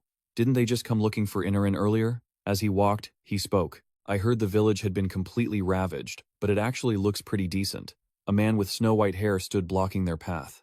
He held a cane in his hand. Oh, it's almost completely unscathed, he replied, and not a single soul was injured. It's all thanks to Inarin's disciples and her guest. Sarah asked, puzzled. Inarin's guest? Who could that be, Nen? Felicity hesitated. Well, then... Felicity whispered something into her ear. Upon hearing it, she fell into a state of deep gloom and despair. Riley, seeing this, asked, Hey, what's wrong with her? The man replied, She's feeling sad because she missed the events that happened last winter. He added, Good grief, it's just a small thing. Riley changed the subject. Regardless, Ian has to be at Inarin's place. Is her house still in the same place? Nara answered him. It is, and I believe Inez and Master Rian are both there too. Sarah shouted. What? Master Rian? She spiraled into a state of panic and mental collapse. Am I really the only one left out? This all happened so accidentally. It's not like you were abandoned or anything. Ignoring her protests, the group had already moved far ahead. She felt a bit neglected. Are you really not going to wait for me? We aren't going to stop and wait for you, so stop sulking, Nen, and hurry up. Master, wait for me. They arrived at a large house with a rustic, antique style. Knock, knock, knock. The sound of knocking echoed through the quiet space. The four of them stood waiting on the porch. He turned to Bricia and said, It seems like nobody is home. She also looked surprised. That's strange. They're always around the house whenever we come by. Suddenly, a rustling sound came from the bushes. This caught Nara's attention. Upon seeing something, his eyes widened in surprise. He stammered, Master over there. Riley turned around. What is it? A voice rang out. It's wonderful to be outside again. During the winter, it was just too cold to take a walk. It feels like spring is almost here, don't you think? One hand was placed upon another. A different voice responded, If your hands are cold, let me warm them for you. I used to do that for you before, remember? At that, the other person replied shyly, It wasn't just my hands. I remember you used to warm my face too. Are you planning on doing that now? That comment made the old man's face turn bright red. It looked familiar. It was the old man from before, Ian. The five of them standing on the porch witnessed the scene, each with a different expression. He turned around, slightly stunned. Master? He offered a strained smile, and scratched his head, looking. Embarrassed to be caught in the act like that. It was truly awkward. Inarin, standing behind him, laughed gently. What's the harm? It's not like the kids were startled or anything. Felicity laughed dryly. Oh no, it really did take us by surprise, he continued. Anyway, where are Inez and my brother? She answered kindly. They've gone off to train. She added, After watching you and the boy spar, Rian has changed a bit. It seems that really fueled Inez's competitive spirit as well. Ian looked at Riley. Master, he even asked me several times about his thoughts on swordsmanship. He looks completely different from the man I met at the villa. He looked a bit dazed. Rian? Felicity said. Well, when will they be back? It would be better if we talked to everyone at once. Inarin answered, checking her watch. Looking at the time. They should be back soon. Bam! The door swung open, and a girl with gray hair appeared with a radiant smile. That was Ines. You were training like crazy again today. Did you and grandmother have a good time together? But in contrast, there was silence from everyone else. They looked at her like she was an alien object. She asked, flustered, What's going on? The man behind her was slightly stunned. Riley, that's Ryan. Riley spoke coldly. We need to discuss a few things with Ian and Ines. Rian avoided his gaze. Then I'll go train some more. Go ahead and talk. Riley opened his mouth. No, you have to be here too, Rian.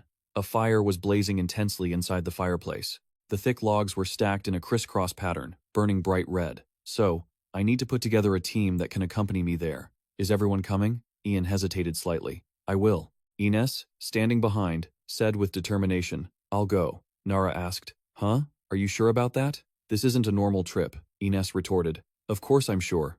If you can go, why shouldn't I? She pondered. Perhaps I can improve my skills, and I'd also love to see a sword from another world. That sounds like a great experience. Riley replied. All right. Then Aaron is coming with us. And you, Ian? His eyes. Ian narrowed his eyes slightly, the corners of his mouth drooping down. Felicity turned to speak. But, if Ines is coming along, we already have 6 people, Master. He replied. That's true, but I've changed my mind. He continued. I think, bringing the 2 disciples who have learned Inarin's swordsmanship will be like killing 2 birds with 1 stone. He seemed to have made up his mind. He interrupted. If that's how you see it, then I'll go too. A voice cut through his words. Wait. It was Ryan, he continued. I will go in Ian's place. Felicity was surprised by his reaction. What? You're joining us, Master Rian? He replied solemnly. I am a disciple of Inarin, and I have mastered her swordsmanship. I have also trained with Inez many times. We will coordinate very well. Besides, Ian has not fully recovered yet, and I know that he and the Master have not truly reconciled properly. He added, considering all those factors, wouldn't it be better to choose me? I think everyone agrees with my proposal. Riley seemed thoughtful. All right, he smiled at Rian. But you don't have other motives, like getting in my way, do you? Rian avoided Riley's gaze, distractedly replying, I do have a few motives of that nature, actually, he asked. What are they? Then, suddenly, Rian's gaze darkened. He spoke with sadness. I want to test my swordsmanship on this journey. To be more precise, I want to test the sense of determination I've found. He continued, as you know, my sword had lost its way. Every technique of swordsmanship I possessed had been tainted by evil intentions. The sound of swords clashing rang in his mind. I realized that after being forced to leave the villa that my swordsmanship lacked purity. The image of Ryan and Inez training together flashed by. Even though learning the Master's way and sparring with Inez helped purify it to some extent, it still didn't feel quite right. He continued. And after seeing you and Ian fight, Riley looked down with determination and regret. Wielding a sword to help others, it helped me realize a few things. What needed to be purified wasn't my sword, but my heart. Volunteering to help to show my gratitude. Riley smiled enigmatically. If only Father could see this now. His clear voice rang out. All right. He looked Rian straight in the eye, a smile still on his face. Welcome to the team, brother. The scene shifted to a forest with skeletal, barren trees standing out against a magical pinkish-purple sky with weak rays of light filtering through. A voice called out, Hey, kid! It was Endan and Abbas. Abbas replied nonchalantly, What is it, Kita? Kita? What do you mean? He was fishing. Endan replied angrily, I am a dragon. An actual dragon. Abbas showed a look of indifference. He said, All right, little dragon. This made Endan even angrier. He asked, Are you really friends with Riley? I thought Riley would hate an annoying brat like you. Actually, Abbas smiled and replied, I'm an old friend of his, so we're perfectly fine. Contrary to his nonchalance, Endan questioned him indignantly. Tell me the truth, kid. You're not just an ordinary human friend, are you? You blocked all the magic I directed at you. Abbas replied, Why wouldn't I block it? What if you tried to read my memories? That's a private matter. He turned to the person next to him and suggested, But if you're that desperate to know, I'll tell you from the very beginning. Endan, hearing that, was curious. You're really going to tell me? Abbas replied happily. Of course, little dragon. You seem to be a rather curious fellow, so I understand. That phrase hit a sensitive spot for him. He roared, Just dragon. Drop the little part. Abbas ignored him. All right. I suppose I'll start by telling you about the conflict that occurred between demons and humans in the lower realm. This made him feel even more dissatisfied. Ignoring me again. Are you? He reminisced, seeing the image of a shadow standing tall on a rocky peak. He said, I was the demon king there. I reached the pinnacle of the demon race and became the terror of humanity. He continued. But in the end, it seems I've met a meaningless end, shattered by the sword of a human who received a blessing. Wait, the sword Endan? Could that human be Riley? The forest's hue shifted from a magical purple to the dark, gloomy blue of night. Riley shouted, Endan, Abbas, you two aren't fighting, right? He frowned at the scene. Abbas and Endan were just sitting together. Abbas spoke first. You finally returned. Endan's strange behavior made Riley ask, What's wrong with Endan? Endan smiled and replied, I told him some old stories of mine. He seems more interested in the world than our affairs. Endan paced back and forth, then stepped toward Riley, patted his shoulder, and shouted, Hey, Riley. He kept yelling, making Riley flinch. That place called the Underworld or whatever, we're going down there right now. Riley stammered. Huh? Are you okay? Then, Endan's eyes gleamed as he imagined fancy mansions and cars. I finally understand what you used to say about cars, planes, and buildings. I always thought you were talking nonsense. But it turns out it was all real. He shook Riley violently. I have to see them for myself. Let's go. You hear me? Hurry up, Riley quickly said. We'll talk after you let go of me, you idiot. Felicity looked over at Rianne and Sarah in a panic. Rianne spoke up, pointing to the red-haired man, and Sarah added, Isn't he your healer? Felicity thought to herself, I think it's better to explain everything now. She said, Actually, Endon isn't a human. He is. Before she could finish, Nara interrupted. Wait, what did you just call him? But he's one of those, isn't he? The red dragon, Endon? Rian frowned. A dragon? He sighed. Nonsense. Sarah scratched her head, laughing awkwardly. Come on, how could that be? She reconsidered. But thinking back, her illness was truly severe, and somehow he had healed her almost like a creature with immense power. Rian also hesitated. In truth, the energy he radiated at that time was beyond the scope of any human. It was as if it belonged to a powerful, transcendental being. Both of them seemed to share the same thought. If he's a dragon, that makes perfect sense. Riley spoke to Endon. Calm down. I need to stop by your cave first. I need to borrow some weapons. Endon replied, Huh? Why mine? Riley said casually. Just let me borrow a few, and I'll let you fly a plane in another world. Deal? Endon's expression turned strangely serious. He pointed forward. Let's go. Quickly. Riley gave a sly smile. All right, I'll be back later. You two stay and chat. This left Felicity in a panic. Master, wait. His hand reached out toward the darkness. The others were completely bewildered. Voices rang out one by one. So, what do we do now? Obviously, we wait. But we don't have anything to talk about. Does anyone want tea? A magical, eerie voice resonated. Are you all the pieces Riley collected? That voice made Felicity turn around, alert. Relax, I just want to observe you. He continued. You will soon stand alongside us in a crucial battle. So, that's not it? Nen, are you checking if we actually have the strength? Sarah asked from behind. Nen, what's wrong? She raised her hand to stop her. This person is very dangerous. Please, stand behind me. Abus laughed arrogantly, so conceited. Do you think you alone can fight me? His hand flashed with purple energy. Hopefully, you can say the same after tasting this move. This stunned her. She thought, isn't this a technique exclusive to the Abus clan? He cast a spell, and Felicity defended herself, thinking, even if I can't beat him, at least I can buy us some time. This is the Demon King who fought with Master back then. Surely I'm strong enough now? Abus smiled. That was just a warm-up. Don't overthink it. Nen jumped, startled, and turned back to see where he was, when a painful, sharp crashing sound echoed. The impact was intense. Nen was thrown into the air by Abus, unable to even react. Sarah and Bricia stood by, terrified and worried for her. Nen was tossed aside by Abus and fell to the ground in pain. Abus looked down at Nen, who was sprawled out, and mocked. I made sure not to use my full strength. Among Riley's followers, I know you're the one he favors. Perhaps you hoped for a one-on-one, but this little workout is just to help you adapt to a real battle. Nen heard him, and her whole body trembled, angry and humiliated. But the test didn't stop there. He turned and leaped straight forward, surprising Nen. Do you think the enemies you'll face in that world will fight the way you want them to? She looked in the direction he went in a panic. No, not the others. Abus, surprisingly, still had the mood to comfort her. Don't worry. Sarah, tense, raised her two swords to the highest level of alertness to defend. She immediately sensed danger above her head. I definitely won't harm them. Sarah swung her sword straight up. But those clean strikes were easily dodged by Abus. He mocked her, analyzing. I suppose. Your eyes can't keep up with my movements. You're just sensing them, aren't you? Nara and Inez ran toward him, panting. Who do you think you are, you shorty? What are you doing to Nen? Abus excitedly dodged their attacks. Revenge? Good friends? Huh? He snatched the staff from before Abus's eyes in a flash, held the staff with one hand, and kicked Nara straight in the stomach with his knee, causing her to cry out and fall backward. He glanced back with hawk-like eyes, turned in an instant, and Abus used the staff he'd just taken from Nara to block Inez's sword. To her utter disbelief, the sword in her hand shattered without Abus even attacking.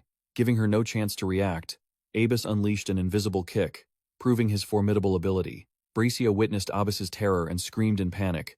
Nara, Inez, wait, I'll heal you both. Abus glanced at her. You have a priest? They are the easiest targets in that world. Bricia, who was worried about Nara and Inez, was startled by his words, her face turning pale with absolute terror. Sarah, seeing her so scared, yelled furiously, "Miss Brycia, just stand there, I'll protect you." Abbas was unfazed by her threat. He simply tripped her, making Sarah stumble. Abbas grabbed her wrist. "No, I'm afraid you can't do that." He only needed one arm to throw Sarah, literally, making her fly backward. A loud thud echoed. It seemed Abbas's throw wasn't gentle at all. Sarah collapsed at the base of a tree, and behind her, Rian hadn't even realized what was happening. He quickly caught Sarah. "Damn it! What the hell?" Not giving Ryan a chance to process the problem, Abbas charged and landed a punch, making Rian groan in agony on the ground. He chuckled, looking down at Rian. Before he could even react, Abbas teased, "He likes the look in your eyes the most," but suddenly, countless purple flames surrounded Abbas from nowhere, making him slightly surprised. A trembling voice rang out, "Stop right there." It was Nen, who had recovered a bit. She panted, trembling as she threatened him. "Move one more inch, and I'll burn you to ashes." Abbas gave her a deadly look. He seemed very displeased at being threatened. He said languidly, "If you're trying to catch me off guard, I applaud the effort, but you know already, don't you? I've already won this match." Nen's stubborn expression turned to shock, then she bitterly accepted the truth and clenched her hands to retract her magic. Abbas, satisfied, smirked mockingly. He announced, "That's enough of a warm-up." Unlike the chaotic brutality on Abbas's side, Riley was leisurely collecting items with Endon. This should be enough for them, right? The spirit beside him glared angrily. "So, Nen, you came back here just to steal your master's things?" Riley placated her. "He uses them too, and even better. Nen thanks me for finding a way to use them." Endon walked over. "Hey, Riley, are you good with armor? I brought a few pieces." Riley interrupted. "Armor? Who needs that?" He shrugged. "The only thing people need to do is not get hit. That's it." Endon snapped. "Why don't you try looking at things from someone else's perspective for once? Anyway, hurry up and pack this stuff. Accessories won't make us stronger. Nen, this is enough. What we need is skill. Skill. You know?" Meanwhile, Riley stood in a corner, pondering. For a moment, then dropped a bombshell. "I still haven't chosen the right gear for Nen." Endon was so angry he could explode. "Huh?" Riley just laughed. "Sorry, Endon. Just 10 more minutes." Endon jumped in fury. "Are you kidding me? Hurry up and pick." Riley tempted him. "I'll make sure to get you. First class on the plane, all right? Just wait a bit longer." Endon, who was hooked, asked shyly, "What class?" Riley explained, "First class is the most luxurious section." Endon asked suspiciously, "Really?" Riley confirmed, "Yeah." Endon imagined the plane. In his head, first class? Seeing it was a sweet deal, he had no reason to refuse. He cleared his throat. "I'll give you 20 minutes. Hurry up and choose." Returning to the group, Nen was surprised. "I'm not hurt at all?" Aaron and Nara also spoke up. "Me neither. Even though it's clear. I felt something snap when I got hit by his attack." Abbas giggled and stepped behind Brycia, asking, "How are the soldiers doing?" The priestess Brycia spun around in shock, asking him, "Everyone is fine. How did you do that?" Abbas grinned from ear to ear. "I told you I wouldn't hurt anyone, remember? It's been a long time since I used my power like that. I was a little hasty with the control. But if you can all believe in your abilities and in me, we can get through any kind of training." Hearing him say that, everyone thought to themselves, he definitely didn't hold back at all. Abbas excitedly raised his hands and said, "All right, that's enough. I've already sensed your strengths and weaknesses. Nen, do you want some feedback? If you don't like that, I could tell you things about Riley that you don't know." Nen swallowed hard, feeling tense. "I don't think the master would want you to," she replied. Abbas asked, "So you know, too? Did he tell you not to say anything to the others?" "I can understand that. He must have thought talking about it would only bring more trouble. But isn't everything different now? If you're going to cross over to another world, knowing a little bit would be for the best." Abbas kept rambling, while everyone stared at him with disdain. He ignored their cold gazes and continued, "But I don't think revealing that without his permission is right. There must be reasons we don't understand." Nen interrupted, suggesting, "How about we wait until the master comes back?" Having talked to his heart's content, Abbas finally noticed the intense glares now directed at the two of them. "Oh, crap. I think we're just making them even more curious now," Abbas told Nen. "I'll tell them how we got here. Since they're involved now, wouldn't it be unfair to keep secrets from them?" As for her, she remained firm. "My position hasn't changed, not even now." Abbas sighed and slumped down. He really knows how to pick people. "You're really good at keeping secrets, but don't worry, I'll take responsibility for everything I've said," he seriously announced to everyone. "Now, pay close attention to what I'm about to say. Because if you want to understand Riley, you have to listen very carefully." The image of Riley's focused expression flashed through everyone's minds in the pitch-black forest. Scattered, flickering trees were illuminated by red firelight in the night. Riley walked while worrying. "Nothing happened while we were gone, right? I didn't expect picking out weapons would take longer than we thought." Endon, beside him, was furious, carrying a sack of weapons on his shoulder. "All you did was pick out. I did all the heavy lifting." Just as they arrived, Riley had to brake suddenly. "Wait, why does everyone have that look on their faces?" In front of him, Sierra, Brycia, and Nara were staring with eyes that were 7 parts admiration, 2 parts respect, and 1 part deeply moved, glistening contemplation. Abbas laughed. "I told them some stories about you. Isn't it strange to keep secrets from your own teammates?" Riley heard this, and his jaw dropped. Nen stepped forward and whispered, "Master, they've heard all about your past life. I'm sorry, I know you wanted to keep this a secret, but I couldn't stop him." Riley scratched his head, saying, "It's okay. Actually, I was planning to tell everyone anyway. I just didn't think they'd find out so soon." Sarah sighed, playfully scolding him. "You have no idea how surprised we were to think the place we're heading to is your past life." Nara excitedly continued, "You were the one who protected that world too. No wonder you have such special powers." Inez looked enlightened. "So that's how it is. I knew there was a reason she chose you." Rian also added, "I never understood your power, but now it's clear." Brycia shyly realized, "No wonder you dislike those saintesses so much." Sarah playfully scolded him. "Why hide it? If you had told us sooner, we could have helped you. No matter who you were in your past life, you are still our master. Nothing will change." Riley gave a relieved smile. "You're all right." Phi laughed shyly, making excuses. "Maybe I was just too lazy, and kept putting it off." Inez, Ryan, and Sierra excitedly held the new weapons Riley had distributed. "Has everyone gotten their weapons? They're all borrowed from Endon, so Nen, make sure to return them later, okay?" Brycia awkwardly stepped forward to thank him. "As a saintess, I will help you with all my might." Riley wasn't used to this overly polite attitude. "Why are you acting so differently all of a sudden? Is it because of what you heard earlier?" Brycia covered her face with a book and whispered, "After hearing everything you had to go through, I was just worried that I had said or done something wrong." Riley laughed and teased, "Just be yourself. You're nothing like the saintess from my past life. You're much better than that crazy eccentric." Brycia felt relieved. "Really?" Riley suddenly turned around and called out, "Nen, can we talk in private for a moment?" Caught off guard, she jumped, quickly answering, "Yes," while her heart was racing. Just the two of them? Riley and Nen slipped away to a private corner. Nen nervously went through every scenario in her head. Why does he want to see me alone? Is he going to scold me for letting Abbas reveal the truth about his past life? I knew I should have stopped Abbas, Nen thought. Riley turned around and called her.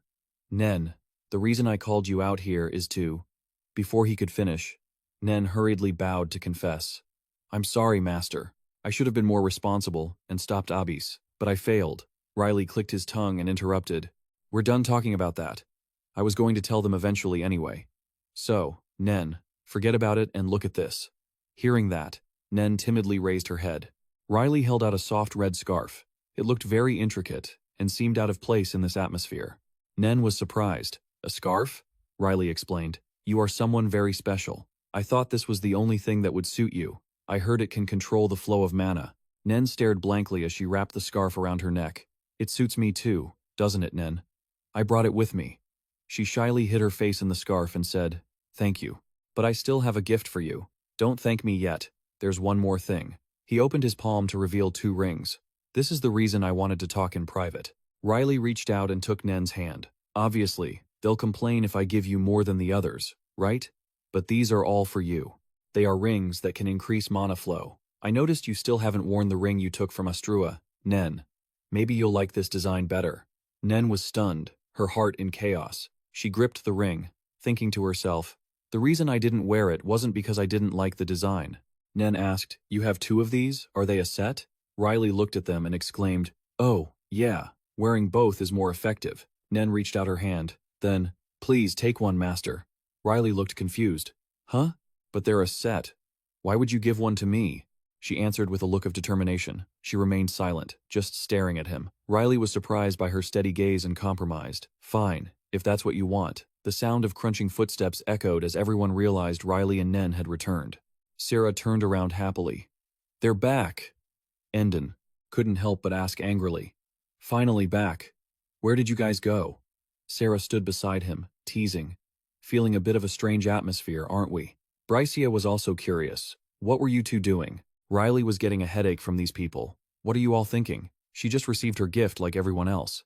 Abbas gave a sinister smile and asked, "So, are we all ready now?" Riley nodded. "If we leave now, that'd be good." Abbas called to everyone, "All right, gather around me." He leaned over and pressed his hands to the ground, creating a magic circle. Abbas announced, "7 bodies, including Riley. We will soon cross over to another world. Are you all prepared?" Brycia didn't hesitate. "Of course." Nara also got fired up. "I'm ready." Inez crossed her arms confidently. "Of course. Why do you have to check on us?" Endon was as irritable as always, yelling, "Stop talking nonsense and just take us there." Abbas closed his eyes. "Everyone, close your eyes," he reminded them. "Endon, I know your eyes are still open, you dragon cub. Close your eyes." Beneath everyone's feet, smaller magic circles appeared simultaneously. A purple light engulfed them. Abbas continued. "When you open your eyes again, the things you see before you will each look different." Inez was a bit nervous. Rian was calm. Sarah looked worried. Brycia was feeling the atmosphere. Nara was seriously prepared. Endon had an extremely confident smile, and Nen remained the most serious as always. Riley was calm and ready. "It will be the place that Riley and I used to belong to." A flash of light appeared, and Riley suddenly opened his eyes. Before him was a clear blue sky, full of sunlight and tall buildings. Countless voices flooded his ears. "Is he calling you too? I missed a few calls, and that's it. Now I'm going to miss the train. Do you remember the lawn kook from last time? It's bland. Nen, I can't drink it anymore. It's completely bland. If it's like that, it's not even a daisy drink anymore. Throw it away." Riley opened his eyes wide. His gaze was full of unfamiliarity, yet familiarity. "Yes, boss. I just arrived. It's okay. Don't worry about it." Looking at the bustling crowd before him, he realized he was back. Back to the world that had placed upon him a curse worse than death. A voice beside him pulled Riley out of his thoughts. "Is this a castle? The ground is so hard." You call out loudly. Nara and Sarah, full of curiosity, ask, "Master, is this the lower realm?" Nara also remarks, "The ground here is as hard as rock, isn't it? We didn't arrive too late, did we?" Riley tells them, "The ground is like that here. Don't worry, it looks peaceful enough. I think we arrived just in time. Perhaps we should start by looking around." But where did everyone else go? Sarah and Nara look around, bewildered. Nara recalls, "Now that I think about it, I haven't seen them since I closed my eyes." Sarah nods. "I thought you knew we were the only 3 here." Hearing them, Riley is startled. "What? Where did the others go?" Nen asks in confusion. "Where did the others go?" Brycia exclaims with a worried expression. "It seems we've been separated." Hearing this, Rian says irritably, "I knew we couldn't trust that weird little brat." Nen feels dizzy and thinks to himself, "I have to use my right eye if I want to find Master. Even though it hurts so much, I probably won't even be able to find their general location." She speaks up. "Using my eye is too painful. I don't think I can use it to find them." Brycia gently advises, "There's no need to rush, don't push yourself." Suddenly, a voice rings out from afar. "Look over there." A group of students, perhaps just finishing school, are standing and staring at the group in their strange clothes. One of them says, "Look at those people wearing such weird outfits." The whole group begins to gossip. Are they ghosts? Why are they dressed like that? Could there be a cosplay event in town or something? Brycia suddenly says, "It seems like they're mocking us."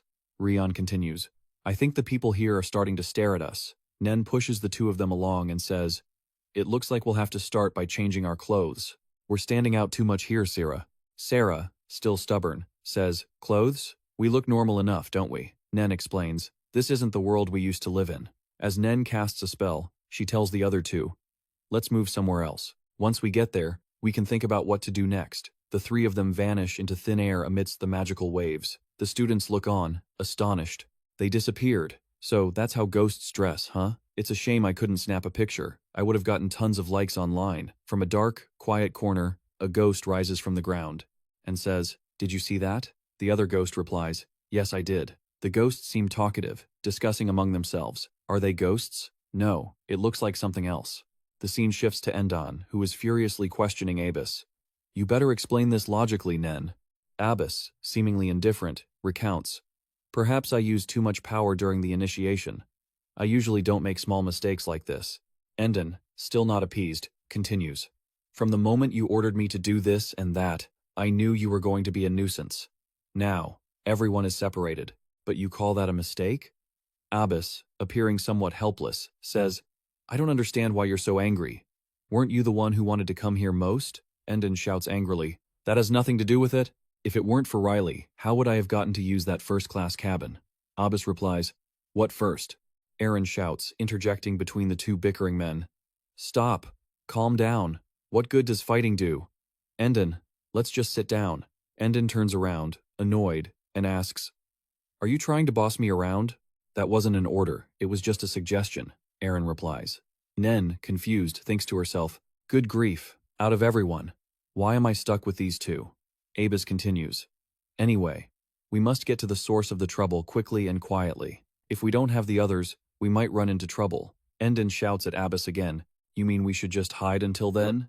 Hearing this, Abbas explains. We need to avoid being noticed by that saintess, so we must keep a low profile. So, Nen, let's cooperate, okay? Endon seems to slowly accept it. He says, Cooperate? Fine. But I'll look at things from a different perspective. He screams crazily. Instead of hiding until the trouble finds us, it would be a time saver if we caused the trouble ourselves. Abbas, with a look of weariness as if he has seen this scene too many times, suddenly speaks up. You're too aggressive, and act on your emotions too much. He lunges forward and strikes Endon on the back of the neck. He collapses to the ground to Aaron's shock. Abbas sneers. A little sleep will help you calm down. Aaron, slightly terrified, asks, He's not dead, is he? Abbas replies, Relax. I just put him to sleep. Where could the others be? What if they fell into a trap or were discovered by the enemy? If that happened, we would already know. Besides, there's no one in our team who's a pushover. He says, seriously, this world isn't that big. We'll quickly catch a scent if something happens. For now, let's focus on other priorities. Aaron asks, What other priorities? Abbas explains, We need to check what date it is. If we want to avoid being recognized by the Saintess, we need to know if this is before or after Riley and I died. Riley must have started investigating already, because no one hates her more than he does. Then I will go with you and assist in the investigation, Enos says, calling him Master Abbas. He replies, Just call me Abbas. There's no need for honorifics, as long as you're comfortable with it. He reminds her, But don't abandon that little dragon. He's very arrogant and stubborn. Nen might breathe fire. She replies, That's reasonable. She then thinks to herself, Those sparks can still come out no matter how respectfully I talk to him. Ed looks at him, lying motionless on the ground, and says, Our secret is that we arrived here with 7 parts of our bodies, and we have to use that trump card wisely. The best way is to hide our identities. He thinks, I understand the desire to risk everything, but be patient, little dragon. Save that fiery energy until we play the trump card we've hidden. Riley is standing in front of a large stone slab. After standing there for a long time, he turns to leave. Carved on the slab are the words, Memorial for the Unknown Warrior. He stands still, thinking, Now I'm certain that we've arrived after my death. A couple is also heading towards the memorial. The young man says, Hey, look at that monument. Why are there people standing there? The girl walking next to him continues, They must be tourists. Nen is always interested in things like that. The young man says sarcastically, What's so interesting about a shabby old grave like that? Some people have no taste.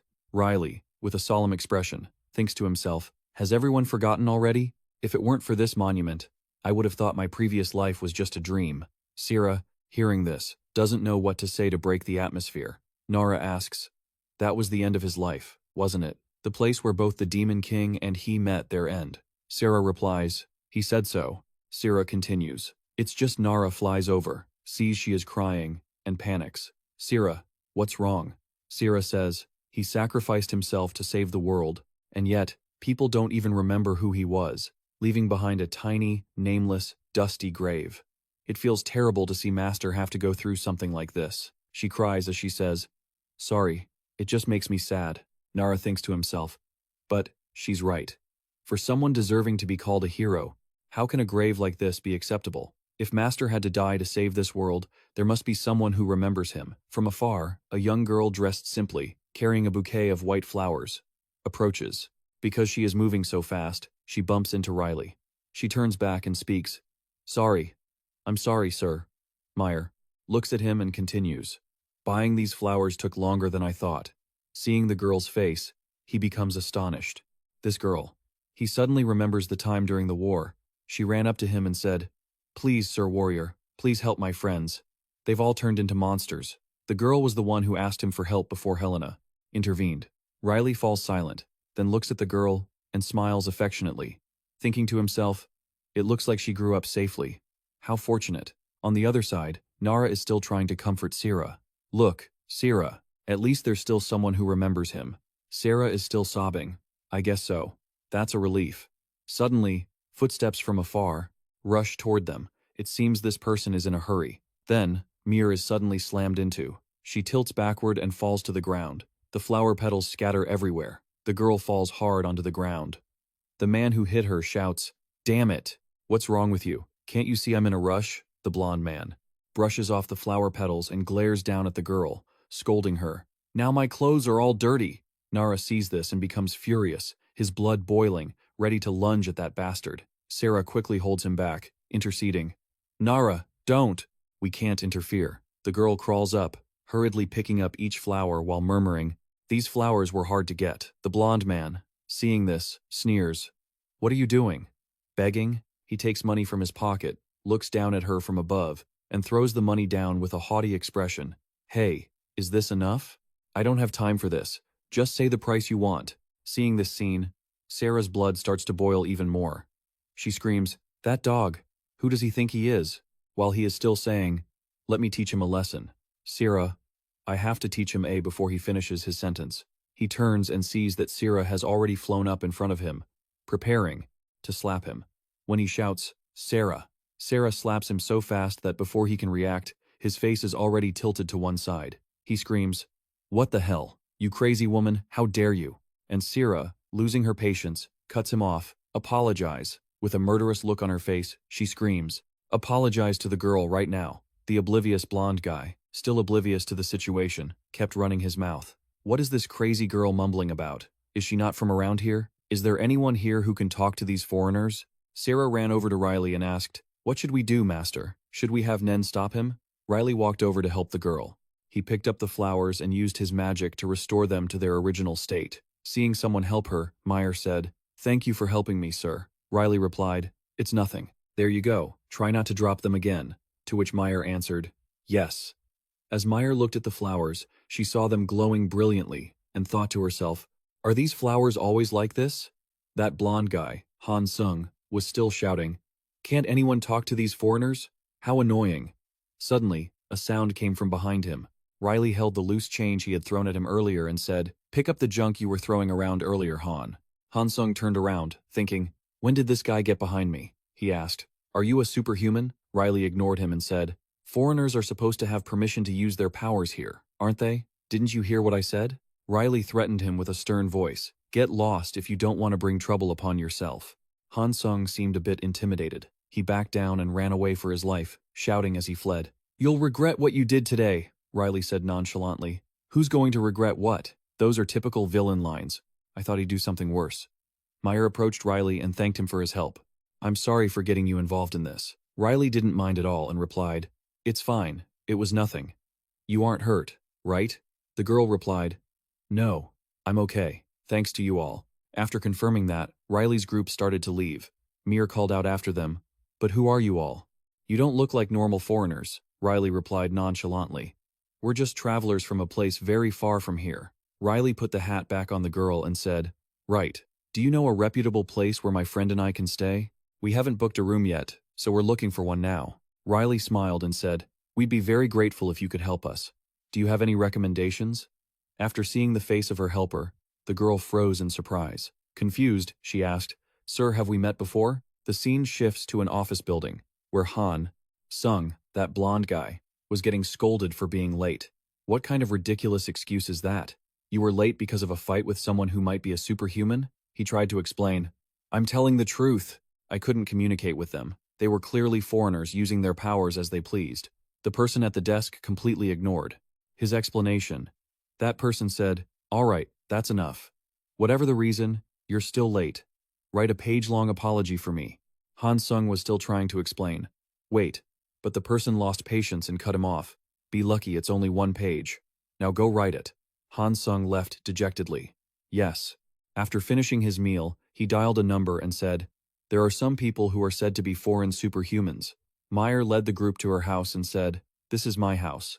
Please, come in. Riley turned to remind the 2 people behind him. Take your shoes off before going in, okay? Yes. Meyer went into the inner room and called out loudly. Mom, we have guests, Riley said. Since you helped us, we should greet everyone in the house. Where is your mom? Meyer replied. Could you come here for a second, sir? Riley turned and told the 2 behind him. Wait here. I'll be right back, okay? After going into the room, he found Meyer's mother, who was running a high fever. Her condition didn't look good at all. The girl said sadly, She's been running a high fever for a few days and hasn't been able to talk. I've tried my best, but her condition just keeps getting worse. Riley observed and thought to himself, Her condition isn't good. It must be very hard for her to take care of her mother all alone. Riley took her hand and said, Let me check. He channeled his mana into her mother to soothe her illness. He thought to himself, Even though this is just a temporary solution, sharing my mana should be fine. Later, I'll have to ask someone with high medical expertise to check on her. After that, Riley turned to the girl and said, It seems she has a pretty bad cold. Resting is the best thing, so she'll be okay, Meyer said happily. Really? Riley gently comforted the girl. Everything will be all right. This phrase, this silhouette, reminded Meyer of an old figure who once saved her. Back then, she was just a tiny child, but she could still feel the sincerity in that person's words. I will save your friend, so don't worry anymore. Okay? Back to reality, Riley said. Everything will be all right. He thought, I definitely won't repeat the mistakes of my past life, he said sincerely. I will help your mother. You can count on me. Riley silently made up his mind. This time, I will not fail. A group of 3 Ainz, Lion, and Abus had arrived at the tombstone. This was the end-of-life place the master had mentioned. Rian observed and said, So that's how it is. It turns out Riley and the Demon King were actually here. Abis exclaimed, Isn't a monument like this for a hero a bit too plain? Enes replied, I think so too. Suddenly, Han Sung appeared from behind and shouted loudly, There you are. We received reports that there are superhumans using their powers without permission from the authorities. So please, cooperate and verify your identities. Enes was confused. What? All 3 turned around and said, Verify our identities. He said, Just come with us. It won't take much time. Once we decide there's no problem, you can go about your business freely. But Nen wouldn't have it and spoke up to explain. She thought, There must be some misunderstanding here. We aren't using any powers, and we aren't superhumans. Brycia, standing next to her, added, That's right. So why should we follow you? But Han Sung wouldn't give up and insisted on pursuing the matter because we received reports and there are procedures that need to be followed. We will verify everyone's identity. It won't take long, so please, cooperate. Seeing that they couldn't convince him, Nen, Lion, and Brycia all glanced toward Nen, signaling her. Seeing that, she could only sigh helplessly and agree to handle it herself. She stepped forward to deal with Han Sung. Seeing that they weren't moving even after he'd been talking for so long, Nen, wait, he added. This isn't a joke, miss. You don't need to complicate things. But she didn't care about any of that and raised her hand. Immediately, a mysterious power appeared and a barrier manifested, surrounding them, which terrified him. What is this? Nen then said. It's a barrier. Looks like we'll need to have a little chat. Seeing that, Han Sung immediately raised his gun, ready to fight. I knew you guys were suspicious. Stop right there, or I'll shoot. She saw him, but she wasn't afraid at all and kept staring at him. Then immediately, dashed toward where he was standing with great agility. Seeing this, he was extremely panicked by Nen's actions. After regaining his composure, Han Sung quickly pulled out his gun and said, Stop, and fired a few shots at her. But just as the bullets reached Nen's eyes, they stopped, because a barrier blocked them. The bullets didn't touch her. In order to keep the 3 of them safe and their identities from being revealed, Nen said, It seems you don't want to talk, huh? I'll have to go into your mind and see for myself. Seeing Nen stop the bullets made him extremely surprised. She stopped the bullets? While he wasn't paying attention, she had already appeared in front of him, blocked the muzzle, and warned him, You'll remember this as a trip out with your subordinates, but you'll forget everything about me and the reason you came here. Hearing that, he was terrified as he discovered. How can you use more than one ability? That's breaking the law. You're an illegal superhuman, right? But she didn't bother answering those questions. You people here probably don't know what mana is, do you? It allows us to possess things different from our innate abilities, but he didn't understand any of it. What the hell is mana? But she didn't bother talking to him anymore and directly destroyed the gun, saying, "All right, that's enough talking. Now, I'll enter your mind. I'll see the evidence of your power usage, how your world operates, and what the Saintess is doing here. I hope you'll be able to satisfy my curiosity." Meanwhile, Meyer was sitting and chatting. At first, I was a little scared because I'd never met foreigners before. Now that I know you're all very kind, I'm more comfortable. Hearing that, Riley reluctantly said, "Well, regardless, we're all human." Hearing that, Sarah comforted Nara. "Don't cry anymore, Nara." Nara was crying while saying, "But I feel so sorry for Mireille. She's had to go through so much." After that, Riley said, "I'll handle the translating, so communication won't be difficult." Hearing that made the girl feel happy. "It's so fortunate that you were able to escape abroad back then. Back then, I thought you were gone." The girl said that, making him feel a bit embarrassed. He said, "Well, it's complicated." But in his heart, he hid another truth from the girl. She would be very shocked if he told her he had been reincarnated. A little white lie probably won't hurt. Then the girl prepared to sit up and said, "I'm sure everyone else is hungry. Let me go get some drinks." Hearing that made Riley happily reply, "That's great. The person whining behind me is also close to dying of thirst. Hang on, I'll be right back." After the girl left, Sarah turned to talk to Riley. "So, what should we do now? Master? Should we look for the others?" Hearing her opinion, he agreed. "We'll try to find the location of Endon or Prisha first. As I said before, they are the only ones who can heal Meyer's mother. After that, we need to find the devil of this world, then Nen, and her special powers. All right, let's decide then. After that, we can find Lion and Inez. As for finding Helena, let's wait until everyone is together." Just then, Mir walked over with a tray of drinks and said, "I'm sorry for keeping you waiting. I've brought some snacks." Hearing that, he turned his head to thank her but froze the moment he saw something. What he saw on the table was a newspaper. Curious, seeing Riley's interest in the newspaper, Nen handed it over to him. "Oh, right. You mentioned it earlier, didn't you? Would you like to take a look?" He replied, "I'll take a look at what the paper says. Helena, the only saintess in the city. The top-ranked saintess in the public trust survey. Saintess Helena has announced that she will be more actively involved in city affairs in the coming years. The citizens are enthusiastically welcoming the saintess's visit." That made him find it interesting. "Are you really doing this?" Sarah saw it and peeked over. It turned out to be the saintess he had mentioned. But deep down, he was deep in thought. What he wanted to do right now was cause a scene. But he couldn't. He had to suppress the urge and wait for the right moment. Currently, she is still the most cunning woman and has many holes to crawl into. I have to do everything I can so she doesn't slip through my fingers. And that is exactly why I need the 7 parts of my body. First, I have to find the flow of mana, because in this world, only Nen, Endon, and I are users who can wield mana. So, every trace of mana I sense belongs to one of them.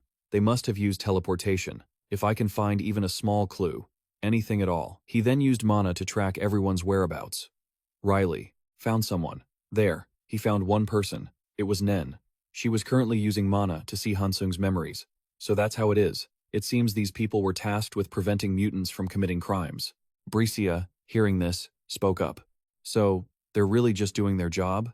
But Nen felt like there was something else hidden beneath it. It feels like there's more to it. Things the higher-ups are hiding. Something else, you say? She explained. Since I arrived in this world, that group has been constantly planting spies around his lordship's memorial stone. Lion heard the purpose of their actions and was incredibly puzzled. But why here? It's just an ordinary rock. But she couldn't see the whole picture yet. They must have a scheme. Therefore, Nen decided she would wipe clean all traces of him here and set a trap to help identify who was following us. Rian was curious about it. A trap, huh? Fine, then what? Suddenly, Nen shouted, "There's a group among us that came here before." She had seen it in the memories. It was too blurry, and Nen couldn't see clearly, but she could guess where they went and teleported everyone there. The trap is set. We can go now. Hold on tight. The two of them grabbed onto Nen. Bricia, right beside them, quickly grabbed onto her hand for fear of being left behind. Then the 3 of them teleported to another place. They vanished in an instant, leaving no trace behind. A while after they left, Hansung suddenly woke up and wondered, "Huh? Why did I fall asleep here? It feels like I forgot something important." After saying that, He let out a long yawn and exclaimed, "Good grief! With all the overtime they forced me to do, it's no wonder I developed narcolepsy." At this time, on Inez's side, he felt the teleportation. That made Inez confused and she asked, "Huh? What do you mean?" He explained, "One of the body parts just used magic. They are quite far away, Nen. We can't catch up to them." Abis poked Endon, who was still snoring. "Time to wake up, little dragon. We have to go." Hearing that, he stood up with a sleepy face. Then he summarized the situation for him. "I sense a mana source from the north. Compared to the speed of you flapping your dragon wings in the sky, it's only about 15 minutes away. We have to get there." That made Endon a bit incredulous. "You can sense mana?" Abis replied, "That's right. And this flow, if it's not Nen's, it's Riley's."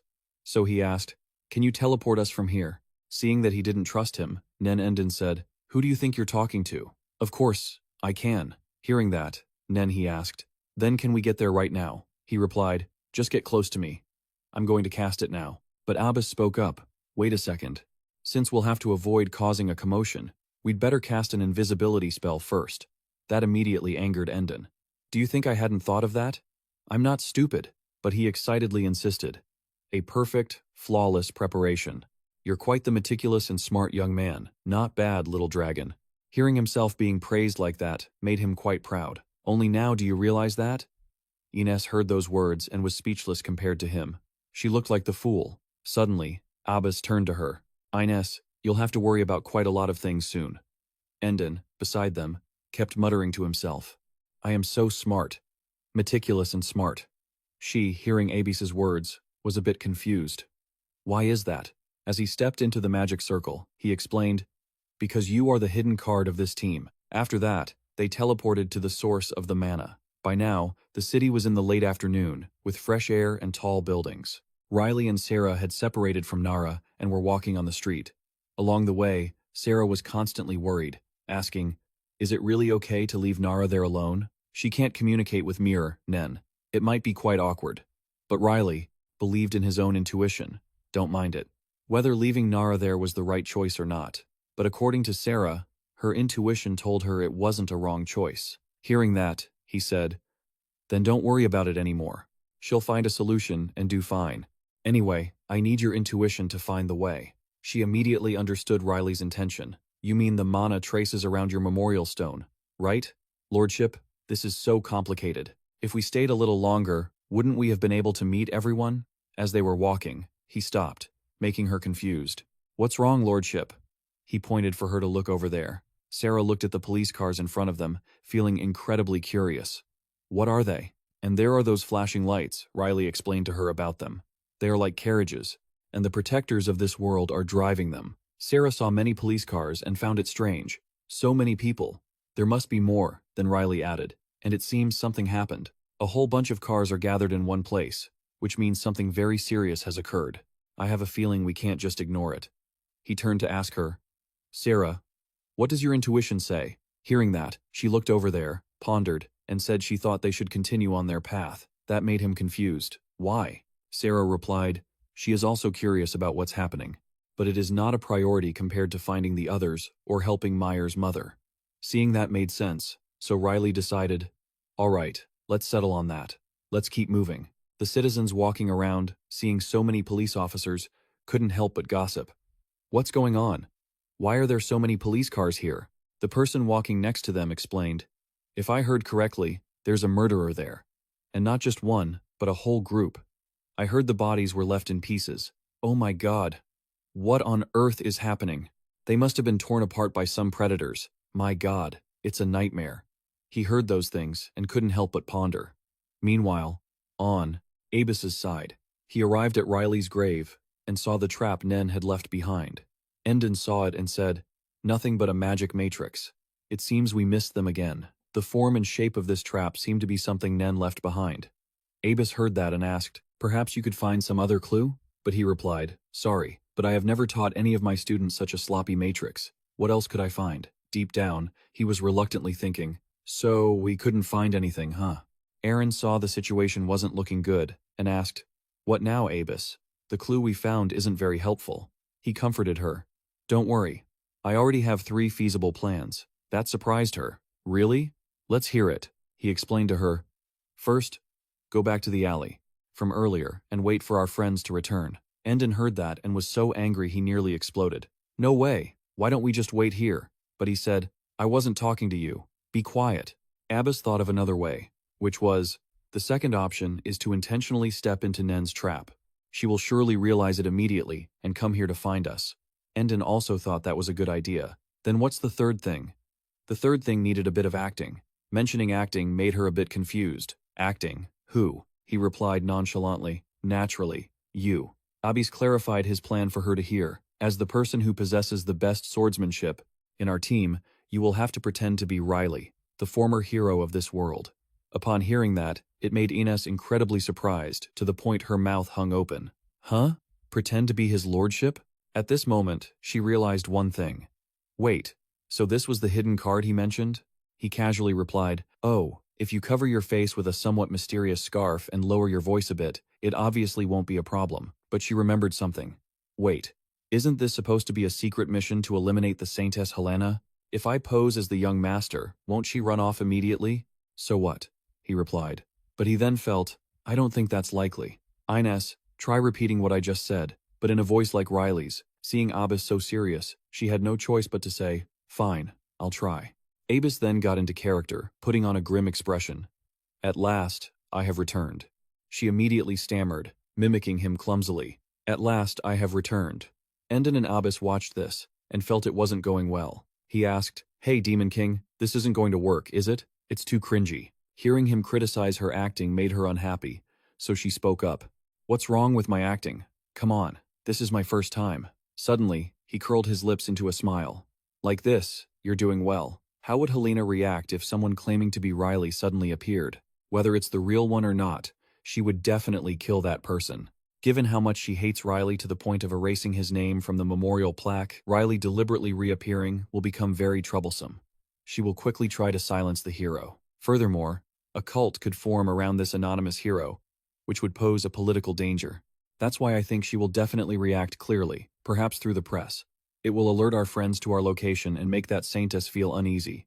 1 stone, 2 birds. Now, little dragon, use your magic to translate what Ines says. But he had already done that beforehand. No need to remind me, I already did it. Seeing that she really had to act, she asked in confusion, do I really have to do this? Right now? Seeing this, he said, don't doubt your acting skills, Ines. 3 strikes and you're out, right? Finally, she put on the scarf and stood up. Standing tall on the tombstone, she pursed her lips to gather all her strength and courage before speaking. She repeated the previous lines. Upon hearing someone talking, the surrounding citizens turned their heads to look. Ines continued her act up there. After dying here, at this very spot, I, the warrior, have finally returned. As soon as they saw her, the people couldn't help but murmur, what is that kid doing? It sounds like she's saying she's the warrior who's memorialized here, but waving a sword around like that is dangerous. Should we report her? Endon, looking down from above, couldn't help but criticize. Man, that acting is terrible. But Abis was relaxed. Just give her a chance. Sometimes, awkwardness can be our advantage. Ines attracted more attention than he had expected. Just then, someone reported her. He was secretly making a phone call to report the situation. Yes, that person is claiming to be a warrior. I'm not sure. I have to wait and see more. Yes, I understand. He saw that scene and felt satisfied. It seemed one had already taken the bait. At that moment, Ines continued acting. Now, I have risen from the dead. Quickly remove this shabby memorial plaque. Right here, build a statue of me, the city's benefactor. If you do that, everyone will remember me. As she was speaking, a fireball suddenly rushed toward her. Ines immediately reacted and fought back. The surrounding citizens were terrified. That kid just hit something. Something that fast? How is that possible? She was astonished by the flames rushing toward her. What? A fire arrow from where? Wait, fire? At that moment, she realized it was Endon. No way. Then she looked at the two of them above. Abbas smiled and asked him, have you prepared all your fire arrows, Endon? He asked him. And I just need to shoot them at Ines, right? Exactly. If you want to convince them, just shouting won't be enough. If you're going to act, you have to go all the way. He said that while smiling at the perfect performance he had orchestrated. Aaron saw this and felt annoyed, thinking, are they crazy? How is she supposed to handle this mess? She looked at the incoming fire arrows, at a loss. The citizens seeing that scene couldn't help but worry. That looks dangerous. Hey kid, be careful. She struggled to use her sword to parry the fire arrows. Then, she leaped up, continuously deflecting the arrows. That made everyone marvel. Hey, did you record that?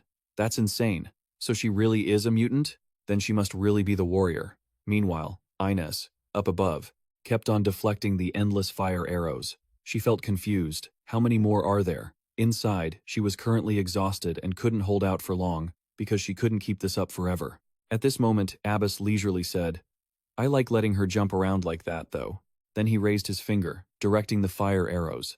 After this last arrow, moved toward the building opposite. Hearing that, she immediately stepped forward to block. Then she took a deep breath, quickly stepped forward, and used her sword to destroy the fire arrow. When the arrow and the sword touched, it created a harsh, jarring sound. Then it caused a massive explosion, sending dust and smoke flying, making it impossible for everyone to see what was happening to her. After a while, when the smoke cleared, Inez had vanished right in front of them, leaving everyone astonished. That person disappeared. After she vanished, people began to gossip. That was really scary just now. Did you get that on video? I got it. But who on earth was that? Who cares? Quickly post it online. At that moment, she stepped onto the rooftop, breathing a sigh of relief. Done. So, that's enough attention, right? Suddenly, a figure appeared behind her and asked, What were you just doing? Hearing someone call her, she was startled and turned around, jumping in surprise. Young master, you scared the life out of me. He looked at her and frowned. Using my name, huh? What were you thinking, Ines? She could only tell him the whole story. And so I just pretended, just like Abbas instructed. He said doing that would make the Saintess anxious and help him realize our location. Abbas also said that when the people on his side heard the news, it could help, with regrouping as well. Hearing that, he fell into deep thought. The Demon King's henchmen? Huh?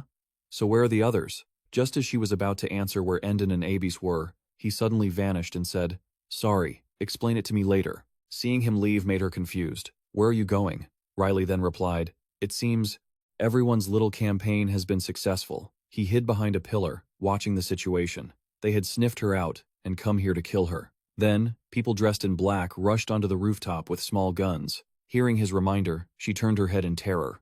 Assassins. At that moment, Jaehyun raised his gun, pointing it at her to attack. Seeing that, he cautioned her, Inez, these bullets are faster than any arrow or magic. Observe every movement from their fingers carefully. That left Inez unsure. What? Fingers? I'm not sure what you're trying to describe. But she said that, while drawing her sword, he didn't hesitate and pulled the trigger directly. Before she could make a move, the three of them all pointed their guns at her and fired, forcing Inez to quickly use her sword to block the bullets and send them flying back toward them. Afterward, she turned and lunged directly, saying, You guys came looking for this yourselves, didn't you?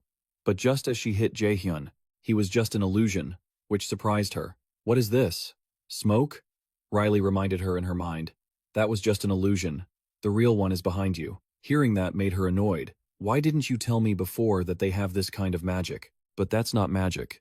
They are splitting the power they possess, just like the Searcher tribe. He cautioned her, and she continued blocking the assassin's attacks. Then he reminded her, Watch out behind you. Someone is using lightning. You can deflect that bolt into the ground. Hearing that, she immediately turned around, thinking, Easy for you to say. Then she countered the lightning and defeated Jane, saying, One down. She turned to Jaehyun and said, Your turn, but a hand pierced through him, making her realize, another illusion? Inez had already lunged and couldn't stop. While he was raising his hand to create icy power, she was panicking. What should I do? It's too late to dodge. Young master, say something. But he replied, I don't need to advise you anymore. Then the direction of the wind changed.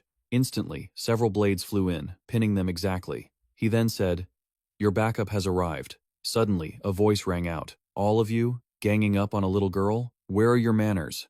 Seeing that it was Sarah, made Inez happy, and she called out, Sarah. Jehu saw Sarah, and was terrified. That woman, she uses knives to throw? Wait, it turns out she was the real deal, so he had returned. Seeing that everything was exposed, she turned and interrogated them. Who are you people? Why are you doing this? Who ordered you? Answer, and you'll be spared.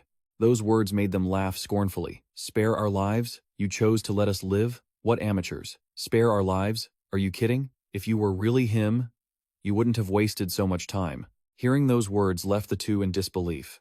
Him? She said, "What does he mean? The two of you are nothing but liars and scammers." Before they melted, they told the two of them that they were nothing more than imposters. Then, the two of them quickly dissolved into sludge and ceased to exist. Seeing this, Sarah and Ines approached and realized they had completely melted away. That's right, just like the others before them. This implies that the one who gave them the orders must be that little mouse. The Saintess Helena Lieblesla has suffered the same fate, Aaron said. Finish what you were saying earlier. Where are Endon and Abbas? Tell me your plan after that. She then answered the earlier question. They are right on top of that building over there. But when she pointed toward the roof, across the street, there was no one. Nen Riley asked, "You don't mean that slippery roof, do you?" At this moment she became flustered and spoke up. "Huh? Where did they disappear to? I'm certain they were there just a moment ago." Seeing what was in front of him made him struggle to believe it, thinking, I want to believe Ines is telling the truth. But where could those two have gone? They don't even like each other, so why form a 7-person group? Nobody knows how to cooperate, he said while nursing a headache over all these issues. At a restaurant in a quiet alleyway with no passers-by, suddenly, a magic circle appeared. It was Nen's group. After teleporting, everyone was exhausted. Now, Bracia spoke up. There are so many streets and buildings, and everywhere we look seems deserted. We should probably rest here for the night. Then, Bracia asked Nen, "Where do you think this is?" "It must be a restaurant." Then she turned to ask Real. "Real, let's just call each other by our names, okay?" "Alright, well, Real, I have a request. Can we go check that place out? I'm curious because I have no idea what kind of place it is." Hearing this made him wonder, why don't you go with Nen? However, Bracia wanted to go. Nen said, "But Nen has already done too much for one day. Don't tell me you're scared, too?" Suddenly, a noise came from a dark corner, making the two of them turn their heads to look. Then, someone appeared from the shadows with bizarre gestures, with their entire body covered in someone else's fresh blood. Seeing that scene left the three of them horrified. What the hell is this? Is it a human or a monster? Nen looked at the thing, confused. No way, blood-red tears were streaming down from that person's eyes. That scene made Nen realize something unusual. Suddenly, she screamed in panic, "Bracia, look out!" That made her confused and ask, "Why?" Suddenly, that person lunged from behind Bracia. At the critical moment, Rian lunged forward, using his greatsword to block the monster's attack and keep Bracia safe. Seeing that, Nen called out to Rian in worry, but he was trembling, saying, "This thing is definitely not human. It blocked my sword with its bare hands. But it's okay." At this moment, Nen remembered earlier that day. It was exactly like what she had seen in his memories, the same condition as those children after Helena turned them into monsters. Rian saw her standing motionless and called out, "Nen, hurry up, cast a spell or something." Hearing that, she quickly performed the incantation. She would seal it behind a barrier. Nen told the two of them to back away. Hearing that, Ryan used his sword to push the monster away. Then Nen released her power in the form of small mana currents. Those mana currents slowly touched the creature's body, causing it to shrink back in fear, using its hands to protect itself. It looked around wildly, trying to find a place to hide, but there was no opening, leaving it nowhere to run. Nen called out a few times. It roared at the three of them, so hungry. Hearing those words coming from the monster's mouth made Bracia terrified, saying, "Did it just talk?" Seeing that, Nen approached it and asked, "You were human at first, right? Do you remember why you ended up like this?" But it only repeated, "Hungry, need to eat." Seeing its condition made her understand that the situation had spiraled to a point where normal communication was impossible. The situation was bad, and Rian didn't know what to do. "What now, Nen? Talking doesn't seem to be helping." But she said, "Then I have no choice but to help it sleep forever." Bracia heard that and said in worry, "Nen, you're not thinking of killing it, are you? It has lost so much blood already, and sealing it away would." She understood her concern. Nen comforted her. "It's not like that. It won't be painful. The blood splattered on its body isn't its own. It's from the people it has already killed." As she raised her hand toward it, she couldn't help but recall Riley's memories when he went to the monster village. The children told him, "I don't want to kill anyone anymore. I've killed my family, my friends. I don't want to anymore. You know, I don't want to keep doing things like this." Hearing that, Riley told Nen, "Let me help them." Hearing that, she said, "Even if we spare it, its fate is still to be killed, or to kill others. Nothing can put an end to this situation. This is the only way." This must also be how he felt, to lessen the pain and cast away some of the guilt. The only way was to face it head on. Afterward, she used mana to pin it down so it couldn't move, and it screamed in pain because this was the easiest and safest way for everyone. Then, a surge of power engulfed the monster, making it shriek in agony. Seeing that scene made Brycia scream, "Stop it! Don't do that!" Nen stepped forward and grabbed her hand, making her confused. "Brycia, but why?" She replied, "We can't do that. We have to find another way. You know how to use binding and sleeping spells. We can buy time and find another solution. Why are you in such a rush?" Those words made Nen realize she was right. "Brycia, I let my emotions take over." That made her wonder, why? That doesn't look like you at all. Nen then explained, there were children he helped in his past life, and perhaps it has become one of his worst memories. Whether it was a curse or an experiment, they all lost their humanity due to some strange power and wandered around, biting people.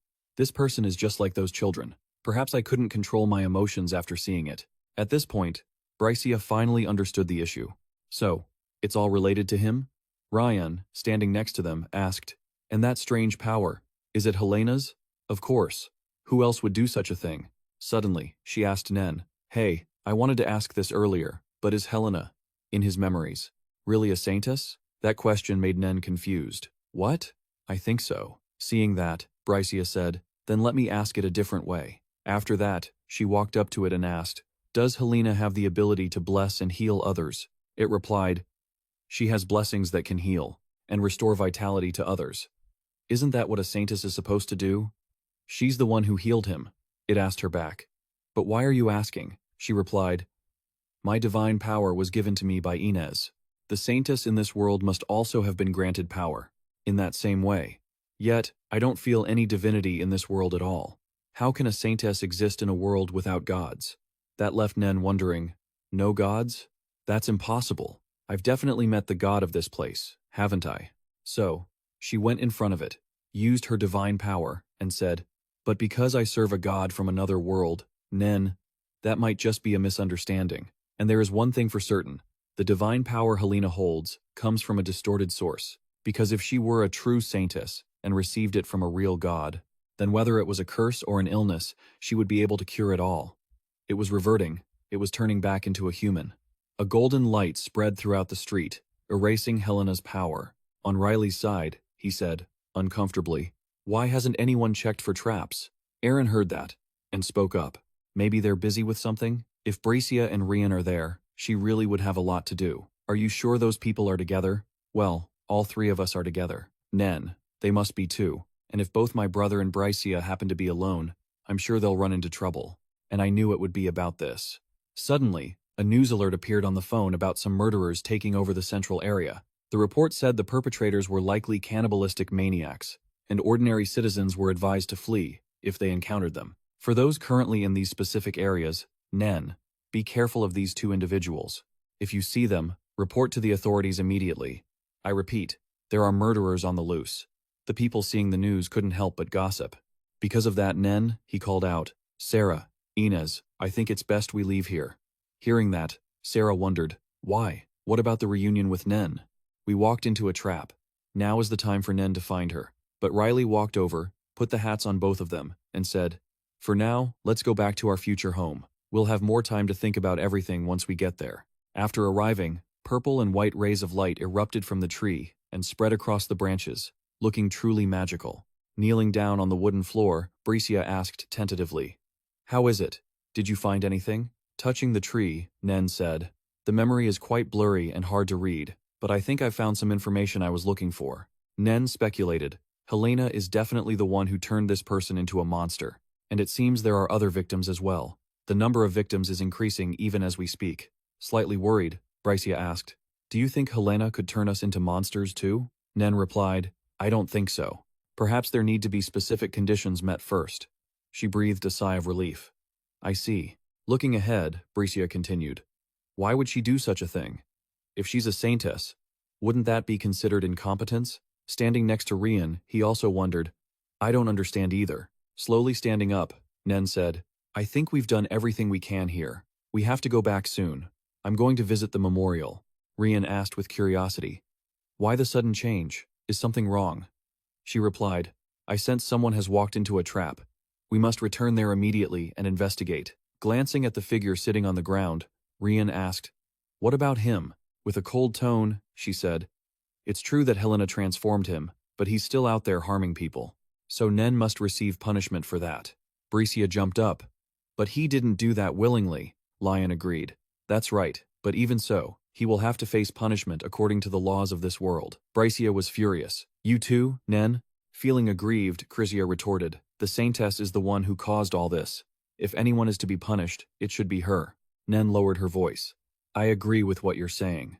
I acknowledge that Helena is responsible for everything that has happened, but this world isn't as simple as that." She then turned around and declared, "My mission hasn't changed. We must eliminate Helena and show the world her savagery. Focusing on that is our most important task." Her words left Bricia stunned. "Furthermore, that will help people like him get their sentences reduced once things are understood." Calming down, she said, "All right, I understand your point now, Nen. We will resolve everything here, and then return safely." Nen smiled. "Thank you." A purple teleportation gate appeared. Nen instructed, "I will be back." A white and purple magical gate glowed brightly beneath the stone pedestal, emitting immense energy. Looking at the high-rise buildings, Nen thought, "They moved to the attic after walking into her trap. She seems to have been in such a hurry." At this moment, she was using her magic to hover in mid-air to observe below. A sound coming from somewhere caught her attention. "Some murderers are taking over the central area," a report stated. The culprits were described as crazy cannibals. Images of Sarah and Inez appeared. People currently in the areas designated below. "Nen, be very careful with these individuals. If you see them, call the authorities immediately." Nen was startled. Sarah and Inez? Looking at the screen, she thought, "So, Nen, they rushed here in such a short time? What on earth happened?" Glancing at the rooftop, Nen speculated. "There are signs of a struggle on this roof, but could it be related to the news from before?" A noise made her eyes widen as a voice spoke when the door creaked open. "Not only do they force me into slave labor all day, now they're sending me to work overtime for an outside mission? What the hell is management thinking?" It was Han Sung. He muttered, "Lately, everything has been strange, including the most recent murder. All we need to do is ambush them throughout the night and catch the person behind this." But no. Instead, they put out that crazy report and blame everything on those two. Do they think the public is that stupid? Hearing this, Nen thought to herself, "So, all that recent news was just a fabrication. It was staged by his superiors." Han Sung then stood up with a black bag. "Regardless, those bastards are definitely suspicious. Just you wait, I'll sniff you out, take you down, and quit this crazy job." After finishing, he slammed the rooftop door shut. He quickly walked down the stairs with an irritated expression. Suddenly, the door creaked open again, and a voice called out from behind it. "Lee Han Sung?" Hearing the call, Han Sung turned his head to look up. "It's you, the girl from the doorway." She calmly suggested, "I want the two of us to talk properly this time. Would that be okay?" The sound of a door opening echoed, followed by an announcement. "Nara, we're back." Hearing this, Nara turned around wearily. "Everyone? You're back?" Confused, Ines asked, "Why do you look so tired?" "Lloyd," Captain Nara replied, "Me? You look like you're the one who just encountered something difficult." At that moment, Meyer trembled, hiding behind a cloak and whispering, "Uncle worried." Riley asked, "Meyer, what's wrong?" Nara answered, "A few maniacs in bright red tried to break into the house." Recalling the scene earlier, he said, "It was strange. No matter how many times I struck them with my spear, it didn't leave a single scratch. It's as if, how should I put this? They possess some quite strange physical abilities." Hearing this, Riley asked curiously, "Did black liquid flow from their eyes?" Nara replied, "Yes, I was just about to report that." Black tears were rolling down their faces. Remembering the old image, he thought angrily, "Again? Helena?" "That insane witch," a small voice spoke, bringing Riley back to reality. Uncle Meyer asked sadly, "Is my house still safe now?" Riley replied, "Of course. Nara has already removed those dangerous things." Meyer breathed a sigh of relief, thanking heaven. No wonder he looked so strong. Mentioning strength, he announced, "Uncle has someone he wants to introduce to you." Riley then called out, "Come here, Inez." Hearing that, she was startled. "Me?" He then introduced them to each other. "This is Mir. She and I met in the past. She allowed us to stay here temporarily." Looking at the girl, Inez felt a bit shy. "Meyer, this is Inez. She belongs to our group and is a very strong warrior." Immediately happy, Mir smiled. "It's a pleasure to meet you, Sister Inez. I'm so happy to finally meet a foreigner I can talk to." She was surprised. "Sister?" she thought. "No one has ever called me that before." Seeing the girl smiling so brightly, Riley thought, then she'll call you that more often. It's definitely more comfortable for this little girl to meet someone her own age. He calculated in his mind. It's better for me to quickly heal her mother so that smile doesn't fade. And if I want to do that, I need to find Bricia or Endon as soon as possible. But where on earth is everyone? Sunlight shone in the clear blue sky. A few weeks later, in a high-end location, everyone was gathering at the headquarters of the mutant agency. Ji-hun's voice rang out, "Rookies, come here." He then ordered, "This time, you two will really need to be highly focused. This isn't just a very dangerous mission. It's super, super dangerous." The person next to him laughed it off. "Come on, you don't need to worry about them." Jiu agreed. "That's right. They aren't ordinary rookies." The silhouettes of 3 people appeared. 1 week to get acquainted, plus 1 more week of actual combat training. Those monsters have completely broken every record the mutant agency has ever had. So, Nen, you don't need to overdo it. Hearing this, Ji-hun turned his head. "But this mission involves catching those treacherous cannibal murderers. At the very least, I have to warn them, right?" Jiu said. "Based on the reports, they are truly completely insane. They said they were warriors sent to save the world or something like that. There are all kinds of strange rumors about it." The person next to him added, thinking about how they could disguise themselves as normal people. "That really is insane," she asked. "If that were exposed, they would surely be caught immediately, right?" A long-haired shadow approached and stood beside them. Hansong wondered, "Hey, you rookies, you understand your roles here, right?" Someone replied, "Lie, of course we understand. The 3 of us are playing the vanguard roles, right?" Hearing this, Hansong glanced over and said, "Right, you won't have much time, but a lot of manpower has been put into this plan. So, you are not allowed to make any mistakes." That person spoke up. "Understood. Just leave this to us." Looking at the images of Inez and Sarah, that person replied, "Those treacherous cannibal murderers everyone is looking for." The silhouette was none other than Nen. She shouted, "We will definitely catch them." Sunlight shone in a small town. A voice called out, "Do you think Nen and the others are okay?" Leading the way, Riley said, "That's right. It's been weeks, and we still haven't heard anything about them." Sarah fidgeted. "I'm worried. I wonder if she's okay." Nara added, "I'm also worried about Miss Bricia." To reduce the tension, Riley said, "If they were the type of people who easily got into trouble, I wouldn't have brought them along. You don't need to worry." Looking at the ring in his hand, he thought about the ring he gave Nen. "I thought if we were separated, it would lose all its efficiency, but I can still feel her warmth. If it hasn't gone cold, then surely she has." Seeing him deep in thought, Nara, walking behind, stopped and called out, "Master." Suddenly, Riley pulled his hood up and announced, "2 are approaching, right in front." Looking at the 2 zombies ahead, he ordered, "Everyone take down one, just like last time." Hearing the order, Sierra and Nara rushed forward simultaneously. "I'll aim for the one on the right. I'll handle the left." Their attacks continuously struck the 2 zombies. Watching from afar, Riley evaluated. They look a bit less clumsy than the ones we encountered before. It follows that not only has their number increased, but they are also stronger, huh? Suddenly, someone raised their head. A voice rang out, making Sarah and Nara jump and stop immediately. "You criminals," Kim Yong shouted. "I didn't expect you to be brainless enough to walk around the mutant agency. Now we've caught you." The streak of brutal murders has also come to an end. On one side, Riley was astonished. Personnel from the mutant agency? How could they follow us like that? Sarah should have sensed them approaching. Could it be they joined hands with someone possessing teleportation abilities? Kim Yong then turned back and said, "All right, it's time for the rookies to show their talent. You guys, start the job, and we will support you in containing them." Nen's voice spoke up. "Contain them." Her footsteps moved towards Sarah and Nara. When they saw her, along with Bricia and Lion, they were surprised. Nen then raised her hand. "Running away like that must have been exhausting, right? But it's going to be okay now because I'm here to fix everything." Noticing her strange behavior, Sarah hurriedly intervened. "Nen, wait. Let us speak." Before she could finish, Nen quickly cast her spell. A beam of light tightly wrapped around a person's arm. What is this? At that moment, Kim Yong was restrained by Nen's magic. Why am I being restrained like this?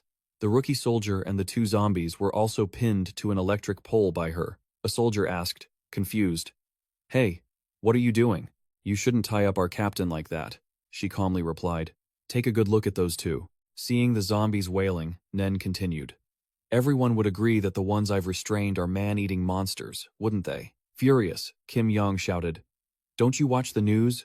Those three over there are criminals. Don't let her trick you, the soldier stammered. But you said that yourself, sir. The rookie soldiers who had made the arrests were overjoyed. Sarah and Nara were excited. So you came to help us? Now I understand what that jerk was saying. Standing opposite them, Nen smiled. I should have. Nen had cast a universal translation spell before coming to this world. Sorry for the delay. The soldiers were suddenly suspicious. There's something really strange here. That's right. Ever since I was given those instructions, I felt something was off. Sarah and Nara breathed a sigh of relief. I thought Nen had been brainwashed or something. She was honestly terrifying a moment ago. Fuming and gritting his teeth, Kim Yong cursed. Those bastards are like lunatics, he shrieked. Do you think you can just ignore your superiors and the headquarters will let you get away with it? He bellowed. Everyone, form up and arrest those rookies now. Suddenly, Han Sung appeared. Mr. Kim, you know, the young people these days yelling doesn't mean they'll listen. That method is outdated. Seeing him, Kim Yong wondered, Riley, why are you here? Han Sung replied, they are members of my team. So, of course, Nen is here too. You didn't think it would be complete without me, did you? Nen didn't beat around the bush. She turned and ordered, stop the nonsense and put an end to this. He replied. Then Han Sung said, now, if any of you are still thinking clearly, you must have realized something is wrong. The mutant officers monitoring the Central District won't be tracking serial killers and cannibals anymore. We believe Mr. Kim is involved in fabricating evidence to frame these people. Arrest him, and then feel free to go home and rest. Everyone will be transferred soon, so we request that you keep this case confidential until then. Beside him, Kim Yong exploded. Riley, have you lost your mind? By what authority? Han Sung replied, it seems you've been deep on Helena's payroll for a long time, hasn't he? I mean, if you're still willing to offer excuses like this, we'll hear the rest of it in the interrogation room. Two soldiers immediately seized him. Riley is right about some things, sir. Mr. Kim, please remain silent and follow us. After that, he could, Kim Yong screamed. Stop! It can't be like this. No. At this moment, Nen spoke up. Miss Frisia, start now. A beam of light was released from her. Golden magic enveloped the two zombies, and they were slowly recovering to their original states. Even Kim Yong was surprised. Are they being purified? Standing in the middle, Nen raised her voice. We are guests following someone else's will, and we have now found our missing comrade. We'll leave the rest to you all. Hearing that, Han Sung smiled. I see. So you only joined us to get my cooperation, huh? She turned her head and replied, from what we've gathered, there are only these two people left who have been brainwashed. So Nen, things will be fine from now on, but if anyone else appears, I'll leave it to you. Han Sung nodded quickly. I understand. I am very grateful for your concern for our well-being. Seeing the soldiers scrambling, he commanded, all right, everyone, stop standing there. Get to work. A gentle breeze blew through the air. Get ready, because the agency is going to be busy soon. Anyone who doesn't understand exactly what's happening, come to the meeting room tomorrow afternoon. Now, get some rest. The moment of reunion, everyone gathered together. What happened to you? I'll explain everything. You aren't hurt, are you?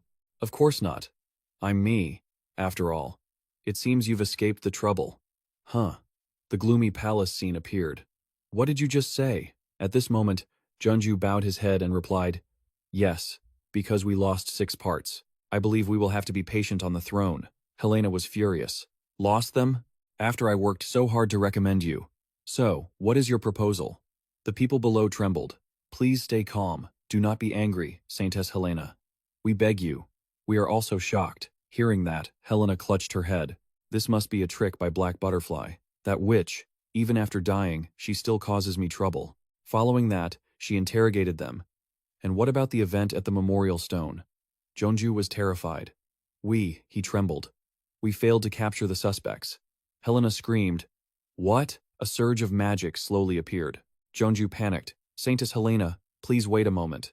I have something to tell you about the warrior, he said, scratching his own neck. Someone reported to me that the young girl claiming to be the returned warrior is not real. He added, she must be just some superstitious follower serving that warrior. And it's not just a few people. There's a whole group of them. A stream of blood dripped onto the floor. Jonju's figure had collapsed, retching. Helena's voice rang out, cold and dark. I have made my decision, she said in a low voice. You will capture those superstitious fanatics who responded to her death. No more promises of reports.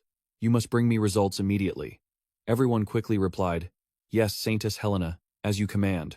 unreconciled. She widened her eyes and thought, even after dying, they are still standing in my way. Those cunning devils. The image of Nen appeared. That woman. And Riley, too. In Helena's mind, malice took hold of her thoughts. She was determined. I will crush them with my own hands. Nen told everyone that the mutant agency was in a state of chaos. The suspicion directed at Helena had split the entire force into conflicting factions. This conflict had helped her approach sympathetic forces and receive secret assistance. It allowed her to collect detailed information about Helena's location, how she brainwashed people, and other things. In this situation, there was no information better than that. Riley thought to himself, finally, it feels like we are gradually getting closer to Helena. I knew bringing them to this world was the right thing to do. The rest is to move forward. While waiting for Endon and AB to appear, Helena will soon face misfortune. My intuition says so, or that's what I've thought. Looking at the blazing fire burning in front of her, Sarangi. Or where did you transport us? Nen. We have to go to the house of a girl named Mirema. Nen quickly explained. I went in the right direction. I even checked it over and over again. Riley quickly ran ahead. She was panicked. Young master, wait. Seeing him stop slightly, Nen continued. Do you intend to go in there to find Ines? You can't let Helena recognize you. Take this. She held out a mask. Realizing Riley was still hesitating, Nen reminded him, hurry up. We have to settle everything here. As he put on the mask, he instructed, all right, don't worry. If anything happens, I will contact everyone through telepathy. And very quickly, with just a leap, Riley's figure disappeared from before his teammates' eyes. Nen spoke up, ordering, now, everyone, it's time to show this world their strength. Time was of the essence. While running, Riley sent a telepathic message. Can you hear me, Ines? Ines? There was no reply. He was worried. My voice should definitely be able to reach her, but why isn't she answering? While in the middle of his confusion, Riley suddenly received a signal. That voice. Young master? He immediately confirmed. Ines. I'm on my way there. How are things? Aaron reported. People with powers like you described have broken in. I've done everything I could to stop them. But the signal was suddenly cut off. A loud scream came through. Riley realized something was wrong. Aaron, Aaron. His mind became restless. Damn it. There was definitely more than one. From a nearby house, a desperate cry echoed out. Help me. Someone. Please. Anyone. A girl sat on the floor, panicked, watching the masked person reach for her. Right at this moment, Riley appeared, knocking the masked person down. Run. Hurry. The girl immediately scrambled up, trembling, saying, thank you, then ran for her life. The masked person, being restrained, struggled non-stop. He said in a cold voice. Looking at your appearance, you must be a product of Helena's, right? Are you the one who set fire to this neighborhood? Did she instigate you to do this? Seeing the other person silent, Riley angrily reminded, hey, when someone asks a question, you have to answer politely. The words had barely left his mouth when the masked person suddenly pulled out a knife and slashed straight at their own restrained arm. He stepped back in horror. You actually cut off your own arm just to escape? And you didn't even scream. Looking into the hollow eyes of this person, Riley felt a bit familiar. That face, the ability to create dolls exactly like humans and blindly follow orders, just like what he had seen in his past life. Like human-shaped automatic machines controlled by the one who created them. No matter how many times he tried to slash or destroy them, what remained were just fragments, 0 drops of blood. And yet, on the ground right now, there was blood scattered. This guy is bleeding, so that means. Looking back at the masked person, his mind trembled slightly. This is a puppet created from a real human. Helena, that monster Riley. He jumped up and kicked the puppet, forcing it back several steps. She really had tried to do everything she could while he was away. Meanwhile, his comrades were also locked in a fierce battle. Nen just landed a finishing blow on an enemy when a transmission from Riley came through. It sounded very urgent. Nen, I've found someone in a white hood. Are there any others like that over there? She asked immediately. Yes, we've encountered a few here. They're human-shaped puppets, right? There aren't many, but I could try to crush them all. His voice grew hurried. No, don't do that. They aren't normal puppets. They're actual people. Explain everything to the others and take them down. But don't kill them. Nen acknowledged the order. Understood. She rushed to stop Sierra, who was about to finish off a captive. Don't kill them, Riley added. Deal with the one I knocked out here, too, Nen. In the room where they were hiding, Ines's voice rang out. Take a deep breath, Meyer. The girl being addressed was trembling violently, her arms wrapped tightly around herself. Aaron was fighting two puppets while loudly reassuring her, "Master Riley is on his way, just hang on a little longer. You have to try and stay awake, keep breathing." Meyer was breathing with great difficulty. Sweat was pouring down her face. "My head, it hurts so much." A cry of pain echoed out. The girl helplessly clutched her head and slumped to the floor. Even in the heat of battle, Ines remained deeply concerned and called out to her, "Meyer." She angrily launched a powerful strike at the two puppets. "You annoying bastards." The two puppets were instantly pushed back and fell over one another.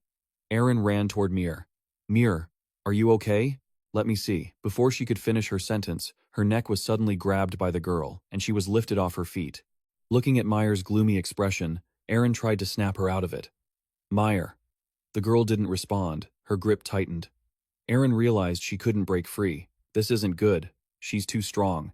The two struggled, but because Meyer's physical strength was overwhelming at that moment, Ines gradually found herself unable to breathe.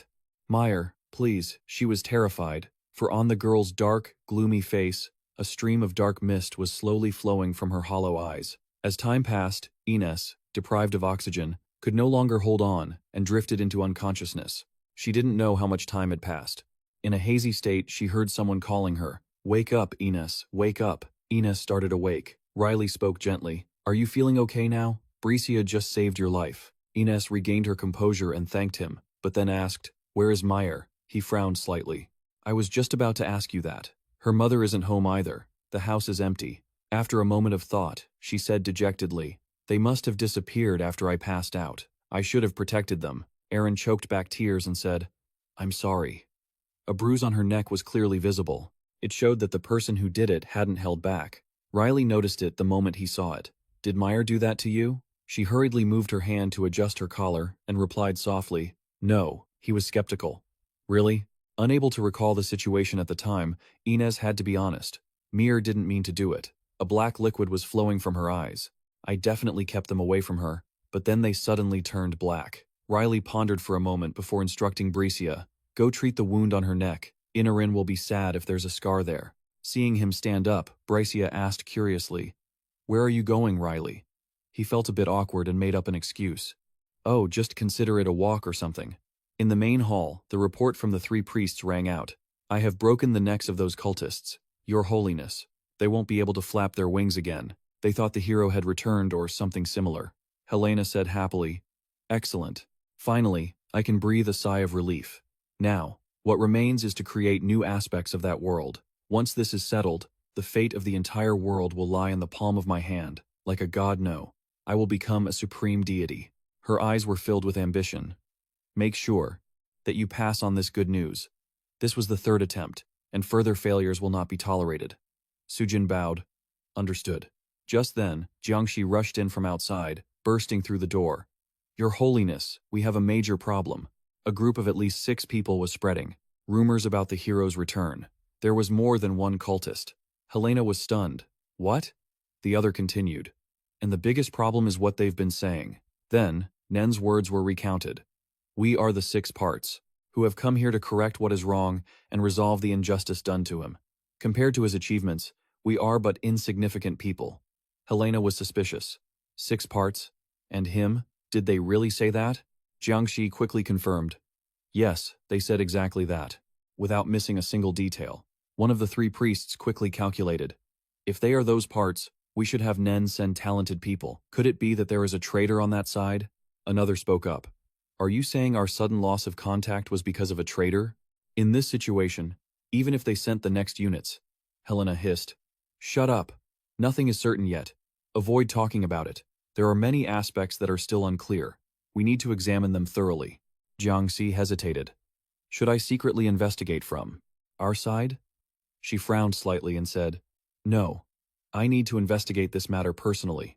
A phone screen was recording a fight scene featuring Riley's group. People were commenting, "Who are these people?" A thumbnail showed the priests confronting those with skills. It looked perfect. Like a circus, isn't it? This definitely isn't just for filming, right? When the scene switched to Sira fighting a priest directly, someone was excited. "Record that part too, hurry." "What is this? Is this video staged? How are they doing that in the Holy Temple?" "I'm right there. It's real, not staged at all. They're fighting very spectacularly, but it doesn't look like anyone is getting hurt. It's almost like a performance." right? Why are there so many talented people showing off these days? Last time, there was some weird girl, claiming to be a hero too. I've seen that video too. Lately, all the rumors revolve around the hero theme. Everyone, come over here and watch. Observing the situation, Nara was a bit curious. Does this peaceful match help? Master Riley replied softly. Of course. Don't you see people are recording it? It's not just about using force to take down Helena. She understands politics very well. We need to influence public opinion. At this moment, the skirmish ended. People looked at each other. One of them worried. Hey, did they see us? Stop filming, let's go. The others also realized something was amiss. All right, that's enough to see. Nen appeared. Master, I have infiltrated the temple and returned. Riley nodded. Is that so? Did you find Helena? She said. No, she wasn't in the temple. Hearing that, he was quite surprised. She wasn't there? Was Sarah's intuition wrong? Sarah, nearby, darkened. I'm not a prophet. Sometimes I sense things wrong too. Nen was curious. Sarah, do you really think you were wrong? At the time you were confident you were right. She was a bit pensive. If Nen couldn't find her, then I was wrong. I did feel a very strong presence, but I must have been mistaken. Nen corrected her gently. It wasn't a mistake. Helena was definitely there. More accurately, she is at the spatial gate inside this temple. Sarah. Sarah realized. So that's why you said she wasn't in the temple. She nodded, assessing the aura. That must be the world of demons that Abus mentioned. Since Helena has colluded with the demons, I wouldn't be surprised if she is in that world. Riley suddenly worried. Wait, so you used your right eye? Nen was honest. Yes, and now I intend to use it again. He warned her. We just need to find Helena. Why do you have to use it to find others too? Don't push yourself. She stayed silent and thoughtful, then proposed a plan. I will find the goddess of this world. Riley was stunned. What? Why that woman? Nen explained. Bricia said something. She couldn't sense the goddess of this world. Then who is the goddess I met? Even though we were separated in a hurry, her existence is still there. Riley warned carefully. All right, instead of that, take a rest and continue searching later. Seeing her still trying to search, he worried. Hey, I told you to rest. Nen reassured him. It's fine, at least up to this point. Then, she suddenly froze. Astonishment and confusion were clear on her face. Riley noticed the change in her and asked, What is it? Did you find her? Nen hesitated. I found her. But something is strange. The location of Helena that I saw before, and the location of the goddess just now are exactly the same. It's as if they are the same person, no, rather, they have merged into one. Something is very strange. I have a bad feeling. Maybe it's best if Nen doesn't intervene with the spatial gate. He stayed silent and pondered. If Abus were here, they would have gone there with blind faith. Looking at the vast sky, Riley's mind was in turmoil. Where on earth are those two? At that moment, Endon and Abus's group appeared. Endon's voice rang out. Are these your minions, kid? Abus explained. They are more like friends than minions. He didn't seem very reassured. These guys look weaker than me. I don't know if they can help. Abus smirked, provoking him. Why don't you try to verify it? If they are about to die, I will stop it. Endon laughed. Sounds reassuring, right? Are you confident that you can manage your friends so they don't lose their lives? He replied calmly. What does that mean? I'm just worried about your life. As soon as he finished speaking, the three friends of Abus charged forward. Meanwhile, Endon remained naive, still not grasping the other side's intentions. Riley thought to himself, I'm sure they're fine. At least I hope so. A few days later, just as he had hoped, the rumors spread rapidly while the media remained silent, as if baffled by what had happened. On an unofficial social media platform, it was described as if they were playing an exciting game. Everyone was rushing to investigate the hero. These days, everyone knows about the hero, so the hero has completely become the hot topic amidst the fast-paced life here. To everyone, it had become an urban legend. Nen pulled up her hood and asked impatiently, Young master, are you ready? Riley advised, wait until the crowd gathers even more. Nara, standing nearby, spoke up. Are you okay? He raised an eyebrow. What do you mean? She honestly expressed. After what happened in the future, you've been constantly acting without any rest, as if you're making decisions and acting more impulsively than before. Riley calmly replied, It's nothing. My inner thoughts have just changed. I've promised not to pretend like I don't know anything anymore. To his surprise, Helena is even crazier than I imagined. It's time to play for real. Looking at the person beside him, he signaled, Nen, let's start.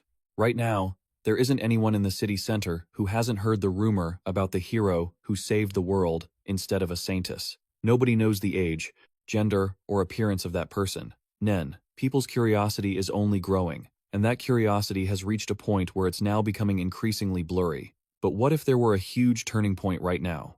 What would happen? Everyone would surely the time has come. And Nen quickly stepped out.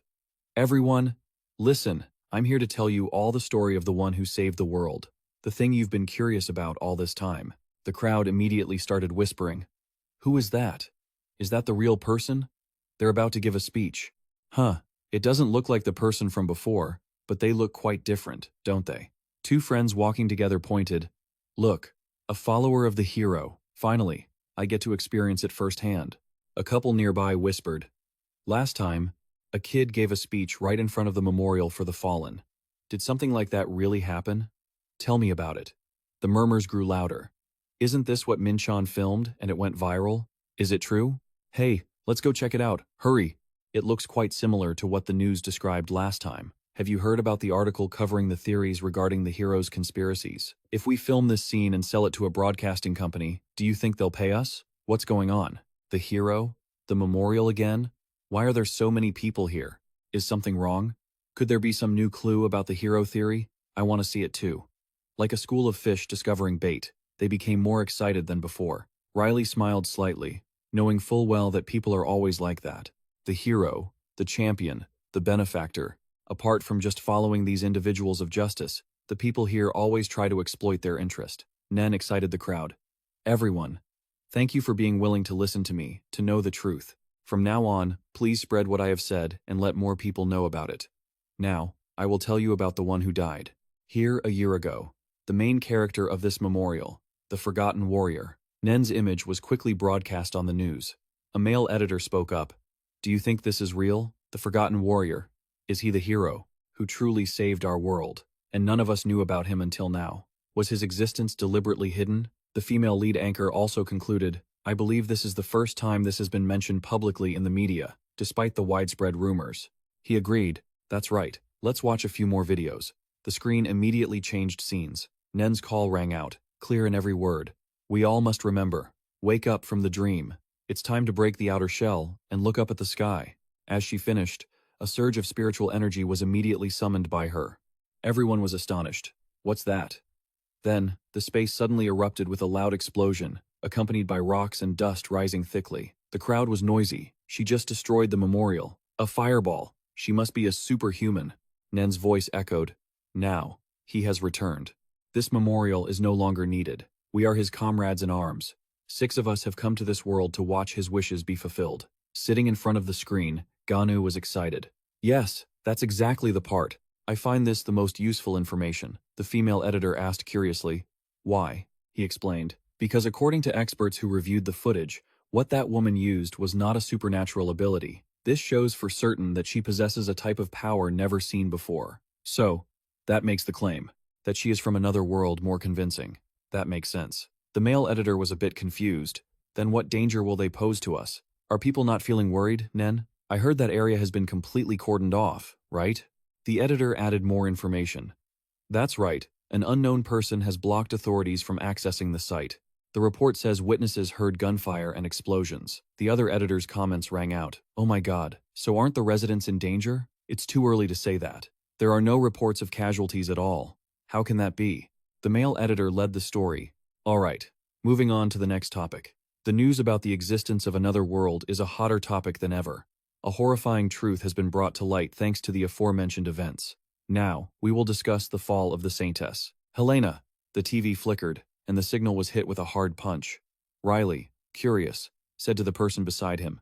Nen, still no news from Helena and her people? Nara was busy fixing the TV. Young master, you said doing this would be very useful. Nen said softly. No, it's nothing, Rian. I checked the superhuman agency, but no one had heard anything either. They said the number of infected people and humanoids is decreasing, clearly because Prisha has cleansed about half of them. Prizia added, it seems people are increasingly losing faith in the Saintess.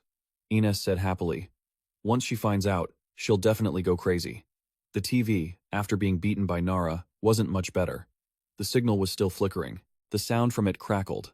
Breaking news. We are temporarily suspending regular programming to bring you an urgent report. An unusual phenomenon has been seen in the sky over the Western District. Residents have been requested to evacuate to the Southern District immediately. I repeat, an unusual phenomenon has been seen in the sky. Wait, from the portal of that strange phenomenon, a figure suddenly appeared. Is there someone over there? Zoom in. Looking closely, the lead anchor exclaimed in astonishment. Seriously? Two people are crawling out of that strange phenomenon in the sky and falling. This is what is happening live. Requesting nearby residents to evacuate immediately. Inez was anxious. It's Abis and Endon. Riley was calm. Finally, they appeared. Everyone, get ready. We need to catch those two before they go for another stroll. He ordered. Nen, take us there. She immediately summoned spiritual energy. All right, teleporting everyone now. The space suddenly flashed, and the whole team disappeared in an instant. Abbas and Endon fell from the sky. The atmosphere in front of them was momentarily compressed and then ignited violently, creating long trails of fire. Both hugged each other tightly and landed with a thud. Just hearing it sounded painful. Endon was excited. Alive! Abbas exclaimed. Who would have thought we'd crash right into her at the final stage? The monsters gathered and whispered. We should have protected the Demon King better. Right? That lizard, if you're weak, you should at least know how to listen.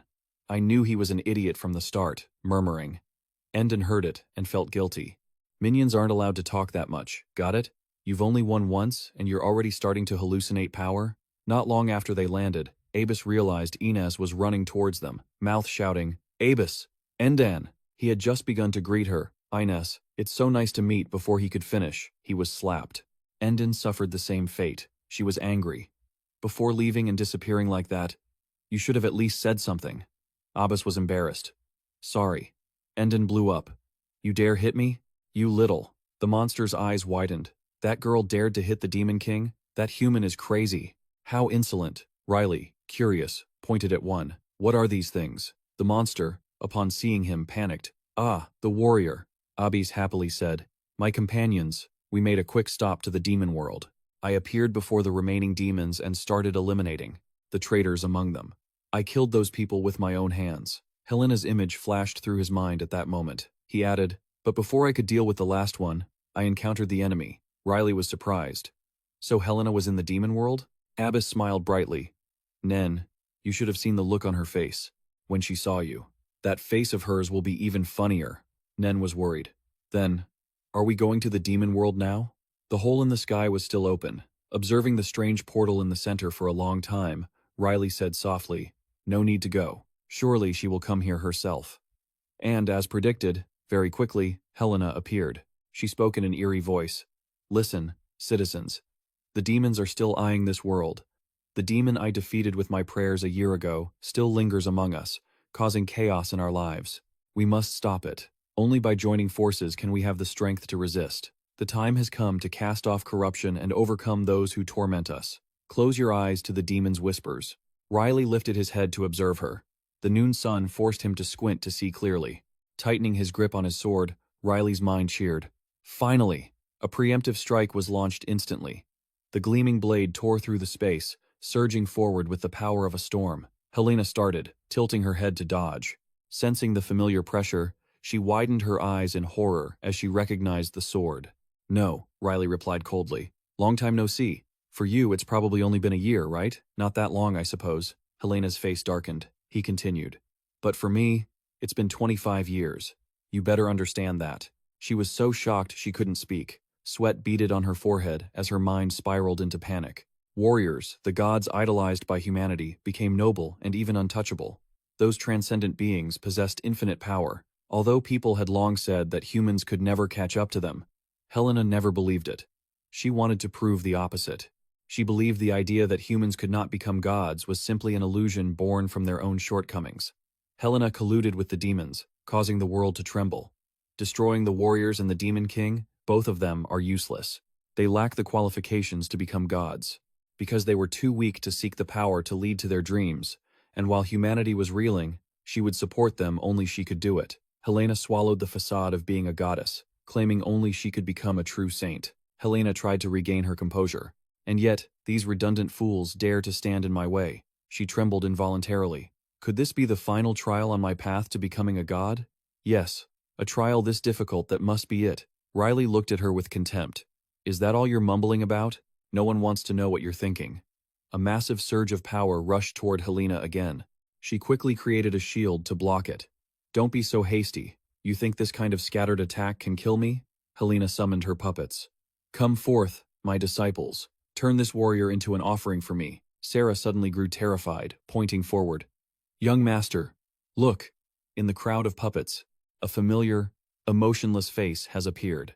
Riley, furious, prepared to charge. What did you do to her? Ryan reached out to stop him. Riley, wait, he urged calmly. Go finish other things, we will handle them. Sarah reassured him. We definitely.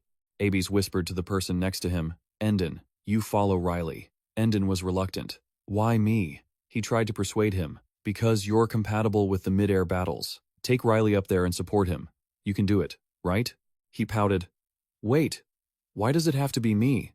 Abies had to resort to blackmail. So, you don't want to go first class on the airship anymore, right? Endan jumped in surprise and hurried forward. No, I'm going. Riley, let's go up. Seeing his comrade's foolish reaction, Abies smiled, very satisfied. He thought to himself, so, it's finally starting. The battle for the fate of the world. When they saw Endon transform into a dragon, the citizens were terrified and ran away. A monster. There's a monster in the city. Yet, Riley didn't get angry. He just quickly launched himself into the air. Helena squinted at Riley and mocked him. The way you keep clinging on, you look like a cockroach. But now, you look more like a mosquito. To think she could still be so calm while surrounded. Thanks to his coordination with Endon, Riley closed in and struck at Helena. She clicked her tongue. Oh, please. Is this the attack you've prepared? Magic in her hand was aimed at him, and in the blink of an eye, Riley was counterattacked. A loud explosion echoed, rubble flew everywhere. Endon worriedly watched him crawl out from the wreckage. Riley, are you okay? Riley's voice trembled. Did you see it, Endon? That butterfly. Every time I dodge or block an attack, a glowing butterfly appears behind me. Endon looked around. That? Yeah, I see it. Riley cautiously suggested. I want to get a better look at it, but it's hard to move. Can you attack for me? He hesitated. I really don't like this, but perhaps. This is a good time to show off the things I've learned from those horned bastards. After calculating, Endon readily accepted. All right then. He immediately transformed back into his human form. Let's see how you'll handle this. A skirmish in the style of Abies. In another scene, a puppet just took a heavy blow from Inez. Its body was pushed back, and a dry cracking sound echoed. She said coldly, Now that Meyer has lost consciousness, you can't control her anymore. Do you like that, you fraud who dares to imitate Meyer's mother? Jimin laughed gleefully. It's you, is it? The one who turned my dolls into a mess with that strange energy? I was certain a few of my disciples had snapped your neck, yet you're still here, Aaron asked angrily. So you're the one who kidnapped Meyer? Jimin replied nonchalantly. Kidnapped? Do you know how much I care for the child? She's the only one who escaped being tainted. The final piece in my collection. How could I treat her carelessly? Inez's expression darkened. So, you're the one who turned the children in the Center District into monsters? Jimin was confused. The Center District? You mean a few years ago? And Meyer was the only one who escaped? Her voice, like a ghost, recounted the cruel deeds. The children are very simple creatures. They didn't know I killed their parents. They followed me around like cute little chicks. So, what if I wanted to turn them into my toys? In the end, one of them caused trouble and escaped. Inez trembled slightly. So you only care about Meyer like a sick joke? Jimin wore a ghoulish smile. What? What's wrong with that? The child was protected, and I still got to enjoy my fun. So, both parties benefited, right? Hearing these sickening words, she drew her sword in anger. You lied and tricked her into thinking her mother was ill. It's so sad that she even called you mother. Mir appeared from nowhere, standing between the two. Wait, Inez. Inez was astonished. What are you doing? She's not your mother. She's the one who lied and killed your friends. The little girl said sadly, Yes, I heard that, I know. Jimin was smug. See? The child I raised won't mistreat me, will she? Meyer said softly. I didn't want my mother to die, did I? I didn't, because those happy moments were very real. Inez couldn't believe what she just heard. She opened her mouth, then closed it, finally whispering helplessly, Meyer. Seeing this, Jimin offered an enticement. So, can you do your magician friend a favor? The girl acted as if she didn't hear her and continued, Please cover my ears and eyes. That way, I won't know what happened to her. Inez was stunned. Her face turned pale. But Meyer, what is this? How can you live alone without your mother? Mier replied coldly. It is true that I cherish the memories of when we were together, but I cannot forgive everything you've done to others. This is all I can do for the people you've harmed, and I just wanted to tell you this before it happens. Jimin shrieked. You little brat! I gave you food and shelter, and this is how you repay me? You are mine, and it's time you became my doll again. Her words cut off because Ines had furiously charged forward with her sword in hand, using magic to cover the child's eyes and ears. Mir said sadly, Goodbye, mother. The space seemed to freeze, silent without a single sound, and Jimin's life met its deserved end. The full moon hung high in the black sky above the city. Abis accidentally glanced over at Felicity. He couldn't help but ask, What is that thing next to you? Felicity's eyes widened, confused. What? Abis continued. The black butterfly right next to you. Where did it come from? You still don't get it? Butterfly. What are you talking about? He panicked, pointing out, It's flying right next to you now. Is it some kind of hidden spirit beast or something? Felicity still didn't understand and replied, But I don't see anything. At the same time, a white butterfly appeared in front of Helena. The aerial battle continued. Endon's investigation helped him understand a few things. He was the only one who could see that butterfly. No matter how many times he explained where it was, he couldn't find it. So, he concluded he had to solve everything himself. Riley thought silently. The problem is, how do I get close to it? Suddenly, there was a silent notification. Reporting to Riley. Young Master, we have finished dealing with Helena's disciples, and will join the battle with you now. He replied, Forget it. You guys can't do anything anyway. The person denied. No, but there is something we must report to you, Abis said. There is a black butterfly following me. And I think you should check it out, Riley asked worriedly. You just said a black butterfly? Helena reached out, countless streams of dark energy gathering at her fingertips. The terrifying pressure made Endon's face pale. Then, they transformed into a bolt of pitch-black lightning. It shot straight toward Riley. Seeing this, Endon could only scream. Riley was shocked, sitting and clutching his head as he waited for the black lightning to strike. Riley was cautious, but in the split second before catastrophe struck, he opened his eyes in amazement, suddenly discovering the lightning bolt. The darkness was shattered by an invisible force. Riley was pulled into a spiritual realm, and suddenly, a figure appeared behind him, whispering, The time has finally come, warrior. He spun around, muttering, Nen? The goddess of this world, Felicity, spoke coldly. So, you know about the black butterfly and the white butterfly now, don't you? Riley couldn't help but ask, What exactly are they? It seems no one else can see them but me. Felicity slowly explained, They are a part of me. The power to decide my fate was split into two butterflies. Riley asked, So, in the end, did Helena absorb you? And because of Nen, you two are inseparable? She replied, No, it's not entirely like that. I had carefully prepared to equip myself for this day, and thanks to those precautions, I wasn't completely overtaken by Helena. Riley immediately latched onto the key point. Precautions? She continued. Because Helena could make all of my power vanish, I gave half of it to you, warrior. That's why you were reborn with your memories intact and could see my butterflies. Nen's butterflies were another one of my precautions. The reason you two met is all because of my power. Riley interrupted. Wait, what about Abis? He said he could see them, Felicity. She explained further. That's because the Demon King was with you in the final moments of your life before being reborn. You both shared the fated rebirth that I granted you. Helena realized what I had done and hoped to destroy that world before you were reborn. But as you know, she failed. At this, her voice softened. Warrior, I am truly sorry for letting my foolishness drag you into this suffering. The power of fate has returned to you, and you have once again received the holy sword you once rejected. It was all my doing. However, there is no way to save. Before she could finish, Riley spoke up. Don't you dare make excuses, Felicity, she stammered. I'm sorry. I said something wrong again. Riley placed a hand on his chest and declared, No, that's not what I meant. Now is not the time for apologies. Isn't stopping Helena the most important thing right now? If using me as a tool to create the peace you spoke of is true, then it's time to see if it works. A goddess of the world acting afraid right now is just ridiculous, isn't it? If something has happened, you have to fix it. Even if it's too late, there's no time for regrets. What matters is facing it until it's over. Felicity heard this and softly called, Warrior. I admit, hearing you say that is a bit strange. Being teased like that, he couldn't help but feel dissatisfied. Come on, why do you have to kill the mood when I'm in the middle of a speech? It's all your fault. But even if we ignore this, it will only return to haunt us like those fake butterflies. Felicity smiled gently at him, then softly asked, Warrior, can you burn the butterfly I sent to Nen?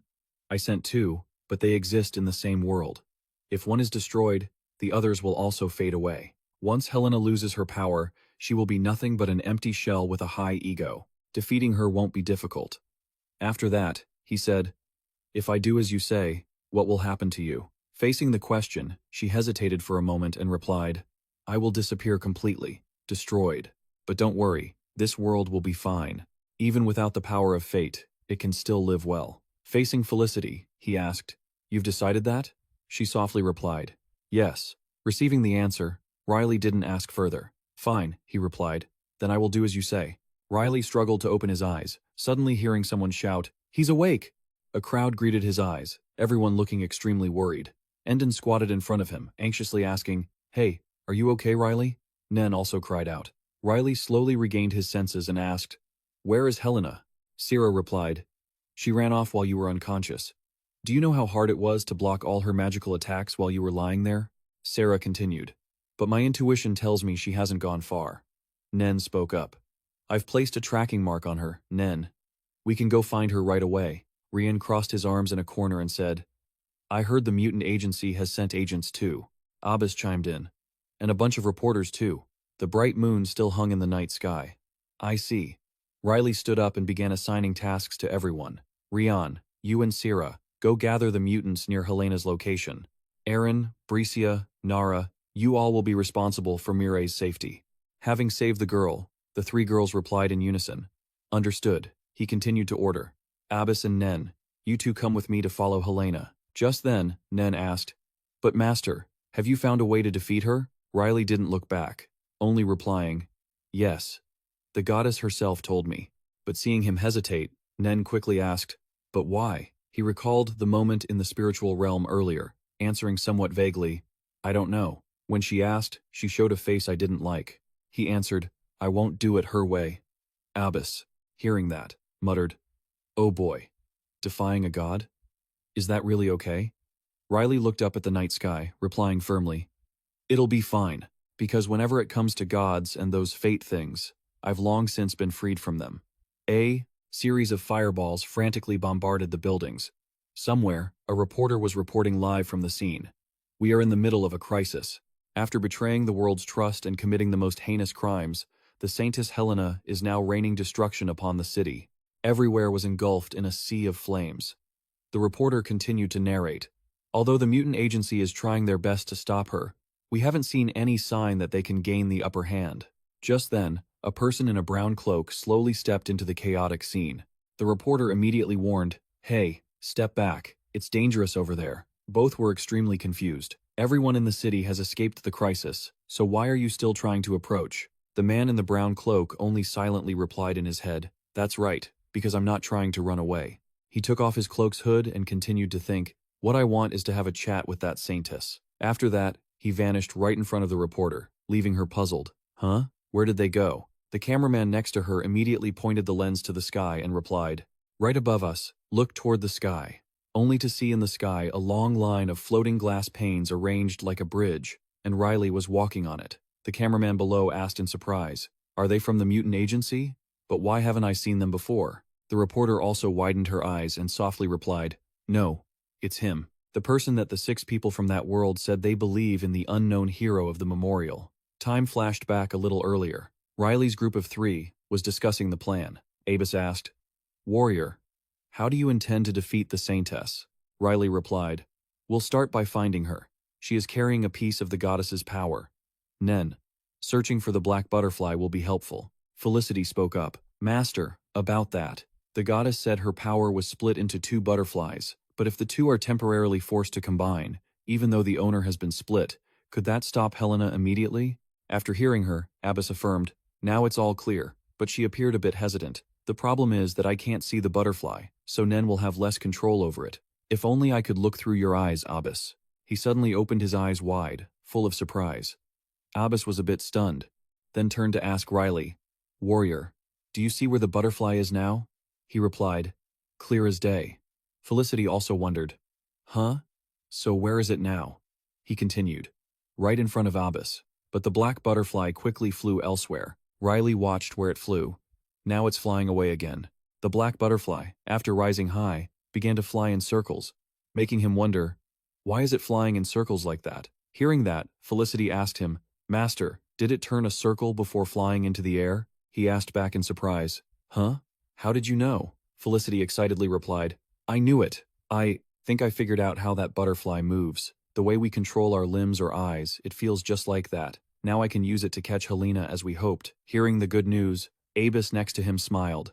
Lucky, warrior. Looks like we have a solution that the goddess doesn't know about. Riley pouted, indifferently replying, Of course. It's not like the gods know everything. Returning to the battlefield in the city, Helena was flying in mid-air, loudly declaring, As if there's anything I don't know. Since I've possessed the power of fate in my hands, sooner or later, I will become a god. I won't have to be like you lowly creatures anymore, she said, then continued to violently bombard the buildings below. Just then, a voice rang out, making Helena freeze. You're like a child throwing a tantrum. Abbas suddenly appeared in front of her and began to mock. That diversionary attack of Endens earlier surely wasn't enough to satisfy you, right? That's why you're here wasting energy like this? Or is it because you're too afraid of us? Hearing such words, Helena gritted her teeth in anger. She waved her hand, casting spells while muttering, Fate is truly cruel, but perhaps to hold more. She had to endure even tougher challenges. Countless streams of dark energy swirled around her, making her expression dark and terrifying. She let out a challenge. I'll crush you like a cockroach. Ibis grew serious and charged at her with all his might. From another angle, Riley also gathered his strength to attack. The two of them, front and back, locked Helena in place. Unleashing fierce attacks, Riley constantly pressured her with a series of razor-sharp sword strikes, while Ibis used powerful kicks and punches to cut off her escape route. Helena began to sense the danger. She thought to herself, damn it, I'm not strong enough to fight them both. I'll have to use the power of destiny once again. A white butterfly flickered. Both Riley and Ibis noticed it. Riley seized the moment and shouted, Ibis, now is the time. Hearing this, Helena was deeply confused. These pests expect me to use the power of destiny? What is he ordering the Demon King to do? Suddenly, with a whoosh, something zipped past her face. Looking closer, she saw it was Ibis charging forward, which caught her off guard. What the? But in the blink of an eye, she was right on his tail and flashed a sinister smile. Thinking of running away alone, huh? She grabbed his shoulder and whispered something, then turned her back on her enemy and slammed him straight into the ground, accompanied by a mockery. Why do something so stupid? Helena looked down with contempt at Ibis, who was struggling on the ground, and sneered.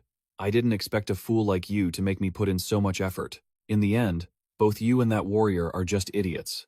As soon as she finished, a snort of laughter rang out, followed by Ibis's uncontrollable laughter. We're idiots?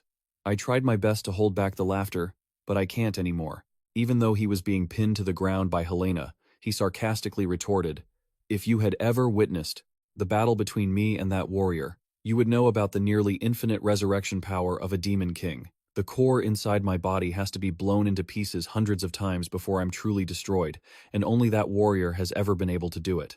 This statement completely enraged Helena. She swung her hand, unleashing magic, and roared, Fine then. I'll extinguish your life 1,000 times right here, right now. Thanks for stupidly telling me exactly how to do it. However, immediately after, her wrist was locked tight by magic chains, accompanied by a shout, Stop!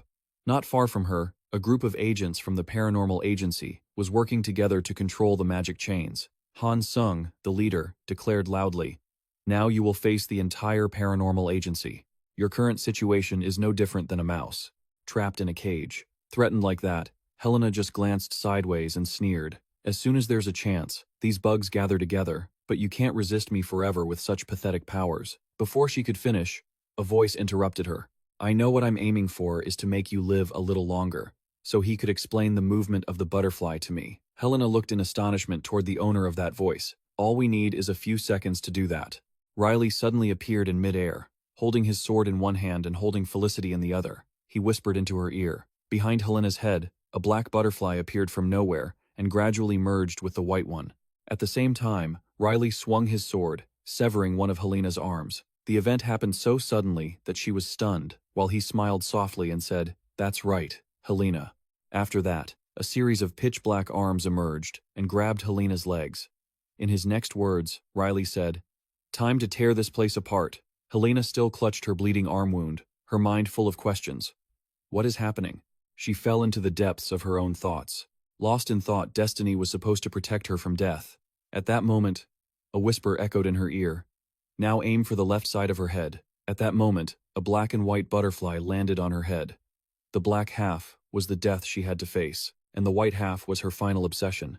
A giant scythe swung down on Helena. She spat out blood, thinking to herself, "Strange, these lingering thoughts are still echoing in my mind. How strange, how can this be?" She widened her eyes in disbelief. This is not normal at all.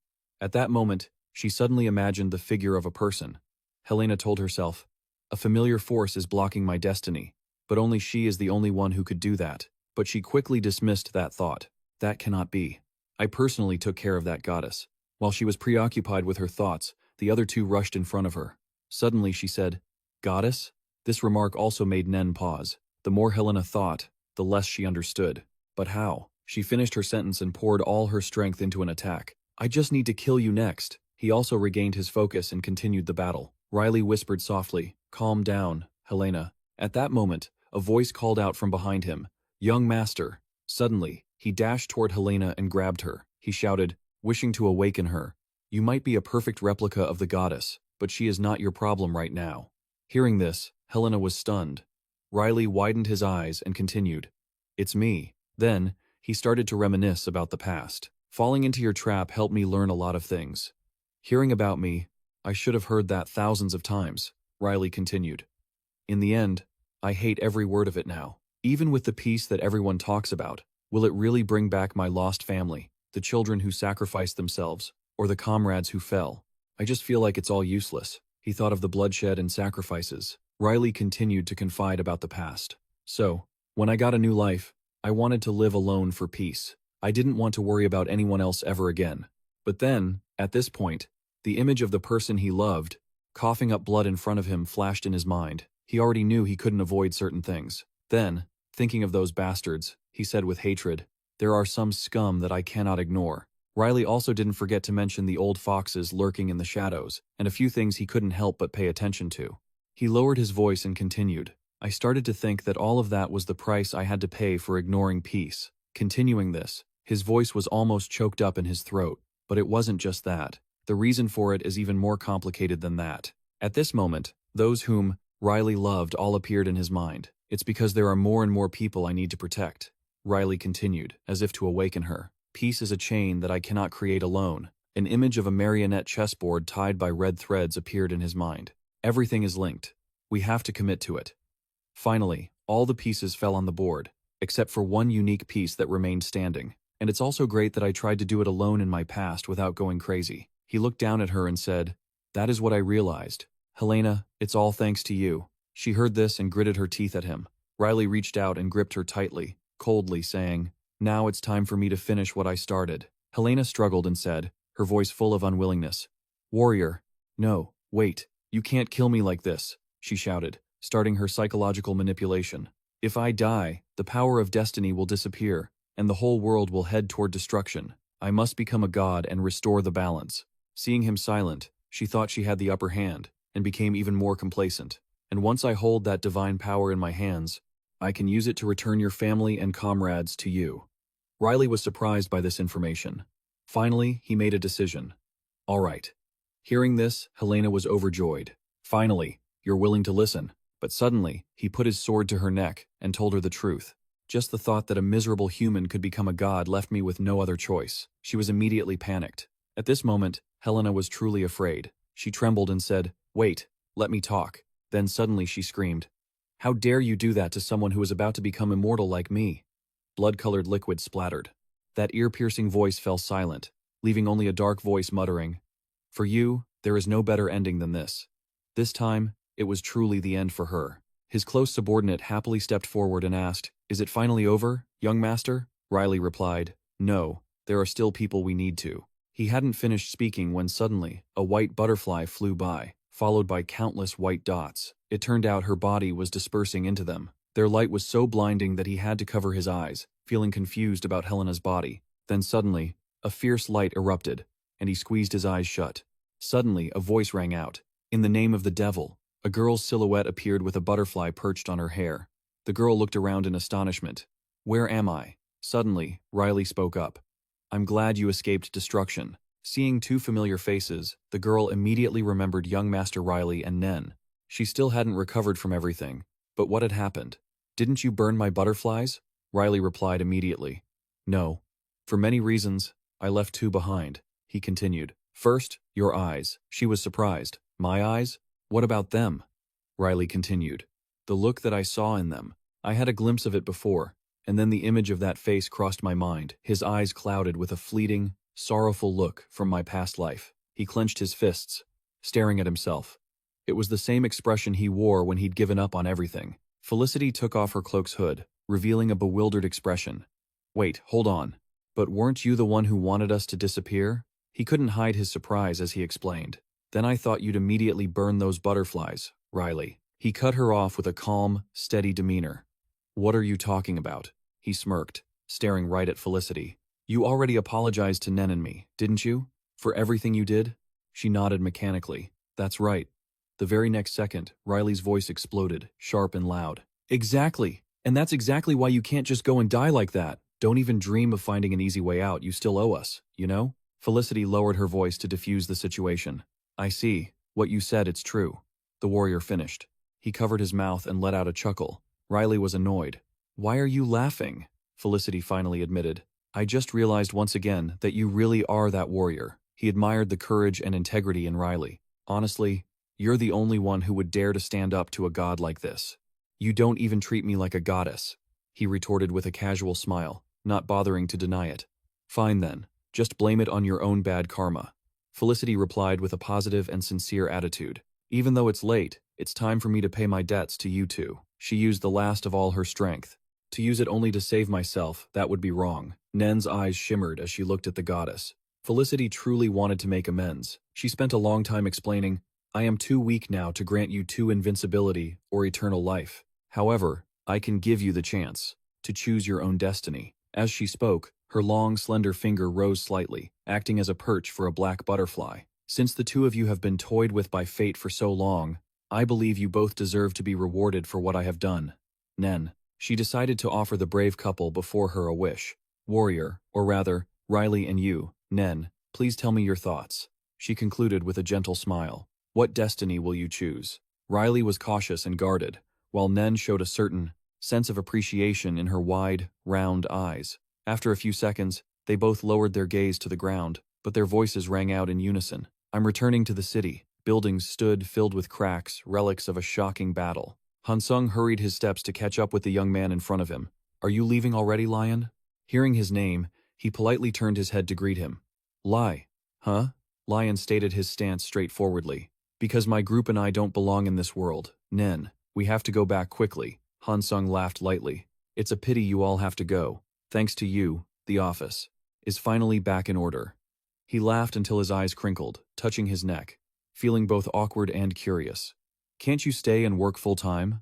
I'm not joking. We'd really love to have a colleague like you. Just as he was about to answer, Lion heard someone calling his name loudly and deliberately. Lion, it's Riley, he impatiently urged him. What are you doing, huh? Let's go. Another new trouble arose when Endon jumped up. No way. I didn't say I was going, he shouted, punching the air with a look of anger and dissatisfaction. That bastard Abus didn't let me see anything. He said I could go on the plane. And in first class, too. Riley watched with a tired sigh, not bothering to coddle him. Good grief. Enough. Just then, Abus didn't even open his mouth. He just calmly snapped his fingers. A towering pillar of light appeared, obscuring Endon entirely. Riley asked with annoyance. Hey, where did he go? Abus nonchalantly replied. I just let him go play. That lizard is thousands of years old. I can't stand seeing him whine like that. Two dark spirits were teary-eyed and clinging to him. Do you really have to go, Great King? Oh, Great King. Abus curled his lips into a comforting smile. Don't be sad. After all, I've already died, so leaving is the right thing to do. They couldn't help but worry about what would happen to him. But in that world, is there anyone to serve you, my king? That's what we're most worried about. He confided gently. If that's what's bothering you, there is someone. Even though they are just a human child, keeping them by my side is truly very useful. The two dark spirits shouted in response. More than us? Abbas laughed at their cuteness. Genti no, not just him. The other warriors standing there couldn't hold back their laughter either. The atmosphere was truly comfortable and warm.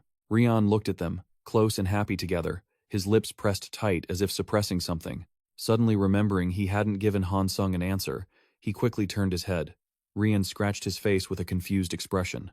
I'm sorry about the office thing. Han Sung, being smart, already understood and shrugged sympathetically. I understand. I was just teasing. He even happily laughed and offered him advice. Besides, you and your younger brother Nen should sit down and talk about your differences. He nags about you to me every day, doesn't he? The conversation from that day, as Han Sung described, flooded back. I left because I hated him. So, you aren't as mature as you look, huh? Rian mumbled a few things, then rose on his toes and turned away decisively. Anyway, I have to go now. Take care, Han Sung. He watched him go and replied briefly, You too. He tilted his head, watching his back, and remarked, No matter which world they're in, warriors are all the same. A sigh escaped under the sunset. Han Sung added lightly, Surely, that's just what life is. Only then did Meyer dare to ask, Are you sure you want to come with us, Meyer? The little girl smiled brightly and answered firmly, Yes, I'm sure. She brought up sad memories but in a light tone. I have nothing left in this world. Even if it weren't real, I still wouldn't want to return to that home without Mom. Meyer looked directly into his eyes. So, I will go with Master Riley. The one who decides your future is yourself, right? Seizing the opportunity, Sarah excitedly suggested, How about we let Mir work as a maid at the mansion? Surely that will help a strange new world become more familiar. Riley laughed at her recruitment style. I'll have to talk to my parents first, but I'm sure it'll be fine. The sunset sky gradually turned purple. It was getting dark. At that moment, Abus asked brightly, Okay, is everyone done chatting? He spread his arms and called out to his comrades, Please surround me. Close your eyes just like the time I arrived here. When everyone agreed to follow, Abus bowed slightly, closed his eyes tightly, and smiled. All right. A circle of runes appeared, the light resonating with his joyful voice. Let's all go home. Space shifted once more. Riley and Nen returned to the villa together, she said excitedly. We made it back before dinner prep, Riley gently encouraged her. You've worked hard, Nen. Nen hurriedly wanted to go inside. I'll ask the servants to prepare dinner right away. I need to hurry. At that very moment, Riley grabbed her wrist firmly and pulled her back gently. She was bewildered. Master? You didn't say. But his hands moved swiftly to take something out. A split second later, a shining silver ring was slipped onto Nen's ring finger. She was so stunned she couldn't say a word, only able to silently think, the pair of rings from that time. A moment later, Nen fiddled with the ring, panicked. Why are you putting this on me? It would be better if you kept it. A breeze blew through the garden where the two stood facing each other. Riley was silent, but didn't hesitate to show a serious and sincere look. Nen finally understood. Her lips curled slightly. She smiled, her slender fingers reaching up. Nen silently looked at Riley's hand. On his ring finger, he was also wearing an identical ring. The two hands were placed close together. Nen happily expressed, So this was your intention, Riley. Only then did he break into a smile, his voice sweet. Nen. She widened her eyes, filled with joy, and responded to Riley. Just as the atmosphere turned intimate, a gasp of surprise suddenly interrupted. My God! Riley and Nen froze. No one moved, only their eyes and stiff necks simultaneously turned toward where the voice came from. Iris covered her mouth, but couldn't hide her wide, shocked eyes. She stared at the couple. What are you two doing there, huh? The new day knocked on the door with gentle sunlight, a blue sky, and a cool breeze. A long time had passed 6 years later. In the garden, there was a grand party today. Blessings filled the space. Cheers. May you have 100 years of happiness. The white hem of the bride's dress fluttered in the wind. The meticulously embroidered patterns highlighted her elegance. Inarin, lovely as ever, linked arms with Ian. He squinted his eyes and waved his hands amidst the laughter and cheers for Ian and Inarin. It was time for the most anticipated part. The bride's bouquet was tossed into the air. Inarin gratefully said, Thank you, everyone. The purple rose bouquet was instantly snatched up by someone. A happy voice rang out. Yay! Little Rini hugged the bouquet tightly, smiling until her cheeks flushed red. I caught the flowers. Just as she was excited, she puffed out her cheeks and pouted because Nara picked her up. Miss Rini, please stay still. Sarah stood with her hands on her hips, teasing her. Like mother, like daughter, but this is a bit too much. You even have the master's stealth skills. Even after using my intuition and Nen's eyes, last time, it still took 2 days to find you. It turns out you were sleeping in the grass that day. Nara was dripping with sweat, breathing hard while laughing. Ian must have felt like this when he used to look after Riley. I don't regret becoming a maid here, but I have to admit, it's exhausting. This would be easier if Meyer and Inez were here, Sarah said. With arms crossed, he nodded, realizing there was no other way. They had both chosen the path of adventure, remember? And at the end of the day, it was the protagonist's strength that inspired them. I really should have gone with them. As the two stood there, someone called out loudly, "Nara, Sarah, we finally found you two." Both turned their heads and called out, "Oh, Bricia," she said happily. "It's been a long time, hasn't it? Everything at the temple has finally settled down, so I could finally come to visit." Nara and Sarah took turns. "We thought we'd never see you again," Prussia teased. "Are you not happy that I'm here?" Nara rushed over, looked straight into her eyes, and insisted, "No, of course not. You have no idea how much I've missed you." The sweet words contradicted his facial expression, which startled Prussia. "What? You?" She was so flustered and embarrassed that she pointed at Nara and scolded, "What do you mean by that, huh?" He looked confused and tried to soothe her. "Calm down, don't yell." Sarah stood there, watching the two bickering like lovebirds. Goodness, everything becomes so sweet when these two are around. Suddenly, her pupils dilated, and she muttered, "Wait." The absence of the little girl in the yellow dress made Sarah panic. "Nara, Miss Rini, where?" Nara suddenly panicked and looked around. "Huh?" Prussia stood there, confused by their sudden frenzy. "What's wrong? Is something the matter?" Nara tried to hold it in but couldn't help but shout, "Miss Rini!" In another corner, the bride and groom were being congratulated by the patriarch, Stein. Ian bowed politely, expressing his deep appreciation. "We are very honored that you came to attend the wedding." Master Iris couldn't hide her delight. "We are so happy for you both." Inarin, who hadn't expected Ian to have such a great teacher, replied skillfully, "Thank you, Lady Iris." But Ian achieved this all on his own. Over in another corner of the party, Lloyd slowly approached the young man, Rian. "So, you're here. I've heard everything from Riley and Ian." He turned around and greeted Lloyd. Lloyd continued the conversation, keenly noticing that Ryan looked different than the last time they met. "Seeing you now, you look much happier than before. I'm glad you're still doing well." Rian looked indifferent. "I'm no longer the eldest son of the Effaletta house. You don't need to be so formal with me anymore." Lloyd instinctively reached up to rub his neck, his voice softening. "You're right, aren't you? Well then." He then put his arm around Rian's shoulders, quite forcefully, and laughed. "Let's go grab a drink, brother. I've got some fine wine I brought from the capital just over there." Rian frowned. It was all a bit too much. This felt like they were getting too close. Under the tree, another voice spoke up. "Tell me the truth, Riley." Endon was interrogating Riley, remembering the time he hid in his tavern because everyone started pushing him and Nen about why they hadn't officially made their relationship public yet. "Something happened between the two of you, right?" He logically laid out the details. "And then, you suddenly appeared with a little girl you call your daughter, who looks exactly like both of you." Riley looked away, hesitating. "That's right. Thinking back, after that day in the mansion, Shin looked at you and Nen and said, 'You two are always together, aren't you?'" Iris chimed in excitedly, "Just like us." As the family of four walked down the hallway, Nen suddenly grimaced, tightly shutting her mouth as her stomach churned. She turned back in confusion. "Father, Mother, I'm sorry to interrupt, but I've been feeling a bit nauseous for the past few days." Iris and Steve fell silent, staring at their daughter-in-law. Nen trembled even more. "Why are you both looking at me like that?" The pale-faced man gently asked.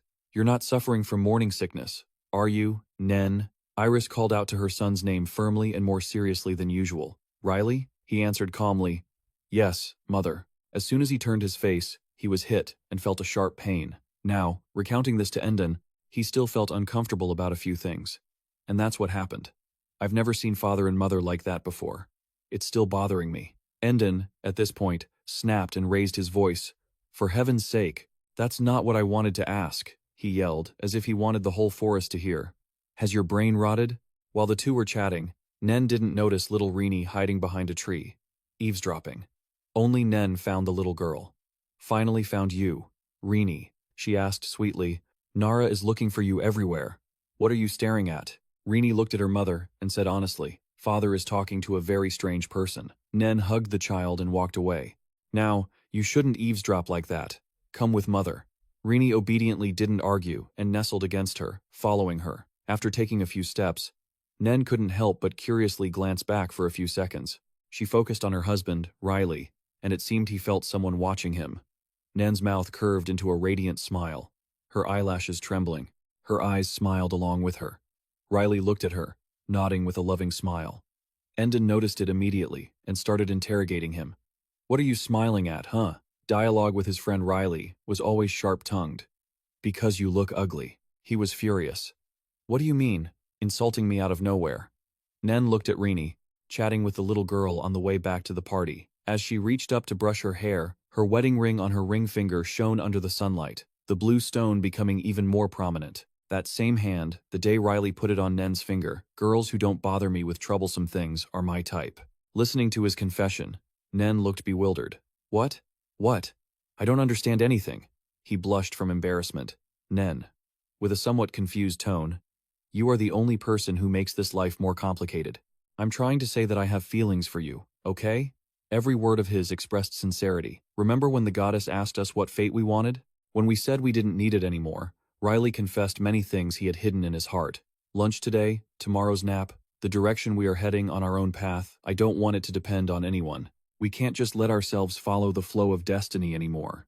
Every decision in my life from now on must be made by me. Nen stood by, listening. She didn't dare miss a single word, especially the final confession. I want to say that that life should also be decided by the person standing next to me, too. Riley stopped for a few seconds, then spoke each word slowly and softly. "Nen, will you marry me?" His hand cherished hers, their fingers interlacing.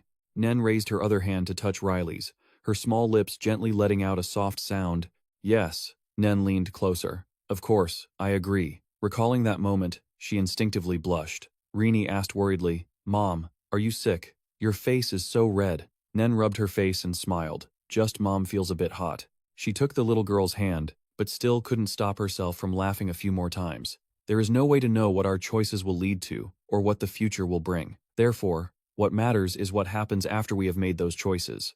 All that we can do is cast away regrets and continue living with the people who have been by our sides. After the interview with Endon, Riley wearily stretched and yawned. "That's enough. I'm so sleepy. It's better if I just take a nap." He didn't bother with his hot-headed friend calling him from behind. Closing the journey, one can only conclude one thing. All that a warrior can do is choose to live for today.